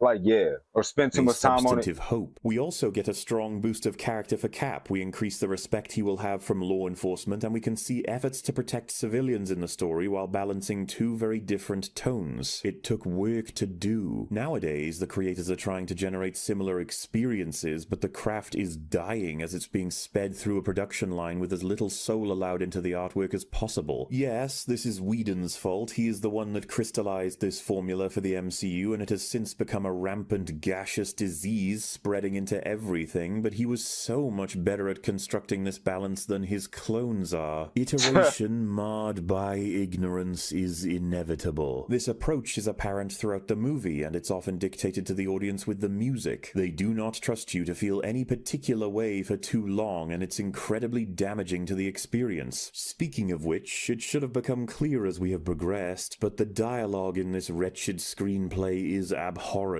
It's really unfortunate that as an art, dialogue is utterly dead. We have your standard clunking exposition. The Book of Ashanti!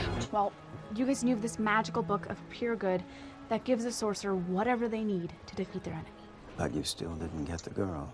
There's no telling what soulless monstrosities lie within. Book of Ashanti is said to be unreachable. It is, except we reached it. Riddled in the movie, it is, except it isn't.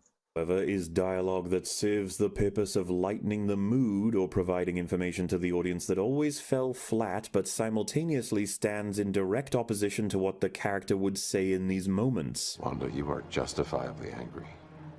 You had to make terrible sacrifices. I don't even want to know! That's incredible.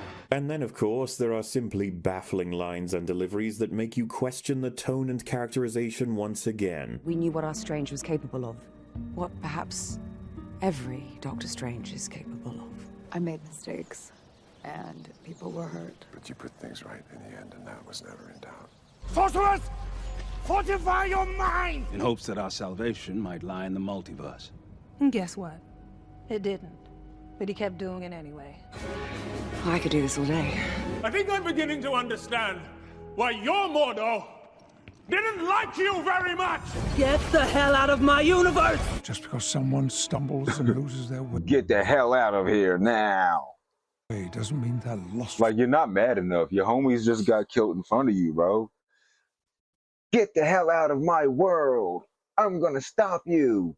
You're just not, it's not the acting, you're not acting. Whatever. All this for a child you met yesterday. It's a huge shame because even the smallest of lines in the right places can make a story so fucking meaningful, but you're never gonna find that here, not in this absolute stadium of sludge people apparently call a screenplay. Oh, like this script is unironically fucking abominable. Screenplay. Wait. Oh, like this script is Dang. I didn't know she was caked up. Like, sorry, I'm paying attention. I'm paying attention. Be fucking abominable. What are y'all looking at? I'm just looking at, because no. Screenplay. Look. Oh, like this script is y'all see, like, memory lane, like how well designed that is. Ironically. You know, yeah, that's what I was looking at. That the way that building is designed. Such a nice building with, you know, nice black, curvy. I mean, nice. You know, foundation for the building. Fucking abominable. And it's fascinating to that's find out all I was why. looking at. Let's finally talk about how this thing was written. Kevin Feige called me and said, we're going to go in a different direction on Doctor Strange 2. And what I want you to do is fuck up the whole character. And when you fuck it up, make sure you fuck it up for good. Okay? And then Wanda, make her a villain, even though she's not supposed to be, at least not yet. But you know, I'm sorry. We want you to come I'm sorry. Let me shut up. over and write it. The original plan. And fuck it up. We want you to come over and fuck it up. And we want you to come over and write it. The original plan and potential screenplay for Doctor Strange 2 was scrapped. It involved Shumagorath, Nightmare, and Mordo much more prominently. It ended with Wanda becoming a villainous character. This was thrown out entirely. See? And that would have been, see, I feel like you could have did that and got a, like, that would have been straight. It ended with her becoming a villain, and then... See, let me stop. And this lad was brought in to create something new. How much time did he have? There were already sets being built and everything, so we really had to hit the ground running. I think I had like 3 weeks to try and write that first draft. 3 weeks total, which is similar to the ridiculous timeline we understood to be the case in Black Widow's fateful production, but that's not the end of the story. And that last week is when the NBA shut down, COVID hit, and the world stopped spinning. He didn't even get that 3rd week, which means he had... Damn, he ain't even get that 3rd week. Fuck. Look, it ain't no excuse. But at the same time, we can, you know, they ain't give him that much, he ain't had that much time to, all right, you feel me? Almost exactly the same amount. Hey, look, if I had that much time to do it, I can't say that I would do that much better, but some things I would do better. Like, some of the shit is actually retarded. Like, what were you thinking? But I don't know, maybe the pressure was getting, I don't know, just... of time the writers of Black Widow did to flesh out the script. Only it still gets worse. Let's start from scratch. And that's exactly what we did. And said, we were in on day 1 of this movie with Sam Raimi. What is the movie we would make? You heard him correctly. The first set of ideas were thrown out. A second lot, constituting a script, was thrown together in 2 weeks, but COVID hit and even that got thrown out, leaving them to literally write this thing as they were filming. Hence the reality. Oh my God. Yeah, of course. That by the time of filming Act 2, he had no fucking clue what he was doing. That's definitely a case of me just not knowing what to do with this. We understand the lore now. I get the lore, how it got built up to this meme. Well, it's basically a meme because me just not knowing what to do with the script. I mean, we might as well call it a meme, right? We're in the 2nd act. Something's got to happen. What should it be? And what does? But it shouldn't be something retarded. I mean, something like, I don't know, nigga. If you gotta, like, bro, if you gotta plagiarize a little bit, like, look up a decent story of whatever the fuck, and like copy it, but like not copy it, but like something to go off of. You feel me? Twist it a little bit in your own way, and then boom. You feel me? Yeah, still not that good. Like 6 out of 10 probably if you do it like that. Maybe a 7 out of 10 because it's Marvel and we like to see that shit. But damn, nigga. I don't know. I just feel like ain't no excuse still. Say about the 2. But something's got to happen. What should something's got to happen. I gotta just, you feel me? Let's just you know, let's make Doctor Strange shoot fucking magic music notes. Just cause, you know what I'm saying? And what? Sorry, it's kind of pissing me off. Let me chill out. Does he have to say about the 2-week script, the one that got thrown out? And we threw that draft of mine out entirely, and we came up with something better and much more exciting. Fuck me, mate. I don't even want to know what putrid gunk gushed out of your prior script if this was the good one. A lot of people would say he did well considering the circumstances without realizing there are a legion of writers that are under this kind of limit all the time, and they can create masterpieces. What happened? Nah, see what I'm saying? And I didn't say those words exactly, but like what Marlo just said, thank you. Like I said, I feel like it's still no excuse. Like some of the shit, like, I'm sorry. And of course, you know, I'm not an expert, so I'm not gonna sit here and act like I could do better. Maybe I could. Some of these writers be on some straight ass. Like, I don't like y'all was smoking ass. I don't know how you can do that, but you was. Under this kind of limit all the time, and they can create masterpieces. But still, what happened here is the equivalent of handing a man a sword to take on a demogorgon, and he ended up eating his own shoes. This is genuinely one of the most It's incredible... just like, you feel me? Like, but, okay, let's go with that little metaphor that he gave. It's like, see, the average person can pick up a sword and swing that bitch. It's like how you end up eating your shoes. And yeah, it don't gotta be eating your shoes. He just made it up. But it's like still, you know, even if I'm not an expert, I could have done some of that basic shit easily. I mean, fuck, ChatGPT would have helped me with it better than, I mean, what the fuck, and I still would have done better than some of the shit that this dude wrote. But hey, I'm just saying, if you gotta use ChatGPT, then do that. I mean, fuck. Just don't make it obvious, but damn. Ever seen. Teams of really great artists, and Michael Waldron's great script, which I just thought was... Because if we can't tell, then what's the problem, right? We can't even tell we use ChatGPT. Seen. Teams of really great artists, and Michael Waldron's great script, which I just thought was brilliant. Why must you turn my office into a house of lies? I honestly do not believe for a fucking second that anyone after going through this script in detail thinks there's even a sliver of it. Yeah, see how nice that pavement looks and stuff? The pavement looks nice as well. And the greenery, you know, the plants, and you see where my mouse is at? Like, yeah. I like this. Yeah.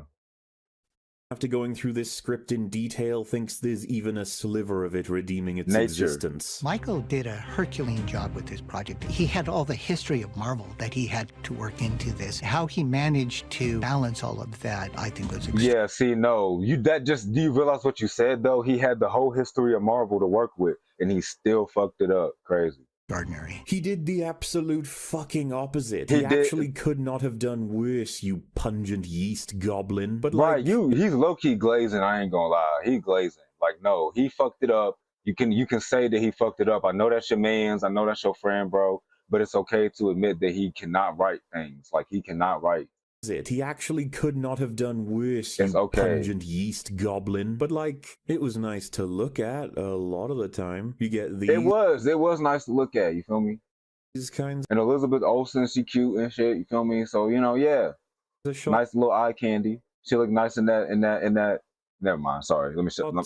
And these ones. This one, you know, this one was kind of neat. Hey, this is kind of creepy and cool, right? Oh man, that's the same extra like 4 times in a row, huh? Oh no, did they forget the scar makeup on Steven's hands? Oh no, they forgot to CG in her toes. Listen, Sam Raimi managed to sneak a little bit of himself in here and... Wait, really? Oh, did they forget the scar makeup on Steven's hands? Oh no, they forgot to CG in her toes. Wait, how did they... Listen, why do you need the CG in somebody's toes, though? Just have your feet out? Or, like, what scene was that? Makeup on Steven's hands? Oh, no. No, they forgot. What scene is this? I don't know. It's all good. CG in her toes. Listen, Sam Raimi managed to sneak a little bit of himself in here and there, but this is a quintessential modern Marvel Studios I just couldn't remember what it was, and I'm listening. A thorough black void of talent, charisma, creativity, and chemistry. Nothing can escape, nothing can bloom, nothing can survive the process they put these poor directors through. Exemplified further by the recent Thor Sludge and Chunder, though Taika seemed on board with the destruction of that one. We still have Black Panther 2. Don't even get me started. I haven't watched that movie, and I know it's trash, bro. How do I know? Ask me how I know. Ask me. What happened? Y'all seen the lights flash? Did y'all see that? Anyway, don't ask me because maybe I don't know what that was. Way that could be good, right? Wakanda oh yeah, and then the Wakanda movie. Okay, that shit I didn't see it either. Of that because I just know it's trash, bro. I'm sorry. We still have Black and then Panther. What's his name? Chadwick Boseman or whatever his name is. I can't remember if that's what it is. Yeah, bro. He's dead, so it's like we don't even got the original fucking Black Panther no more. That already cut the reason for me wanting to watch it in half. But I'm like, oh, it's Marvel though. It's gonna connect with the universe and it's gonna whoopie whoop. But then nah, like I said, last straw happened and then I didn't want to watch it no more. 2 on the way. That could be good, right? Wakanda forever.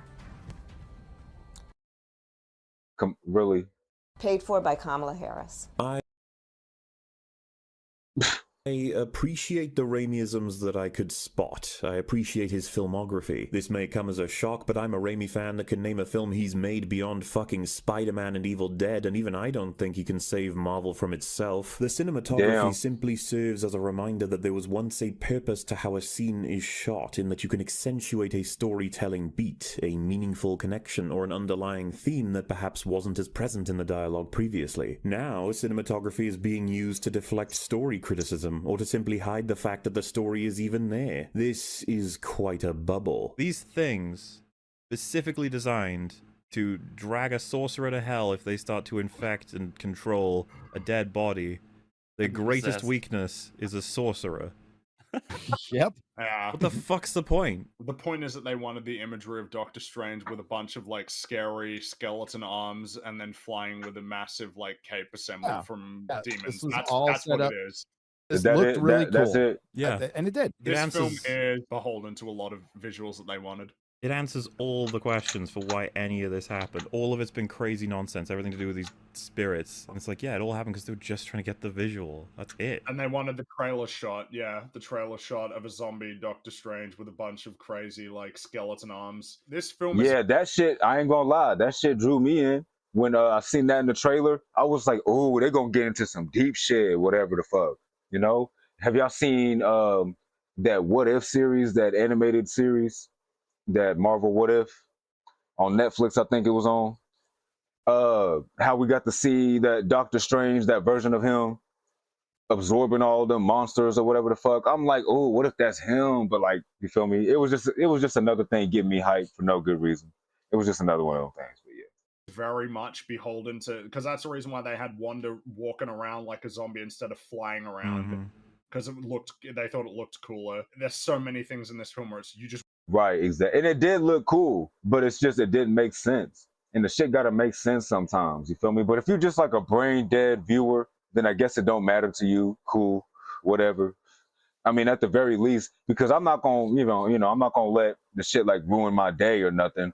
At the very least, I'll throw some shit up for background noise, you feel me? If it's not, if the movie ain't making that much sense, it don't make that much sense anyway, right? I'm gonna just throw it up in the background and just boom. It don't matter if I miss something. It don't make sense. It's not, and I can still enjoy it for like eye candy or something. Y'all know what I'm saying? Do y'all understand? Wanted something that looked cool and you didn't care. I feel like some of y'all can relate. Can y'all relate? How you got it? Yeah, they just wanted the metal visual of a zombie Doctor Strange with bat wings. Like to what I just said. And it works. People have been sharing the fuck out of it, being like one of the best parts of the film is amazing. And I'm just sitting here like, I mean, visually, sure. Visually, no, thank you. Right, yeah, visually, that shit did look hard, but it's abject nonsense. That makes sense. Right. Important. Visually, yeah. It'd be nice if it made sense, but never mind. We can't have everything. Plenty of films have cracked looking good in 4 frames of a pretentious tweet, but that doesn't change the fact that even a Sam Raimi production backed by hundreds of millions ends up with shots looking no less cringe than an aborted Spy Kids movie. What the fuck is this? You all look like PNGs dropped on another PNG. Right, this shot. Oh, wow. You all look like PNGs dropped on another. Oh shit, I could have did, look at this. Hold on, look at this, y'all. Look at that. Just right, that's like so obvious. Oh yeah. You're definitely just in front of a green screen and you got like a ring light in front of you. Oh yeah, I didn't even notice that when I seen the movie or anything, but that's horrible. That's so obvious. That like what was the budget on this movie? 200 million, something like that? I don't know. You know how these movies be. Like, what the fuck? Just to look like that, I can make it look better than that right now.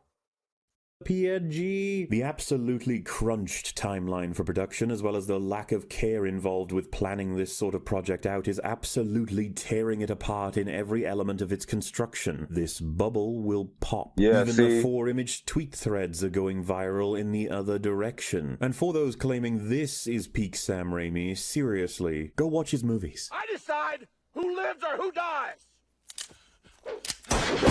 The sad reality is that we are once again dealing with a collection of efforts in favor of a baseline story that has plenty to offer. Maybe this could be the film that finally has Strange confront the fact that he made a bad choice in Infinity War, that the entire team did in Right. Endgame, that they didn't think about all of their other solutions, that they didn't warn anyone, that the world has essentially been lied to in order to maintain the standing of heroes. Their rush job cost all kinds of suffering, and they are hoping nobody looks too far into it. What's so incredibly odd is that we have this line from the film. Did it have to happen that way? Was there any other path? It's almost as though they had a plan to bring this up, or that there were scenes discussing it. Unfortunately, something happened along the way. We could have written a story in which he visits a world where he was the only one who died when defeating Thanos, and that was an option he suppressed because of his fear of death. You could have created a student-teacher relationship. That's a good one. That's a good one. He suppressed because of his fear of death. You could have created a student-teacher relationship between Stephen and America. You could have given them plenty of time to help each other out in regard to what each of them are missing. Classic storytelling that reaches an ending in which she has earned the control of her power, and she does indeed work with Doctor Strange. Right, classic. That's something that you could have Googled. You feel me? You could have Googled like a storyline like that and made it in your own way. You see what I was saying earlier about the ChatGPT shit and all of that? It don't even got to be ChatGPT. I'm just saying. Does that make sense? To defeat the villain instead of being fed bullshit that actually works. America never gets to consider her life. Bullshit that actually works. But all right, I'm going to shut up. Hold on.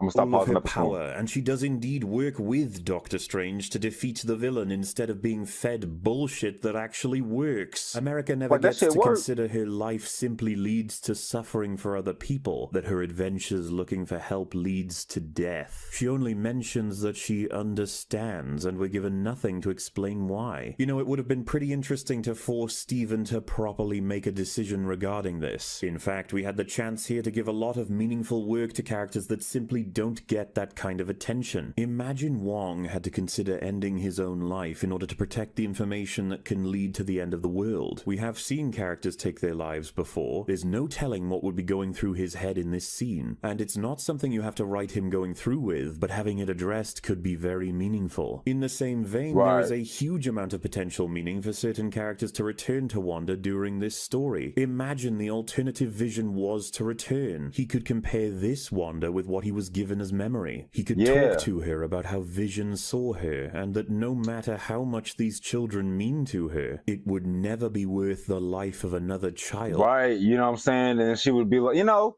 that would be a form of talk no jutsu that would actually work.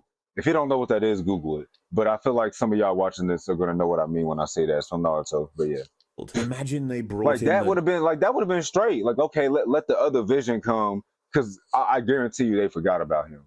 They forgot that there's a white Vision flying around. Dumb, stupid, colonizing the planet. Nah, Archer man. You know. Because he white, but I was just, the one who feels a debt was owed. The one who lost his family. The one who shared a lot of grief with her directly. The one who went on this exact same journey between films and was brought out of it by a friend. Maybe he could have some insight. Maybe there's a more meaningful payoff just waiting to be utilized right there. Or maybe he's just an archer with a mohawk. And the archer with the mohawk. They instigated two lads. Right, see, not y'all disrespecting my nigga Hawkeye. Not Benedict Cumberbatch. Classic Marvel. I can't believe you called him fucking Mohawk dude with a bow. What'd he say? Comic stories soon after having them both act like clowns in exactly the opposite way to their characterization, to then have two fanfics fight the villain for an extended amount of time until they're both humiliated as well. Grabbing the shield with sharp reaction time is one of the things Cap is supposed to be able to do, and you can't defeat Blank with a rock. We didn't get any chances. It's a different Captain America. Maybe she never learned that. Who knows? But see, why they ain't gonna add that, but they gonna add the part where she's like, I can do this all day. Where he's like, I can do this all day. Like, you'll add that though, but she can't catch the shield. Yeah, alright. Both humiliated as well. Grabbing the shield with sharp reaction time is one of the things Cap is supposed to be able to do, and you can't defeat Blank with a rock. We didn't get any chances to see a competent team that had to be defeated with an intelligent approach. We didn't see how they complement each other, or how they can synergize their abilities. We didn't even see whether they care about each other. This wasn't celebratory fan service designed to have fun. It was incompetent fan teasing to play at giving something often asked for with a monkey's paw effect attached, while simultaneously. Yep, exactly. Like, you didn't actually, like I said earlier, like I said earlier, y'all remember? Taking they didn't deliver. They hyped it up so fucking much. Full advantage of the crowd who shell out excessive praise and dollars at the mere sight of even a partially shiny key swinging back and forth. This was so... I ain't gonna lie, they got me though. I was hype as fuck.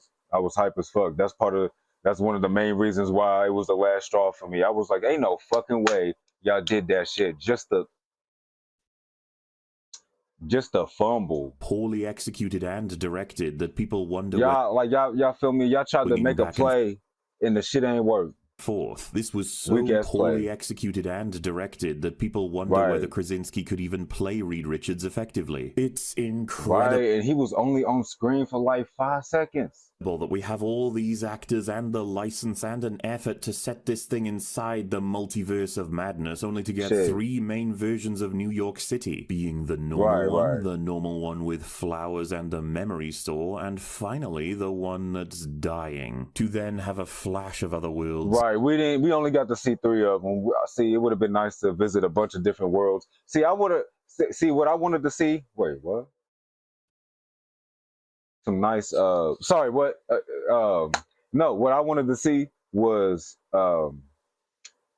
like a futuristic New York or something like that, flying cars or some shit like that, you know. And finally the one that's dying, to then have a flash of other worlds in between. We spend most of our time in rather simplistic approaches to universal travel because there's not enough creativity or time to portray anything more meaningful. The writers went with the incredibly frustrating and embarrassing Illuminati sequence instead of, for example, a universe where the Chitauri raid was successful, or a universe where Ultron did indeed reset life on that would have been a good one. Where the Chitauri were successful in their invasion. Or a universe where Ultron did indeed reset life on Earth. What would that have looked? Bro, see, so much potential. Worlds where all humans have flight. A world that's far in the future, and we see descendants of legendary... Like I just said, futuristic, I mean. Powers in the universe. A world where the Avengers took control of the world in order to protect it. To push one of these forward, what if the Chitauri won, to then be chased through several streets until Loki finds them and points out just how much they are not from this world, only to have them fall into another portal, taking them to a world where the dinosaurs were never wiped out. You get your light-hearted fun of several bad guys from Phase 1 running from a T-Rex until they are then transported and all sent through to the paint world, simply lying on the ground with colors matching the last we saw of them. Eventually, you can collect up several characters that are simply invested in getting back to their homeworlds and thus willing to work as a team to fight Wanda. You get to run through any kind of variation in character from any era in the MCU or out of it while taking them through any kind of any variation of any world, transporting them in moments of high pressure or once Wanda spews a spaghetti monster to kill them, giving us plenty of opportunities for insights into their journeys when compared to the standard timeline, as well as what it could say about Steve. I think I understand what he's saying. He's like,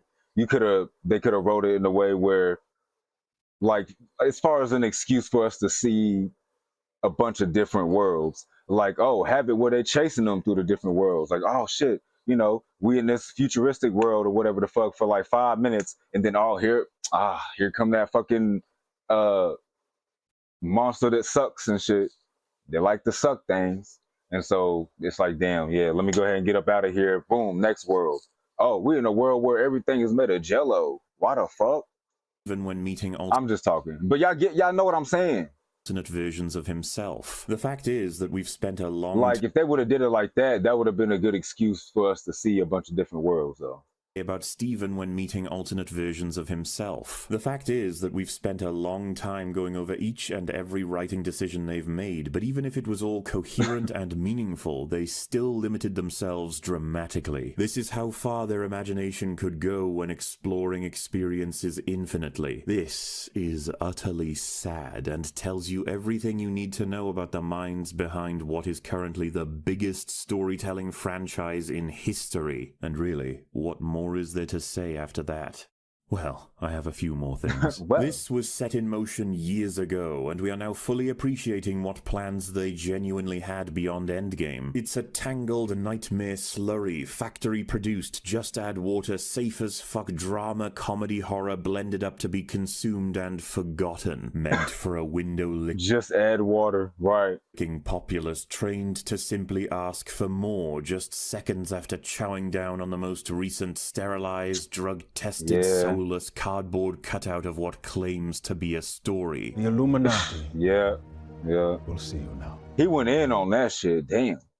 The Illuminati? How did the wit in the world go from this? Tony still has you picking up the dry cleaning. I do anything and everything that Mr. Stark requires, including occasionally taking out the trash. Will that be all? To this. Like a Garbaldegard? Hit a guy, hit it there. How did it come to this? Doctor Strange in the Multiverse of Madness is a story that made me reassess my scaling for story coherency. It made me realize that 1 out of 10 isn't quite low enough despite 0 being an impossibility. It happily sits between them, and the reason isn't simple enough to say movie bad, so let's give this a shot. This film sits in the 4th phase and the 28th movie slot of the MCU on top of several TV shows. It fails to complement or respect the very stories it builds upon and relies upon for meaning. The world simply isn't reacting as it must with what has been delivered to us as a set of rules. It's gone completely awry in the timeline while thrashing against its own brand new rules. They have introduced so many new and broad mechanics that will affect everything to come while clearly ignoring events prior that the world continues to shatter under the weight of each new story they add to the franchise. We are at apocalyptic levels of writing for the MCU's world building. Meanwhile, the plot has snapped itself into ribbons, spending most of the contrivances keeping people out of harm's way when they have further story-pushing purpose because the power levels have become unscalable. You have immensely lucky events happening one after another parallel to incredibly unlucky events, both well beyond any expectation or understanding the characters could possibly have, as well as ones that the audience would never have believed could take place. That, on top of gaping holes in reference to past and present content, banked upon with a smug misunderstanding of the prior work, as well as an accidental spitting on your own work, again and again. This is a plotline MC Escher would have shown vague interest in if not for its complete lack of artistry. The characters have been put through the unholy and unstoppable blender of assassination, stupidity, immorality, gaps in knowledge, and fundamental inconsistencies are rampant throughout. The supporting cast are no better than cartoonish photocopies of someone else's ideas, with characterization as appealing as an anal piss ice cream. This angle of rancid writing is a cancerous infection spreading through the main cast and even tertiary characters waddling in the background. Incredible damage has been done to several legacy characters once again, and now, to retrieve the shortest list related to discovering what we have left to work with, we simply ask which of the MCU heroes have managed to avoid doing something earth-shatteringly horrifying or incredibly stupid to the point of gross, reckless, negligent endangerment of every species throughout the fucking multiverse. The thematic work is botched by the many elements that make it up. Its points fall in on themselves when looking at the decisions people make when presented with their own flaws, while showing us that perhaps they really can't escape themselves despite the vast nature of the multiverse and the nature of the self. The power levels are hideously out of whack. The tone cannot sit still or respect the events taking place. The dialogue heavy on that part. Is clunky, contradictory, and especially where what's her name got killed by that statue. Sit still or respect the events taking place. The dialogue is clunky, contradictory, and embarrassing. They are jangling their keys as hard as ever while trying to distract you from the incompetence with some fabulous cinematography. Sometimes. Sam Raimi was clearly hampered, at least I fucking hope he was, because this movie is not only disrespectful to the source, the movies it's a part of, and the characters it relies on, it's incredibly disrespectful to itself. What does take pride in your work mean? I don't know. It seems to laugh at the idea that writing is a craft and storytelling deserves respect, but I suppose that's in lockstep with the rest of the MCU right now, so why not? It can be difficult to draw positives when for the rest of the craft and storytelling deserves respect, but I suppose that's in lockstep with the rest of the MCU right now, so why not? It can be difficult to draw positives when focusing on the writing for projects like this, but I want it said that these actors are desperately trying to carry this doomed franchise. Amazing, thank you. We don't have time for this. Please. I would never hurt you. Never. Look at me. I would never. Do you hear me? Me hurt you? Never. I would never fucking do that. I would never hurt anyone. Never. I couldn't save her. You know, hats off to him, honestly. That goes for everybody in the production. It's tough to keep up your passion when certain other people don't give a shit. But hey, at least it's fun, right? I don't know what to say to this other than, yeah, I've had fun discussing this thing. It's almost fascinating to me how much it refuses to adhere to any kind of continuity. But anyone can have fun with any movie, as long as you have the right drugs. It just reminds me of the whole, it's different, subversive, experimental. What are the right drugs, though? What are the correct ones? I'm just wondering. Just... That's really not what I'm trying to talk about here. Doctor Strange 2 had a lot of you're not problems. trying to talk about the drugs. I got you. No, I got you. But at least it was different. It's okay. I was just feel this one more. I think taking a shit in space would feel different. What the fuck? I wouldn't recommend it. Maybe as some last-ditch effort to show you guys how this kind of approach is going to fall apart eventually, I can point to this. Wanda, I want to live happily ever after with my children. Strange. She gets America's power. She could enslave the entire multiverse. Wanda just said that she wants to be with her children in another universe before this. How or where in her sentences did he find out that she's enslaving the entire multiverse? Why would she do that when she's already going for kids who are actually living? Well, because she... The fuck? Watch the movie, bitch. The fuck? She's prophesied to do so. It's your destiny to destroy the world. You see, some viewers don't know about this because they didn't watch WandaVision and the right... Okay, but even then, you can see when you watch WandaVision that she is not doing... Okay. ...has forgot to... That person that made that comment is slow. You see, some viewers don't know about this because they didn't watch WandaVision and the writers forgot to re-establish it for the context of this film. Rewrite reality as she chooses, and it's prophesied to either rule or annihilate the cosmos. You see, they almost had it, but they forgot to mention that's from the Darkhold. This confuses people to the point of some average viewers failing to understand the stakes of the entire story. But this isn't shocking when we find out how the script was made. A practice that should have been abolished yet has become industry standard, for Marvel at least. An embarrassing recanting of a comedy of errors with little time for errors to even be committed. Yet, the team crammed just about as many failures into the screenplay that was humanly possible. It's all so amateur. This farce should never be the norm. Yet here we are. The script is entirely beholden to every possible influence other than the story. It's a perfect representation of the transfer we have made from writing being the foundational element that binds a viewer's heart to the material, to the visuals hopefully distracting the viewer from the writing that would otherwise compel the viewer to set this shit on fire. The script is now playing 10th fiddle, and as the projects progress, the writing becomes this disrespected, dilapidated, mountainous collection of corrosive slime that they constantly have to run away from. There's no use in saying the sludge pipes are bursting open. We're in the sludge ocean now. We're well into this era, and the only raft I see is the hope that some director, writer Disney happens to use manages to rise above the thick rivers of corrupted sinew that is the stranglehold over these genuinely rich ideas to provide us with something to smile at, something to appreciate, even in passing. Enough disrespect. Please, can you finally consider taking the time to write an actual story? What did you call it? It was like shitting on the shoulders of giants or something. It's kind of where you're at now. Yeah, and they get to dance then as well. while smearing the shit into themselves. Just like, yeah, look at you go. You're proud of yourself, aren't you? So yeah, that I was. just realized this dude's name is the Critical Drinker. Oh my god. Look at you go. Nah, fuck with it though. Proud of yourself, aren't you? So yeah, that was the long version. The short version is movie bad. Or Doctor Strange. So yeah, that was the long version. Short version, movie bad. What the fuck?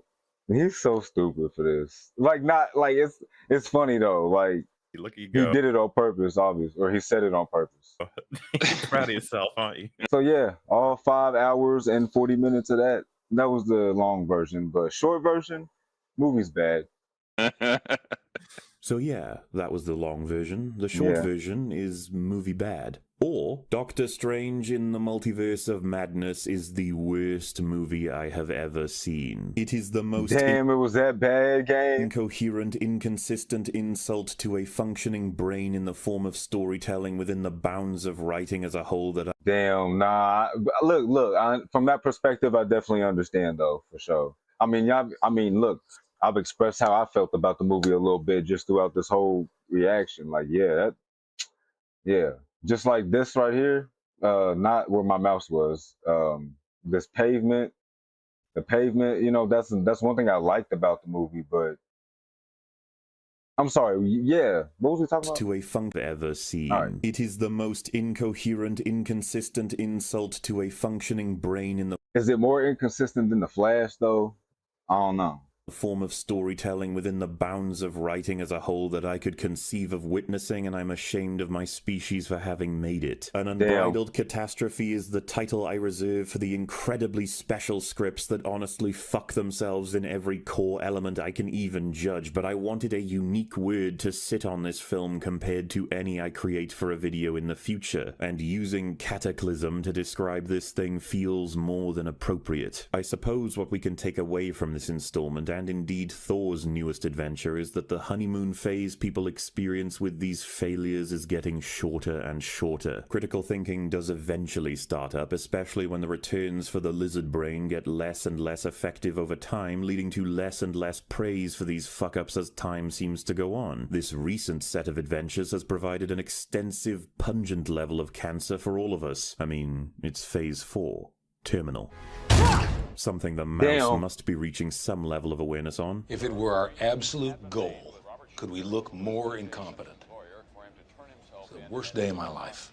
But money talks, folks. It'll only be a set of complete commercial failures that have Disney reevaluate their approach. So until then, we shall simply be calling a spade a spade. Thank you all so much for watching, and thank you to the meme repository, Fringy, Goga, and JXE for helping me edit this Leviathan. It has been a bit of a task, especially with so much going on. And you know, speaking of which, look who it is, in plushie form. Mutely is back. If you missed the first generation, well, look out. Generation 2 is here. And this time, I'm looking a little bit more mischievous. Could be that I just made fun of some movie. Could be I'm planning It could be just because I made fun of something evil. Or it could simply be I'm excited to eat these cookies. Yes, this plushie comes with a detachable box of plush cookies. I always had a fondness for that cereal. But what's this? It looks like I have... But hey, WAD, look, I'm not going to watch... Hey, shout out to him. If y'all want to go to his video and look at the rest of it, then that's cool. But I'm going to skip through it and see if he mentions anything else about the movie real quick. But shout out to him, you know what I'm saying? Hey, what up, Shammy? Welcome back, gang. Welcome back. It's been a minute. First campaign, next general, a little too late. How you been, gang? WAD. No, for real, WAD. I might get my own plushies. I don't know. It's too late. Probably not a plushie. But never mind. It's a fantastic... I was thinking, never mind. Avenue to support the channel, and you get a little toy. However, if you're not into that sort of thing, I would very much appreciate support on Patreon if you want to see more videos like the one you've just seen. If you're not a fan of... Shit, what we're gonna do is not go to the Patreon, but we're gonna go to his page, y'all, and we're gonna react to some more videos. I wonder if he's got any videos longer than the one that we just reacted to, because what the fuck? What the hell? Shit was... How long is this reaction, y'all? Probably like 6+ hours. I don't know. Patreon. Oh yeah, easily 6+ hours. 7 hours? I'm gonna make a guess. We're gonna see when I edit it. when I post it. Subscribe Star is also an option. Every last dollar things. If any of you actually listening right now ever wanted to see me do a breakdown of the Obi-Wan Kenobi show, dialogue, come on. Roy me. I must. Okay. I'm not into Star Wars too much. What? Which I don't mind getting into Star Wars. Should I get into that? Like, I'll watch it and post it on YouTube and all that. No. Man, this. Why did you throw? Only Star Wars I know, y'all, is the shit I watched as a kid, which I guess is like the original. 1, 2, and 3 I watched. I remember seeing Obi-Wan Kenobi and what's his name, Luke Skywalker. I don't know, the nigga that he got. They was fighting in some lava, right? And then the nigga got the high ground, and then eventually cut the other dude's arm off, and then he turned into Darth Vader. See, I said the other dude. I don't know his name. Is it Luke Skywalker? Is that the nigga? I don't know, y'all. Should I get into Star Wars though? Third person in that room. There was. Where did the third person go? Equipped to be. Let's see. Oh. Discuss Right now. What? to some rather interesting. Every Fine. It's like always an add-on Okay, to I think the always rest fix is their just this, but I'm gonna skip a lot. Hold up.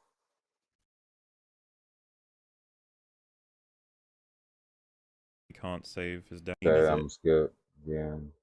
See if you like, probably nothing major, but I just want to see. I mean, this video long as fuck anyway. Might as well. With Ragnarok and Infinity War, Thor ascended my list of favorite MCU characters in shockingly Okay, bet. Hold up. With one of them. Here we go. He talking about something else right here. That's fun. But I mean, what's really going to be propelling us forward is the characters, is how they feel, what they're going through, how it ties into their arc, and it's like we need time, Like we need time. I need to know who these people are that I'm spending so much time with. A lot of you have been asking for a breakdown of several different movies in the MCU, with one of the most requested being Endgame. I didn't really manage to align with that very much, so it passed me by while I worked on other things. However, I would fully recommend the extensive breakdown created by Fringy. He made a long man of his own. With Ragnarok and Infinity War, Thor... so what's his name again? Because we might look him up. Hold on. By Fringy. He made... By Fringy? I guess I could just look up Endgame review, 7 hours. I don't know. It's probably because he says it's gonna be long. A long man of his own. With Ragnarok and Infinity War, Thor ascended my list of favorite MCU characters in shockingly quick time. He was the surprise standout of Infinity War, as far as I'm concerned, and with such a dark ending to cap off what had been a very trying time for the character, his trajectory was downright exciting. I was eager to see what Endgame would do with Thor. They made him fat. He's fat now. What the fuck have you done? I know that shit pissed me off too. Don't even get me started with what happened with Hulk. Who we seeing right now? See, we're gonna have to watch that video though, y'all, about Endgame that he talking about. Fat Thor was a mistake. Should I do that one next, or should I do? Because I got a lot of things that y'all want me to react to. I just don't know which one I want to do first. But if y'all don't pick, then I will. But I'm just asking. Yeah. Links in the description. And once again, thanks for watching, folks. I'll see you next time. Hey. This is video. Black Bull. He can vaporize all you with a single word. I'd advise not getting killed by him. His voice penetrates the souls of his victims. I'd advise not getting killed by him. So, as Mordo explained, Wanda... as Mongo explains, Wanda... Did I just say Mongo? Damn. Is that him reading his script or some shit? That's what I'm thinking. It's like a blooper. It's like a blooper or something like that. Oh, did it just restart? Whoa. All right, we about to rewatch the video, y'all. We obliterated both its own characters and its legacy character. The world building is comparable to a goblin's mudslide. I'm playing, y'all. Come on now. That would, like, what if I was serious? Like, would y'all really sit here and rewatch it with me? I wouldn't even want to do that. But shout out Mahler, you know what I'm saying? Shout out him. Shout out y'all for watching this whole reaction. If you got here, look, if you got to this point in the video in YouTube, Give me all your fucking money because I'm nah. But just put fried chicken. But all right, y'all. I'll see y'all later. Hey, what kind of belt that is? Got a light skin belt, look like Michael Jackson. Got a dark skin belt, look like Michael Jackson. I'm like, fuck this rap beef, bitch, I'm ready for that action. When I'm getting that belt, I swear I'm getting that belt. Put my pants on, put on my belt. My guns on, put my belt. Every day I'm getting that. Every day I'm getting that. Belt, belt, belt, belt.